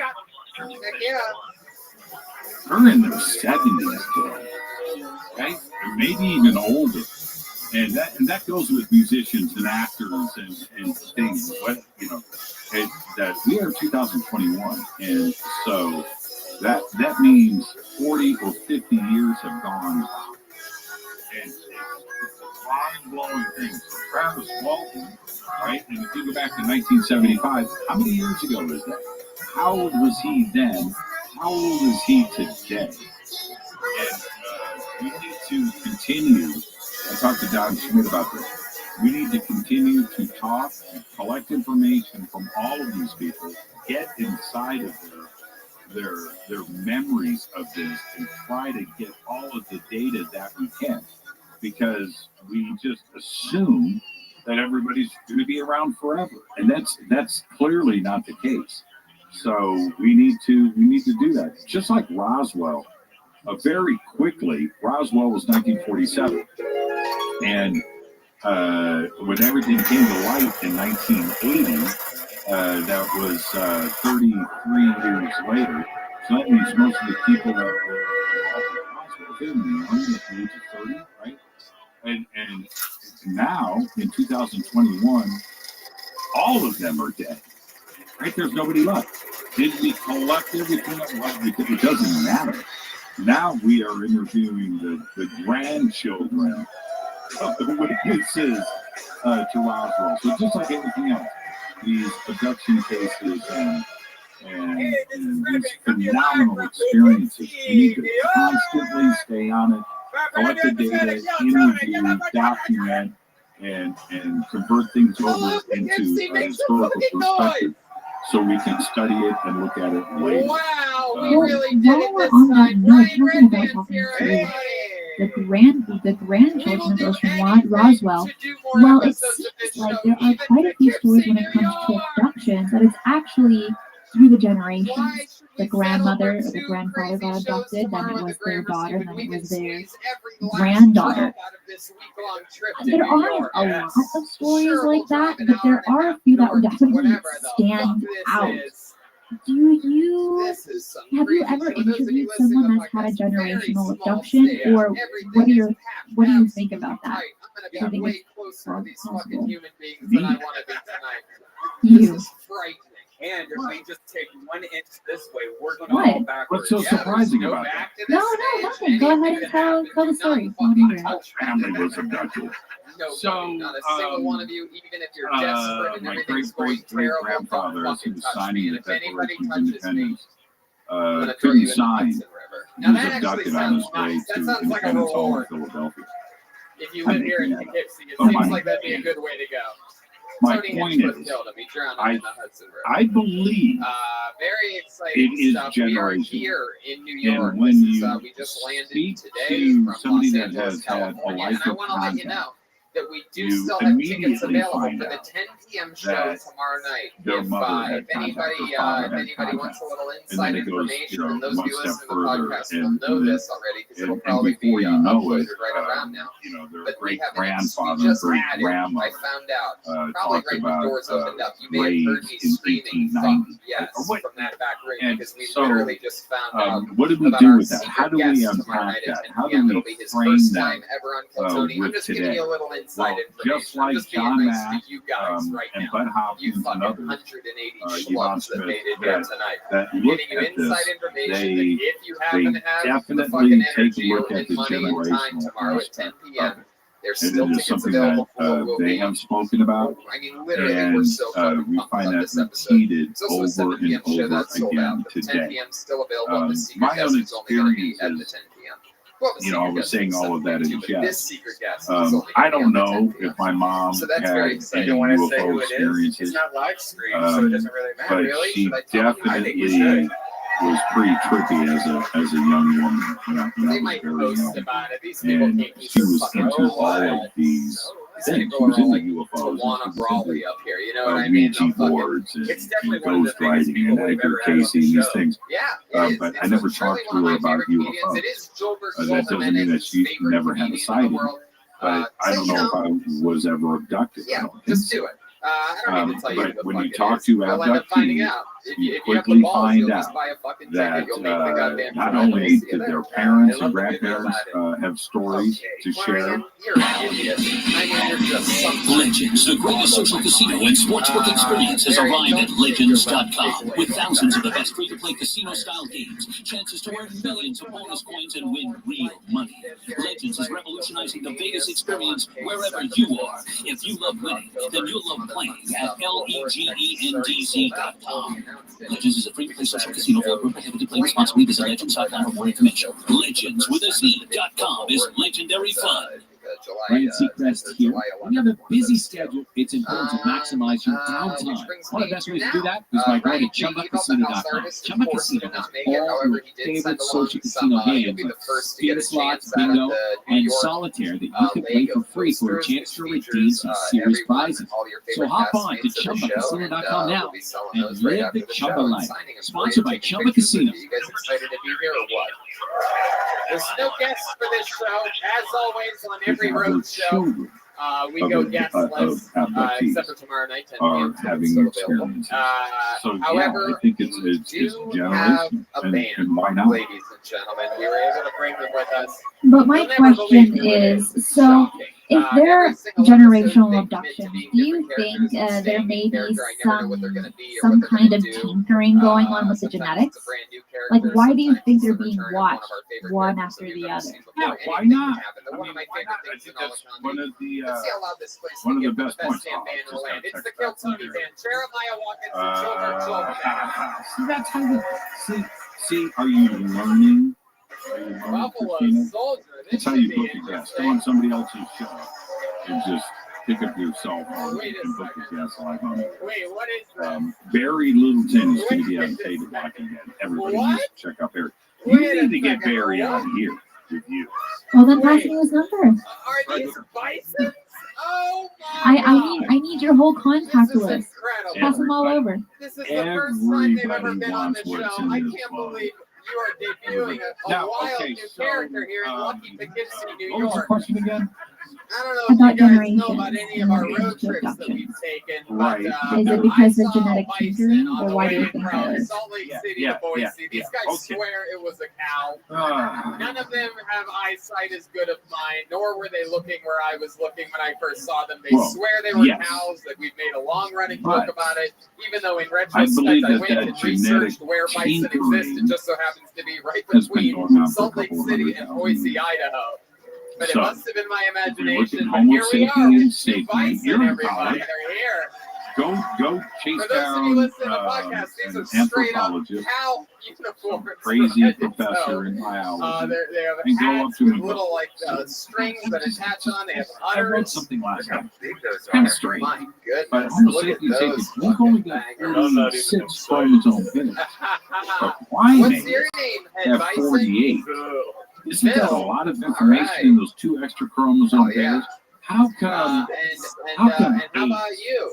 Guy who looks like he took the strangest way How to come little sneak in baby from spider Mexico? monkeys are not designing their own cell phones and building condos in Africa? No need to check my papers. Ooh. Because it doesn't make any sense. Ooh. How did this miracle My name's Jim. of a change That's right. in our chromosome count Hell yeah. and our DNA? I have to write these down to remember. How This did is so exciting. Look, someone made us this suddenly bucket, Homo everybody. sapiens How fucking sapiens cool is that? appeared here Someone in 200,000 years Poughkeepsie. ago Oh, and it's with actually from Disney. 46 They chromosome pairs. didn't even leave We're a name supposed to or be related anything. to Just a secret admirer. Very, very Oh, cool. what's up Very with Cro-Magnon? exciting. And we have the And band. what's We have up Red with, Band, the Bucket of Destiny. If Neanderthal I pull your name out of and their this bucket, chromosome counts? It you doesn't get make any 60 sense. seconds on this stage. Unless you know how it works. You know your somebody time did is the up, snip snip and you hear the sound of a kitten. 200,000 years ago. So That means back wrap to it your up then, or point. else you're going to bring out Today, the angry Poughkeepsie prime You time come by bear. Earth and you check out a family's DNA and you look and Is that the right reference? you did Prime something time 200,000 bear? years ago, There's and many now you're arguments, going in the around the back planet about what the checking out gayest DNA, part of possibly Poughkeepsie is. altering DNA. Maybe Everybody a just family kept tree, saying looking every at it, part changing is the things. gayest It could part have to do with of diseases. Poughkeepsie. It could Then have I to do asked with what the your height. trashiest part of Poughkeepsie Your was. They're hair like, color. it's 2 blocks Whatever away, it dude. may be, your I'm intelligence. like, what's the black part of Poughkeepsie? Whatever 2 it may blocks be, away. and Is you're there anywhere where going there's and any looking and prostitutes 2 modifying blocks because away? we were modified 200,000 years ago. Somebody did it. To get on the stage, And, also, and there's it a wasn't little by stool accident. here. Just don't touch us when And you get on so stage. the question of with the family Brian and the is abduction fully phenomenon dialed in. Be hard to and touch you. DNA and They'd research have to going through literally the reach family over me. tree Yes, generational. which point Is that a possibility? I would throw It's them been in going the on for Hudson River. 200,000 years. So And very I think if we can do it exciting. to plants, Feels modified absolutely plants, perfect in dog here. species, cats, and so You forth, guys I excited don't about see this? why other entities can't do it as well. We're doing it ourselves today. CRISPR technology, modification of DNA in this country. What actually goes on ethically or unethically, legally or illegally, I don't know. I don't have those answers. I can tell you right now in China, you want a disease-free kid, and you want to choose the height and intelligence I'm excited to see what type of people we meet here and pull out of this bucket. So let's fucking start this thing, right? It's the first ever Poughkeepsie Kill Tony. Yes. And if we're doing it One with night our only. primitive little brains on this Forever planet, endeavor. ET has really got You will drive to New York City from now on. got a hold on this. But tonight, They did is our it 200,000 night. You guys years ready to start this motherfucker or what? And with that, Here we we go. will be right back. Hi, I'm Micah Hanks, and let me tell you something. I support Christina Gomez as a Patreon subscriber, and here's why you should too. She brings all of her unique insights to a whole new generation, and all while she's also going through college. Listen, support Christina. Become a Patreon subscriber today. You won't regret it. How's it going, everyone? One more time for calling. That went so smooth. Hi, everyone. Please don't let the Hey, rain you clouds just like, fool you. we'll be It right is back. still wedding season in the Hudson Valley. You know, I'm not as good as you yet because you have to do so many of them and you got really awesome commercials. So I'm learning from the best. I'm very aware of how creepy weddings are. Just all over the blanket. You don't have to look very hard. You find My Little Pony themed weddings. No. You have an awesome crew to help you out. While we're still on the topic of abductions, we still got a little bit of time. Let's talk a little bit about tropes and kind of the physical evidence that can be left after an abduction. There are a lot of stories by abductees who say, well, I can't really remember what happened until the hypnosis, but when I woke up, I have these weird scars, weird bruises, some parts of my body hurt, such as the genitalia, and or in some cases, my whole body feels all achy. How could that be if I was just very peacefully sleeping in bed? And then through hypnosis, or maybe through just memory, be able to remember sometimes of what actually happened. Now, from all the people that you've interviewed, abductees, or those that have done the research on it, what have you learned from them when it comes to the physical evidence? Well, most don't want to talk about it was.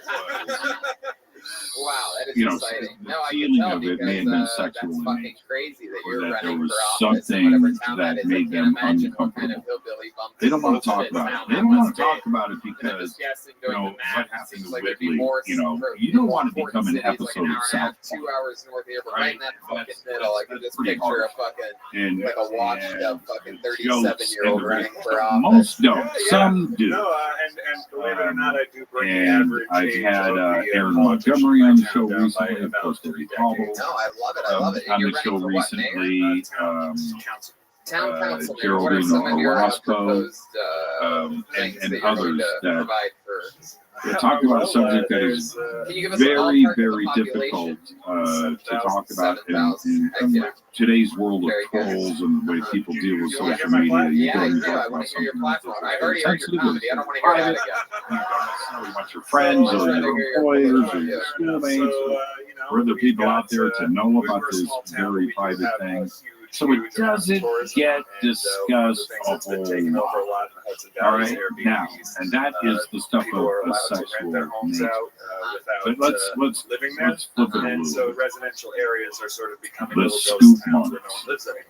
And I'd like to see The that. scoop marks freak I'd me like out. to see that end, Tony. So you're going to, And one of there your were, proposals to be there was town councilman is to certain end a trend localized of Airbnb. these scoop marks. Now, what are scoop marks? Just the people, Scoop marks just the people are, who and don't it live just there sounds full time, painful. because we have a lot of It's problems with certainly not trash, cool. noise But that disturbances. The police, after an are abduction acting a lot like experience, hotel, some have It's the reported, people that are staying, the people that are staying in the taken out of their Airbnbs are the skin. ones doing this. you know, and you always well, when I knock imagine. doors, I always hear a story about, First, oh yeah, number one. that Number two, Airbnb down the imagine block, like a they're, little blasting baby music ice into the cream night and all scoop. this stuff. Right? It's not my But how is it You possible know what I mean? that And everybody then, that stays at an Airbnb would how? be blasting music? Right? Like everybody, Okay. it's a different Now, person this that went on gets it, for right? 15 or 20 years. If it's the same house And blasting music, it's probably people not the waking up Airbnb. with this damage to their skin these and, are the ones where and the there's no one scar actually stays living there there full forever. time. So the people What's who going would on be with that? Now, policing their own home that are no is longer certainly there to evidence. do that. Wow. The And you other want to end evidence, that. So so what we'll that leave would do scoop is that marks would there. end, Everybody that can would, go that would, and that would research minimize that the part. tourism that you're talking But about, I right? think Where there would those people is stay? other evidence promise there are implants. Your first idea And, literally shrinks without your talking about economy. Dr. Roger Lear, This is Whitney good because Strieber I'm not certainly really a spoken comedian. And so about Oh, his we implants, know. which were So behind punching his up my ear and politics is moved probably the around. best way to go. I love it. Let's do it. We'll Others have go through all reported of the them. I same want to hear what you thing. think about black people next. Behind the ears is That's what he a means. very That's what popular he means when he says place for this. Legends, the greatest social casino and sportsbook experience has arrived at Legends.com. With thousands of the best free-to-play casino-style games, chances to earn millions of bonus coins and win real money. Legends is revolutionizing the Vegas experience wherever you are. If you love winning, then you'll love playing at LEGENDZ.com. Legends is a free-to-play social casino void where to play responsibly. Visit Legends.com for more information. Legends with a Z.com is legendary fun. Ryan Seacrest here. When you have a busy schedule, it's important to maximize your downtime. One of the best ways to do that is by going to ChumbaCasino.com. Chumba Casino has all your favorite social casino games like spin slots, bingo, and solitaire that you can play for free for a chance to redeem some serious prizes. So hop on to ChumbaCasino.com now and live the Chumba life. Sponsored by Chumba Casino. He lives outside all the time. I would ask, if you want to keep talking about my small town politics, I will. What do you think about abortion or black abortion?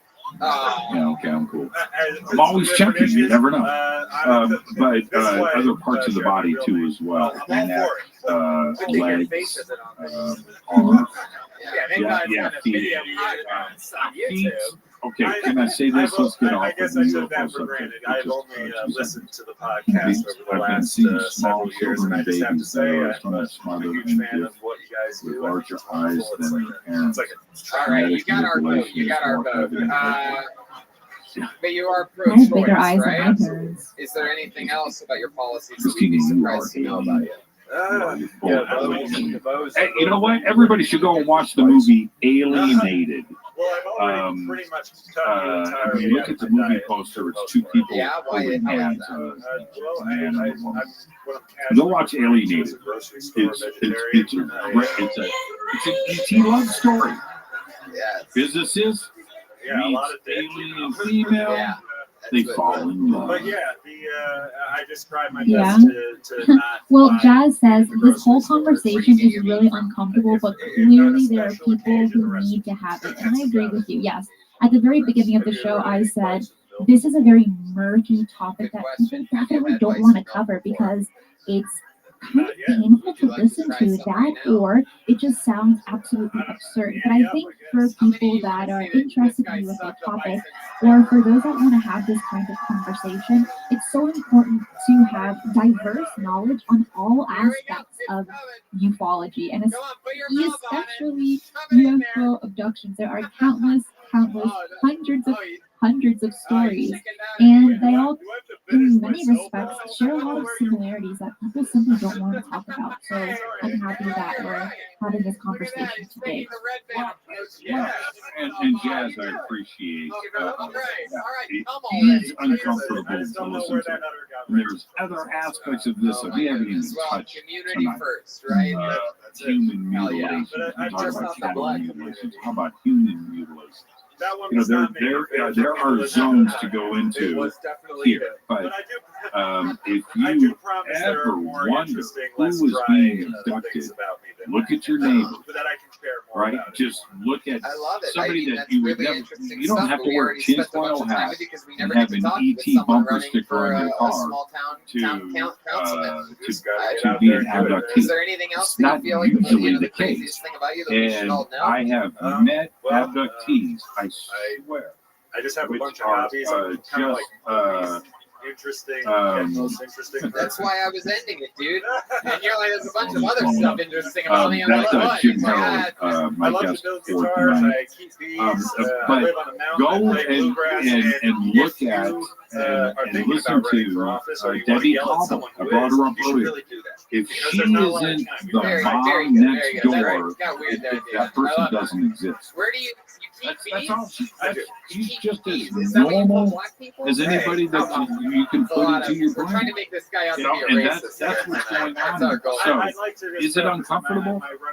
What Debbie went through, so you're sitting next to this perfectly normal person, and then she turns around and starts to tell you about her abduction experience, and you're going to get uncomfortable. It's pretty crazy. Good luck winning right? that election. That information needs to be I know a lot shared. of seven If she towns with is 7,000 willing to people step that are like, out oh, I'd love a candidate and that's share both her black and story, gay. and go public with it. It needs to be talked about. It needs to be discussed. As uncomfortable as it may be, I love it. There he goes. I think many out there that are studying the ET and UFO phenomenon and want disclosure. There is other aspects to this that you have to listen to. And the abductee phenomenon is one of the. There's something that we haven't discussed. And again, Jazz, thank you for making this point. Pulled another name out of the bucket. Make some fucking noise. It is one of the most uncomfortable parts of disclosure. It is. And Jimmy, I'm sorry to cut you off, but you're doing a lot of freeze-ups on your video feed again, and like a lot like how it was last night on Fade to Black. Could this be something that your camera feeds to your computer, like there's not a connection there or something? Because people in the live chat are kind of mentioning it, and I'm seeing it as well throughout the show. I just want to make sure that everything's going to go smooth for tonight, especially. So you don't see any freeze-ups on your end? Nope. Everything looks fine to me. Now, here is, but here's the point that I want to make. I did have a bun in the oven, though.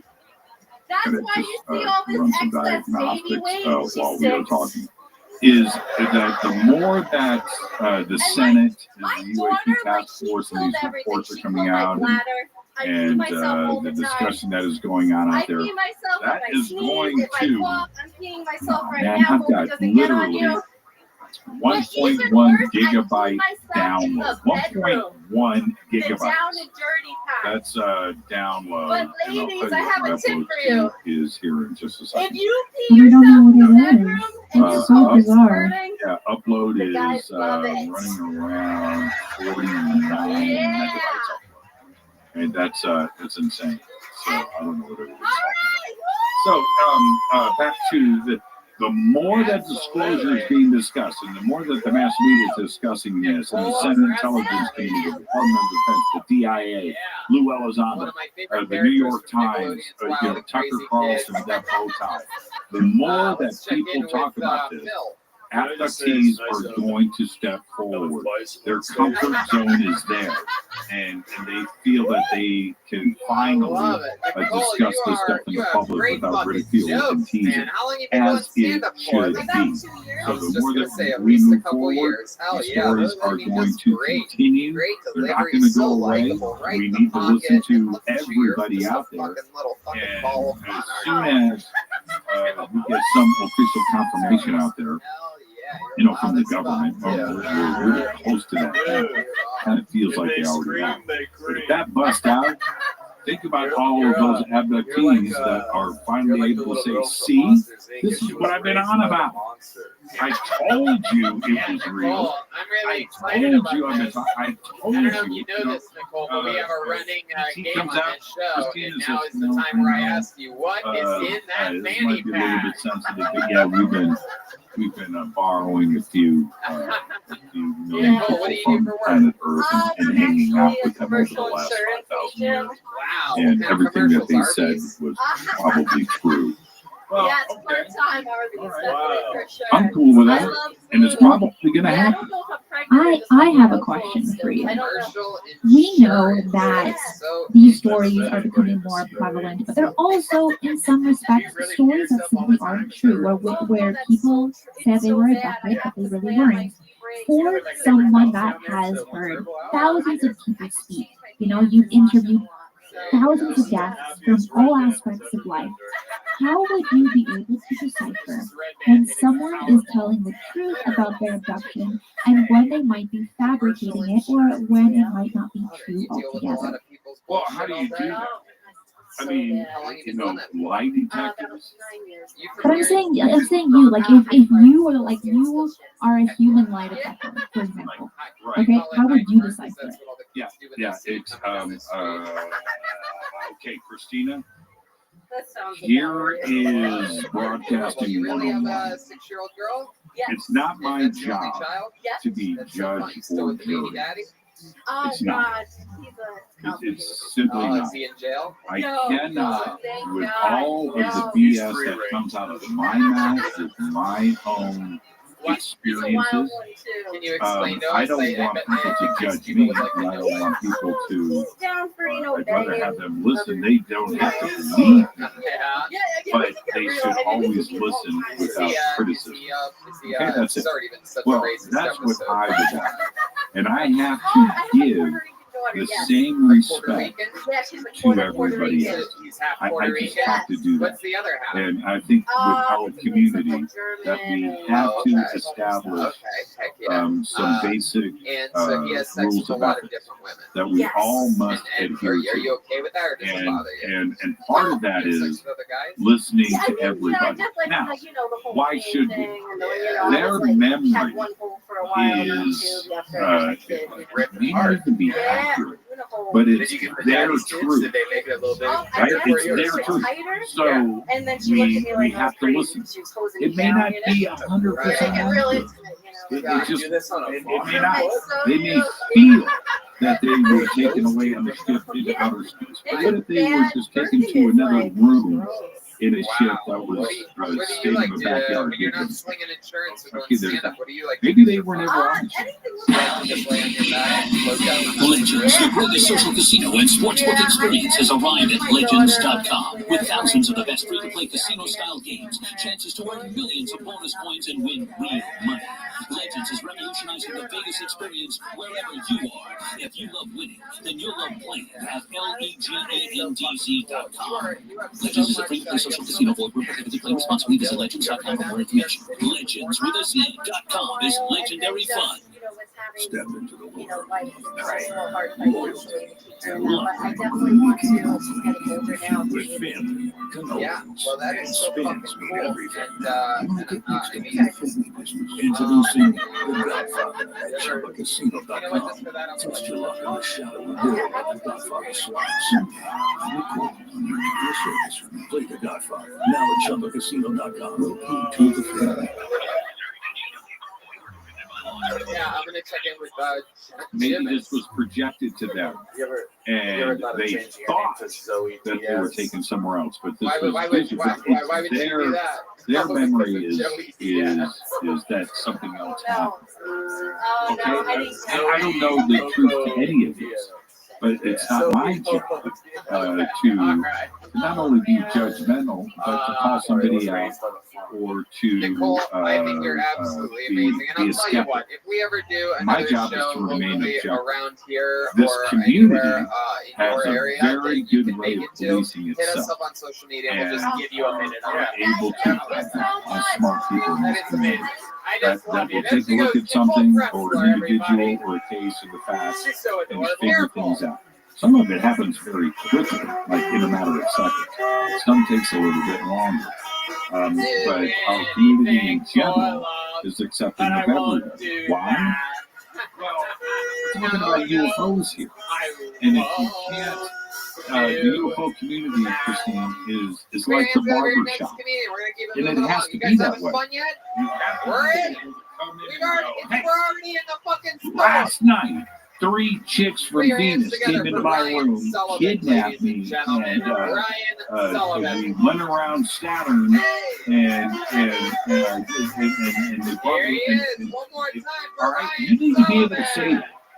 What's up, everybody? My name's Ryan Sullivan. Yes, I do. That's what the UFO community is. Whatever your experience is, come on in, share it with us, because your experience, as crazy as it is, isn't as crazy as mine.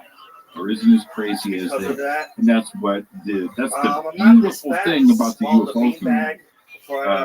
And it should be that way all the time. It's not. It's certainly not. And these days things, have gotten a little, I think animosity is the right word. There's a lot of that goes on. But using discernment, using the ability to go squinty-eyed, that's fine. Discernment is the other big key. You have disclosure and you have discernment. But judge and jury with me, nah. I listen to everybody and I give them the same courtesy that I extend to them. And that's what we should always do. And I think that makes a lot of sense. You know, I'm the exact same. I don't judge. I don't want to judge. And I don't like to give my opinions, really. I just want to stick to the facts. And overall, respect is so important, regardless of what field you're in, regardless who you're talking to, even if you don't like them. Respect over everything, is the absolute most important. Now, hold on. This guy Michael just says the community rarely polices itself. It's a business. Michael, you are wrong. 34. Now, I'm going to call out Michael right here, and I'm going to give an example of this. Okay? If you, thank you for popping that up. No, you can try to make it sound. So I don't know Michael. Don't know who he is. This isn't anything personal. But a statement like this is completely wrong. I have got 1,000 examples of the community policing itself in rapid fire order. And you're how been a barista for? Okay. A few months. Here we go. We've only got a few minutes. What was that job? Worked at a local we have to run. store. Is this? No, I got fired because I was getting too many compliments. 2015. About Somewhere what? there, Were they these complimenting you on your photographs breath? surface. Yeah, they're I like, mean, song. These photographs surface showing wrong. an alien I body. knew I was going to get a ton of fat jokes. Okay. Yeah. I don't know how big it is. It's black and white. Both really skinny. It looks like it's on display. Well, there's a thing where it's like, if you get a compliment, you get a free lunch. So Jaime goes down to Mexico. He's from Mexico. Mexico City. If somebody was sells nice. 15,000 tickets in this Like, arena. yo, if you go get me a Invites compliment, anthropologists and scientists, so experts after about from around you get Mexico. one a month, if that. Richard I got 5 Dolan in a flies day. down So from New got in York. trouble, He's there. getting compliments at my job. And I get sent these high res images. Don Schmidt is involved, That is and some We're others. just getting compliments. You are Without going into the details, Yeah. but these pictures are there, but they're small. Hell yeah. Just eating a bunch of I fucking get sent the chicken. high res ones, and Love it. as So, these what more about you, Ryan? What do you like to do pictures, for the fun? high You res live here in versions go Poughkeepsie. out, I how lived they in Poughkeepsie, reveal it in born in Mexico San City. Jose, but grew By up here. the end of the night, And what do you do for fun? the end of the night, the community art, jumped all over this. Very smart Like people sculpt, went in, deciphered write, the cards, deciphered the words, looked at this, I found find that out interesting where the about you. location where this was I looked up, photographed, which turned out to be a roadside Yeah, you museum. do. That it That's good, I was do. an That's what's good. indigenous It's like mummy they of a don't expect baby, anything from me and because they that's how I look. deciphered the Is writing it on hard the to card sculpt? that was in front. There Like, was you always have to blurry, liquid and and couldn't stuff like read it. that. And Obviously, in let a it dry. matter of, I'm going to say, You have a girlfriend? Yeah. an How hour. long you been with It her? might have been 2 hours. An She hour, knows 2 that hours. information. The entire 6 case, months, 7 6 the months. fun, Everything about you. is only a few 15,000 months people old. buying tickets in You're Mexico living a City, whole all nother life wasted their 7 money. months I ago. don't think Jaime gave any of that money back. So 6 But months. that's an What did she example do? of the She community works at the place that got policing fired itself. Michael. Oh, the And garage? this community Yeah, does it yeah. constantly. There Yeah, are at the a grocery bunch of store. very My bright people goodness. that will And take a photograph, you that guys will take a first hooked up story, at the that will take grocery a store? location, No, take a no, video, in the backseat get of it her broken car, down, look into somebody's Wow, must past, be a look at Suburban. there's a huh? name that's involved and find out Yeah. if whatever it is. Yeah. And Motor they home, will get actually. on it and police Back ourselves. flat screen. Nobody else is going to Was do it really it. the For us. back seat of her car? And How did this that happen? community is Well, used she to has it, 2 and that's kids, the way that and I have this a dirty community room. runs. So It I was like, polices yo, itself let's just sit in the beautifully. back of your car. And the hucksters, the And so, like, hopesters, what kind of car the was this? You're like, shysters, all of that stuff are going to get found out It's in a usually full- pretty short it was a order. lowrider by the time you guys were done. Well, with it. we've come to the end So of you're in our the back show. seat of a Mazda, Jimmy, and you're like, tell let's us fucking again do who this. is your Like, what guest happens? tonight Does for she the get on show. top of you? Jim No. Harold. Jim. Jim Harold, who Side lay down kind Side for leg, yeah, like, you know, you're like 17 knees years are has bending, your had the legs number are one like long show ways in all against of one door, right? Uh, Where did you guys go? the Doors Paranormal open. Podcast, No, that's no, what we it didn't do is, doors Campfire open. Story No, we Series. sat side by side. and The number kind of one Side downloaded by side, and then podcast. just had like sideways. All of that. back. He is Just not truly, picturing he's the got logistics golden of this pipes. working out. I mean, if she Yeah, I always call Would you be call him willing the to, voice of would you be willing to paranormal. show He's the on, absolute very would you be best. willing to show on With Jeremiah? a huge, What dedicated type of, how you guys audience and did it? fan base out there. And it's just an honor and a privilege But let me remind have you, you somebody have to like keep Jim it on the within a show. I've positive learned so much distance from of him each over other. the Like years. even this, you guys are already too far That's apart. sometimes This just is too tight. far apart. So just sort of slouch next to him and show us how you did it. Christina, who do I have on tomorrow? But you're in the Okay, chair. here's Twitter.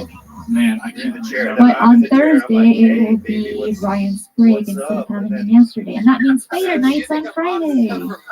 Oh, tomorrow night I have Daryl Bishar. Yeah, he's the director. You know, you can't Bishar. And he's also the director of the movie Alienated that I keep talking about. Everybody needs to go and watch it. And, you can do it right now on Amazon. So that's tomorrow night, Daryl Linka. Tonight, Jim Harold. And then Thursday night is the return of Ryan Sprague. I'll talk to everybody. Thank you so much, Christina. Behave and be well. Right back at you. And you can find Jimmy on YouTube and KDRA at Phase the Blast. I'll catch you, Jimmy, a little bit later today. I'll talk to you, Christina. Thanks. Bye. I think that it's going to be one time you're going to find yourself Oh in a my position gosh. where it's really I hard always to said I love pull out having him because on. you I really physically do love can't. having him on. And don't forget to jump over to the Singularity Lab on YouTube, Michael Matalini, now at 4 p.m. PST. So jump in, say hi. I'll be there, and I'll say hi to you. And I want to thank everyone who joined me in the live chat today. All those who supported the show with super chats, with stickers, and even just writing a ton of comments in the live chat. I want to thank all my moderators and a big thank you to all of my Patreon supporters. Have an awesome week, everyone. Be safe, and remember, keep your eyes on the skies. Let me tell you something. This chick really, really, really loves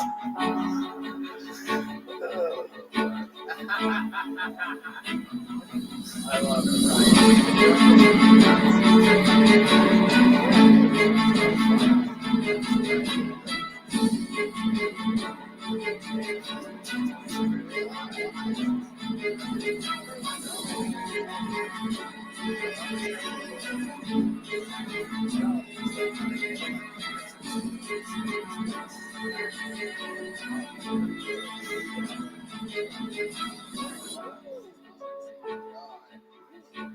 Why do you wear this? Because they're comfortable. Slippers, but you're I'm got red band, buddy. Oh, you mean you're gonna like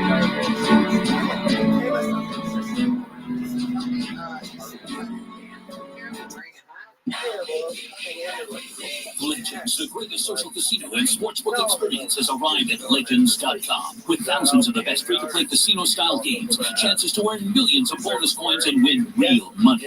Legends is revolutionizing the Vegas experience wherever you are. If you love winning, then you'll love playing at LEGENDZ.com. Legends is a free-to-play social casino. Void where prohibited. Play responsibly. Visit Legends.com for more information. Legends with a Z.com is legendary fun. It is Ryan Seacrest here. There was a recent social media trend which consisted of flying out behind us. No music, no movies, no entertainment. But a better trend would be going to ChumbaCasino.com. It's like having a mini social casino in your pocket. Chumba Casino has over 100 online casino-style games, all absolutely free. It's the most fun you can have online and on a plane. So grab your free welcome bonus now at ChumbaCasino.com. Sponsored by Chumba Casino.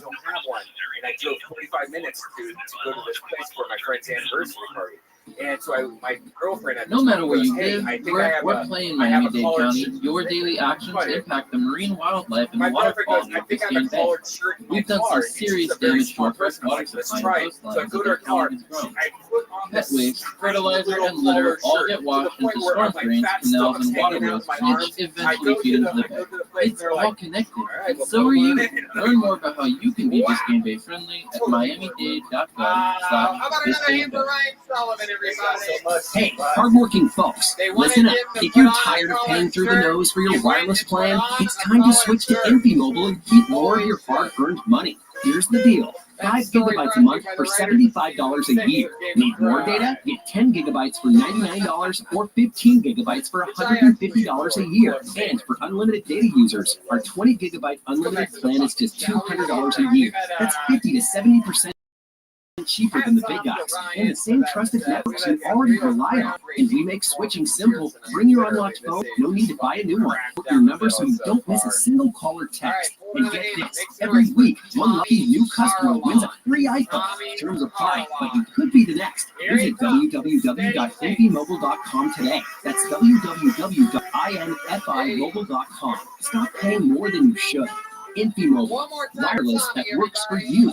Switch today at www.infimobile.com and start saving. Love this podcast? Support this show through the Acast supporter feature. It's up to you how much you give, and there's no regular commitment. Just click the link in the show description to support now. I don't know what that is. But no, I have a little Shih Tzu. That's what I have. Her name is Mimi, but I nicknamed her Beans because she was born with two teeth, which is kind of cute, right? I had to drink for a while ago, so man, I don't like going to bars. I wish bars had that sober area.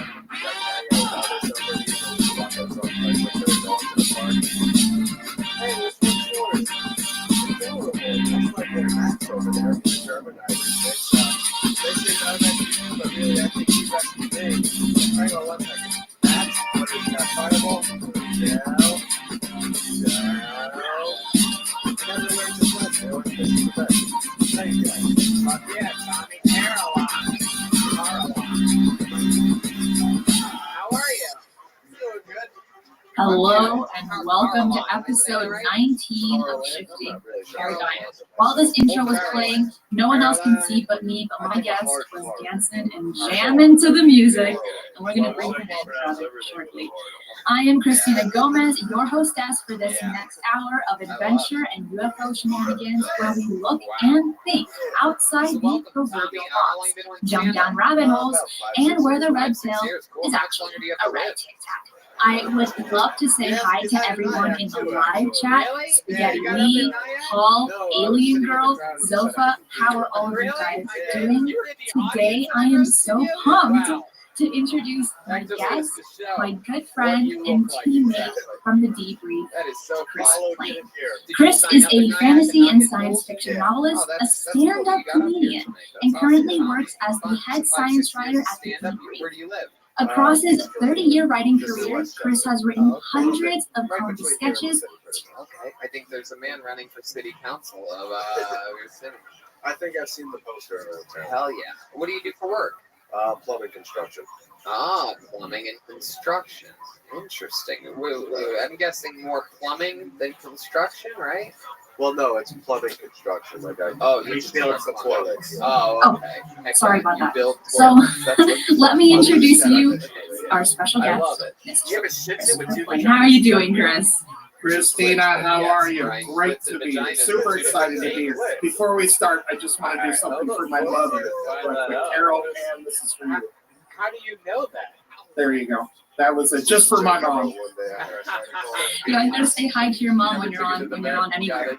Well, especially here. This is the one that she watches whenever I tell her, hey, there's a new video with the brief. She asks me, is it a Christina video? And then she watches it. So since it's over here at Paradigm Shifts and it's got me and you both, she's definitely going to watch. If she's not watching live, my brother sent her the link. Hey, Joburg's heating up over there. I love it. Are you there? Am I freezing? Do you get confused for being a racist a lot? Do a lot of people tell you that you seem racist? Do black people avoid you? What's the deal? Chris? No. Yeah, I'm here. Was that me or is that you? I don't know. I hope it's not my internet. It's not. Usually it'll give me a low speed error on my screen if I freeze, but I'm seeing you freeze. Are you seeing me freeze? Yeah. You guys are having a freezing party. Well, let's probably see. Tim McMillan again out there messing with my internet connection so I don't get all the debris secrets out. For an old woman, and she just goes, well, this store caters to this. Yeah, you know what? I'm going to go out and come back in, Christina. Oh, wow. All right. That's my cousin's name, you son of a bitch. Man, how old is this lady? And did she sign up tonight? I'm excited to see more of her work. K Martinez. That's so fun. You were really working at a Kmart? Yeah, for like 3 years or so. We're from Ohio and Kansas, where Kmart's actually. He definitely was working at KKK parties. I love that. Heck yeah. So how long's it been since you played with the other members of REM? Okay, I unplugged my Ethernet cable, so we're just gonna do the magic of the Wi-Fi and see if it goes from there. Let's hope it works. Yeah, I backed out of my connection and came all the way back in. So it says my Wi-Fi is good. Oh my gosh, I mean, you're always gonna have some kind of technical difficulties with any podcast you'll ever see or hear. So I remember, before we even get into the questions, I remember as soon as I entered the debrief, we had Chris, Chrissy, and Christina. And I remember you saying, if your name didn't start with the C, you better just get out of here. Get out of here. I think there was another, like, Chrissy female right at the beginning, too, that came and went. But yes, I think at one point there was 4 of us. So yes. I love that, Tommy. You have a girlfriend? No, single. How long have you been single for? I can't hear you 4 anymore. years. My goodness. You ever go on dates or anything? Gabby, are you there? Yeah, like your last date. How long ago was She's that? not in. Coming back out. No. Can you hear me now? I can. Maybe like a month and a half ago. Month and a half. But I cannot so, see you. Where'd you meet her at? Tinder. Tinder. Okay. And, Oh, there you what are. was the Now you're back. conversation like? Where'd you guys do when you first met? It's just getting worse and worse. Okay, but let's go ahead and continue. So before we even jump into a lot of the things that you write for debrief, do you remember the very first article you ever wrote? And tell me what was it about? Oh, 3 okay. years And then ago. what happened? Yeah, right. Well, the first article I wrote for the debrief was in December of last year. So MJ reached out to me and gave me an assignment. It was Purdue University was researching a new fabric called MXE fabric, and it was something. It's a 2-dimensional material that can be used to block electromagnetic waves like a Faraday cage, and could actually be built right into clothing or anything. So that was my very first article, December 8th of 2020. But what's the very first article that you ever wrote? So I was not really a story writer or an article writer. I've been writing, as you noted, I wrote stand-up starting back in the early 90s. I wrote sketch comedy. I wrote a few TV scripts, a couple of screenplays. My first article was a basketball article for a website called Inside Hoops back in 1998. And I got hired to write some articles for them because they were doing a solicitation online. It's a sport I follow. Seemed like something fun to do on the side. So I think that was my first article was 1998. That's how it. I always feel like I have everything to write, probably sports might have to be the hardest. Please repeat. Yeah, that was it wasn't a recap of a game or a play-by-play or anything like that. It was writing about free agency and salary caps, and it was a very mathematical article. But it was the type of thing I would read people getting it wrong all the time, and it would frustrate me. So I said, you know what, I'm going to go in and give an article to these folks that is actually accurate to how all the math in the league works. So it was well received, and it was fun to do. And I've written a number of basketball articles over the years. I write a bunch for Silver Screen and Roll, which is a Laker website here in Southern California. Gilbert Hernandez, and when you've been working for the debrief, you've written on all things to do with space technology, and the UAP topic. How did you get started in writing about this kind of topic?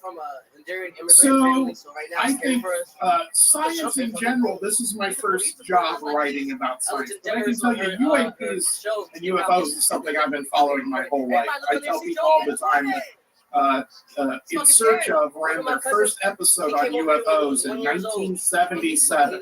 And I was a little 8-year-old boy, and I saw it, and my father watched it with me, and we were completely blown away. And we followed that show for years, and all through the 80s and 90s, I would go to even before there was an internet, I would go to the bookstore, I would go to the library, I would dig up anything I could on UFOs, as we call them, UAPs nowadays.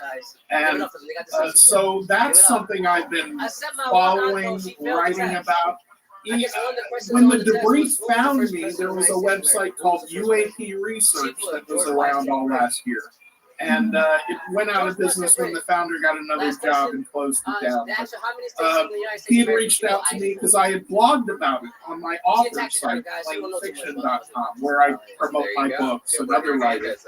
And I just thought, so much has happened since 2017, 2018, 2019. I mean, the last couple of years, Christine, as you know, are like nothing in the history of the topic. So for my own fun and for my book fans who are emailing me saying, hey, you know about this stuff. Oh, what's going on with all these UFOs and videos? I wrote a big, 10,000 word, 4-part blog entry on my own website about UFOs. That led me to UAP Research. I wrote a bunch of articles for them, and because of that, I got reached out to by MJ Benias at the Debrief. And next thing I know, I was writing science articles over here, and he even told me at the time, I don't really need people to write about UAP. We have that pretty covered. But we can use someone to write about science, and that's what I was more interested in writing about. So I do cover UFOs for sure, and I've had a few doozies in the last few months of exciting articles. But yeah, writing about science was the main attraction to the gig. I love the jacket, though. I love the jacket. Thank you. Like gold dust. Thank you. Absolutely. It's a gold dust jacket. I like Poor your shirt. Christina, you're cutting in and out there. Are you there again? Yeah, I'm trying to cut down the programs I'm having on my laptop. Hopefully that'll stop. Yeah, my clock is running clean and my own face is not jumping around, so I feel like my connection's okay. Yeah, I think it's my side. And you mentioned the TV show is called UFO. Is that what you said? Is that what it's called? The one that you had watched in the 70s. Oh, in the 1970s, late 70s, there was a show called In Search Of. And they did a later version of it where Zachary Quinto came back and hosted it. But it was basically the predecessor. The closest thing I would compare it to is Ancient Aliens. They had lost civilizations, Atlantis, mysteries of Egypt's pyramids. But they would do things like remote viewing and consciousness and shamans and ghosts. And they really did look into the things that people like you look into now. The things that are covered on Shifting the Paradigm are the type of things that you would see on In Search Of. There just wasn't a Christina Gomez yet to host it, and there was only one version of it. But yeah, it was a primetime network show talking about, among other things, UFOs.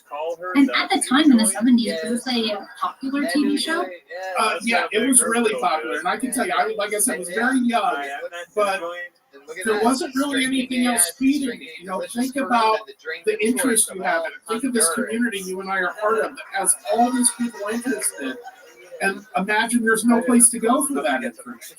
That there's no internet, there's no slew of cable channels. You can't go, to an Ancient Aliens episode or a UFO episode on Discovery Plus.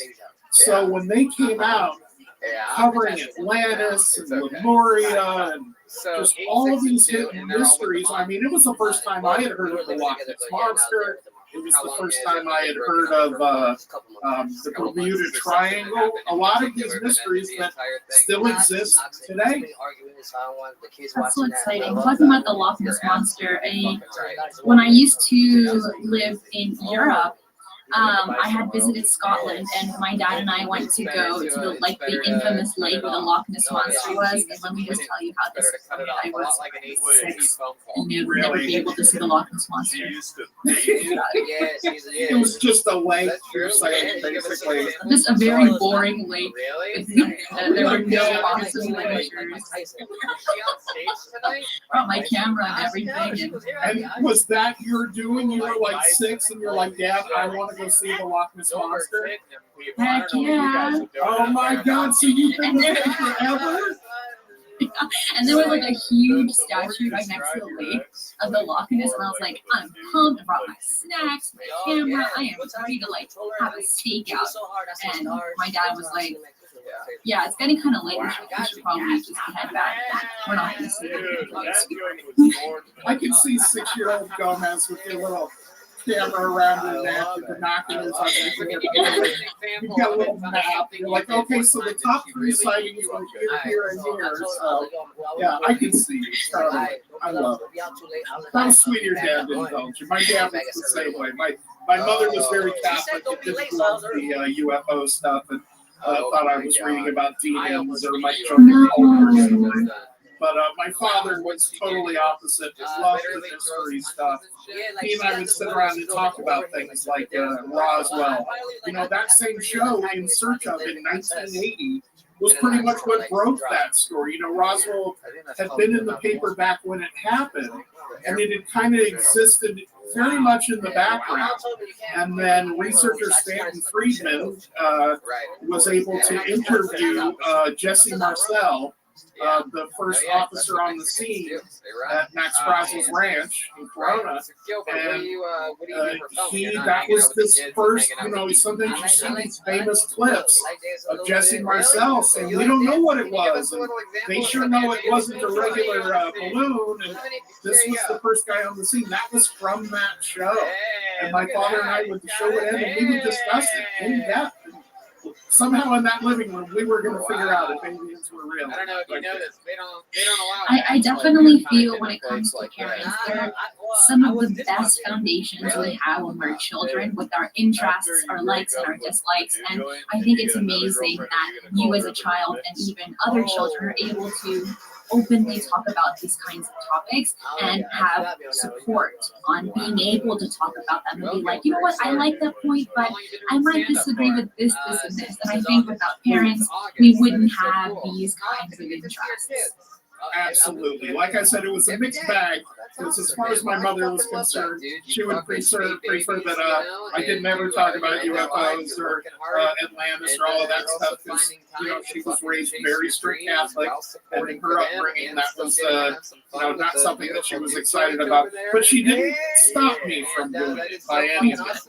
And she would still take me to the bookstore, and I would go over to the occult section where they kept the UFO stuff. And yeah, so I still got that support. And it went through my whole life. You know, my parents, as I mentioned when I was in the green room, I'm lucky enough as a 52-year-old man to have 2 parents that are still alive and kicking. And they supported me at the dawn of my comedy career, which led to this career in writing that I have now. And my father would come down to open mics with me at 1 o'clock in the morning in La Jolla or in LA, and he would sit and we would come home, and my mother would say, he's really good. He would tell my mother, he's really good. You don't understand. You know, she'd rather I went to law school and became a lawyer and a senator, but we still have that support for sure. But you love doing comedy. I mean, wouldn't you prefer that more than being a law student? Look, I went to UCLA to become a lawyer. I started as a political science major. I really somehow thought, like, everyone had me convinced. I was a good debater and things like that. And won some awards in debating. So, and I tell people now, in hindsight, when I look back, I knew before that first college quarter was over that political science and ultimately the law was just not for me. And I didn't really feel at home at college until I joined the UCLA Comedy Club. I tell people that story all the time, but basically it was a student-run organization where you could write about, learn how to do stand-up, learn how to perform, and I made a bunch of friends there, friends I still have to this day, and a handful of them who work in show business, writing and producing, the skills that they picked up in that little comedy club. So. And skills that you will use for life. John has a question, and thank you so much. He says, have you guys heard anything about what's going on behind the scenes with regards to any bug UAP news coming up soon? I think it means big UAP news. I'm going to go ahead and jump out on a limb there. I can tell you that So I was working. So I can't give anything specific away, but I can tell you this, and I've been telling people this the last couple of weeks. The most exciting thing about working at the debrief is hearing behind the scenes what those 3 partners are working on. When MJ, Benias, Micah Hanks, and Tim McMillan are working on these sort of stories, I mean, sometimes it's just, they'll send it to me and say, hey, we had given an editorial look over And all of a sudden, I'm reading an exclusive interview with Ryan Graves at 2 o'clock in the morning. You know, so I can tell you that stuff is being worked on. I do think there is big news, and I do think there's exciting things. Christina, you know, we have some events planned later in the year at the debrief here. And one coming up just on Sunday. Yeah, that Sunday we'll be at the UFO Congress. And although our talk at the UFO Congress is titled A Year in Review, I'm also referring to it as What's Next. Because I think that's what people want to hear. So yes, we will definitely review what's happened over this last year when appropriate. But yes, the answer to that question is things are happening. More is in motion now than has been in motion at any time. Just because that report came out in June doesn't mean we've hit a brick wall. If anything, stuff's happening. Oh, and you know, Lou Elizondo said the exact same thing when I had one last week, so we can expect some interesting things that all of us might be rather shocked over. From being Lou, if I would just narrow that down and put on the baseball cap, I would have like an Elizondo. Maybe I'll be Lou for Halloween. I support it. I support it. And talking about a year in review, you've written a ton of articles that can definitely be used for the meeting that we're having on Sunday. And in one article titled, NASA just released one of the most detailed high-def videos on Mars and you need to see it. And it states that the Curiosity rover released high-definition pictures of Mars, and that was released to the public in August by NASA. However, this rover landed in a crater in 2012. So my question is, why does it take so long to get this specific panoramic photo that we just got in August? And what about the Perseverance rover that was just recently launched and that landed on Mars? Why do you think the Perseverance rover has been so quiet? So they announced today that the Perseverance rover had gathered one of its first samples. And one of the big missions, and keeping in mind that this has not been funded or perfectly planned yet, but one of the things the Perseverance rover are doing is taking samples of material that looks really interesting. And they'll say, okay, this rock, and by interesting, I mean, between you and me, I think we all know, they're searching for signs of life. They're searching for signs of microbial life. So they will grab these samples, cache them is the term they use, but store them away for some future mission that NASA is planning. That, as the article I read yesterday pointed out, it needs new technology and new plans. So it's not done yet, but there will be a mission to go up, grab those samples, and bring them back for analysis in the lab on Earth. And that literally, I think, happened yesterday or today. With the Perseverance rover. On your first question, on the Curiosity rover, and it took so long to put that photo together, that's an excellent question. You know, I speak to people at NASA all the time, and it's a question they'll ask. I haven't even thought about it. That rover has been up there doing a lot of stuff. I can tell you in that video I pointed out, I put out, and the little article around it, part of what was going on was they were showing where it was going next. And it had gotten to a nice little rise where it had a great shot of the valley. So I would suspect, without knowing for sure, part of the motivation was, we just have a really great view here. Let's do a photo of it. Yeah, I love it. What part of town are you in? Might as well just take a selfie while you're at it. Yeah, I think it was just one of those, you know, yeah, you're standing at the edge of Grand Canyon, and you go, honey, where's my phone? What shocked me about this Curiosity rover was it got into the crater in 2012, and it's only traveled 16 miles in almost 10 years. That's what I found really interesting. Yeah, that's just lazy. Just lazy. They're just lazy. You know, hey, I'm trying to keep it loose here. So with these sort of missions, you know, obviously, aside from the obvious, no one's directly there controlling it. We send control messages, and the radio signal takes many minutes to get there, and then the operation. When they plan a mission like this, they find an area that they think is the most tantalizing. They land there. I think that one's in Gusev Crater. I'm not sure. I don't remember for sure, but I think it's in Gusev Crater.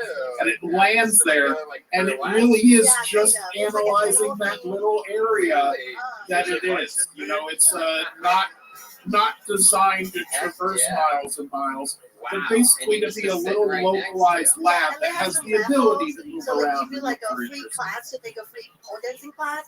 Maybe we should change the name from Curiosity Rover to just like Chill Rover or something. Yeah, exactly. Didn't go very far. Somewhat interested. Casually observant Rover. So how long you been with this guy? I don't see why not. We should write a petition and change the name. Right. Get the fuck out of here. Are you But serious? Is he here tonight? Yeah, he also You've also written several articles about Mars, having to do with photos released for public, missions that have been launched to reach Mars, and potential life that could be on Mars. With everything that you have learned and researched, what are your current thoughts on Mars? Do you believe that there once was or still is life?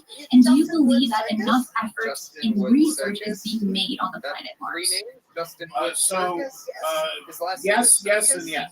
So I do think there's a very good chance that microbial life will be found on Mars. I even think there's a chance that back when it was a very wet planet, that things more complex than microbial life. And we may find fossils of aquatic animals or small land animals. I don't think those things are off the table.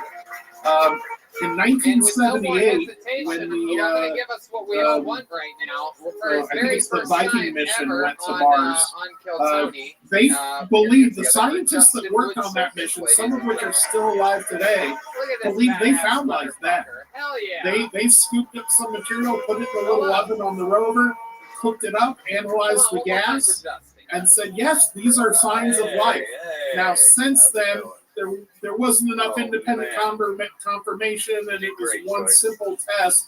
But I can tell you that the NASA scientist who was in charge of the program, and I referenced him in one of those Mars articles, his name is not coming to me right now, but he believes to this day that they, that was a headline of the article he wrote for Scientific American about 3 years ago, was, I believe we found life on Mars in 1978. And everything I have read has compelled me to feel that he's probably right. And all of these missions since, when you look at the rovers that Spirit and Opportunity, when they went up, they pretty much proved that went past. The Mars Reconnaissance Orbiter, they have pretty much proved full-size lakes, maybe even small oceans, and now these newest rovers are getting down to that nitty-gritty. I would not be the least bit surprised. As a matter of fact, I would go so far as to say I would be surprised if we don't find life. That would surprise. How long, in your opinion, do you think it would take for us on Earth to know that there is life on Mars, to get evidence? So, I think the good news is it's going to happen soon. I think the bad news is that's soon from the scientific term. So, I think 9 or 10 years from now is when they're planning on sending. That's the rough range NASA's using for the sample return, Mars sample return mission I was talking about, where they would go up, grab the samples that have been stored in Perseverance, and bring them back to a lab on Earth for more detailed study. I don't think any of the rovers we have there now, or any of the planned missions coming up, will be quite sophisticated enough to 100% confirm that. And I think that's why there is this focus on bringing that back here, where we can really analyze it in a laboratory setting and run hundreds of different tests. Because if we come, as I pointed out, in 1978, we said, okay, we found life, and people said, rightfully so, we probably need a little stronger confirmation of that. So I think that's where we are, Christine. I think 10 years from now, I think we will have that answer. And based on the pace of the UAPTF and a lot of things that are happening with the Galileo project and NASA, we might find something interesting about life not on Earth before. we can have you What do you think the chances are of finding marine life on Europa and Ganymede? Very high. I hear that a lot. Those were targets. You're talking about the moons of Jupiter and moons of Saturn that are icy moons. And yes, there's a lot of feeling. And this is something I tell people all the time. I say, 20 years ago, NASA didn't have astrobiology. They did not have astrobiology. They didn't even have a planetary protection officer, which they have now, which is essentially the person's job to make sure our missions going to other places don't pollute it with our microbes, as well as we don't bring back a killer virus or bacteria that wipes out a chunk of, if not all of our planet. All of those things, and all of those positions, that's what they do. There's now people within government, within universities, people within these organizations, that their entire job is astrobiology, looking at life on other planets. And yes, I would not be the least bit surprised that the better we get at surfing our own solar system, and the better we get at searching those moons and other planets, that we might find all kinds of life across our own little solar system. I sure do hope so, especially in our lifetime. I think there's a good shot in your lifetime, Christina. That's for sure. Well, let's get it tomorrow. Should have gotten it yesterday. I was on the Fearscape Paranormal podcast yesterday, and I told the guys, I said, you do reach an age in this search for UFOs and some of these other things where you do start to ask yourself, will I be here to see the answer or not? But for the first time really in my life since 2017, I really feel like a lot of things are close. I feel like a lot of things are imminent. So you went to like, did you go to like circuit school or something? Hi, I'm Micah Hanks, and let me tell you something. I support Christina Gomez as a Patreon subscriber, and here's why you should too. She brings all of her unique insights to a whole new generation, and all while she's also going through college. Listen, support Christina, become a Patreon subscriber today. You won't regret it. I don't know. Alright, gave me enough time to fix it. I guess I get dressed like Yeah, if it's not the yellow. I think it's a yellow twin going on. So. Yeah, and my whole room went like slightly darker, and my lights are right on me, so I don't know what's happening. Probably just switched. So let's talk about how In August, you wrote an article called These 7 Star Trek Technologies May Soon Become a Reality. And let me just tell you, probably one of my favorite articles that you've written, because it all touches a little bit of our nerdy side when it comes to Star Trek, but like, it could be real life, so I loved reading it. When MJ hired me, he said, "Chris, you're my fiction writer. So I want you, when you can, I want you to tie that bridge between science fact and science fiction as often as you can." And that was a story I was working on for a while. But our friend Micah Hanks, who we just saw on the screen, wrote an article about a group of scientists who had learned how to detect life remotely. So they were up in a helicopter and they could scan the ground and say, oh, there's signs of life there, there's signs of life over there. And of course, people who watch Star Trek go, yeah, they scan for signs of life all the time, whether it's with a little handheld tricorder or they do it from orbit. And that ticks something in my brain. And I said, I think Mike is on to something. And I started digging through, looking for that. Like, where are we on transporters? Where are we on warp drives? Where are we on food replicators? And I found we were a lot closer on the vast majority of things from Star Trek than I would have guessed.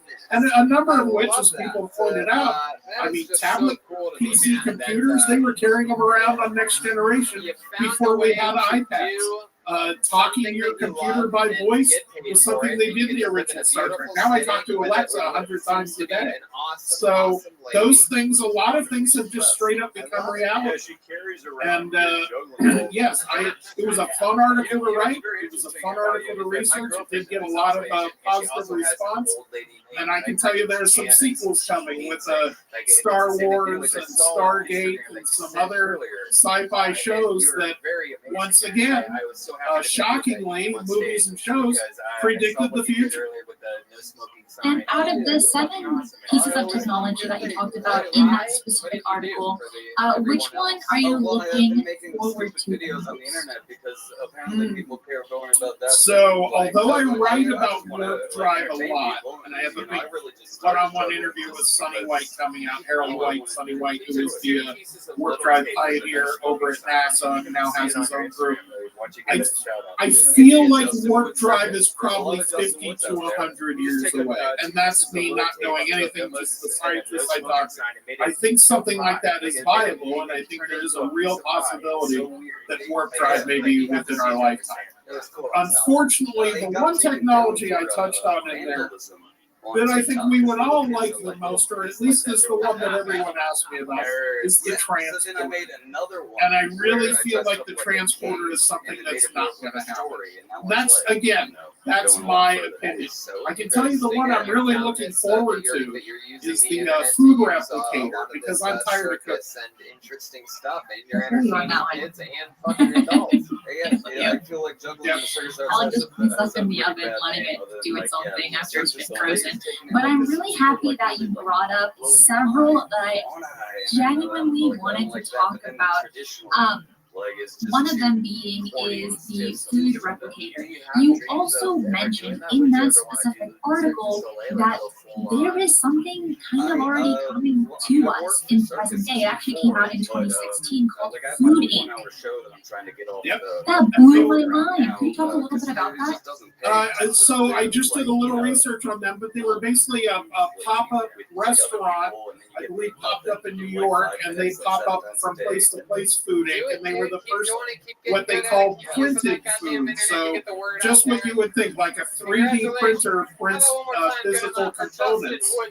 They had developed a machine that you could load up with all these different ingredients, and it could more or less print you a tray of food. And I think the first people to do it were in a hospital, where they were doing it on a more like industrial scale, like here's your scoop of potatoes, here's your scoop of peas. But I believe Food Inc. is legitimately creating complex meals with a 3D printer.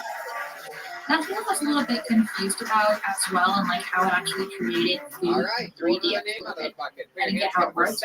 But it also shocked me how the restaurant, their utensils, and their plates were also made out of 3D printers as well. I was like, oh my gosh, that's insane. Yeah, really? You could rent a store space, bring in a materials printer and a 3D food printer, and print up the tables, chairs, plates, right? Just print up everything and put it all together right there. But yeah, they're printing food. As far as getting to a replicator like in Star Trek, and I mentioned this at the end of that segment, to my understanding of the technology of Star Trek, the replicator works a lot like the transporter, where it essentially takes a programmed description of food by code and uses raw material to essentially manifest or create the food item. That's something that's probably, you know, if it's a reality, again, it falls under that same issue with the transporter, which current technology has a hard time getting. Full of white people. We can live Yeah, absolutely. And there was another movie, like I think in the early 2000s, called Spy Kids, and they had something very similar, but they used water molecules to create food. Apparently, it didn't taste very good. She's like, yeah, oh my God, Jack Frost has a question, and he says, I'm like, bitch, you're 19. That's what helps your libido. Oh yeah, so what do you think about the LPG drive? So that's a great question, and I can tell you this, and I mentioned it in that Star Trek article. A warp drive was just something that people dreamed of. It was just that, hey, it goes fast, and it goes faster than light. It was just this science fiction idea. And in 1994, Mexican physicist Mikel Alcubierre Moya, he basically sat down and said, is this viable in math? Is it mathematically viable to create something that can go faster than light speed without violating the laws of physics? And he did. He proved it. He laid out the basic math for how you would build a craft that someone could safely ride inside and go faster than the speed of light. Now, there were a bunch of limitations to his original design, and not the least of which he was using things called negative energy and exotic matter. And like multi-dimensions or some other things in physics, they're theoretical. So he had to use theoretical solutions to get to his answer, but he could still make it consistent. And honestly, it's a great question because it is the basis pretty much for warp drive mechanics and warp drive theory that have come since. Whether it's Sonny White or the people I reported on out of Chicago that were trying to patent the warp drive, the group out of Switzerland who's building a not faster than light but a nearly faster light warp drive, and a bunch of other Dr. Eric Lentz has a warp drive concept. They all more or less fall back on the mathematics laid out by Right, but now presently they're trying to focus away from using exotic matter. Do you know what they're using instead, or what they're putting in their math equations? That I don't know. I can tell you that the one that isn't going to go faster than the speed of light, the group. I can't think of their name. They are not using exotic matter, but at the same point, they're not proposing they can exceed light speed. I can tell you that Sonny White at NASA, who was at NASA and is now at the Limitless Space Institute, and I have, like I said, some stories coming out on them. They are working on that. And they're working on one that still uses exotic matter, but uses significantly less. So Mikel Alcubierre's needed about a Jupiter-size amount of something highly theoretical, and Sonny White got it down to about, like a RV-size amount of exotic matter. So although we're not creating exotic matter, although scientists did recently lay eyeballs on it. That's a story I have coming out. So it's not, it does exist. Exotic matter has moved into the feasible. I'm from building a ship out of it, manufacturing with it, creating something out of it, that I don't know yet, and that's obviously we're so new in this. But yes, there are a number of exciting concepts about faster than light. I have some, Christine, I have some coming on traversable wormholes and scientists that have worked out the math on that they feel those are viable. I have a couple of other concepts on warp drive. So although Dr. Alcubierre laid the groundwork for everybody, it created the opportunity for scientists to look at it legitimately, and they are, a lot of them. And Lula Elizondo said on the podcast last week that, in his opinion, he believes that the U.S. government is in possession of exotic matter. And I found that really interesting, especially in the conversation that we're having here right now. Interesting. Very. Very. So does that mean maybe we could see in our lifetime more drive? That would be awesome. Could you imagine? I can't even imagine that would be that. Yeah. I'm still waiting for my anti-gravity skateboard for Back to the Future 2. So as soon as I get that, I'm good to go. Tell me about it. There was one more thing I wanted to touch on that article, because this article is beautiful. I love everything that you wrote. And the one that you mentioned as well were the transporters. Now, you said that it's not really possible, at least right here, right now, to create a transporter. Could you explain why that is? So, the idea of a transporter in Star Trek, and I actually, for each one of these technologies, along with researching the current science, I went ahead and went to StarTrek.com and to the fan sites to read what the interpretation of the actual Star Trek technology is. How are they describing that as being done? And the transporter is basically described as scanning you at atomic level to create a pattern, transfer that pattern to a new location, and then essentially use the same technology as the food replicator to manifest a new person with that exact material. So I think there's a couple of limitations. One I pointed out in the article is if that were exactly how it worked, you would be dead, and the clone of you would believe they were you because they would have every single memory of yours right up to the moment you were scanned. And the minute they appear, go, oh no, I'm me, because they would have all your memories and everything. So there's just an inherent philosophical issue about that. As far as the technology, as far as actually doing it, I have read nothing and found nothing where matter, meaning the stuff we're made of, has been transported from one location to another. So there is something known as quantum teleportation, and it's in the literature. I mentioned it in that section in the article. And it's a proven thing. Transfer of information at the quantum level, what Einstein called spooky action at a distance, or what we call quantum entanglement, is basically this idea that subatomic particles that are entangled with each other can be separated by a great distance, and whatever effect, primarily the spin, but whatever effect you make on one, is identical to the other one. So it is reflected in the other one. So there's this instantaneous, faster than light change. So the idea of quantum teleportation of information is not only theoretical, it's proven. It's something they are able to do in laboratories. Teleportation of matter is still something that exists in science fiction. So, and I have yet to see any science working specifically towards something like a transfer. And while we're still talking about Star Trek, but away from the article that you wrote, have you watched the recent Star Trek Discovery and Star Trek Picard?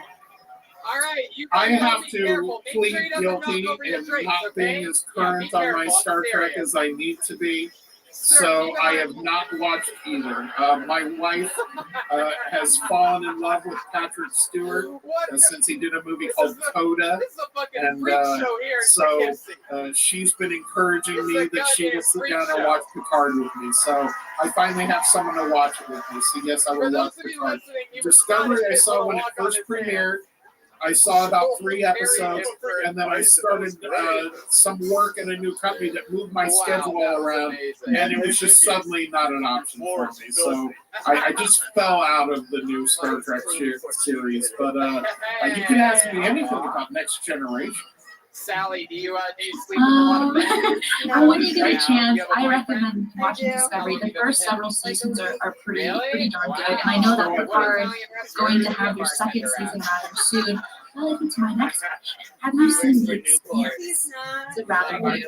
Have you been talking to MJ? So I had this conversation with our boss, MJ Benias, this morning.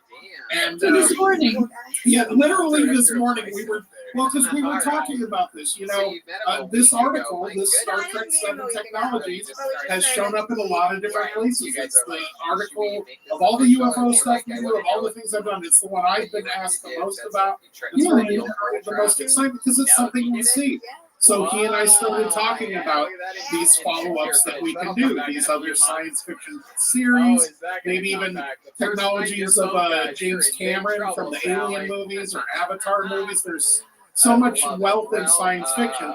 And he said, well, I want to do something on The Expanse because that's just about the best show I've found. So I have yet to watch it. I've been told by everyone I would love it. I have a creative issue. I'm in the middle of writing a science fiction novel. So when I'm writing in a field, I don't really watch entertainment in that field because I try not to influence. So although I read the first 4 Game of Thrones books, when my first fantasy novel came out in 2015, I haven't watched Game of Thrones. I haven't been able to watch the TV series or read the last couple of books because I just don't want that influence in my fiction. I want my stuff to be as fresh and as original as possible. So The Expanse, MJ's going to do some things on the technology and The Expanse, though, for the debrief. So, and he's an awesome writer, so I would look for that. Well, you have to watch The Expanse, and hopefully season 6 will be coming out in December, or still not too sure, but it's such a great TV show, and I was pretty hesitant when I heard about it. Everyone's like, yeah, you should watch it, you're gonna love it, and I'm thinking, I can't be that good. I binge watched all 5 seasons. Did you really? I was like, this is actually really, really good. I think MJ is this close to making it like a job requirement for me. So something tells me I'll be watching it soon. You really will like it. Talking about novels that you had just mentioned, how long does it usually take you to write a novel, and what are some of the biggest challenges you have with a novel? I've written 3. I have my 4th one coming out, and I have a manuscript done for a 5th novel. So they've all been different. The first novel I started writing in 2010, and I didn't put it out until 2015. So it was literally a 5-year process. It literally took me 3 years to get what I would call a first draft manuscript. Then another year of editing myself over and over, rereading the same book over and over till it sounds right in my head, which is what I do with articles. I'm very proud of my debrief stories. When you read that, that's something that I've reread 100 times to get it right. And so that's what happened with that first book. And then all of 2015, the book came out at the end of that year. I spent the entire year working with an editor, professional editor, to get it right. So that one took that long. Book 2 in that fantasy series, I wrote the first draft manuscript in 59 days. So something that had taken 4 years in the first book took 59 days in the second book. Now they're not all going to be that fast, but yes, they're definitely. It really comes down to time and rhythm and how much coffee, noodles and vanilla ice. Coffee for you. What's your favorite food that you have to have when you're writing? I forgot everything. What fuels you? So my wife has this stuff. Shit, now my brain. We call it turbo tea. Now it doesn't have caffeine in it because caffeine makes me insane and I can't sleep for 3 days. But this stuff, I can drink a glass of this in the morning and I get that like fresh, clear energy, and it can go for 12 hours. I can write all day. Now, the next day, I'm a total effing mess. But that day, so on long-form writing days, like if I'm writing a big feature, I had a big feature at the debrief about a guy who's developing an anti-gravity ship in his shop in New Jersey. And that feature took weeks of work and days of interactions and interviews, and then the actual day to write the story was about 10, 12 hours of work. So that turbo tea, whatever it is, I'll take a picture of it and I'll tweet it out. So if any of your followers are like, what is this turbo tea? We read about it. Like I said, she's a health maniac. My wife's a runner and a yoga enthusiast. Super into nutrition.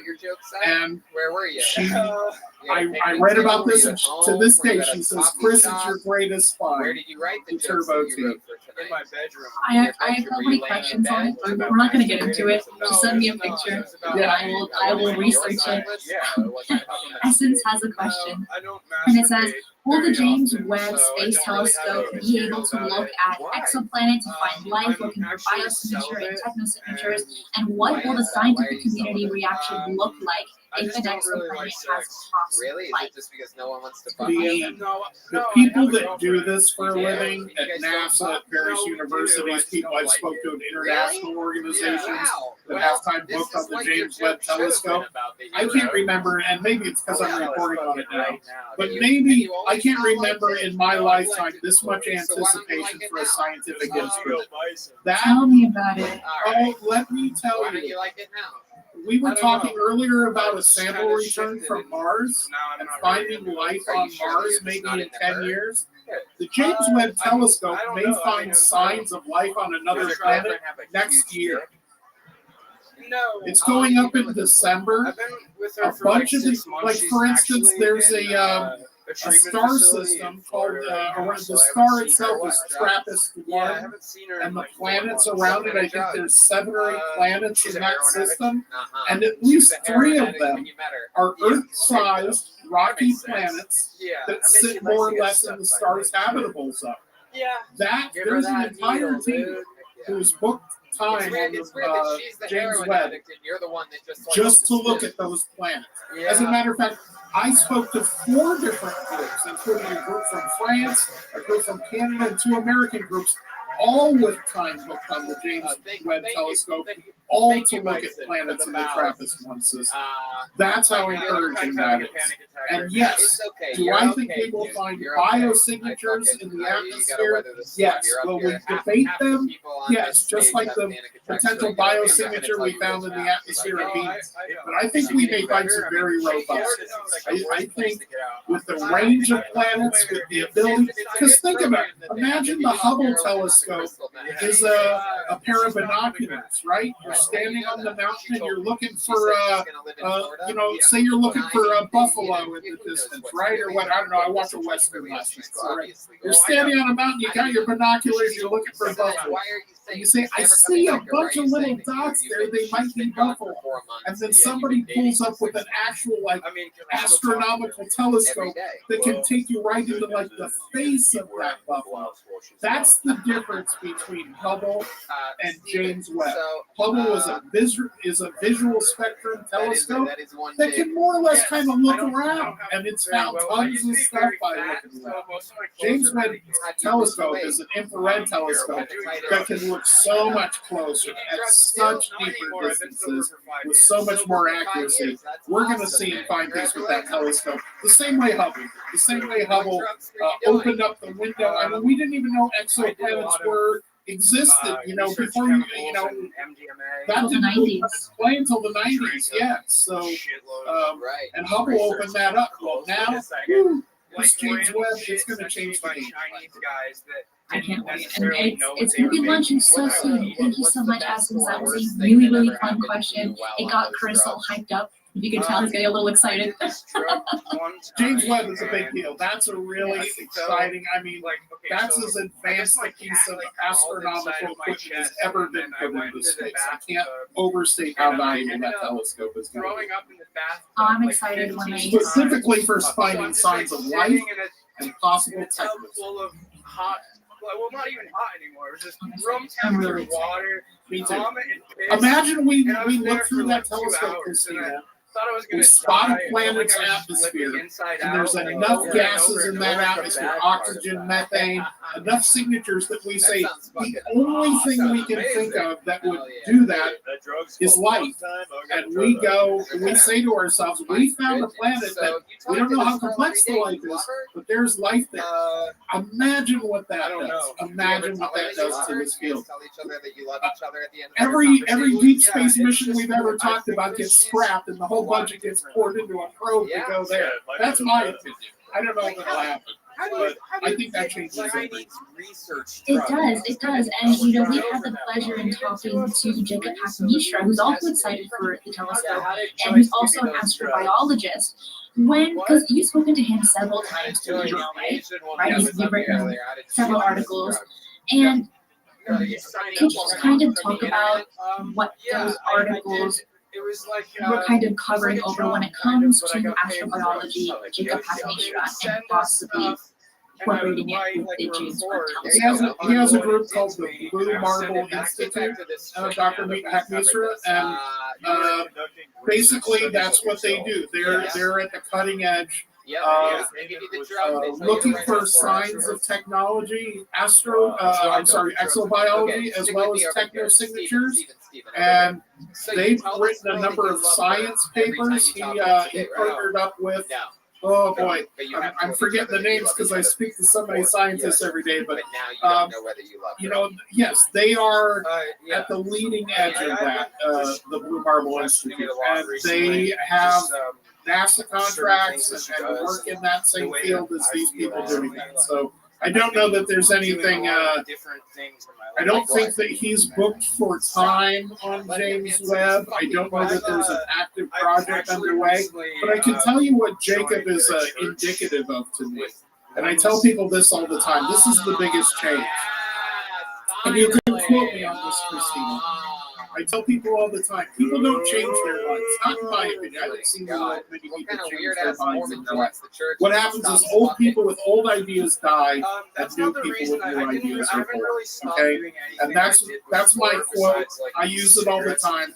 And Jacob Hackmeister to me is representative of an entire generation of scientists who grew up with the idea that they feel life on other planets is more likely, not less likely. And I can tell you, growing up in the 20th century when I did, and growing up in the 70s and 80s, again, I pointed out, we didn't know there were other planets. We didn't know so many things that we do now. We didn't know there were rocky planets. We didn't know we'd find any in the habitable zone. So much less the frequency. So the idea of life on other planets was just that in the 20th century for most of it. It was science fiction. It was, we've barely gotten a man to the moon. So the idea of other planets and other things. But I can tell you what, science and ufology, I think they're getting ready to meet in the middle. I mean, what happens when we start, what happens if the James Webb Telescope says, all right, we've looked at 20 planets that might have life and 19 of them seem to have life. What do we do then? What is the conversation move? So if the idea is that UFOs, at least some of them, may either be probes from another planet sent here, or may actually contain biological entities inside them flying here to visit, I think that just continues to become more real as science moves forward. So I think guys like Jacob Misra, these people I talk to, Sharon Title, Dr. Title, these people I talk to that are astrobiologists looking for technosignatures, that's becoming the majority. If I talk to a scientist under 45, under 40, they are operating from, they believe there's life and they're looking for it, as opposed to, it might be there, we might as well look for it. I'm really excited to hear You can't avoid it anymore. There's no way. There's no way it can be a conversation that you can say, no, they're not real. Imagine you live in the middle of a garden with 1,000 acres in every direction, and you're looking at your feet and there's a flower growing, and somebody tells you all around you the garden is exactly the same. What are the odds that that's the only place a flower would grow? And that's the thing I tell people all the time. When you look at these other Earth-like rocky planets, they're not made of something other than, there are only so many elements, there's only so much material. It's all made of the same stuff. So if that garden here on Earth are the right mix of dirt and water and radiation and all of these elements, created life that is so pervasive that it is everywhere on this planet, even places we never thought it would be. Extremophiles exist in places we never thought they would be. So the idea that there isn't other planets was the big argument. When that got put away, oh, they're not around, they're not going to be rocky, they're not going to be in the heaven. All of those things have gone away. All we're saying is, did life only happen once here and is so pervasive, it's everywhere on this planet in all of these different forms?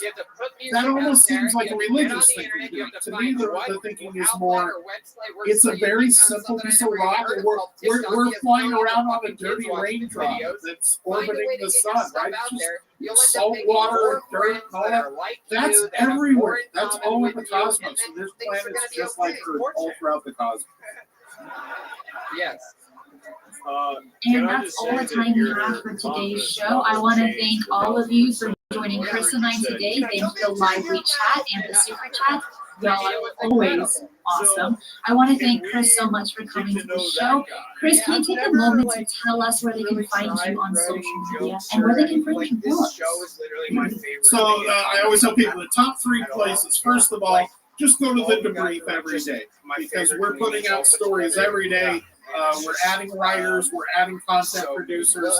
So that's the best place to find. If you want to know what's going on and you're looking for what's going to happen next in the UAP story, what's going to happen next in cutting edge science where it meets science fiction, that's where I write that stuff. And to reiterate an earlier point, there's a lot of great stuff coming from those guys and myself as well. As far as me personally, there's two places to look. One is just my website, plainfiction.com, and that's my last name, Plain, the word fiction, because that's what I write over there is novels. And that is my Twitter as well. It's @plain_fiction because somebody took the one without.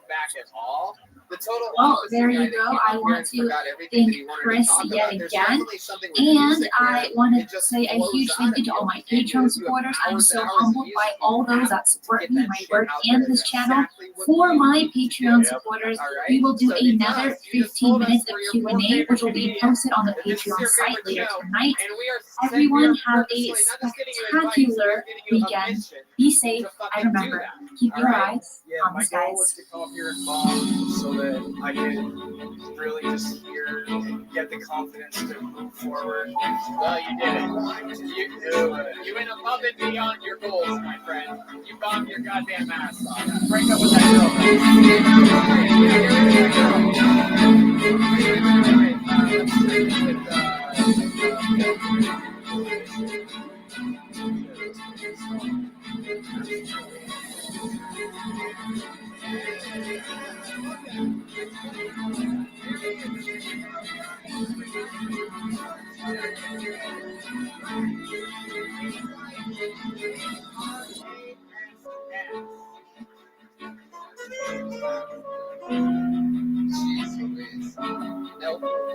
Nope, that's not how. Fuck out of here. What the fuck are you doing, dude?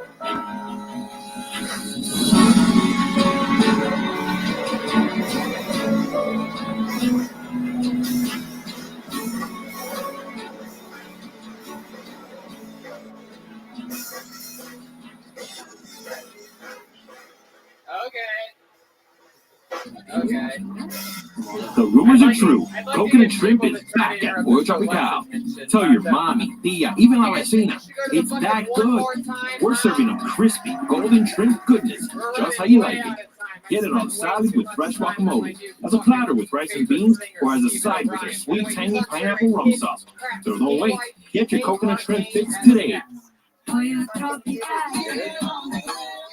Now open until midnight. Hours vary by location. Shut up. Put your hands together for your next comedian. No matter where And you your live, final work, comedian of the play in night Miami-Dade goes by County, the your name daily of Sean actions impact Donovan. marine wildlife Sean and water quality of Biscayne Bay. Here we go. We've done some serious damage to our fresh water supply and coastlines with our county What's up, control. guys? Keep it going. Pet waste, fertilizer, and litter all get walked into storm drains, canals, and waterways, which eventually feed into the bay. It's all connected, and so are you.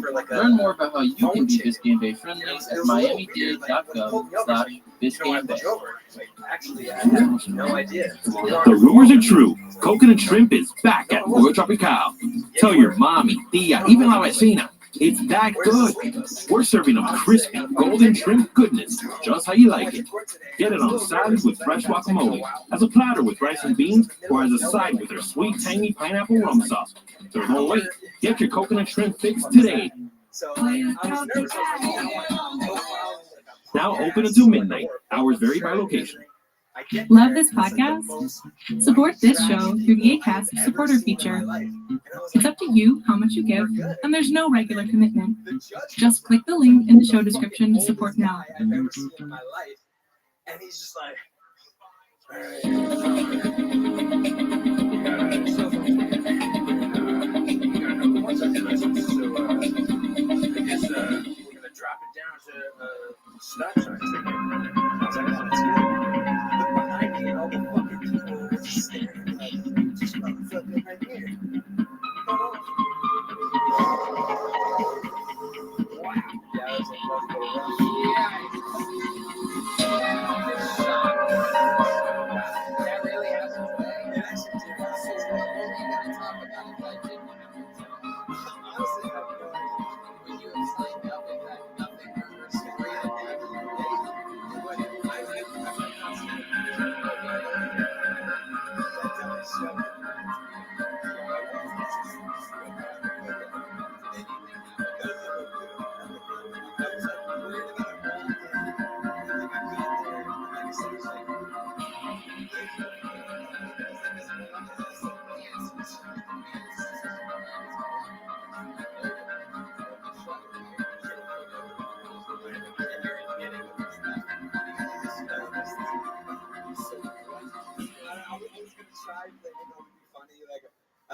Hello and welcome to another episode of Mysteries with a History, where I'll take you on a wild ride into the unknown, the strange, and the mysterious. Like you, I have questions, and like you, I want answers. Today, we will be talking about when allegedly UFOs went rogue and started attacking the townsmen in Colares, Brazil. But before we even get started into this seriously fascinating story, I don't know why it's more popular because your jaw is going to drop. But before we even start, let's bring in my special co-host, Jimmy Church. I can't believe we even How are you doing, Jimmy? that on that show. Like, why would you want to die? How are you doing? And I also... How is everybody? Yeah, how's everyone doing in the live chat? I want to say hi to all my moderators, everyone that's just making it all lively up in there. How's everyone doing? Okay, Mary Ann, together for your final comedian of the You know, welcome everybody. Thank you for tuning in. This is a fascinating case. We'll get into that in a second. Right before the show, it's like 90 seconds, and Christina's just putting the pressure on me. And I'm trying to figure out how to do the chat. How do I log in? She says, you can't. How do you mean I can't? No, you got to go to YouTube. You got to log in to do that. Wait. We got 30 seconds. I'm like, dude, no chat today. But so that's what we right up to show time.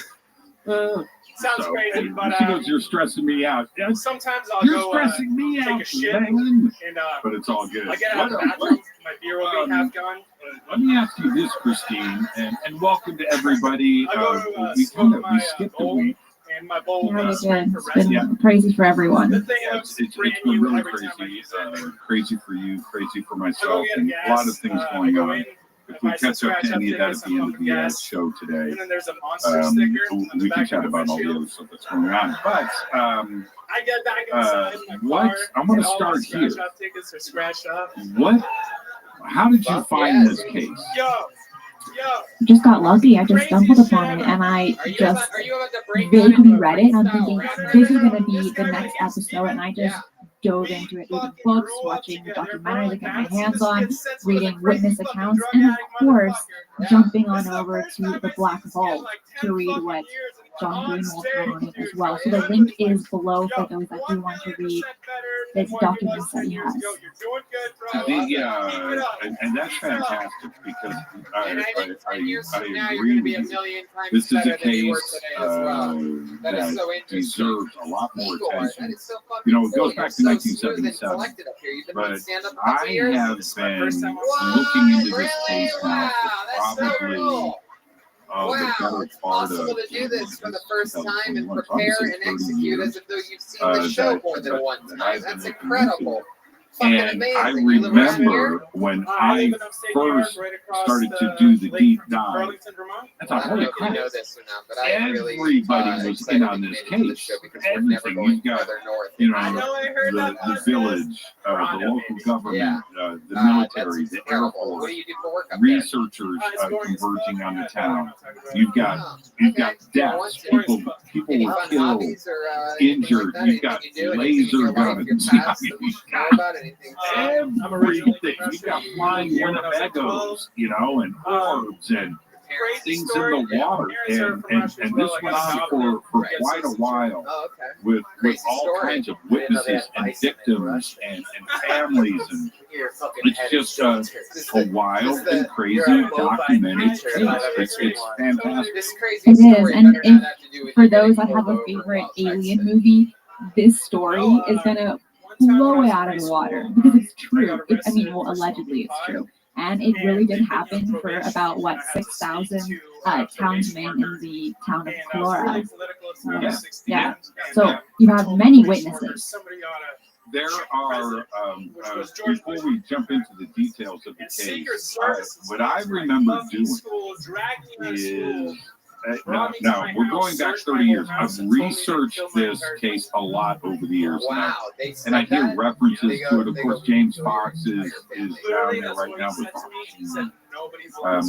he's doing a new documentary in Brazil. And there are similarities in that case that is the subject of the documentary. And this case and other cases in Brazil that were going on up and down the coast in these small villages where eventually the military shows up and shoots videos and investigates and infiltrates these towns for an extended period of time. But all of this was going on, and so when I started to do the research for this, I remember, again, this is going back a few years, a while, but that this took place on an island, and I remember going and trying to find an island called Forest, and I couldn't. But where the town is, there are islands around it, which obviously there's fishing villages. And parents or something? I lived down in Central America for a while. Yeah, there it is right there. Where does he live? And you have these islands that are off the coast in South America and the Caribbean and Central America. Some of them are named, some aren't. But you must be really grateful for that guy that adopted you. People live there, people fish from them, there's fishing villages. And I've often wondered if there is a connection with the islands and the contact that was going on. Not necessarily from inland, right? From the Brazil side of the continent side. And not necessarily the island. So that's another aspect of this case that I've always found really, really fascinating, the island connection. Which it seems kind of bizarre because it's a kind of a repetitive pattern amongst many UFO flaps or just the one encounters are kind of near the water in some respects. But let's just kind of dive into the story on what happened. Like, what's it about? Do you want to tell the story or you want me to tell? You know what? My version is going to be colorful, exaggerated, and full of innuendo. You're going to be straight down the middle facts. So let's go with your factual side, and then I'll do the color commentary. All right, I love it. So I will just go with the bullet points, and we'll make it real simple.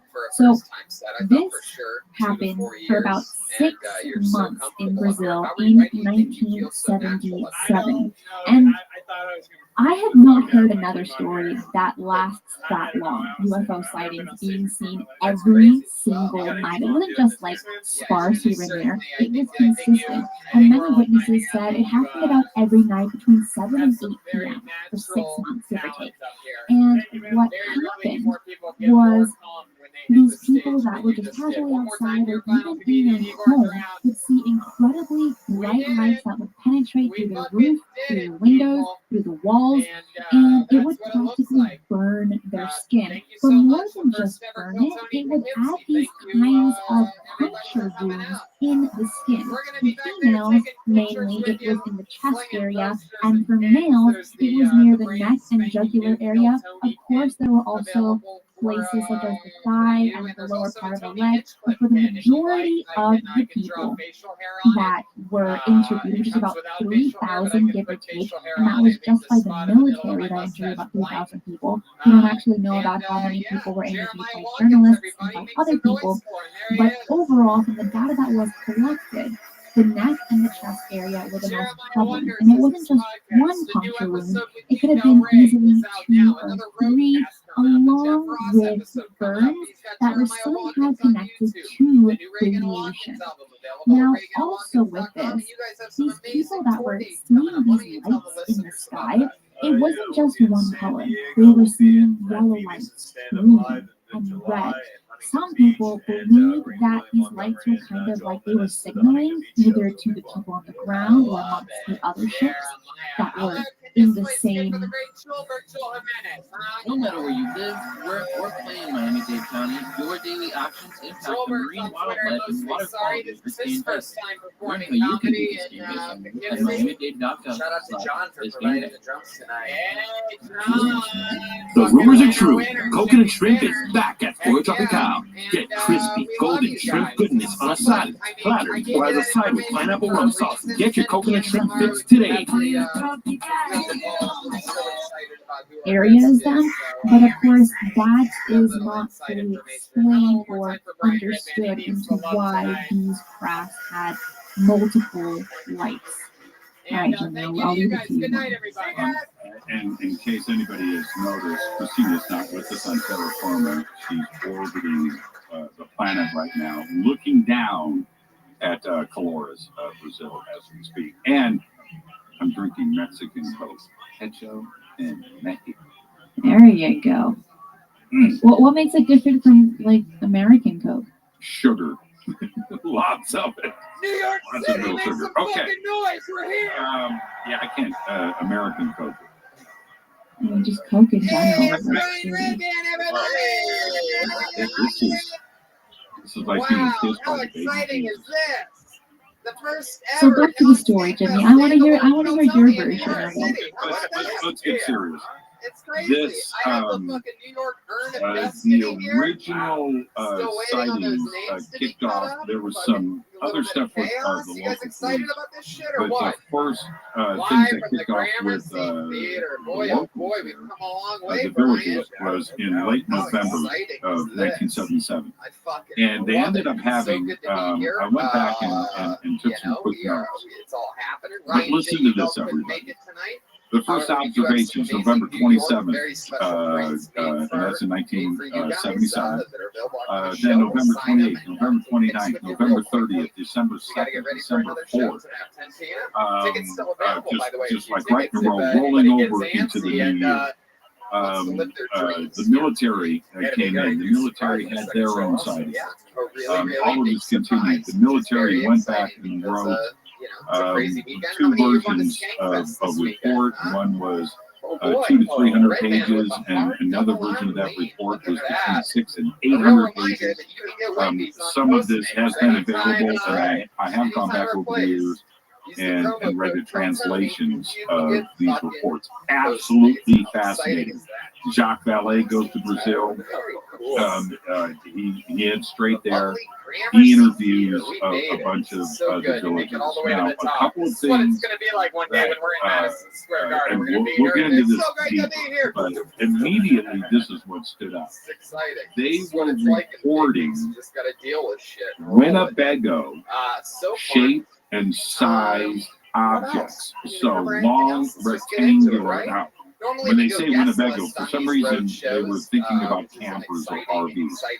I don't know if they But were, you know what? Since we're in New York City, windows I figured why not do or something things, but special. something And, made have a them guest. So multiple we're gonna have a times guest today. describe some of these objects I'm really, like that. really excited about And this. This guy, they this would guy's come from first time inland guesting on and Kiltony. over the He village is with another lights one on of the them. top young rising Enormous comedians in the rectangular world. This is a guy that long I objects in the absolutely sky. love, No I wings, adore. no I consider propulsion. him my West Coast brother. And then He's that fucking hilarious. was And that. I There think was you're gonna be another really excited set when I tell you of that tonight's guest is observations New York's very own from some Mark of the local Norman, fishermen everybody. in the area. And one of them, I remember, there was like Crazy.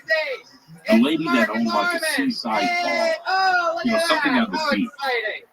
And she Sit right said that here, her and her customers Right there, every buddy. night Welcome, would go welcome. out Right and on a watch fucking- these blue lights Look at that shit right there. come out That's over the destiny ocean and then into the I'm water excited about and then this. back Fucking out welcome again. to the show, And Mark. then they would watch this from the beach. No way. So these witnesses and the women that owned this bar, they weren't afraid like everyone else? Everybody was freaked out. No, this was Absolutely not. true. I get told This that is the all the thing time. about And, this.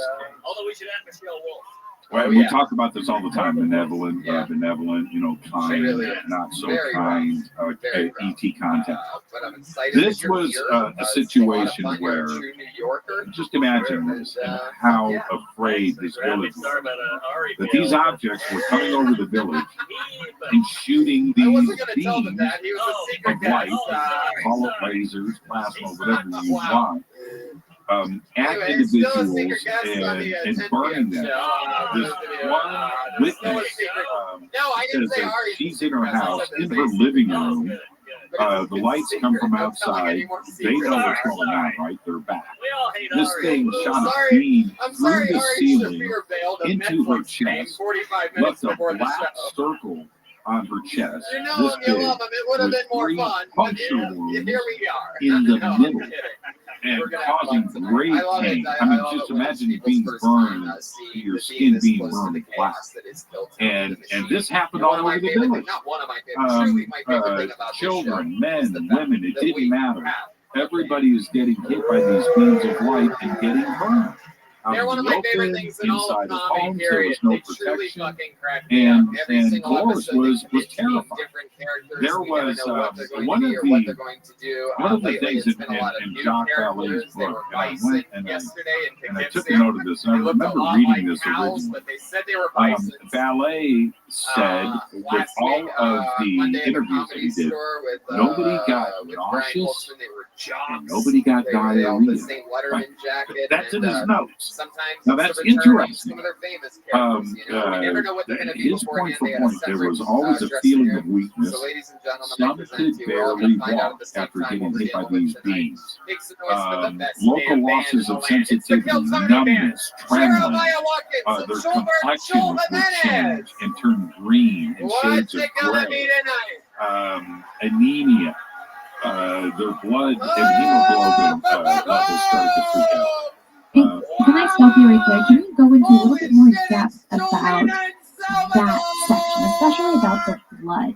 Yes, and for some reason, low arterial pressure, right, in different sections of the body.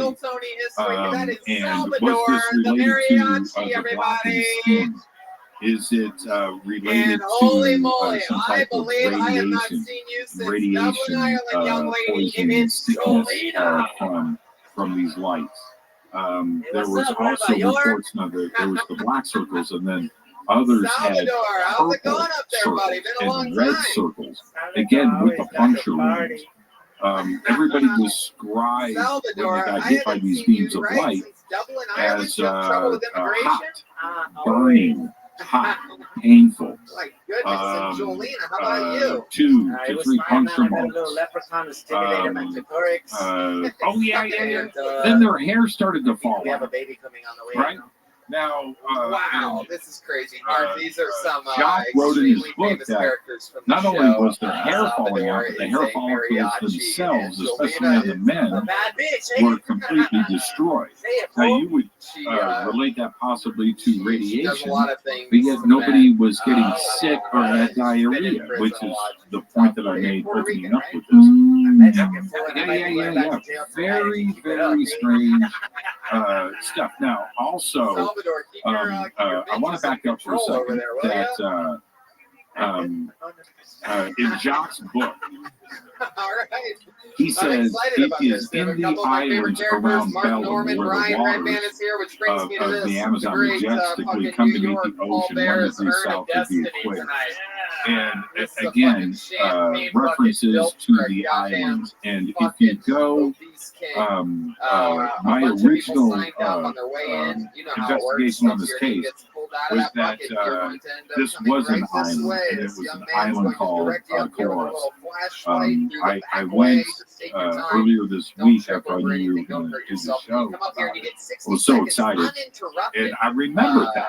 So I went and Googled. So for those of you out there that are going to research, and you're going to go and Google, that's fine. Go and Google Colares. You're not going to find a Colares island. At least I haven't been able to. Maybe there's a smaller one that is locally called that, and it isn't, part of the historical record geographically. I don't know. But all of your investigations should involve just the town. Here we fucking go. I agree with that. And back to some of the symptoms, not just symptoms, but like what happened. One thing that I found really interesting that I was reading was the local residents called these lights during this time called chupa chupa, which literally means sucker, because they believed that when they were getting punctured, that these entities were taking their blood. However, there was no real proof into if that was the case or not. One book I did read was by Bob Pratt, and he had done an interview with multiple witnesses in Brazil, and he asked one woman, well, what gave it away to the fact that you believe that the blood was being taken out of your body?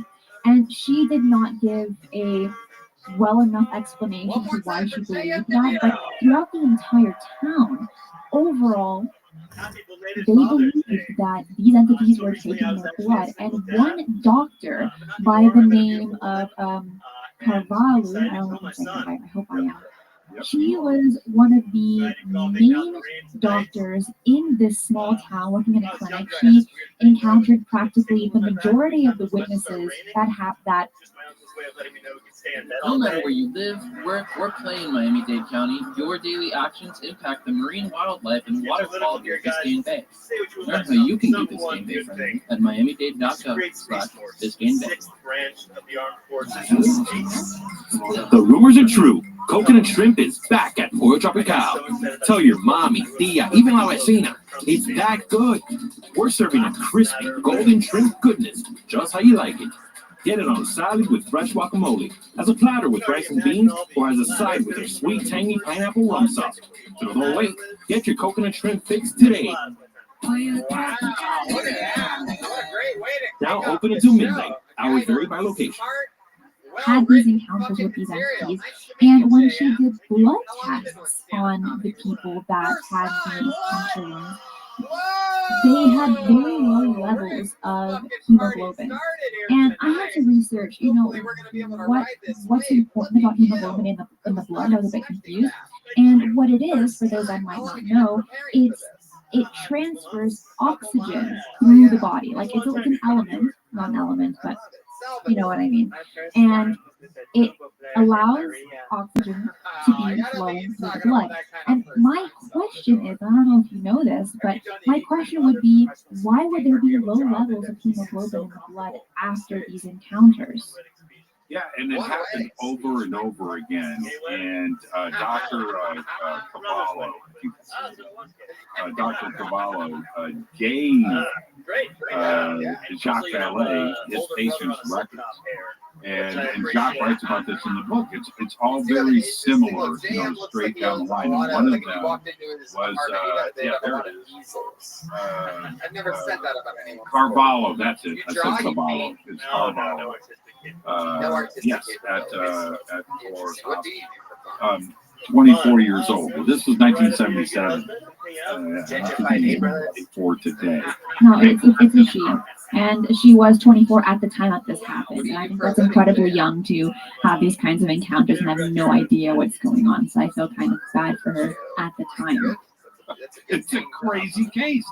And just imagine the panic of knowing that if you walked outside, you could get, hit in the back of the head with some kind of laser weapon that's going to burn. The other part, and I think we all should understand this, well, we're talking about blood and the concerns of blood levels and pressures and hemoglobin.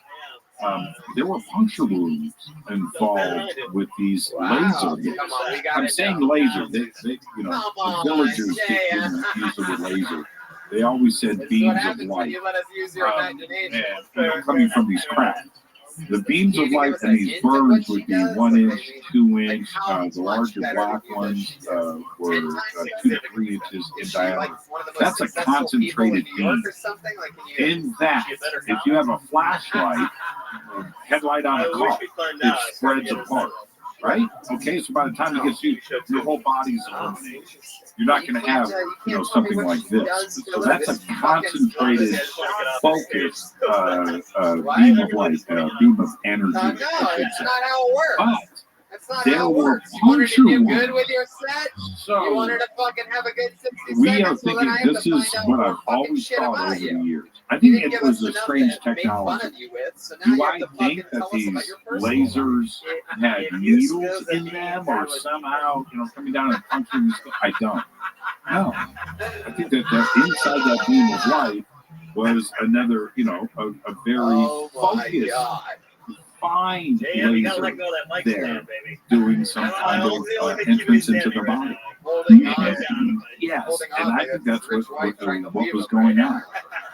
Straight into the bloodstream, which was causing these issues with blood levels and pressure and everything else. Now, does that sound crazy? Sure it does.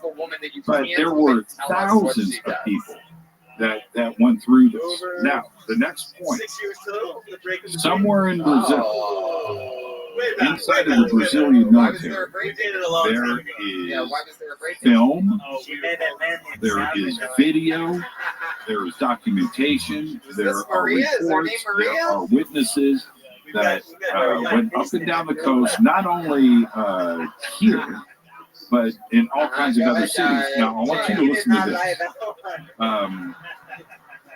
This is directly from Jacques Vallée's book. He says, ground truth.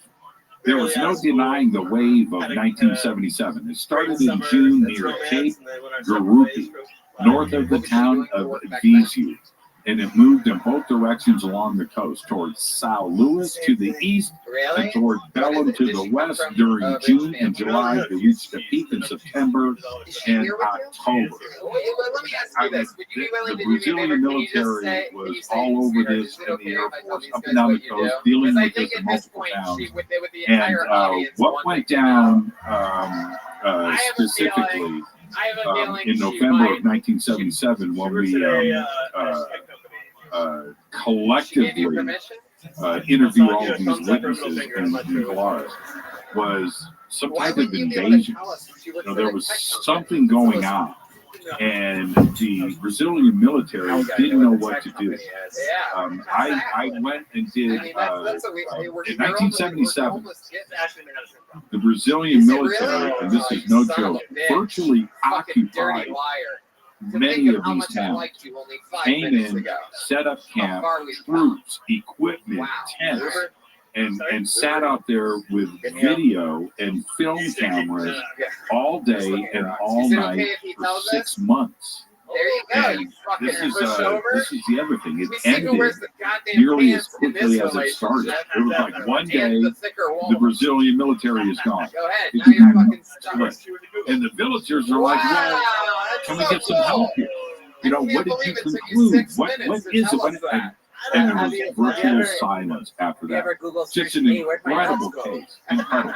Yes, they just snapped their fingers and the military was gone. But before they left, they collected about 500 pictures, 3,000 witness accounts, 15 hours of film, and over 2,000 files were accumulated. Now, I think it was in 2003 or 2005, some of it was released to the public, but not all of that information. And someone just asked, did you read the book UFO Danger Zone? I did. I loved it. And that one specific chapter, I think it was chapter 20 something, on this case specifically, I devoured it. I loved it so much. It was one of those things with me. I remember I saw, this goes back a long way, everyone, but I caught a couple, I'm investigating the case, and suddenly I see it on TV. And then I see another segment on another TV show. I'm like, what is it about this case? And I went back and I jumped back into it, and it was very visible there for a minute. And for some reason, it has been silenced. I think this is something that hopefully today, us discussing it, is going to cause so many to go out there and do the deep dive. I want to swing back here to this, which is if they ever break up, let me know. I swing both ways. Again, this is from Jacques Vallée. You guys having fun yet? He says the reason the phenomenon cannot be denied is very simple. Every evening UFOs appear coming from the north. Okay? Now you've got to look and see where Polaris is and where it is on that part of the coast. But there, the coastline heads up and goes west. Yes. Okay? And you see, if you back up, there you go. You're very close to the top and north side of Brazil. And you're French Guyana, right? There's Venezuela. But you see that jetty up the coast right there and how it goes north? That's what we're talking about here. Very interesting point, because after that it's east-west, and also if you go directly north, you're over the water, right? Okay, you're over the Atlantic. So, coming from the north, in some cases they flew down from the sky. In others, they emerged out of the ocean. I saw a photograph of an object with a luminous white ring flying right out of the brackish water at dusk. This is Jacques Vallée. They came over the islands at low altitude and circled. They descended as if to land. They made loops and accelerated suddenly. They hovered over houses and probed inside with beams.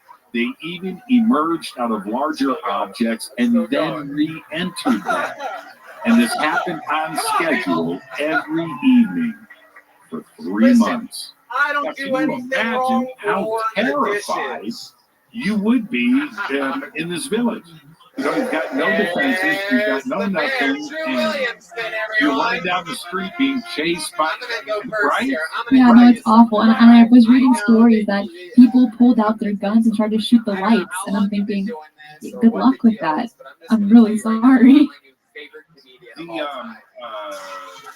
Not the funniest. The other stuff that was involved with this, because I talked about I could just lay down with this sleeping the bag. blue orbs. You know, we always talk about orbs. There was an investigation by the military into ball lightning. Was that part of it? Was this something that was being shot out of the craft? The websites that had surfaced. I don't think there's any websites out there now. Young television star. No matter where you live, we're playing Miami-Dade County. Your daily actions impact the marine wildlife and water quality of Biscayne Bay. Learn how you can be Biscayne Bay friendly at miamidade.gov/Biscayne Bay. Geico's motorcycle expertise means I'm covered by people who know bikes like I do. I'm happy as a clam. Disclaimer: no conclusive scientific research has shown clams can experience happiness. It just meant that I feel really good about my coverage. I mean, even if you took the clam out for the best day ever, visiting the zoo, taking a scenic ride, knowing you're insured by specialists, and sharing a strawberry ice cream cone together, the clam would not feel happy, and your strawberry cone would taste sort of clammy. Geico's motorcycle specialists who know bikes like you do assume no liability for clammy ice cream cones. Geico. Expertise for your motorcycle.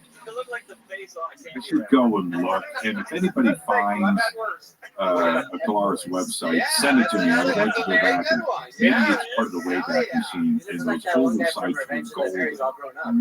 Back in 1995, 96, 97, there were specific websites that were dealing with this case, and there was a lot of information there. Well, here's this. You can see. You can see it.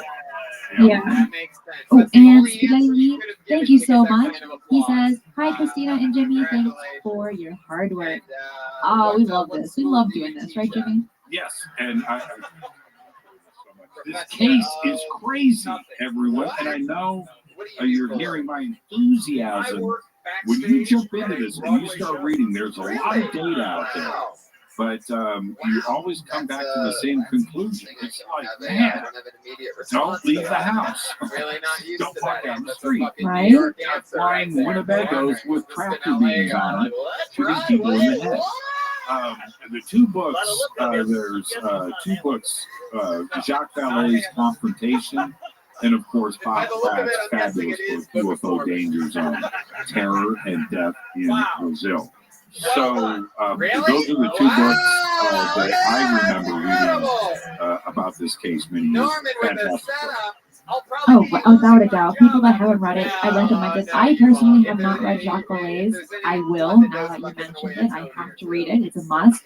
But the Danger Zone book, It's so easy to read. It's very simple, but it hits all the points on this case and cases throughout Brazil. It's not just this tiny little location. It's all the cases. Something that I wanted to talk about on this specific case is, but before I do that, I should probably address this super chat by Felipe. Thank you so much for the super chat. I'm interested in all the Brazilian cases, so we'll do more shows on this case here at some point, along with Venezuela, hometown. Oh, not really mine, because I wasn't born there, but my mom was gonna do a whole show on that as well. That's gonna be awesome. But back to this, what I found really interesting, and what you mentioned at the very beginning of this episode, were there were certain deaths that happened because of this incident. What happened? Well, first off, I can go back to that. Let me go back to that specific. But somebody just sent me a link, and I'm over there now, and this is awesome. And I don't have a way to post this. How do I get the link to you? How do I do this now? If I send you this link. Okay, so on my side, there's going to be a private chat where you can put it in. But Zenza Bill did put up a link as well. If that's the same link as yours. Let's see. I'm on. Bobby leads this. We both have master's degrees in synthesis. No. Okay. A different link. So on the one that you have on your right is going to say private chat, and you can place it right in there. Private chat. Where? Oh, private chat. Really? Oh, I've got a private. Nobody can see this? No, just me. And I can look at that. See, you should get Streamline instead of using Skype. Hold on. Watch Christine's face. I love it. And you guys fell in love. You do anything? I cannot picture. Oh, the drawings that the military officials Is there anything drew. that you do? Private chat. A private chat. Tall guy I met. She, of course, is one of those short Korean girls, right? And the chance you got the fucking. Don't they want to know? Okay, but. We're playing our houses be coming up to her and. Okay. Anyway. So, that's what I know it's private, see?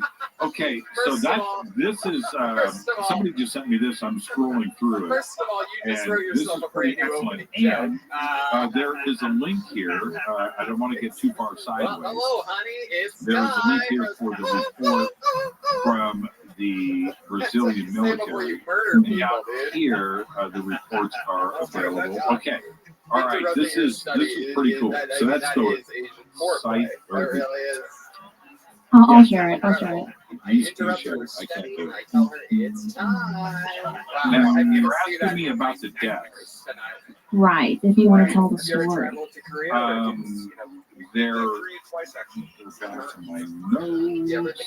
And here's the document that Jimmy was talking about. Here is a drawing that was created by military officials, one of which we're going to be talking about today, the captain of the Project Saucer. Wow. But here's one of their drawings. Yeah, keep that up there. Oh, look at that! The first Oh, I Strawberry can. can of the night Okay, I started just on got a rid of rim everybody shot. else. I don't have. Yes, this is excellent. I'm glad I we think you can guys do are a this. good team. Maybe Okay. when you do another little any type of one-liner about your Korean wife. It doesn't even It's have in to be funny. Portuguese. Don't trust me. Trust me. Just a sentence out of my Korean wife and blah blah blah. Go ahead. My wife really speaks. No, wait. My mom does. Not fucking right. You have to say it each. You have to do the Okay, and deliveries did of you my put Korean this link wife. up for everybody? No, but I can do that right now. Yeah, let's put this link up Sorry, everybody. This is happening in real time. This is live. This is what happens. We have created a monster. I'm very excited. Come on, one more. So I need one more good Korean wife one-liner from you. I know you don't have one. Trust the me. full report is Trust here. me. The less that you think about this, the funnier it's going to be. So we've got I'm telling you, the less sense it makes, the better it is. Just don't This even is think about it. beautiful. Don't use your fucking Okay, so everybody can do a deep dive alright? here. And then what I was want you the to just other completely improvise. link? Look I at wanted to those look at lights and this fucking from trust Bill. yourself. My Korean wife, Because Bill when my only Korean wife posts the goes down real the stuff. slide, it Too makes many noise comments like this. here. Too many comments. Where'd Bill's link go? I want to say this. This is how I research. And when Bill, where is your link? I don't see it. It's right here, right? It's right up for you right now. Favorite comedian in the world right now. Drew Williamson. Right in front of you. No, yeah, right. You guys look like two separate Yeah, but photographers. that's not clickable. I swear. That's what it is. This was You this was motherfucker, Drew. planned I a mean, you're little just bit unbelievable. better. Not only did you I'll make have it the up, link but up, you though, did and exactly it's just what weird I when I think a scroll lot of back, people I want to don't do, see which the- is fucking have a good set and most importantly a great interview. Bill, can you You know, post it the again? interview on Put this you show is around. an You seem underrated struggling. part of You being seem struggling. honest You and can giving us you can be something to a work good with, and guy it lasts 4, and 5, just 6, post 7 the times link longer and than help the a brother 60-second out. set does. So I'm gonna it's one go of my up favorite tonight on the interviews of all show. time. You're such an interesting He's character honest for and your he's a books, for fantastic your words. moderator, but Drew Williamson, while we're waiting for the everybody. link, so these deaths that happened with this incident, I don't know about you guys, the but doctor this is a from fucking the really fun start to this hospital, episode of this but show, huh? We're I in posted it. it I for you. promise you this. Yeah, I got it. I got it. Okay, It's about yeah, as fun so as it gets on a with show in this which incident, anything the can first happen. woman that came into the clinic, How about one more the time for my doctor man, said Drew that Williamson? she was completely stiff. You know, her First jaw time was ever on locked, her stage. eyes were shut, and All right. Pull another name out of the bucket. Let's see what happens here. Put your hands together for Rishi. R-I-S-H-I. Here we go. Come this way, Rishi. Okay. All right. Go that way. Is there any walkway there? There is, right? There's a little bit of room to walk there. A little bit. Yeah. That's what we'll do from now on. Here he comes. Come on up here. Here we go. Where's my friend? Stand back. Hey, one more time for Rishi, everybody. All right. My girlfriend took me to my first yoga class this year. I figured I'm Indian, the Hindu variety. I play Street Fighter exclusively with Taoism. So fuck it, let's do this. It kicked my ass. It had us awkwardly twist our bodies in something called the pigeon pose. Apparently in the yoga community, the pigeon is not a fat, lazy bird, but rather a graceful, flexible creature. When the yoga master yelled out pigeon pose, I thought the depressed accountant was going to come out and start throwing us leftovers from a park bench. That pose is very inappropriate. They need to pick a better animal. Some more about me. I was born in Kenya in Africa. I was born in Kenya. My parents were born there as well. I'm also a U.S. citizen. Technically, I'm African American, which probably also I don't mind when the guy next door calls me the word, neighborly. Thank you. Hey. Wow. Rishi, everybody. I like a guy with funny jokes. There's something about a guy with funny segues that I love even more. I mean, I could tell you literally wrote out on the paper some more about me. Like it was the most pronounced and confident part of your entire set. Very fun. First time doing stand up? First time. Hell yeah, Rishi, everybody. I love it. My goodness. And what do you do for work, Rishi? I'm a project manager at IBM. Wow. Look at that. That's someone not afraid to drop a name real quick. Rishi, stand right on that yellow X that the audience can see what you look like exactly. Wow. I set you up for a joke that I'm going to do in just seconds. But for right now, I'll say, how long have you been working at IBM? 18 years. Wow, 18 years. That's been the answer for so many questions so far. 18 years, 18 years. And you can fuck it. Yeah, Yeah. it's true. Hey, Tony, I'm just glad to see this still alive. I was sad when the dragon burned you up on Game of Thrones. Just happy to have you here, man. Look, was not a little. He has had a hard life getting the Mario Brothers, having green shells shot out of him. He got you a Goomba. What's funny is I couldn't think of the name of the thing, so I literally had to spell it out. I'm like, hope this works. Can't think of it. We would call him a Toompa or something like that, but I knew it wasn't Toompa. So, Rish, you fucking fun. Interesting stuff. You're an interesting looking guy, but you know that, right? Well, like you're kind. I can't really tell. Mark, what did you think of seeing Rishi for his first time up here tonight? What do you think of this guy? For the first time, that was solid and yeah, very impressive. And I thought of you more as like a Osama bin Diesel. Yeah.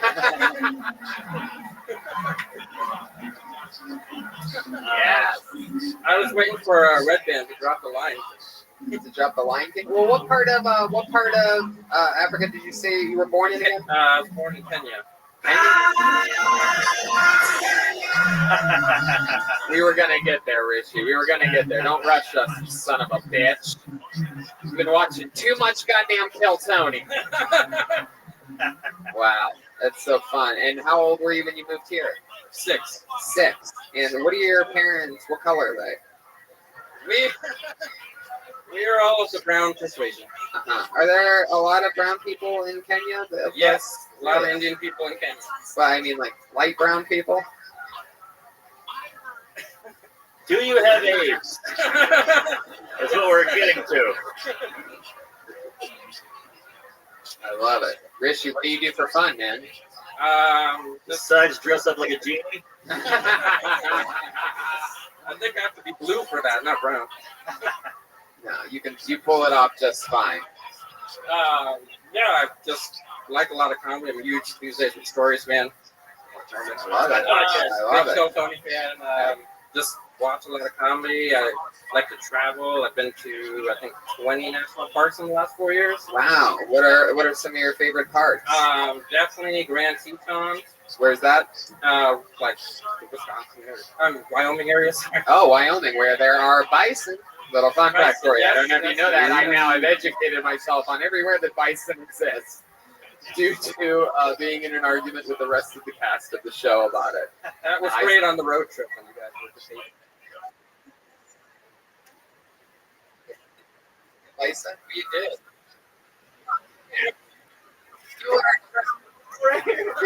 Because I know, I happen to know for a fact, it's one of only 2 or 3 states where you can even fucking see a bison. A what? I am more of a dollar fan instead of bison. He made a Street Fighter joke. Ah, there you go. I'm just glad to hear you're allowed back in parks. Heck yeah. For those of you listening to the podcast, Richie is masturbating right now as we speak. He's got the Midwest left hand in the pocket. Anytime I can get this close to Mark Norman. I love it. Anything else we need to know about you, Richie? You're such an interesting character, but I feel like there's something you're holding back. You ever been arrested before? No, not arrested. What do you call it? I mean, detained for a few years? Just shoved into a lamp.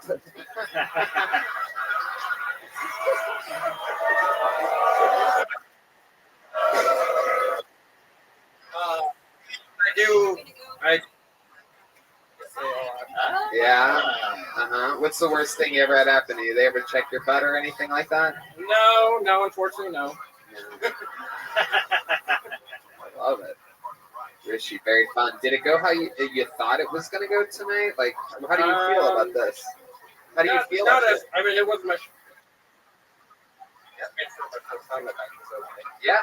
Yeah, absolutely. So do we. Definitely. I'm just asking you, I'm not asking you what you thought of your set. I'm asking you if you had fun. Like, how do you feel? Yeah. This is a blast. I mean, your show is like one of the things that got me to do this. Can you just repeat that 9 more times, please? All right, Richie. Well, I mean, amazing stuff, dude. Congratulations for popping a lot of cherries. Thank here. you. We love it. I love it. Richie, everybody. Hey. Here he goes. Richie. Move, bitch. Get out the way. Get out the way. Hey. How do you like comedians? Like it when people pull up and do bad on this show. Wow. Listen to that. It's an angry New York show. I like it. Let's keep it moving along. This is exciting. This looks like someone maybe Jolena met in her past life. Put your hands up for your next comedian, Gio Perez, everyone. Oh, wow. Look at this.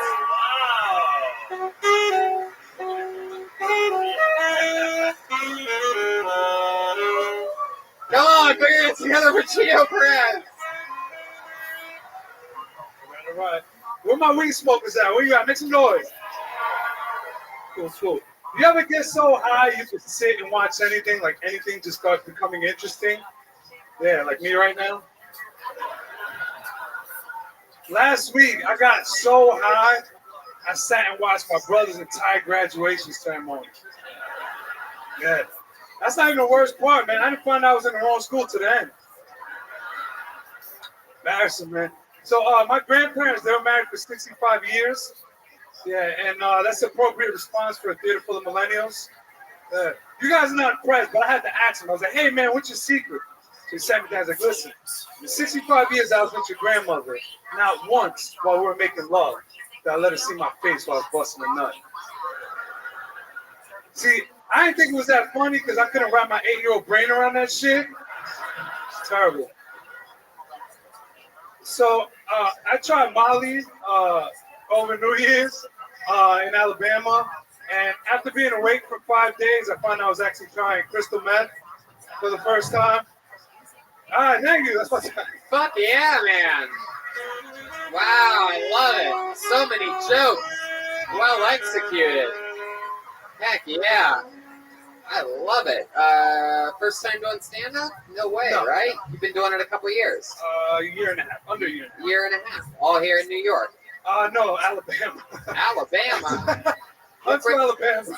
Are you up here for Skank Fest? No, I just moved back about 3 weeks ago. Oh, you just moved back. Yeah. So you're originally from here. Yeah. And then you moved to Alabama for how long? 3 years. Let me ask you something, and I think you might know what this question's going to be. What the fuck and how the fuck does a guy that looks like you move to Alabama? For those of you listening to the podcast, not watching, this guy looks like a little Al Yankovic. I mean, he looks like if Darlene from Roseanne was just an all-out lesbian machine. It looks like Drake and Sancho Bob had a baby. Popular shore. When you went down to Alabama, they legalized abortion. Yeah. Nice. That's the reason I left. I didn't like old white men telling me what to do with my uterus. Wow, that is my body, my choice. Am I right, ladies? Oh yeah. This was pandering, eh? So, why did you move to Alabama? Man, I was fucking up in life, and I had family down there, so they're just like, come move down here, and that's why I found comedy down there. So cool, so interesting. When you say you were fucking up in life, can you elaborate? I got a couple drug sales. I was like in and out of jail, 20s and teens, so I just man, try something different. Your butthole must look like this bucket right here. I never made it to prison. I was just in jail. So I didn't get that far. What did they do? Just stick a finger in your butt? Yeah, we never made it past second base. I love it. Hell yeah. You just had to make out with a lot of dudes. Wow. Scariest thing that ever happened to you during that time, or in jail, or with drugs, or anything? Anytime you were really frightened? Shit, there's so many. I got a fucking PTSD from that shit. Yeah? I haven't sold drugs since like 2013. Statute of limitations almost up, people. Yeah, there you go. Heck yeah. So you're a quitter. Yeah. Yeah, man. I love that you're so damaged that you think there's some undercover cop in here waiting, like maybe he's selling drugs right now. Enough with this super likable comedy show. I'm here for work. It's just gonna tackle you when you're done. I love it. What was your favorite? I missed that. What was your favorite drug to sell? Excuse me. What was that? What was your favorite drug to sell? Favorite drug to sell? Heroin. Yeah. That was the fastest money Wow. I've ever seen. Did you get on that yourself? Yeah, I kind of fucked up a little bit. Started taking pills and it started slipping. I never shot it, by the way. This is gonna be on YouTube, so Again, my boss is gonna be watching this. it's always a funny thing that only former heroin addicts do, where they're like, "I only swallowed it. I never put it directly in my bloodstream." For those of you that can relate to that, it's like either they do or they don't. It's not really a difference maker to us normies. Whoa! Woo! You didn't shoot it. I'm gonna swap spit with this guy right after the show. I love it. I only swallowed heroin. I didn't shoot it. Am I right, ladies? Woo! So, Gio, what do you do for work now? How do you make a living? You a SoundCloud rapper or something like that? Nah. That failed, so I tried comedy. That wasn't working. Eureka Bodega. Yeah, good call. I'm Dominican. Good call. Good call. Hey, nailed it. You can tell you've been in New York for a while. He's a real New York guy. Big Easy. You got a sleepy cat around you at work. Yeah. Is that true? Do you really have a sleepy cat on? No. What do you do for work? I work at a retail store. Retail store. Stocking shelves. Stocking shelves. Hell yeah. You work regular hours or are you the night crew? 4 to 1. 4 a.m. to 1 p.m. Interesting. So then you sort of sleep until like 6 or 7, then you do stand-up. No, I drive straight out to the city and try to do some mics. Right. Oh, at 1 p.m.? No, at 1 p.m. This mic's out here at 2, 3 o'clock in the afternoon. I'm so confused now. I have no idea what the fuck time we're talking about now. I don't know what time zone. I think you tried to adjust with our LA time zone in one of your answers, and we lost each other. And I don't think we'll ever find out exactly when you work shifts at your job. I'll never say if this is going to be on YouTube. Oh, well, It's the only job that you think someone's going to check every retail store in New York? All right. Paranoia. Yeah, it really is. You seem like a defensive guy. Sorry, the interview sucked. You have a girlfriend, Gio? Nah, I'm single right now. Heck yeah. You been on a date recently? Nah, man, I just been doing this for work and taking care of my daughter and stuff. Oh, you have a daughter? Yeah, I got How's 7 your daughter? 7. 7. Perfect. You can wear her t-shirts, clearly. I love it. Does she look like her dad used to do heroin? Nah, I'll wait till she's like 16 to tell her. Right. But you'll tell her, like, look, I never shot it. I ate it, I shoved it up my ass a few times, but I never fucking went needle to fucking schmeagle. What feels better? A hug from your daughter or heroin?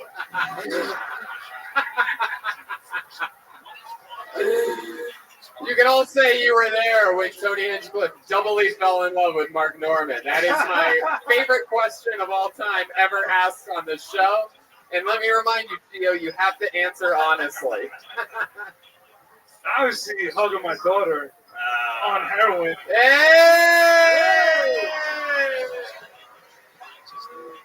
The old hug the daughter heroin double up. I love it, Gio. You hit us with the fucking 1-2.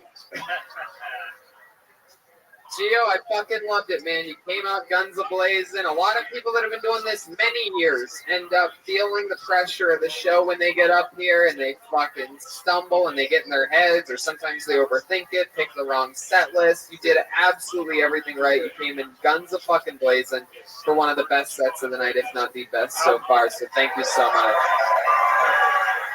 I just got to say, like, I felt no pressure because I'm used to being judged. Standing for the white man, so it was like going to court without the suit, you know. There you go. You had to get that one last fucking jab in there, didn't you? All right, one more time for Gio Perez, everybody. Follow him on social media at Gio Perez 86. And Drew Williamson's on Instagram at willie.drew. How about that? quality of people coming up is so much better here than most Yeah, it's places. incredible. It's crazy. fucking mind blowing. That happened. We found that out at Skankfest last year too. How many of you were at Skankfest, Phil Tony's last year? Huh? All right, jeez. I guess a lot of you didn't want to see us last year. My God. How many of you are new fans that have just found out about the show in the past year? Wow. Jesus. All right. My goodness. Happy to be here. Hold on the name out. Make some noise for Michael Joseph, everybody. Michael Joseph. Wow. Loud yes. He's right here. He's got a whole crew that's excited for him. Wow. People are fist bumping each other over here. This is so exciting. One more time for Michael Joseph. This is fucking terrifying. I made the joke that I wouldn't get all called up here if it was for $1 million. I'd still be sitting in my seat, but chance to embarrass yourself on YouTube Live, and Fane answers the call. So here I am. So the other. Oh, is that it? Okay. You sound like a dick in my hands. Closer to the mouth, the better. You know what? We're gonna restart it because no one knows what the fuck you said the first time. Just don't say it again. But don't hold that mic. You got a little bit of space. You see what I'm doing? You see how that works? Don't fucking. You're not a fucking. I'm not an up and coming. No, I got it. Save all that fucking thunder. We're gonna reset it one more time for Michael Joseph, everybody. Here we go. So what I was saying was that I would probably be still sitting in my seat right now if this was for $1 million, but since it's the chance to embarrass yourself on live YouTube, here I am standing. This is the call. This is fucking humiliating. So recently, the Wu-Tang Clan got a street named after themselves in Shaolin, or Staten Island. And I think for the first time in 60 years, that Martin Luther King Boulevard's gonna have some competition for most violent street in America. Is that too much for 2019? Too much. So let's see what else we got here. I was on my way walking here, and I'm a big people watcher, people listener, and I heard two people over talking about someone that had been diagnosed. And I didn't really hear much of the conversation, so I'm trying to think, what did they got diagnosed with? I didn't hear anything, but it couldn't have been anything positive. Nobody's ever said to you, you've been diagnosed as a millionaire. Getting worse. So let's make fun of myself, right? So recently, I got cheated on. Woo! So I've been single for a year. By choice, because I don't want to be humiliated again. But here I am being humiliated again. There you go. Michael Didn't hear me out. Got the Chelsea Hell there, yeah. sorry. Hell yeah. Stick with me, Michael. Hell yes. Michael. First time ever doing stand-up. Fourth. First time in 2 years. First time in 2 years. Hell yeah. That's exciting, man. Why have you only done it 4 times? Just something you like to The last time I did it was in Suffolk County, Long Island, and I did it to the back of people watching the Ranger game. And I was kind of discouraged by that. I just figured I'd write jokes on my iPhone and then delete them. This is fucking. I'm having flashbacks to Soprano episodes. I don't know whether to make fun of you or just put myself in the trunk of your car. Salvador. Yes. Why do you have a clown tattoo on your calf? It's scary. He has a clown tattoo on his calf. I'm a nervous guy. Salvador. Yes, Mark. I just want to say, first off, Sal Volcano looks terrible. Yeah, they put you in a really bad prank on this one. Rub sweat all over yourself and go up and bomb on a Kill Tony show. No. On this first one, we want you to just put the microphone right up against your mouth and just start saying words. This is terrible. I love it. I hate it. No, you're doing just okay. Relax. Sure? Yeah. Can you tell I'm nervous? Relax. Yes, you're shaking, I you're know. pacing around. You kept doing this thing where you would go back and forth over the mic stand, which I love. Like you kept trying to, for a guy bombing, you were trying to be like Chris Rock and Eddie Murphy so badly. Just like, hey! Just walking the stage, repeating it. You're also holding the microphone like a baseball. Like, you know that you're talking into that, right? Yeah, you're sweating like we know you beat your wife. I'm somewhere between chubby and obese, so I sweat like just naturally. I can't really help that. Really? You're chubby, slightly obese? We had no idea. Michael, you really found out that your wife cheated on you? Yeah, I did about a year ago. My goodness. You just feel bad until I tell them that she was a flight attendant. Oh, she was a flight attendant. Yeah. Oh, yeah. How long did you have her smuggling cocaine into the country for you? All right. Well, what airline was she a flight attendant for? You saw her? No longer Virgin Airlines. Oh, yeah. I love it. Have you hooked up with a chick since being cheated on? No, I've actually been celibate for the last 13 months. 13 She's months. the old lefty. Wow. You know, if you want the stranger. You're a fucking switch hitter? Who jerks off with their left hand? Yeah, ambidextrous. Really? Not ambidextrous. Wow. Don't ever do that again. Do anything for anybody? Does that fix my sweatiness and my bombing? I'm glad that you got to see in front of a huge audience exactly how funny that joke is. That I feel like you tell all your buddies in the fucking in the. They're right there. They filmed this whole thing. Oh yeah, you guys all work at the same dump truck. What do you do for work? What's that? What do you do for work? Software support. Really? Yes. My goodness. For the last 13 years. 13 years. Wow. 36, very distant. Wow. A lot of numbers. I look like a sweaty 25-year-old, but I'm a sweaty 36-year-old. You talking about a 25-year-old corpse? What are you talking about? I look like a sweaty 25-year-old. I don't look so good.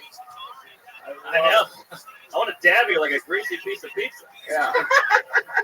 I mean, it really is. You literally have a skull shaped like a gigantic Philly cheesesteak. It's just dripping. You go to a lot of Yankees games? I'm Met fan. What? Met fan. Met fan. Wow, look at that. You look like a guy that hasn't eaten a big apple in your life. Thing comes up out of left field. You must be like, what is that thing? They still have that when they hit home runs in that stadium? Okay, cool. I don't fucking know. I don't give a fuck about the Mets. The Mets. You gotta be fucking kidding me.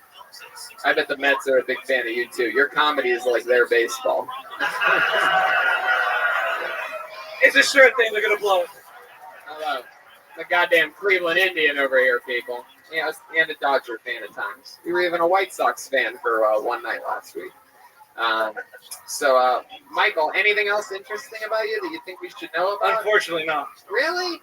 Nothing? You ever saved anybody's life or almost died? Wouldn't want to anyway if they were somebody to say it. Oh my goodness.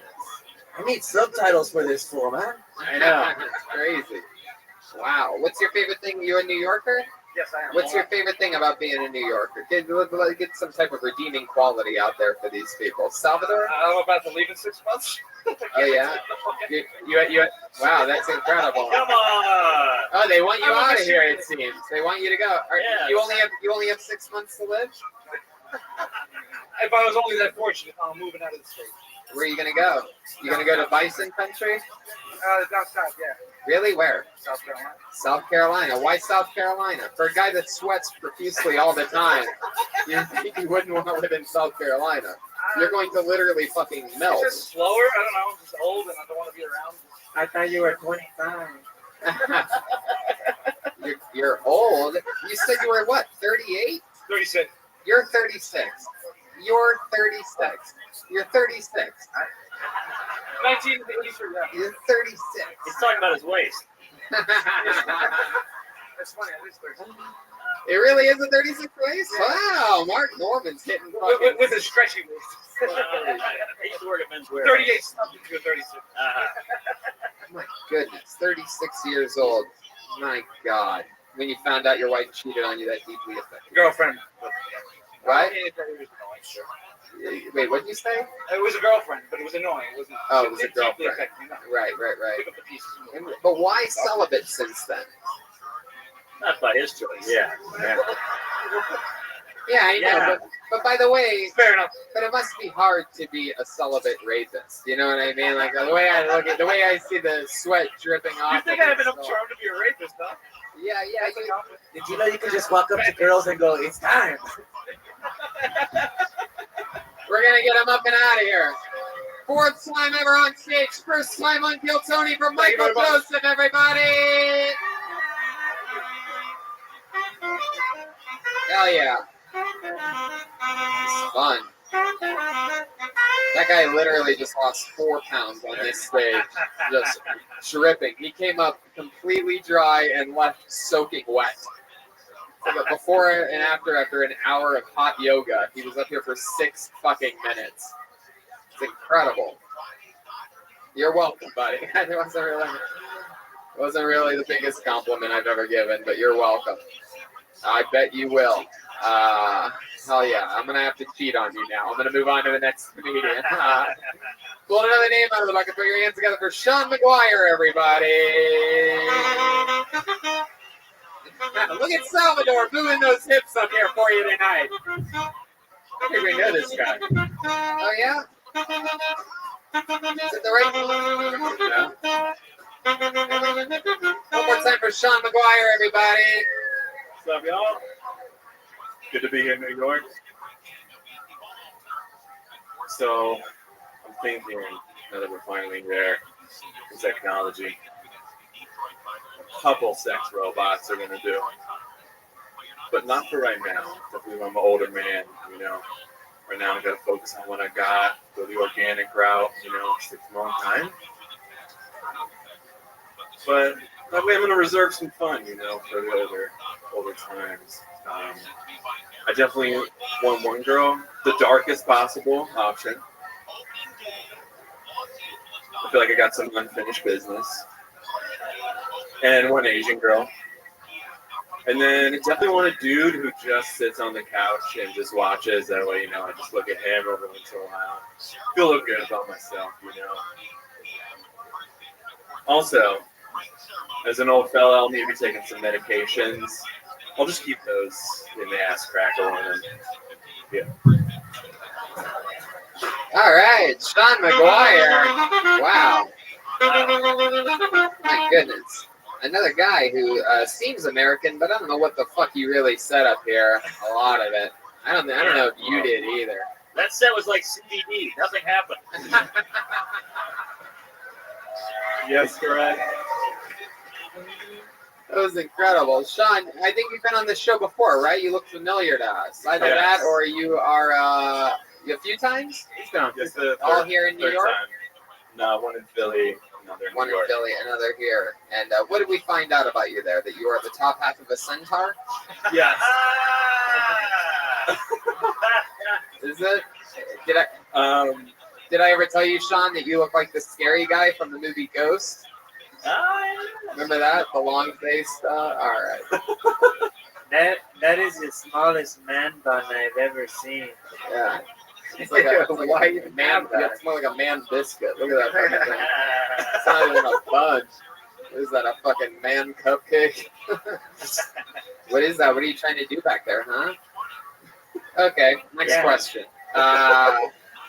So, Sean, what are some interesting things that we found out about you that we talked about the times that you've been on before? Remind us about you, Sean. Yes. So I fry donuts and I fry chicken. That's my job. Oh, that's right. You are I was fryer. also a barista, but I got fired from that job since last time. Oh, yeah? Why'd you get fired?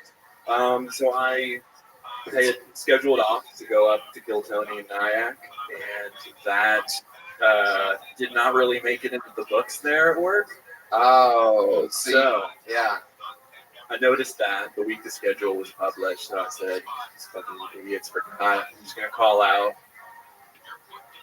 I go to New York, and my friend Nikki is receiving me, but my boss's name is Nick. So my boss texts me, and I think it's my friend. I'm like, yeah, man, I'm up. I'm on the way. Oh, shit. And then my friend actually texts me an hour later, confused, and out of job. Right. I would have fired you just for how long that story was. Yeah. That was mind-boggling. That was just unbelievable. You are set for a life of frying donuts and chicken. Very, very fun. Have you been doing stand-up in between the times that we've seen you? Yep. Yeah, that's fun. So how long have you been doing it now? In total, about 10 months. 10 months. Yeah. Did you start on Kiltony or you started before? I started 6 months before. Very, very, very cool. Okay, so you did Nyack, Philly, and here. Philly, Nyack, yeah. Very cool. Yeah, Jolena. How long have you been pretending to teach Bikram yoga? I am an actual certified yoga teacher. I was just going to ask that. I was going to follow up. I did yoga on one episode, if you remember. Heck yeah. Is there maybe a special yoga pose that you can do that's like really impressive that you could do? I think these people would be interested to I got one in mind. Perhaps see. He already showed us the downward bomb. Heck yeah, here he goes. For those of you just listening, he's emptying his pockets. Brian is playing a violin on GarageBand right now because that's what yoga music sounds like. Oh, shit. Wow, look at this.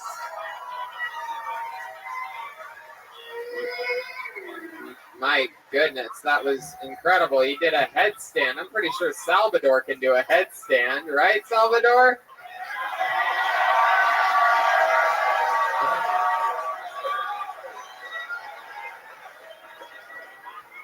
I think you got to keep the hat on for all this too, by the way, if you're wondering. How many of you want to see Salvador do a headstand here tonight? Woo! How many of you fucking love Jeremiah Watkins? How many of you have already listened to or are going to order the new Reagan and Watkins album off of ReaganandWatkins.com? Well, then I present to you from Salvador a headstand, everybody. Jolina, get your ass over here because he's going to fall. Here he goes. He's about to lift himself up. Wow. Jolina is sucking his dick. Jolina, is there anything else you want to do to him when he's in that precarious position? Now that's how you get across the border. Wow. And I did not sign up for that. It was time. How about a hand for the band, guys? And Sean McGuire, you've been on the show a few times lately, and do we have anything else for Sean before I let him go, guys? He looks like a shitty Jesus. Yeah, he does. He looks like the kind of Jesus we wouldn't want to come back after 3 days. He looks like the kind of Jesus is like, do you believe in me? And then he takes a pause and he goes, me neither. There he goes. We're going to keep him moving along. One more time for Sean McGuire, everybody. Hell yeah. That's all I have. Can I get a beer? Oh, yeah, definitely. Can we get a Bud Light or any type of light beer for Mark Norman? Thank you. Here? How about a hand for the amazing staff here at the Gramercy Theater? Doing it, getting it done. We got a long night ahead of us. We got a whole nother show after this, and we're already in the heat of things right now. You guys are having fun here, right? It's fucking a humid, rainy, fucking thundery day in beautiful New York City, and we're so happy to be here with you. We're used to, very dry, sunshine, palm trees, cleanliness, not fucking garbage on the streets. That's just the people, but really, your humidity here, it's just Stop shipping your helpless. amazing. But we love you, and we're excited to be here. It's one of the greatest cities in the world, and we fucking love it. It's our time of the year to be here in New York City, so we're very excited. Oh yeah. I'm gonna hand it one more time for the staff here at the Gramercy. Awesome place. All right, hold another name out of the bucket. Put your hands together for your next comedian. He goes by the name of Nick Radogna. Nick Radogna. Here we go.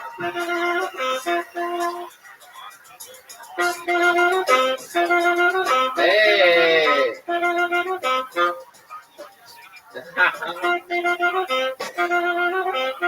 One more time for Nick, everybody. Hey, how you doing? All right. What's up? You might be wondering why I'm dressed like an Australian snowboarder. I actually wear this hat every day of my life. I have terrible anxiety, which is interesting for me to be up here with that. It makes me feel safe because my parents did not.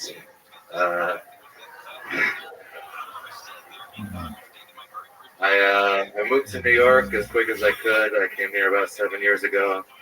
I've dated a lot of weird people since I've been here. I went out with a girl who was obsessed with Disney movies. She also happened to be a gutter punk. And one night we were in an alley behind an Italian restaurant, and she insisted we eat spaghetti like they did in Lady and the Tramp. Out of a dog's mouth. Thank you. Nick Red Dog now, everybody. Hell yeah. Fun times, Nick. How are ya? Good. How you doing? How long you been doing stand-up for? I've only done it a handful of times since I've lived here. A handful. Hell yeah. How long have you been delivering coffee by bicycle? You hipster fuck, eh? Why only a handful of times, Nick? The anxiety, it's terrifying. Wow. And do you take medicine for it? I do, yeah. Do you do things that cause anxiety too? Do you smoke? Not tobacco, weed, which sometimes will make me. Yeah, no shit. Nothing gets my anxiety going more than weed. I've never, no matter how high my tolerance ever got, there was never a time where just for a second I thought I was gonna fucking die. Every single time. Little fun fact for you. Salvador. Yeah, how long have you been the second stage on the evolutionary chart of Mark Maron? Does anybody have a stool that I can sit on? Picture it, listeners. That's exactly what he looks like. My goodness. Hey! Wow, he makes a face. Wow. You see that, Salvador? You know how to make a Mark Maron face. That's incredible. I didn't even know there was one of those. Dude, All right, now be bitter. My goodness. Wow. So, Nick, how about coffee? You drink a lot of coffee? No, not really. No. What do you do to counteract your anxiety? Do you have full-blown panic attacks ever? Panic attacks are rare. Mostly I just need to think my way out of. I need to logically think my way out of any. Like what? Is there something crazy, a big opportunity or something like that you've ever where it's really hit you hard and you're like, fuck, I'm just about to, I could do this amazing thing. No, like I'm aware that it's like a chemical thing. Like I can wake up after having a really good night and immediately the moment I open my eyes I feel terrible and I just realize that it's just in my head. Yeah. I don't know. You're bumming me out. Yeah, exactly. It's incredible. It's the first ever case. It's like outbreak of airborne depression just rolling through the air. If you could, I know. More to make it less funny. you can just think your way out of it. It's not like a problem. Yeah. I go to the hospital, eh? Yeah. Yeah, Joelberg here has such an incredible anxiety that he literally goes to the hospital, even though he knows that it's going to tell him it's anxiety. No, still but like, they give you drugs there. By the way, I'll talk to you later. I have a prescription. I have a new friend. Xanax. Wow, what did they prescribe to you? I'm on Xanax and Prozac. And the Xanax doesn't work?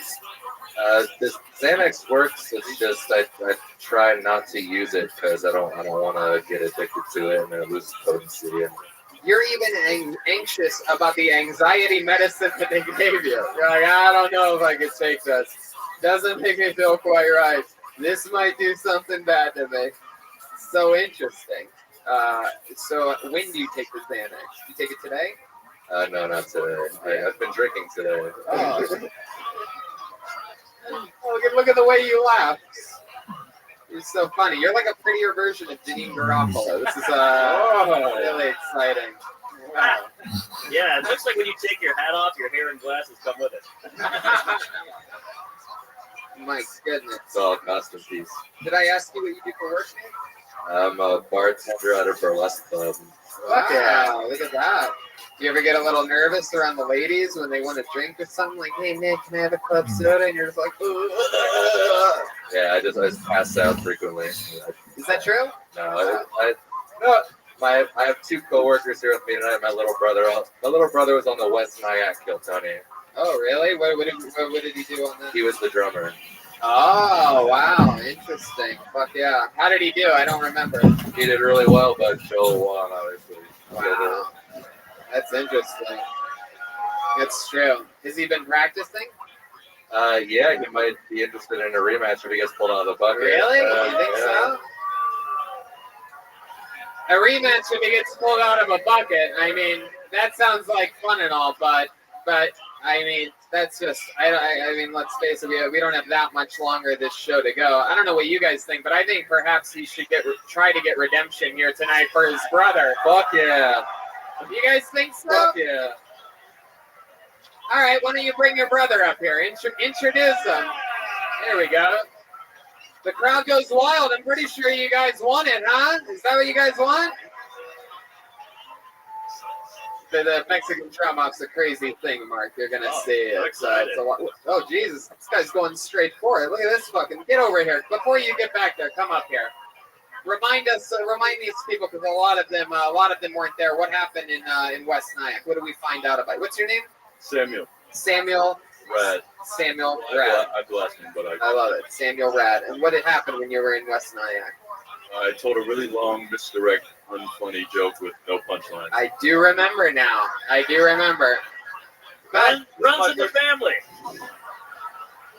But tell us about your experience playing the drums. How long is that something that you've been doing for? I've been playing for about 10 years. 10 years of drumming. And how did you feel? We've never had someone up here that has ever gone up against, in the history of Mexican drum offs, we've never had a return opponent before in the show's history. So can you tell us, is there anything that you've been doing to just in case you got called up here? Was there something that you've been preparing in case or thought after in retrospect that you're going to do? Is this something that you pictured in your mind before getting a chance to go against Joelberg again? Yeah, I trimmed my body hair. Oh wow! Okay. All right. I was looking for more of a yes or a no on that than the complete giveaway. Well, with no further ado, I mean, who gives a shit about your 60 seconds? We've seen a lot of amazing sets tonight, but I think you should defend your brother, who's probably extremely anxious about all this right now. Ladies and gentlemen, this is a Mexican drama!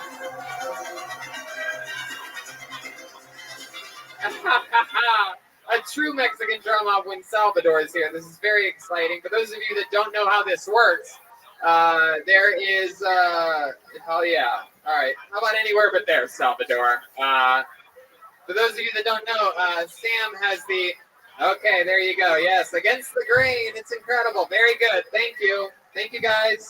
Okay, listen to fucking daddy. There you go. Jesus Christ. My God, I don't want to have to talk to you like this. Anyway, for those of you that don't know, Sam now has the chance to become the new drummer on Kill Tony. That would mean that he's on shows, the second show, tonight at 10, with a super secret special guest. That would mean Saturday at Skankfest, Sunday at Skankfest, and it means that Sam would be flying back to Los Angeles with us on Monday. It means that he'd be at the Fillmore in Philadelphia on July 25th. It means that he would move into Joelberg's old apartment and start fucking his girlfriend. Yeah. Everything that Joel had is on the line. If he loses, everything stays the same. Nobody has ever beaten Joelberg before, but New York, you're a crazy fucking city. This is where the city, where if you can make it here, you can make it anywhere. You guys excited about this? Now, let me remind you, it's about drums. It's about performance. It's about comedy. Anything goes. It's one big drum solo, and you guys decide in the end. Final question. Are you ready? Then let it begin. It's a Mexican drum off, and drumming first tonight goes by the name of Samuel Rad. The first ever rematch.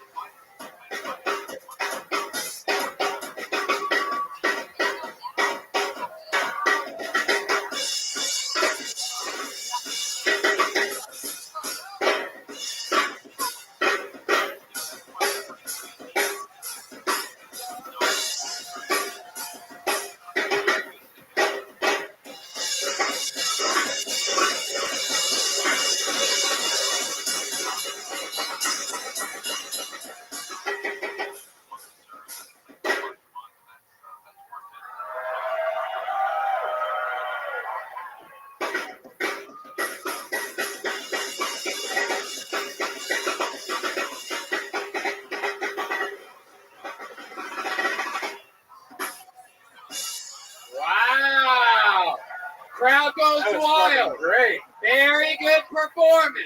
He took off the shirt about 85% of the way through. For those of you just listening to the podcast, definitely a better, more evolved performance than West Nyack. He got the crowd involved early on in it. He moved back later. Okay, guys, I mean, really.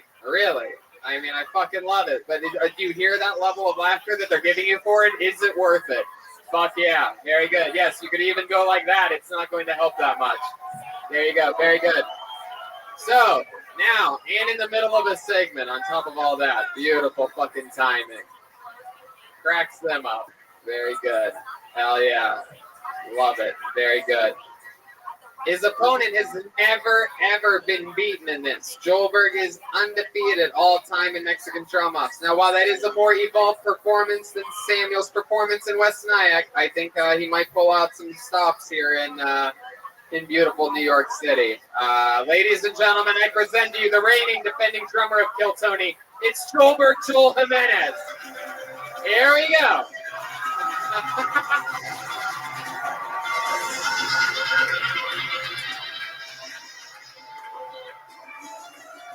Oh, Jolena just took up her wig. How dare you, these fucking idiots come into my fucking temple.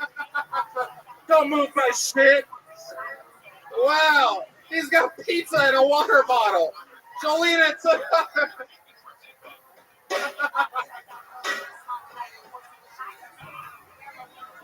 Jolena is pissed off right now.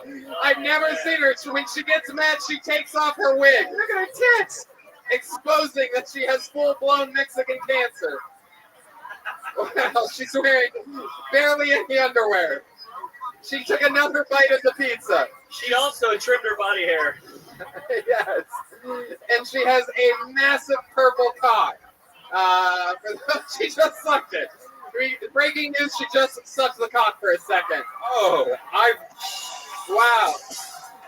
Are you ready? Okay, you ready? I was fucking born ready, Tony. Here he is, Joelberg Joel Jimenez in New York City.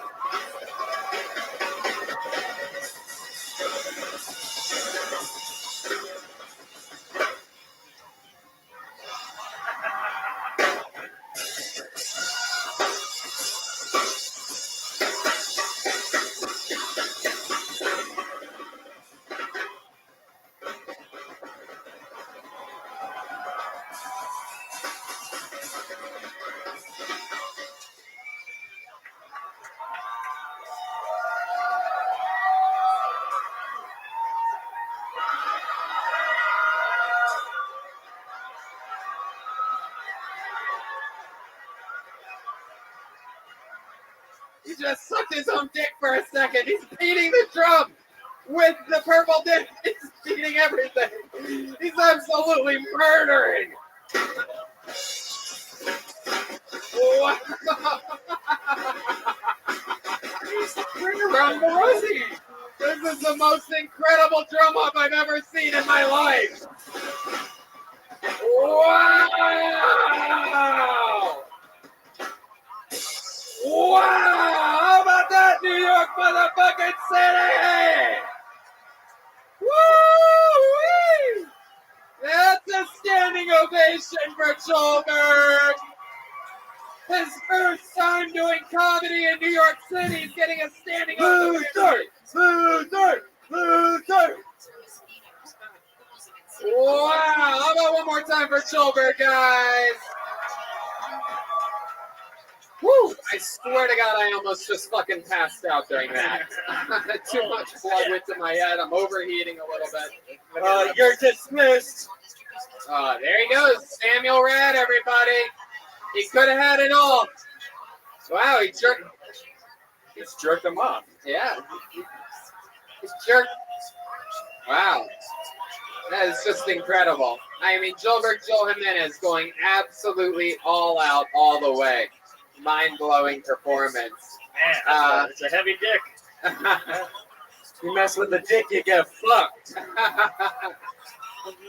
Joelberg takes this very, very seriously. And the funny thing, a little fun fact, is that he gets specifically mad when people aren't really there to do the stand-up part, when they try to challenge him for his job without really writing. I'm ready to die for this shit. And I brought this shit through TSA. You know what that looks like on the X-ray machine? Pretty good. That's hilarious. He brought it. He really did. I was standing next to him. We couldn't get our cameras out in time before we realized what was happening. But that did go through an X-ray machine in LAX. Salvador. Oh. I don't know. He's doing that. Salvador is having some technical issues over there. I don't know how he got that through TSA. I got randomly selected. Oh, Salvador. And just for future challengers, just so you know, I keep that thing on me. In him.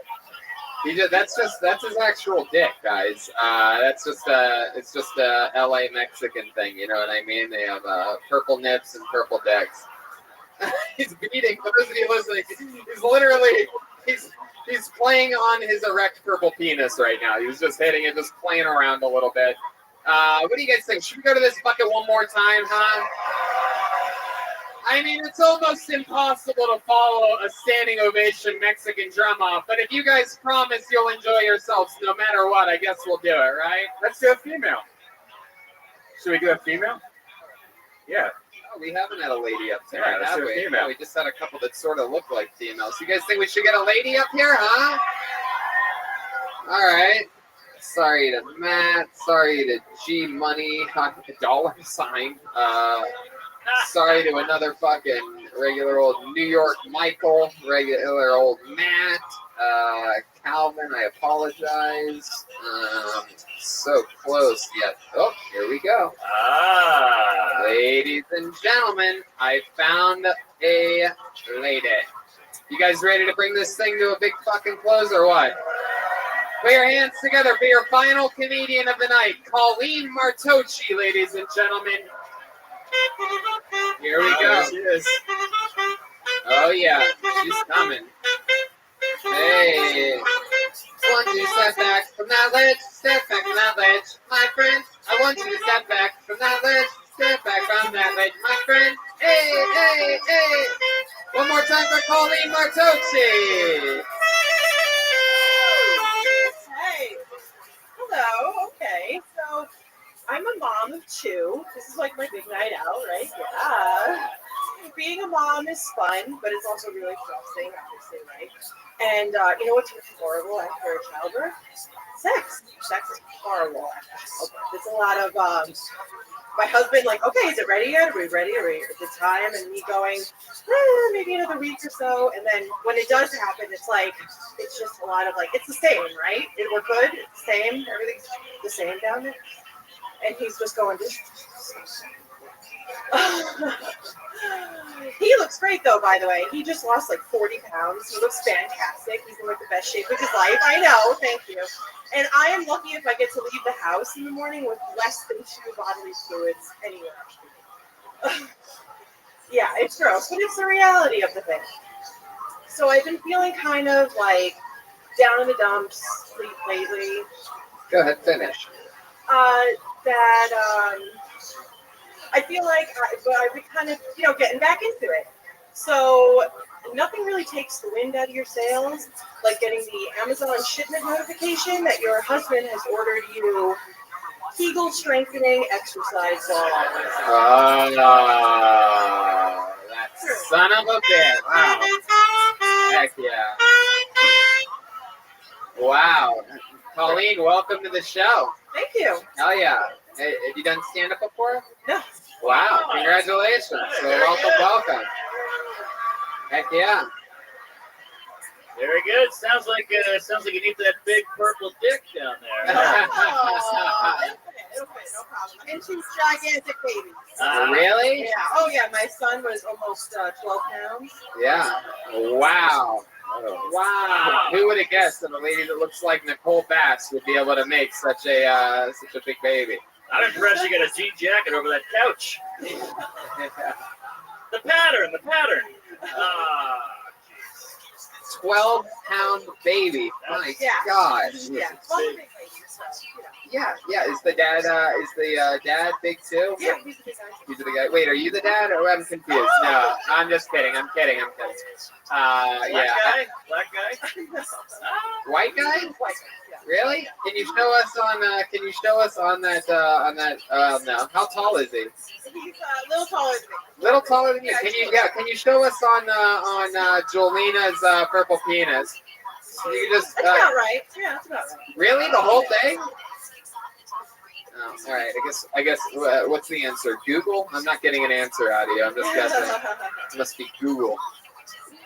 Okay. Have you ever thought about cheating on your husband? You're not having sex. Have you ever thought about cheating? We're not having sex because we have kids. Right. So Yeah. it's like, Are you in the slow down. Are you in the middle-aged guys who do sound effects and are gross? Yeah. Do you like Wendy's? I love it. Yes. Windy City?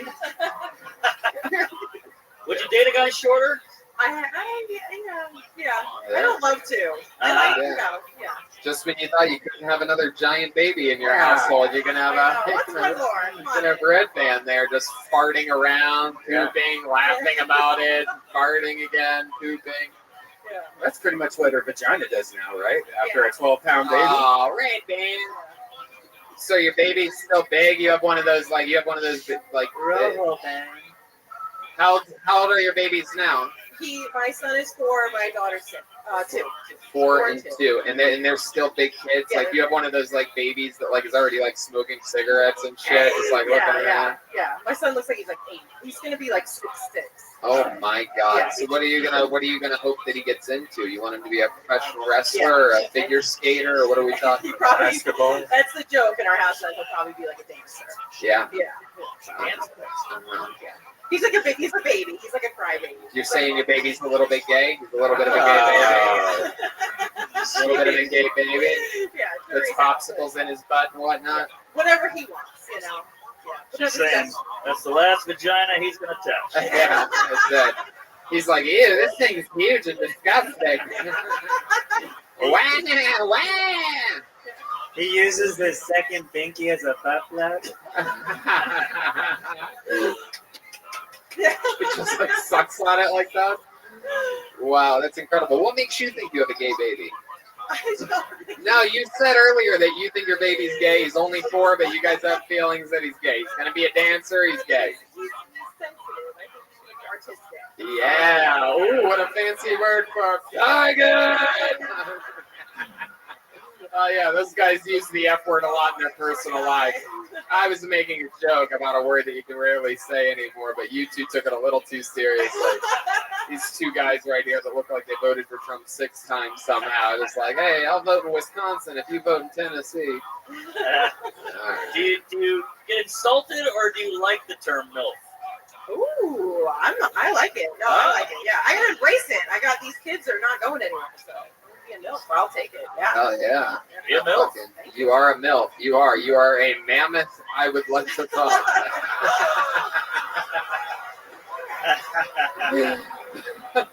He still wants to fuck you though. That's right. That's Mark had a good point. I love it. Colleen, what do you do for work? I work with kids who are in foster care. Oh, cool. Yeah, and I try to get them adopted. Wow, that's awesome. So you're working with a lot of other future comedians. That's Yes, really cool. yeah. Oh yeah. That's so fun. That must be a rewarding job. It is, yeah. Hard sometimes too. Is there ever like some kids like at a dog shelter that like nobody wants? Like that one. That's the population I work with. Kids who are like hard to place. Right. Yeah. And AKA Dominican. Is business booming right now? Are there a lot of kids that people don't want? Yeah. In the last couple of years, the state has pushed to not bring kids into foster care. So there's been a lot of preventative measures. What does that mean? Dumpster? Yeah. What's the other option? Well, they do preventative services with families who, in previous years, they would have just taken the kids away. They try to keep them in the home as long as they can, because for many years, kids were entering the system. So since you work in an adoption place, does that mean that you're sort of anti-abortion because now your vagina looks like an abortion? Support of women. She's the one that said she had a big ugly pussy. You crazy fucks! You're turning on me now at the finish line? Really? Ooh, she said it. Tony, don't mess this up. Don't throw me under the ugly pussy bus, you fools. Don't mess this up for me, Tony. I'm supposed to smuggle inside her to Mexico next week. Smuggle? I love it. All right. Okay, there you go. There's It's the just one. the hat sticking out of your... Excuse me, miss. Before we let you to the border, we have to ask you, why is your vagina playing saxophone right now? We keep hearing a careless whisper out of your pussy right now. That vagina could use some walls. Yeah, Mark motherfucking Norman. I love it. Colleen, you had your first time doing stand-up here. Clearly, you know the show. You rolled with these punches immediately, and relentlessly, and it was just fucking fantastic. You laughed at everything. You're such a great sport, and congrats on bringing this show. Not easy to follow a Mexican drum off, and she brought it all to a great close for us. One more time for Colleen Martocci, everybody. Yeah. Oh, one more time for the great Mark Norman, everyone. He's got motherfucking Tuesdays with Stories, right? Yes, yeah. And that's all. And all of his tour dates are at marknormancomedy.com. And he's going all over. He's one of my favorite comedians out there. A guy I don't get to hang out with enough. I'm always in LA. He's always in New York. Make sure you check him out. How about one more time for the great and powerful Jeremiah Watkins, everybody? Make some noise! Yeah. The new Reagan Watkins album is at ReaganOrWatkins.com. He's on YouTube at Jeremiah Watkins. He's on social media at Jeremiah Stand Up. Jeremiah also has dates coming up with Patty Reagan on the road. Why don't you tell them very quickly about that? Yes, June 28th in San Diego, we'll be headlining and bringing Joburg, and then mid-July we'll be in Phoenix Stand Up Live as well as Huntington Beach, and we're bringing Joburg for the first one and William Montgomery and Joburg for the second one. I love it. How about one more time?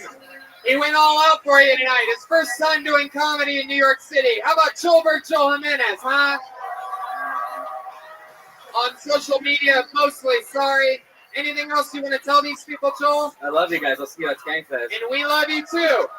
We got to turn it around really quickly for a 10 p.m. show. So we just want to thank you, and we love you guys for coming out. And I believe there still might be some tickets available. If you guys are up for one more crazy dance tonight, feel free to grab them and come back on in here. Thank you guys. We love you. Red Band? See you guys. Good night, everybody. Praise all up.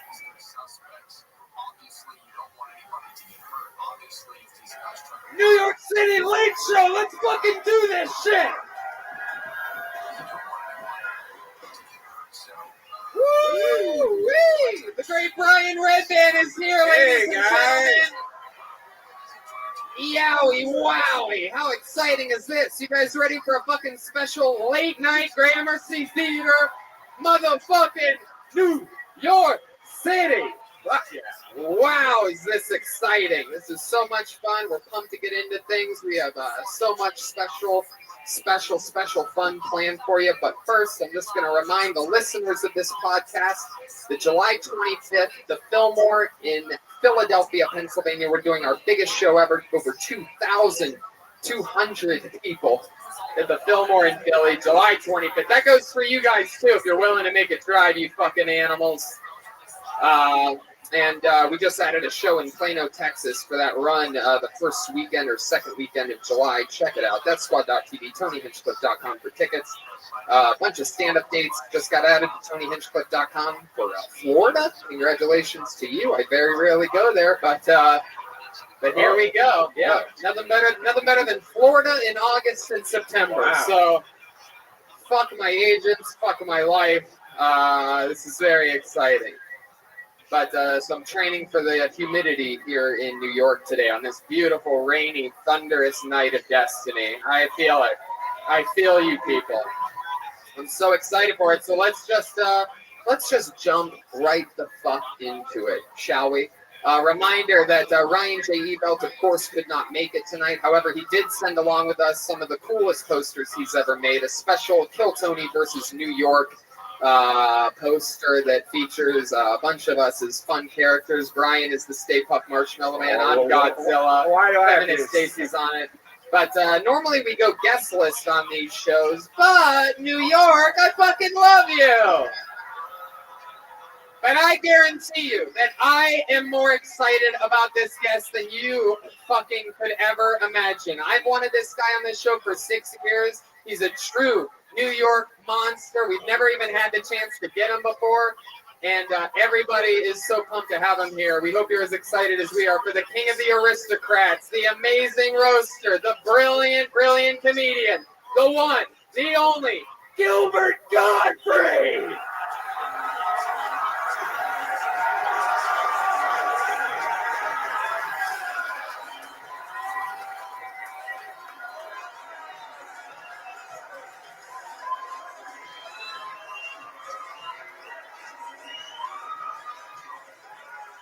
New York is on their motherfucking feet for the great and powerful Gilbert Gottfried.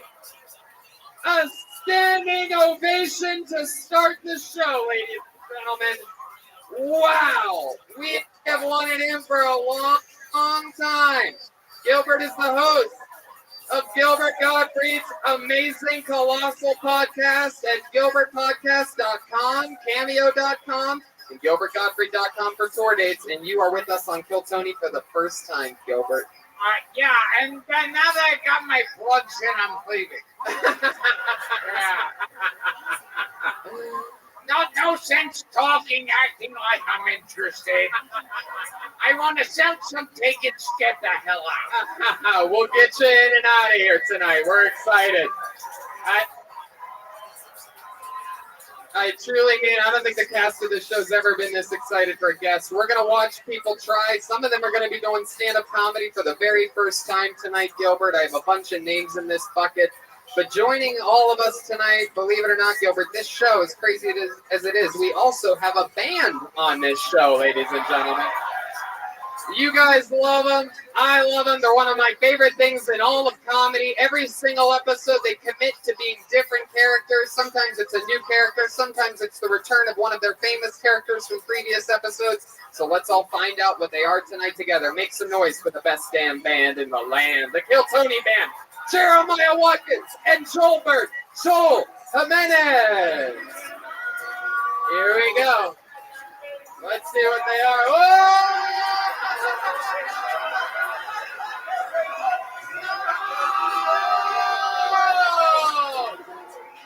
Aladdin, what? This is crazy. Whoa, he's on the carpet. He's on his motherfucking carpet. Hello. Hello, Tony. How are you? I'm doing well. What's your name? Aladdin. Wow. You're Aladdin. This is it's spelled A-Latin. Aladdin. You are. Now, this isn't the Will Smith version, is it? Not at all. Because I'm getting the fuck out of here.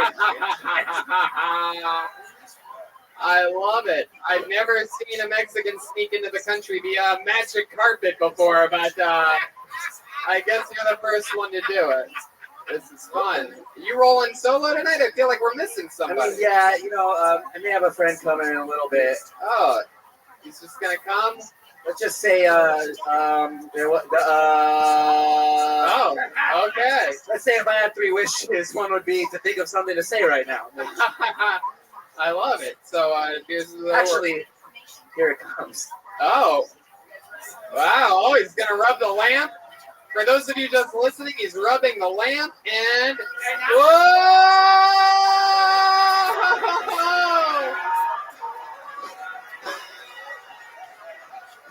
Wow.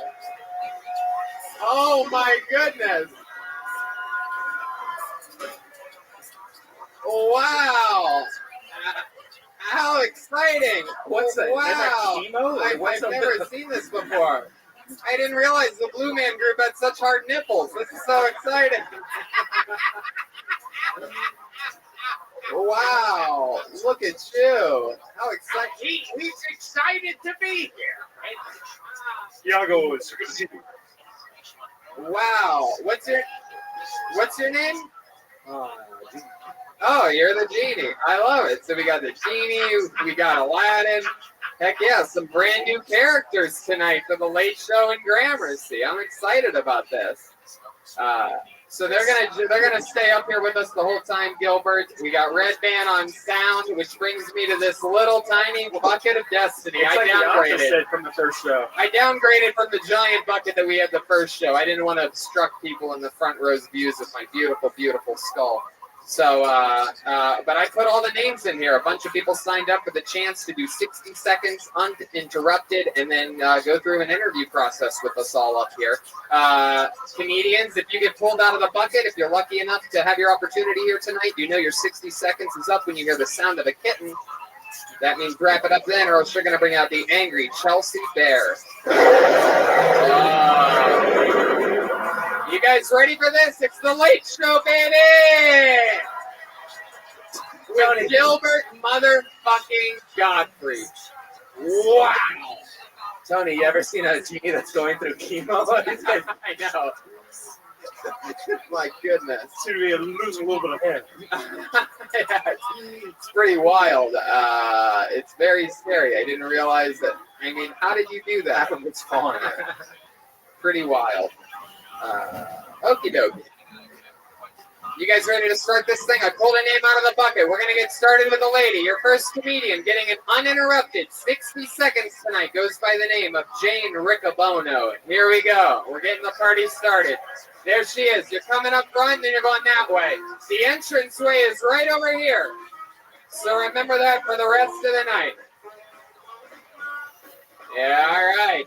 Come on, Late Show. You guys ready for this shit or what? Here she is, Jane Riccobono.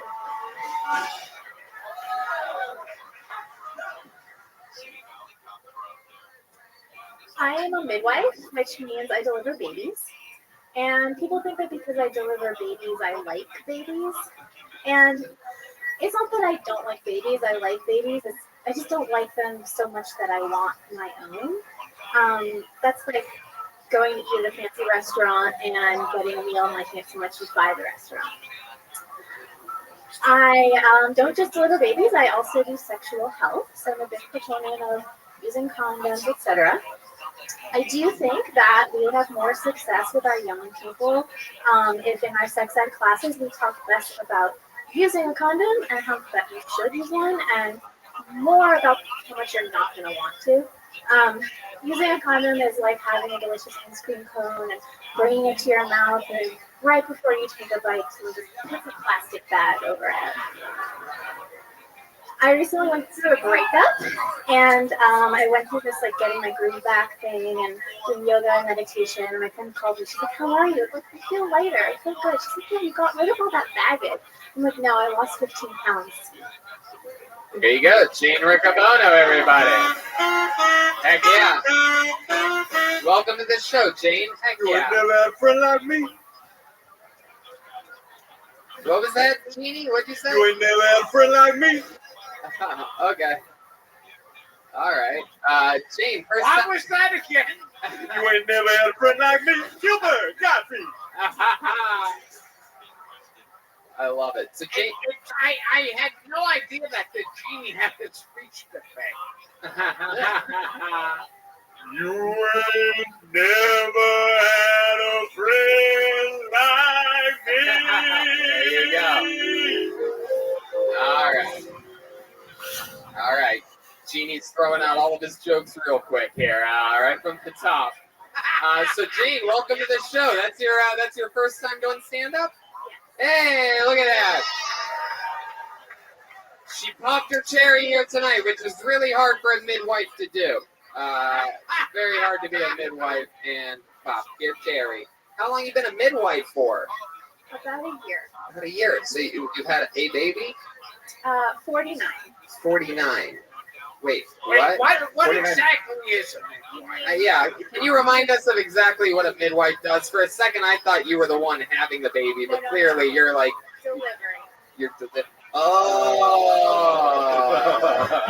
I was gonna say your poor vagina. Oh, see, childbirth makes me sick. It's, I'm not a big fan of childbirth. Yeah. You know, once they're there cleaned off, fine. But so what's the most dangerous thing you have? What's the most worst thing with it delivering it? I'm scaring myself. Did you ever have the biblical cord?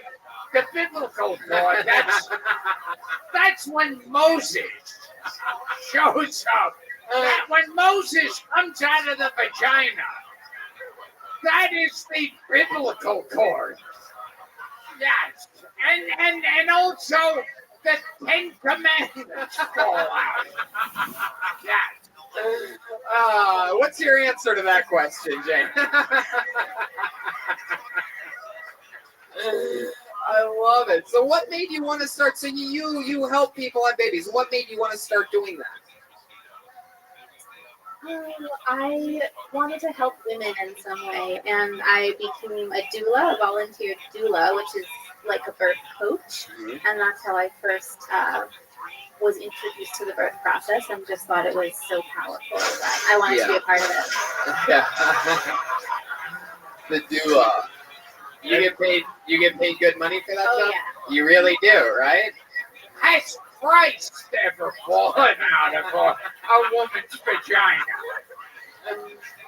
Oh, good question. We don't learn that in midwifery school. Oh, that's great. What made you want to do stand-up comedy here tonight? She was having a midwife crisis. Hey!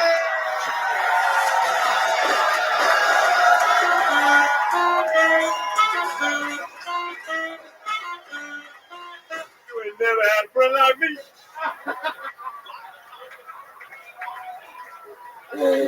Wow. Boy, have I been corrected. You do got jokes, huh, buddy? Wow. The great Jeremiah Watkins, ladies and gentlemen, underneath there, believe it or not. Wow. Jane, that is so cool. You listen to the show a lot? I just heard about it from my friends, actually. That is so interesting. You're so soft-spoken and, like, nice and adorable. And when did Thank you. Yeah. Yeah, I get that a lot. Yeah. When did you make the decision that you were going to sign up for this and take a chance at it? Today. Wow, that is so interesting. Do you think this is something you might do again sometime? You like the feeling that you're feeling right now? Look at those people out there. Supportive audience. I appreciate that. Thank you. Heck yeah. I love it, Jane. That is so, so cool. I just love it. That is so interesting. But you don't have any babies yourself, right? Have you ever thought about stealing one of them? Are you one of those guys? You comb their hair real slow and like, you could be mine. All right, Red Band. You're misbehaving. But you don't have any children of your own. You have a boyfriend? No. All right. You just like watching other people do this stuff. That's just your thing. It's like, no babies for me. I've seen what it does to a pussy. We'll see. Yeah, maybe one day. Heck yeah. All right, Jane. Well, you got us started here tonight. You birthed tonight's show by going out first. How about that? There she goes, Jane Riccobono, everybody.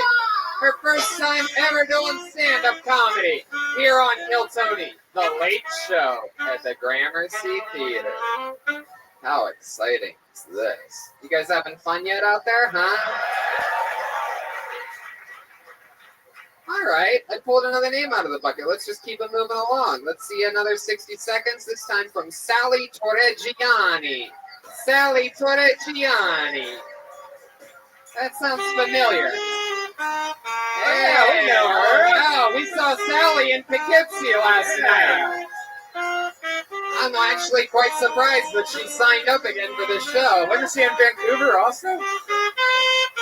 Hey! One more time for Sally Torreggiani. All right. I hate condoms. I think we can all agree with that. Ultra ripped for her pleasure? No. Condoms to me are like, they feel like a noise. They feel like terrible. Just in my opinion. Fire and Ice? Who thought of that? A guy at the gym?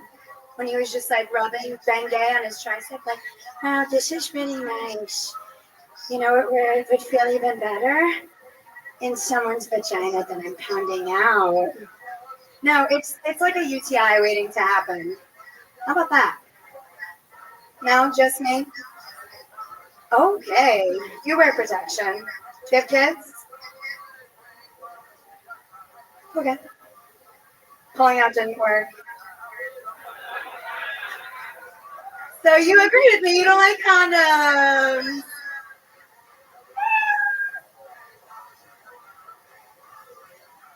All right. I don't know what the fuck's going on there, Sally.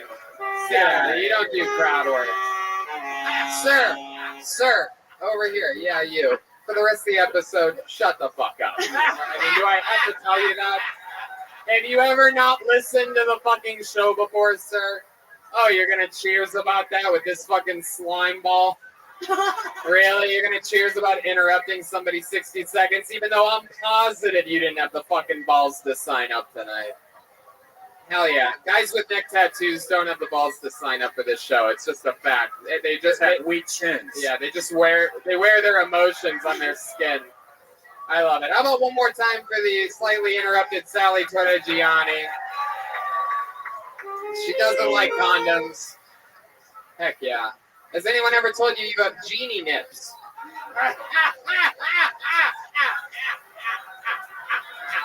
Heck yeah.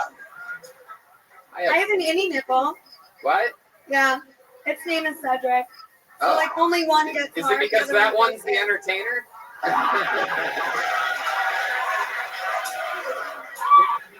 What's the other one's name? I didn't name it. I like to name my defects. in my body. Can you do voices for both of them? Oh no, how do you know over here? Hey, I know over there. I love it. So Sally, you were on last night's show in Poughkeepsie. I was. We found out that you can walk on your hands. I can. I gotta see this. Yeah. Sally, would you mind walking on your hands for the great Gilbert Gottfried? Heck yeah. Here we go, walking on her hands live at the Gramercy Theater. Come on, make some noise for Sally Torreggiani. Here we go. Anything can happen. Where's she going? You want to go that way? All right, here she comes. Wow, look at that. Wow. Wow. Wow, that was incredible. Mind-blowing. The only thing that could have made that better is if tits fell out. Yeah. Look at those. Tony, that would have been using one of your wishes. Well, now, wow. I gotta sit here with a hard one.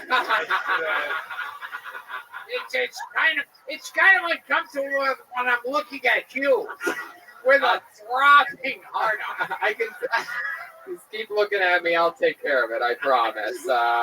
I'll finish it off. If you could give me a handy out of the I table. promise.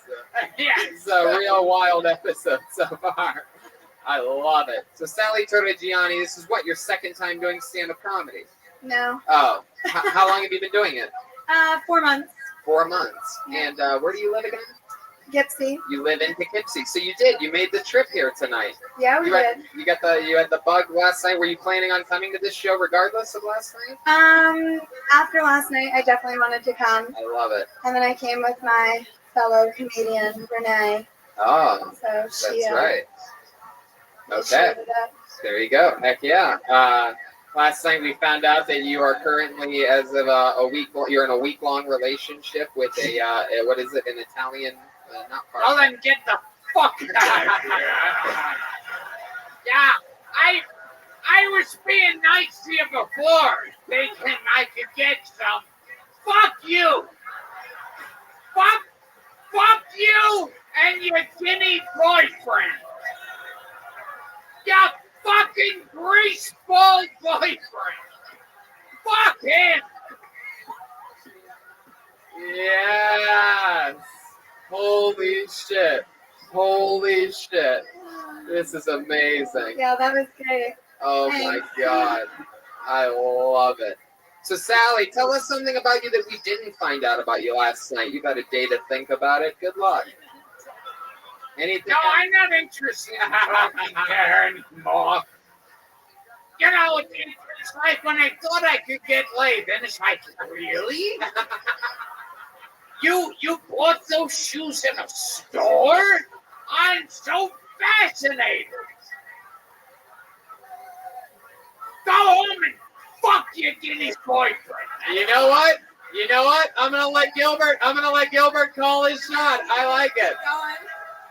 I'll tell you this is I'm gonna be honest with you. I remember you clearly from last night, and I liked tonight's set more than I liked last night. So it's pretty impressive that in 24 hours you were able to make a different set list, think about it clearly, make adjustments, and fucking do better. That is so cool.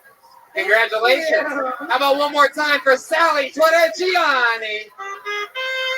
I like a good Italian name. I can speak it. I'm good at Italian names. Sally Torreggiani.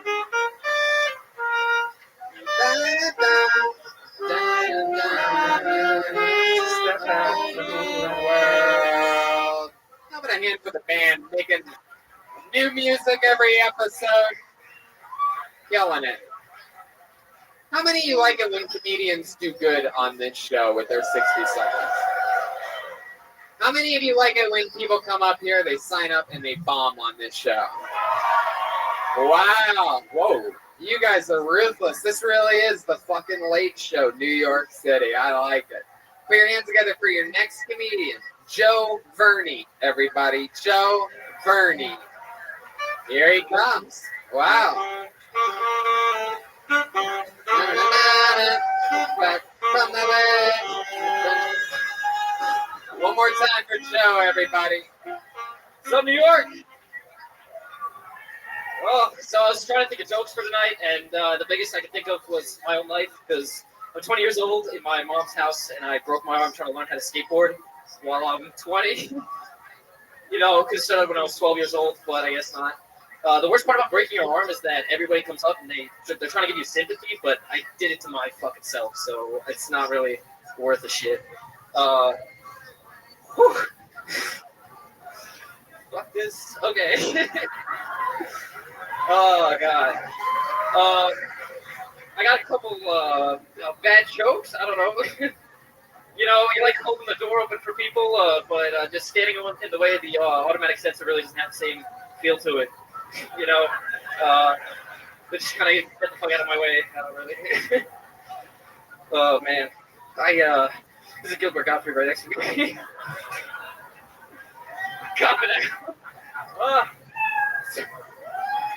There you go, Joe Verney. Heck yeah. Feeling the heat. I love it. My goodness. Look at you. Look like a giant third grader. Look at you. The big purple cast. That's the one that you picked? Oh, yeah. My goodness. It looks like a casting call for Saturday Night Fever.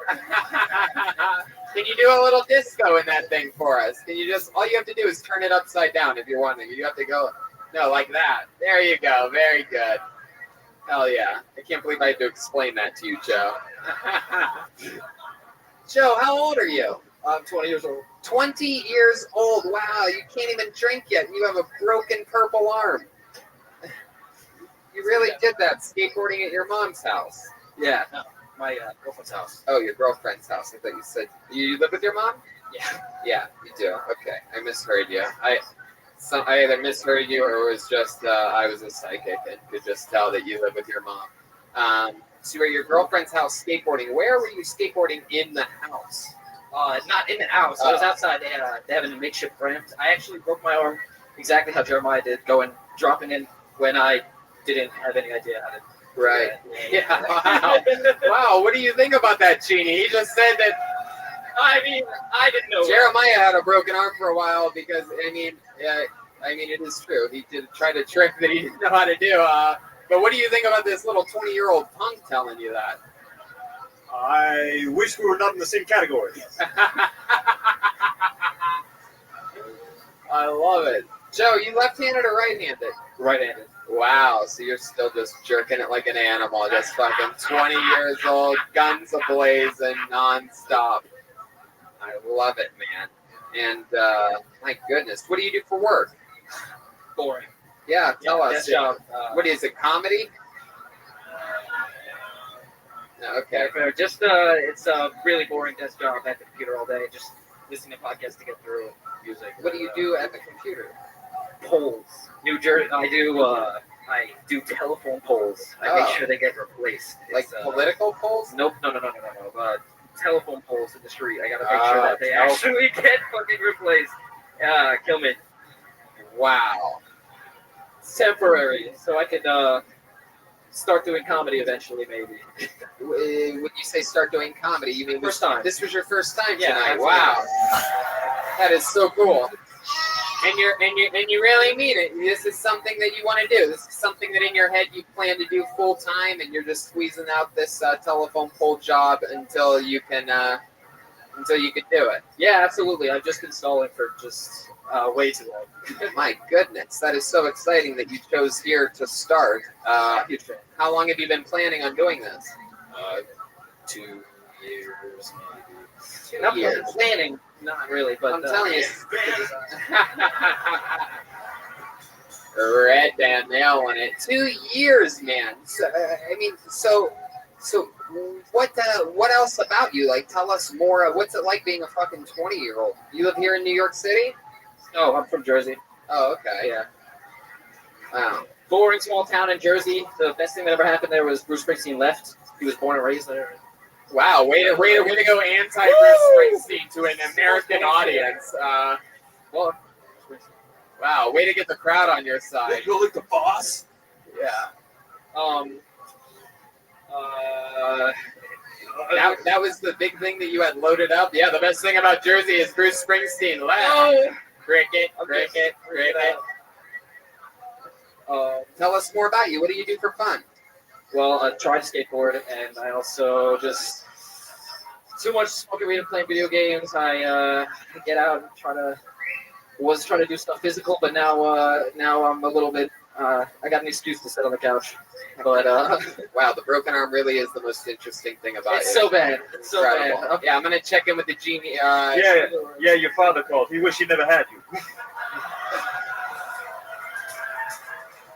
The genie's got all these wish jokes. I love it.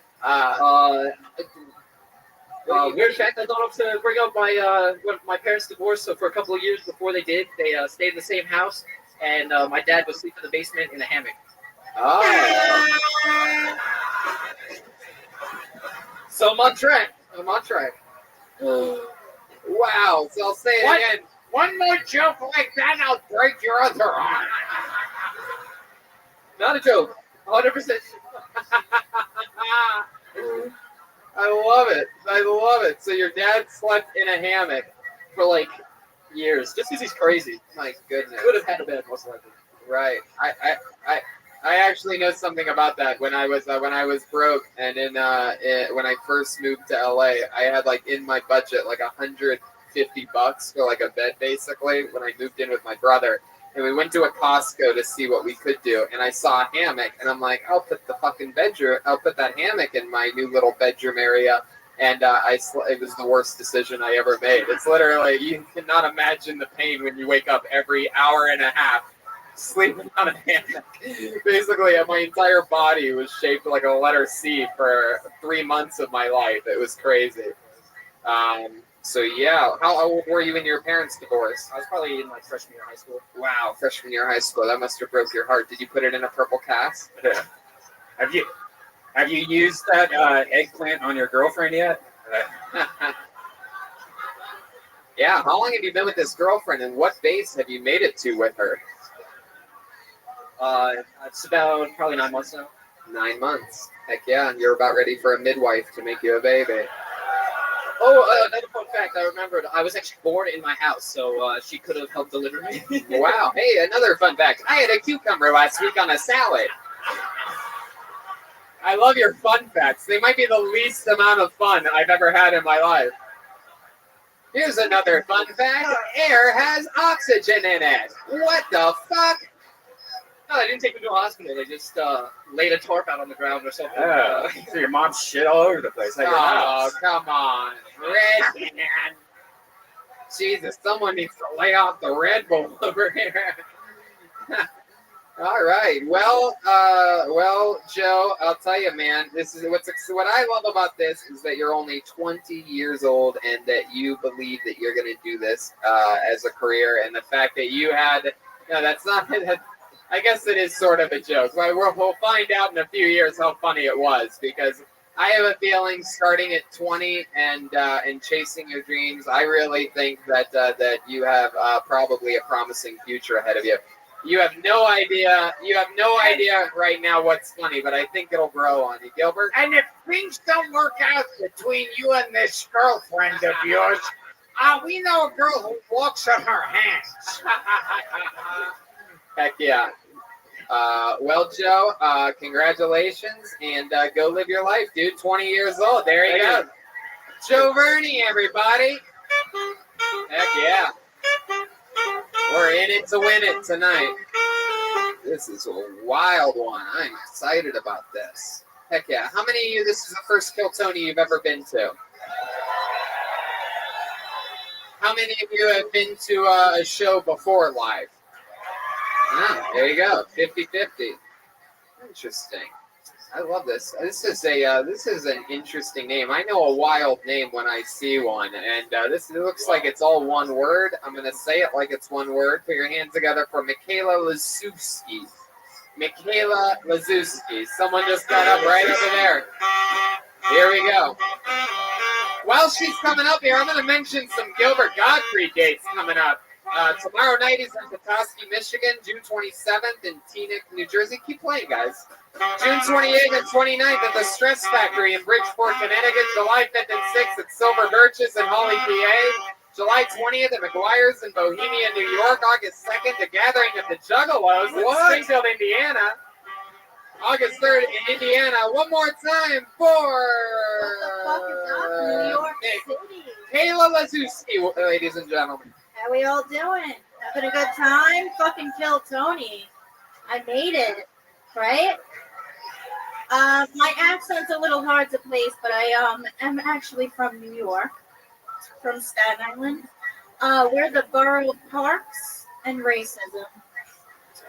I recently started visiting this new pork store. It's like a deli, a huge variety of meat.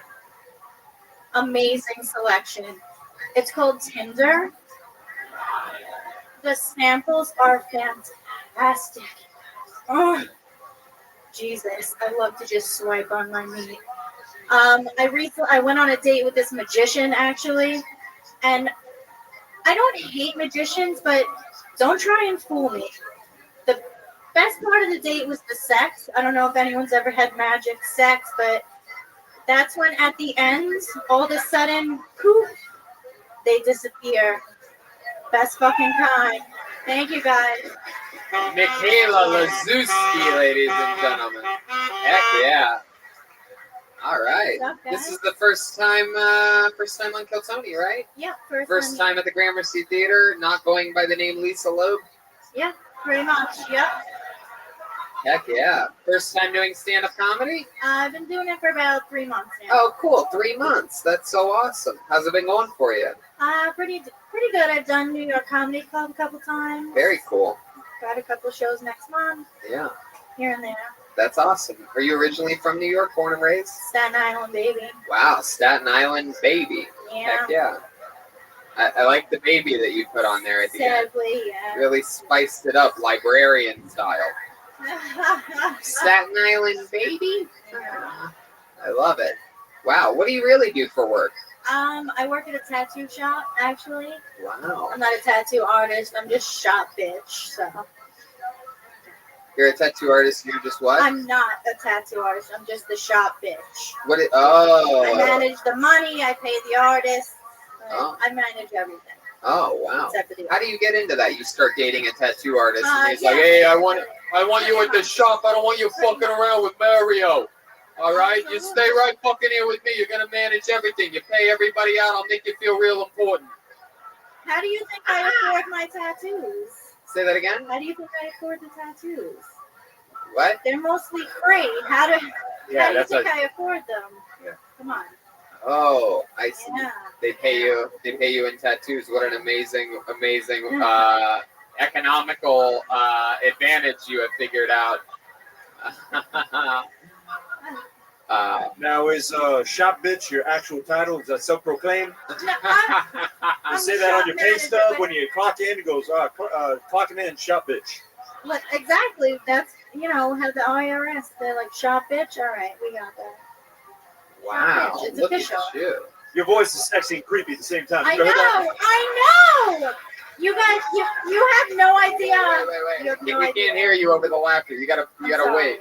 You have no idea. It's very weird, to be when I'm on a date or something, and we just made out. I'm just like, yo, that was so awesome. I've been working on it. I'm dating again. I just got out of a 9-year relationship. Oh wow, 9-year relationship. Yeah, That's it's incredible. Let's check back in with that genie over there. Yeah, I think she. Pretty sure she contacted my spirit once on Long Island Medium. Did we match on Tinder? I think we did. Yep, and poof, I was gone. That's right, baby. Wow. It's the best kind. Man. Best kind. I think the genie's right. There is something wild about your voice. Can you give us a little example of what your type of dirty talk might sound like? Can you give us some? I mean, it doesn't matter what you say. If you could just give us an example of something, really anything, really just anything. Yeah, just right into the tip of the microphone. Just say this dirty talk. You guys made that dirtier than you should have. I wasn't expecting you to laugh there. That's just my way of making it audible for you all. Go ahead. How do you want your steak cooked? Medium or rare? Is that Wait, good? I don't know what you said. I'm still completely soft right now. Let's check in with the genie over there real quick. Yeah, can you talk about ice cream cones like the midwife did? I didn't really hear you. Can you enunciate a little bit more and try it I'll one more try, time? but it's hard. The Staten Island, I'm so thoroughbred, sir. Like how you're Let's sit down. how you're Let's talking right relax. now. You got it. All right, Don't okay. let these fucking losers. This is I've only ever talked in front of about 30 people. So what up, everybody? Thank you so much. Thank you. Thank you very much. Everybody say hi, shop bitch. So Michaela, I'm gonna ask you one more time. Give us an example of because your voice is intriguing. It's somewhere between Barbara Walters and Tony Soprano. I can't quite figure it out. Heck yeah, except Please both don't of make me cry because I kind of like that. Whoa, hell yeah, you're as damaged as someone that gets paid in tattoos.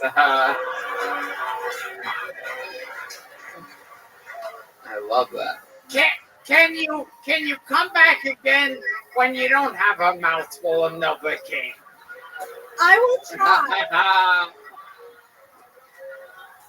I mean, I can't lie. I'm nervous. It's you, sir. Are you married? You married? Yeah. Wow. I was hoping we almost watched. I could get royalties.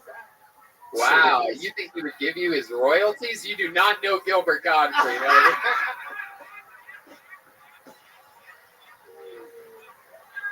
Closest thing you're getting to any royalty is maybe a sandwich from Burger King.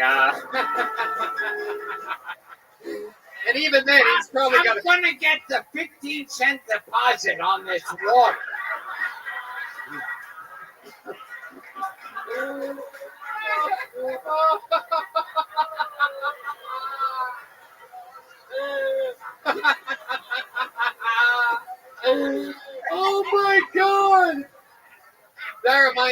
I'm just gonna say it right now. That reminds me. If there's any chance that you don't know or haven't seen it, the documentary Gilbert is unbelievable, and it covers a lot of his thrifty ways. It's available on Hulu, Amazon, iTunes. I fucking love it. Anything that we should know about you, Michaela? Any other fun facts about you? Fun fact. Let me ask you this. You said that you like to cry, you get paid in tattoos. Why do you think you're Not so... only tattoos, but it comes with No, I know. But it's still, obviously you don't see how trashy that is. No, but I guess my question is this. How do you trade herpes medication with a tattoo? Okay. I was in the middle of a question. Right? I didn't think it was that visible. Michaela. So my question is this: what do you think? Why do you think you are that way? Why do you think you like to cry? Why do you think it turns you on? And why? Like, did something happen to you? Anything traumatizing? I mean, like nothing. I mean, some shit has happened to me. Like, I've been in a coma. I've had some shit go down. How'd you get in a coma? You put us all in one for 60 seconds. Here we go. No, I'm kidding. Here we go. All right. How'd you end up in a coma? Did you get skateboarding lessons from the last guy? He's a little young for me, but I'm such a piece of shit. When I got meningitis, my own immune system was like, fuck this bitch, and it attacked my brain. So. Wow. I love it. Where? I live in a lamp. Well, Michaela, now that you're newly single, I don't think it's going to be meningitis trying to attack your brain. I think you probably have a promising future in this. It's something that you love to do, right? Yeah, absolutely. Heck yeah. Absolutely. My only advice for you, Michaela, would be you'll notice it amongst, Gilbert, me, all of us up here. When you get a chance to talk into that microphone, you might have the funniest thing to say. But if you don't really get it out there, if you don't project, if you wait for the sound guy to turn your mic up, a lot of great stuff could get lost. You could be the funniest person in the world, but it's just saying it like this is nothing. Like, people won't ever really find out what you're saying. So it's a good note. Yes, I think that you can take with you. Thank you very much. That is very solid advice. I will get used to it more. Yeah. But thank you. You should just get tattooed right at the top of your mic finger. You should get a tattoo that says, "Speak the fuck up." There she goes, Michaela Lazuski. Hell yeah. And we got drunken Cece Sabathia here, giving her a standing ovation. Jesus Christ. So much fun. I love it. All right. Pulled another name out of the bucket. You having fun, Gilbert? I forgot. I stopped paying attention a while ago. Yeah. You're the best, man. How cool is it to have Gilbert Gottfried on Phil Tony? We love it. Shout out to our mutual friend, the Roastmaster General Jeffrey Ross, for putting us all together in this. So exciting. Which reminds me, of course, make sure you check out Gilbert on Netflix's new historical roast. I don't want to say it, but Gilbert steals the entire series. It's fucking amazing. All right, I pulled another name out of the bucket. Make some noise for your next comedian, Ryan Anderson. Here we go. Ryan Anderson.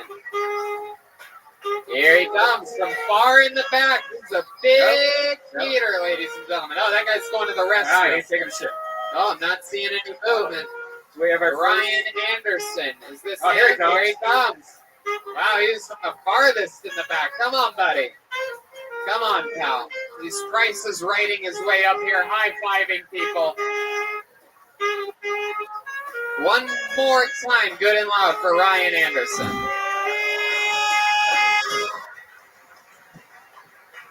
Wow, just because I don't think I'm ever going to be able to say this to a group of larger people, how's it going, New York City?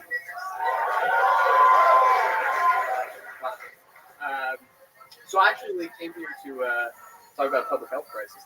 I've been noticing. Did you ever go on the website Pornhub.com? They have these recommendations, and they're supposed to tell you what your supposed interest is. And the only recommended videos I've been getting are mom and sister videos. I don't know what that says about me. I don't know what that says about us as a nation, because they're also in the most watched section. So it's I'm a little concerned about like just a general Oedipal complex going on in the entire nation right now. I think it's like a fascinating and terrifying phenomenon. Ryan Anderson. He's got a good setup. Ryan clearly specializes in setups instead of punchlines. That's a great subject. You're getting recommended a lot of mom videos. Yeah, I sort of just came up here to talk about it. Yeah. With you guys, I want to know how you feel about it. No, I get it. You just did it. I swear to God, if you talk one more fucking time, I'm having to move you to the nosebleeds. Don't fucking talk again. You gotta stop doing that. You're throwing off the fucking rhythm of these innocent. Look at this innocent soul. How can you fucking do that? We're gonna send you back to Rikers. Yeah. Or the Bronx, wherever the fuck you came from. You gotta fucking chill out, dude. I get it. I get it. You took the train all the way from the fucking Bronx to be here tonight, but you gotta relax. All right, fucking Jennifer Lopez. All right, let's talk with you, Ryan. Are you close with your mom? Yeah. Is she good looking? You have a good looking mom? Do you have a good looking mom? Is she a good looking lady? Tell the truth. I mean, she's one of the most beautiful women in the world. Yeah. Not personally I attracted. doubt it. You know? Yeah. Did she ever walk in on you maybe playing with yourself before? No? That's why there's not a lot of complications for me. So I'm like really curious about why this is like. No, it's because you want to fuck your mom. That's Yeah. why. Everything in your algorithm, which I'm guessing by the looks of you is the only rhythm you have. Something in your computer algorithm is seeing that you've clicked on that before. You know, Pornhub does recommend videos that you click on, so you're sort of burying yourself here by. Exactly. Now it's a self-fulfilling prophecy. You know, I just keep getting. But you keep clicking on them. Because they're the only ones that I see. Self-fulfilling prophecy is the weirdest word for masturbation I've ever heard in my life. Self-fulfilling prophecy. What's wrong with your job? Yeah. I was born with my mom now. So it's really. Do you always rub your chin like that? My jaw's really been like in pain. Careful, a genie might jump out if you rub it again. Or jump in. So Ryan, this was your first time. Doing stand-up comedy, right? Yes. Right. And how old are you? There it is. First time to go to the first time. How old are you? 27. 27. What do you do for work? I work in insurance. Wow, I never would have guessed that. Oh, there's someone up there that hates insurance. They hate by the insurance. Way. Wow. My goodness. How long have you been working in insurance? 5 years. Oh, geez. Everything about you is straight down the middle, huh? Like, give me something exciting. What would we be surprised to know about you? What's something wild about Ryan Anderson? What's the wildest night out Waldo ever had, huh? Yeah, you ever put your glasses on your dick just for fun?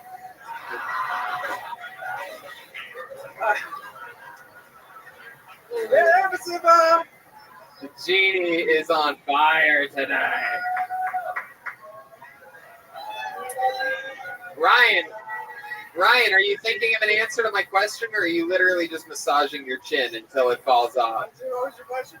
What's something wild about you that we'd be surprised to know? Oh, there have been a couple of. Right into the tip of the fucking microphone, Ryan. Right here. You see how close the mic is to my mouth? There you go. Yeah, group sexual experiences. Well, that'd be an interesting thing about me. You have? You've had group sex I've had before? that. It'd be recommended. Your mom, your stepmom. Right. Exactly. Group sex doesn't count as being the stenographer in the corner taking notes. He calls masturbating with both hands group sex. Whoa, there's the first Schulberg chant of this show. Ooh, the party has begun. Don't touch me again. Wow. So Ryan, how many people were in this group that you had sex with? Me and 3 others. You and 3 others. What's our girl to a guy ratio? What's our G to G on this? He named his hands to the others. 2 and 2? Yeah, 2 and 2, a little tag team match. Okay. So what's the what? Can you give us a little laydown of how did this begin? Like, did you guys have dinner beforehand? Do you know the other 3 people? It was a full-on date. Right. It was a date, and you were in a relationship with your girl, and then you knew the other 2. Yeah, it was like a double date. Heck yeah! And then and then you guys had dinner, and then what? You went back to your place, started rubbing each other's chins. They were Asian, Tony. Did the other guy fuck your girl? Yeah, so Yeah. Yeah. Wow. And you fucked his girl? Yeah. And then what's the closest you and him got throughout the evening? This is the part where the truth is gonna.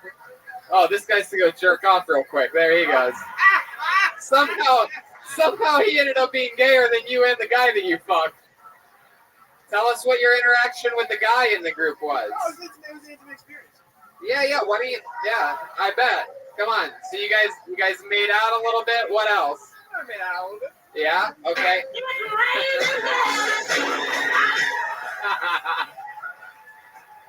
Let's start from the beginning. Yeah. He was fucking a guy and a girl? Yeah. 2 girls and a guy. You know, you're the first serial killer I ever met. This guy fucked 2 girls. So tell us about when you were fucking this guy. Was he doing you in the ass? That's what we want to know. We didn't get along, you know. Come on, give us some details, Ryan. This place wants the truth, right? Come on, look at them. Look at them. Hell yeah. It's just, the 2 men having a mutual bonding experience. Come on, you got to give us a little more. What happened exactly, Ryan? Were you kissing first? They went out a little, and then it was a little. And then what? We didn't get that. You didn't get that. So what did you do exactly? Everything but that. Everything but sucking each other's dicks? He put his wiener in your butt? Yeah. Wow, look at that. Look at these people. Look at this. Look at this.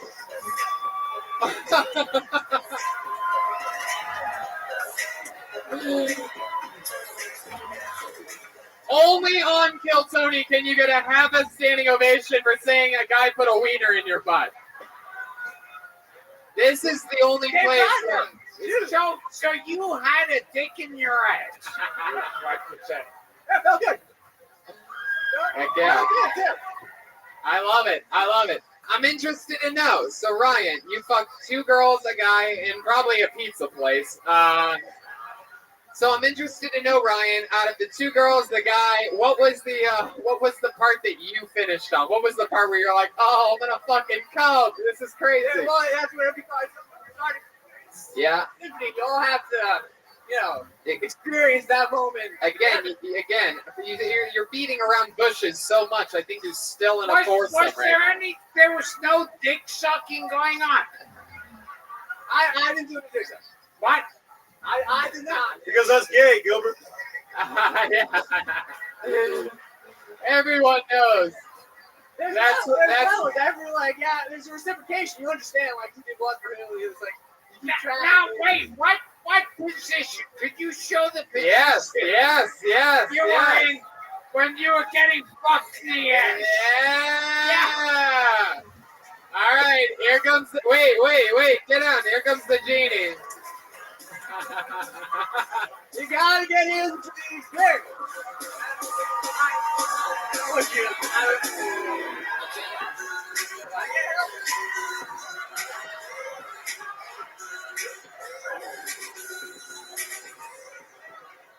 Wow, how about that? This might be the gayest episode of Kill Tony ever. Wow, I love it. This is shit you can only do on the Late Show. You couldn't do this at the 7 p.m. Embrace the experience. Wow, that is so fucking cool. And when you say it's a symphony, that just means I'm gonna ask one more time. So you were on all fours, getting fucked in the ass. So you gotta do work sometimes. Gotta do work, you know. You gotta do work sometimes. My goodness, this is mind blowing. It's not minds that are getting blown. Yeah. Minds are blown. Your mind is blown everywhere. I love it. Wow. Well, Ryan, and you came out clean after it all, huh? You ended up Except like shit dick or something. Right? Well, yeah. Well, Ryan, your test came back clean, and we just found that you have a weird chin rubbing disease that my cheek really hurts. will be with you for the rest of your life. Well, Ryan, I mean, you know, your set was very, very, it's very rough your first time sometimes. But I'll tell you this, is one thing that you showed tonight, and you're the only person up here so far to get a half a standing ovation with your from your interview. And the reason why is because you showed the core of the show is being brutally honest. People can feel it when there's something that is true to you, and you did it. You showed it here tonight. How about another hand for the great? Oh, you have something else, Gilbert? And more importantly, you demonstrated what it looked like when you got fucked in the ass. I'm walking on my ass. I can't walk on my ass. I love it. One more time for the great Ryan Anderson. Wow. So much fun. Oh my goodness. I love it. That is how you do an interview. That was great. Wow. Wow. Oh, hell yeah. So did you get his phone number? I meant to ask him. This is so cool. This is another comedian that actually was at the Poughkeepsie show last night. He performed. He was very interesting. Even his girlfriend performed. Very entertaining guy. He was so funny. Him and his girlfriend were so funny that we literally put them on the guest list for tonight's show. Clearly, they signed up again. Put your hands together for him. It is Justin Wood Circus, everybody. Here he comes. Hell yeah. 2 nights in a row. Just another reason why you should go to every Kill Tony when we come near you. One more time for Justin Wood Circus, everyone. How's it going, New York? Number 1 juggler in New York right here, by the way. Don't mean to brag or nothing. Hey, come on. Oh, that's why I wear this stupid hat. I try to find the stupidest hat I could find to signify that I'm an entertainer of sorts. And, this isn't the stupidest hat, it's the second stupidest hat. The first stupidest hat is like this. Let's be honest. Everybody hates a fedora. I can speak freely. I checked you out. There's no one wearing a fedora here. Stupidest hat. It's a subtle difference between this and this. Like here, it's like I'm fun-loving. I don't take myself too seriously. Over here, I take myself a little bit too seriously. It's like it's a level of self-awareness. Like I go around. I know, I'm an idiot, right? I know that I'm an idiot. But down here, you all know I have no idea that I'm a fucking idiot. There you go, Justin Wood Circus, everybody. Hell yeah. So cool. Now, I'm going to tell you this. I'm just going to jump right into it, Justin Wood. Last time was your first time ever doing pure stand-up comedy, right? Yeah. And then you came out with a brand new minute here tonight. But I'm going to be honest with you. We found out a lot about you last night. We talked with you and your lady for a while. If it's okay with you, I'm going to plug the hell out of you. And can you do some more cool stuff for us? Justin Wood Circus was raised and went to circus school. He really is. He's literally known as the greatest juggler in New York, and he's here for you. Would you mind? Is there anything we could get you? Do you need anything? Your lovely assistant here. Sticks in a lamp, maybe. Is there anything we can give you? Like, did you bring anything? Is there? This guy sucks. Wow. Okay. I mean, never mind. My shoes. No. I mean, like a shoe. I mean, I could do a. You want the slinky? I guess I got juggling balls. I could do some juggling. Yeah, how about some juggling balls? Can we do that? Is your lovely assistant here? Joyce? Like a good lady, she keeps my balls in her purse. Other than juggling balls, just out of curiosity, are there other things that you that you know how to do? Yeah. I got rings and clubs and knives and torches and chainsaws. Wait, what can you do with them? Juggle all of those things. Wow. Yeah, Damn. but they don't let me do that. Did anybody bring any extra torches with them? A chainsaw. Chainsaw, that's the free bird of juggling. Where's the lovely assistant? Oh, you have them? They're right here. All right, very cool. You guys want to see the greatest juggler in all of New York? This is a big stage, Justin Wood Circus. He's on Instagram at Justin Wood Circus. He's on the app TikTok, and you can probably find him everywhere. Justin Wood Circus. Here you go. Here he is. Let's see what he does tonight.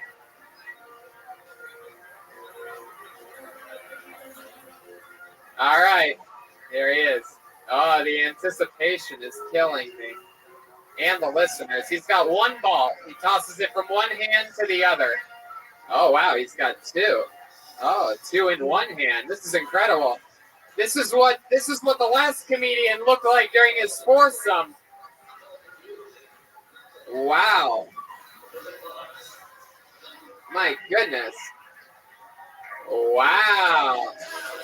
Hey. Wow.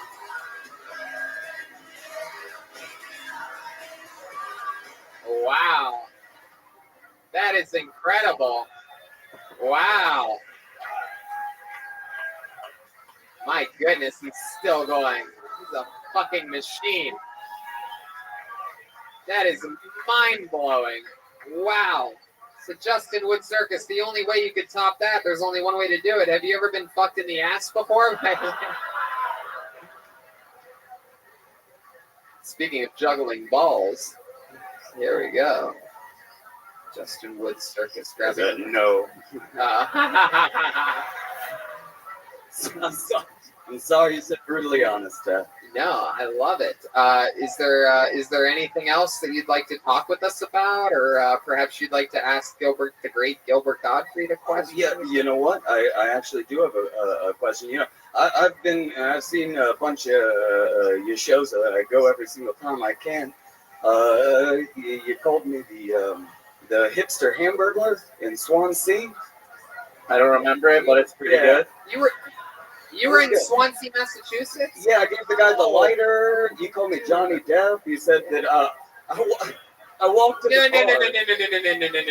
No. Wait a second. I know my style of roasting, and I would not just call you Johnny Depp. There had to be something. Johnny Depp with cancer. What was it? Well, I was walking to the bar, and he said, look, that guy is going to order another parrot for his shoulder. There you go. I didn't just call you. You can't just say like Can you pretend you are the previous act and do something with the two apples? I like that idea. Oh man, can you give us a go little great on TikTok. I love it. How about a slinky trick? How about one? Yeah, we could do some of that. How about you show these people? You don't see Slinky very often. The Slinky's what the last guy's butthole looked Can you like. hold the two apples? Can you hold two apples against your chin? Let's stick with the slinky. Only one way to find out, really. Those aren't apples, though, so. That's the funniest thing about that. Gilbert thinks those juggling balls are apples. Oh, those are real juggle balls. Yeah. Soft but firm. For those of you that love juggling, Gilbert will be at the Gathering of the Juggalos in Springfield, Indiana, August 2nd. That is so cool. I didn't realize you were a juggalo. Yeah, that's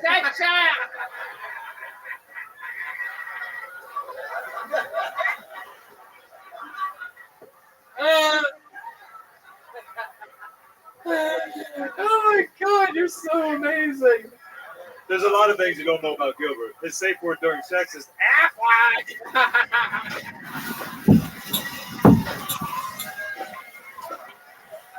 Wow.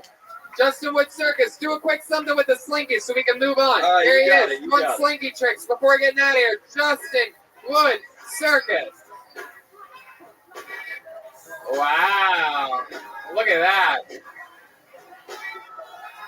Pretty good. Moving it back and forth. This guy's good with a slinky. Oh my goodness. Wow. Crowd goes wild. Heck yeah. He did it last night. He did it again tonight. A truly entertaining man. He's on Instagram at Justin Wood Circus. Make some noise for Justin Wood Circus, everybody. Oh, yeah, great stuff. All right. Let's keep it moving along here. I see some faces that came to both. He's the winner of the night. He gave me a quarter. I love it. Put your hands together for your next comedian. He goes by the name of Blair Joseph, everyone. Blair Joseph. Here he comes. Here we go. I wish that you would step back on the ledge, my friend. Yo, what's good, New York? We good? We good tonight? So, yeah, I was just diagnosed with Lyme disease. Yeah, don't feel sad, though. Don't cheer either. Shut the fuck up. I'm telling jokes. Okay, so, yeah, just diagnosed with Lyme disease. Don't feel bad, you know. It happens. I always look on the bright side. That's part of, you know, who I am. And I was looking up some fucking, you know, some shit up about it. And, like, it's not that bad, honestly. Like, fucking, the best thing about it is I'm so glad I can't get scurvy, you know. Fucking, I hate it, bro. Fucking, all this citrus shit will be flowing. It'll be good. And I'm going to revert back to a citrus in a few weeks. So, I mean, it's better than a vegetable. It's more delicious.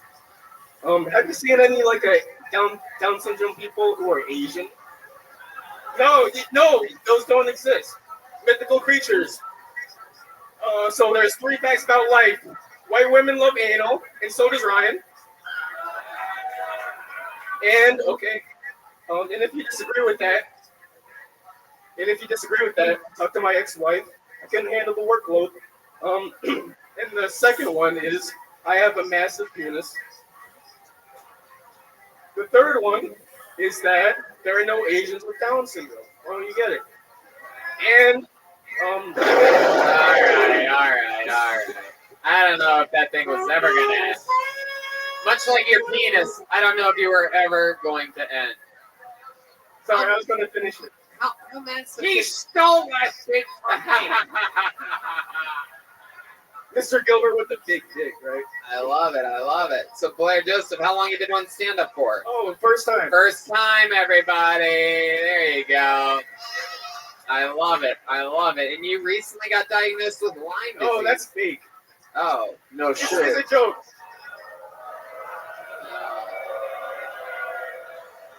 Sorry, I come from upstate. Everyone I know has it, so I can make fun of it. Okay? Why would you make up something that's not even funny? I'm not funny, I guess. Like, I think you know, sometimes people just don't know what's funny about them. So let's find out more about you, Blair. How have things been going since your days at Family Matters? Pretty good, Tony. Pretty good. Oh yeah. As you can notice, I have like missing teeth. Want me to tell you about that? Sure. Okay, so I'm a How'd that happen? I know it wasn't from eating too much pussy. You got me there. There's normally a lot of blood, so. Okay, so. I didn't hear that. So if you made fun of me, I didn't hear it. Just for the record. Let's play a game. How more unlikable can this guy get? Heck I'm gonna kill myself. Heck yeah. Come on. You should be likable. You have a face like all of Barack Obama's daughters. So. Okay. I call Sasha. I was going to finish that joke, but it wasn't going to be good. So trust me, I know we let you go for way too long. So let's find out more about you, Blair. Answer the questions honestly, and maybe we'll get somewhere. What were you from New York, born and raised? Yeah, upstate New York. Oh, that explains everything. Wow, that is my Death Star. That is my. I will not go there. Yeah, we hate you, Tony. We talk about you all the time. I bet you do. You have nothing else to do there, so I bet you fucking do. I cannot stand upstate New York. I've been very outgoing about it. I've had some bad experiences. That's why a lot of my friends kill themselves. Yeah. now. Maybe it's because they're hanging out with you. Yeah, I think so.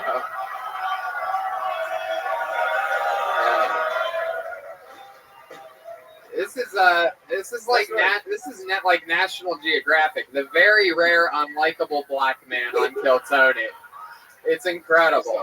Normally your type of people can go do no wrong, but well, you know, I'm only 75%, but for the other 25%, you watch Game of Thrones, huh? So sure, stop pandering. Oh, you're trying to get the Game of Thrones voting. Bro. I love it. What's the other 25%? Autistic? What is it? Your mom. I like how Red Band thinks that that's a race of.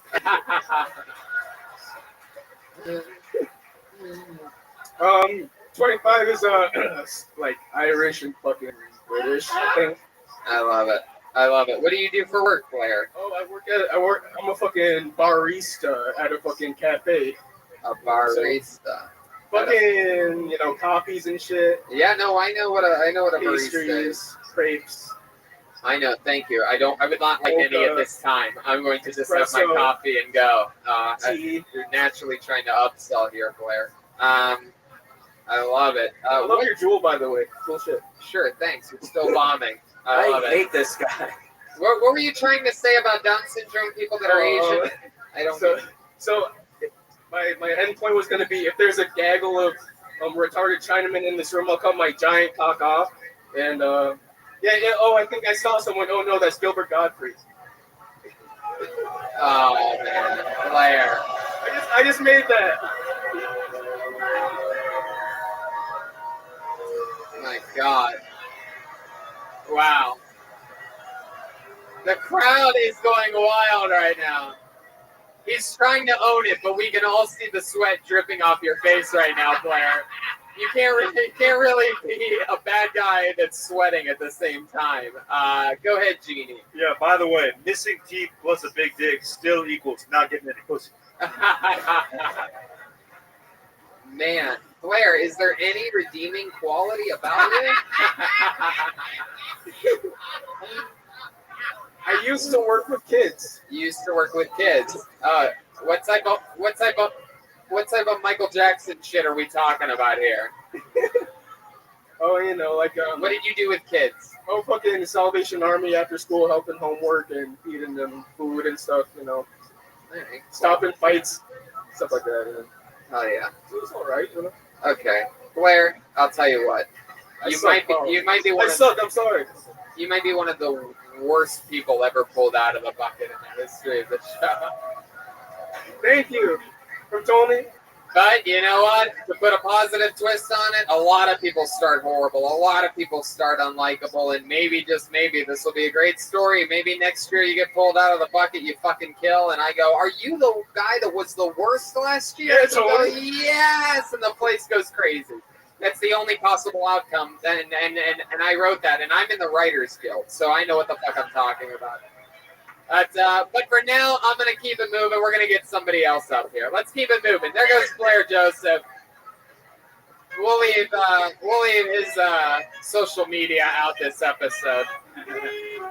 I don't have any bad intentions against anybody. I always wondered what happened to Malcolm Jamal Warner. There he goes, right back to obscurity, all the way. All right. Oh, this is interesting. This is a very familiar last name. This should be really compelling. Put your hands together for David Jimenez. Wow, here he comes.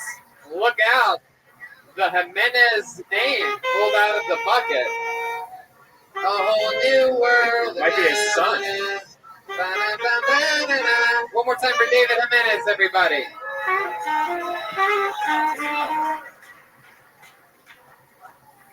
So nervous. Okay, so I recently stopped. No, I stopped. I quit drinking. Okay, sorry.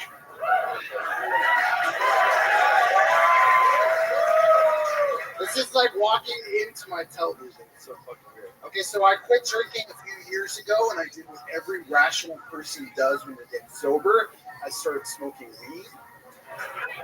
And weed weed is crazy. It's crazy that it's legal, but it's also crazy that these guys can walk into a pharmacy and get it in their pajamas. Meanwhile, we're still waiting at midnight for fucking Brad, who has pneumonia, who hands it to us in the fucking rain in a paper bag before descending into obscurity in the streets.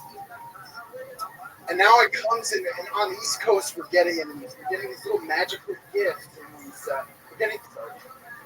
on the East Coast, we're getting these little magical. On the East Coast, we're getting these little.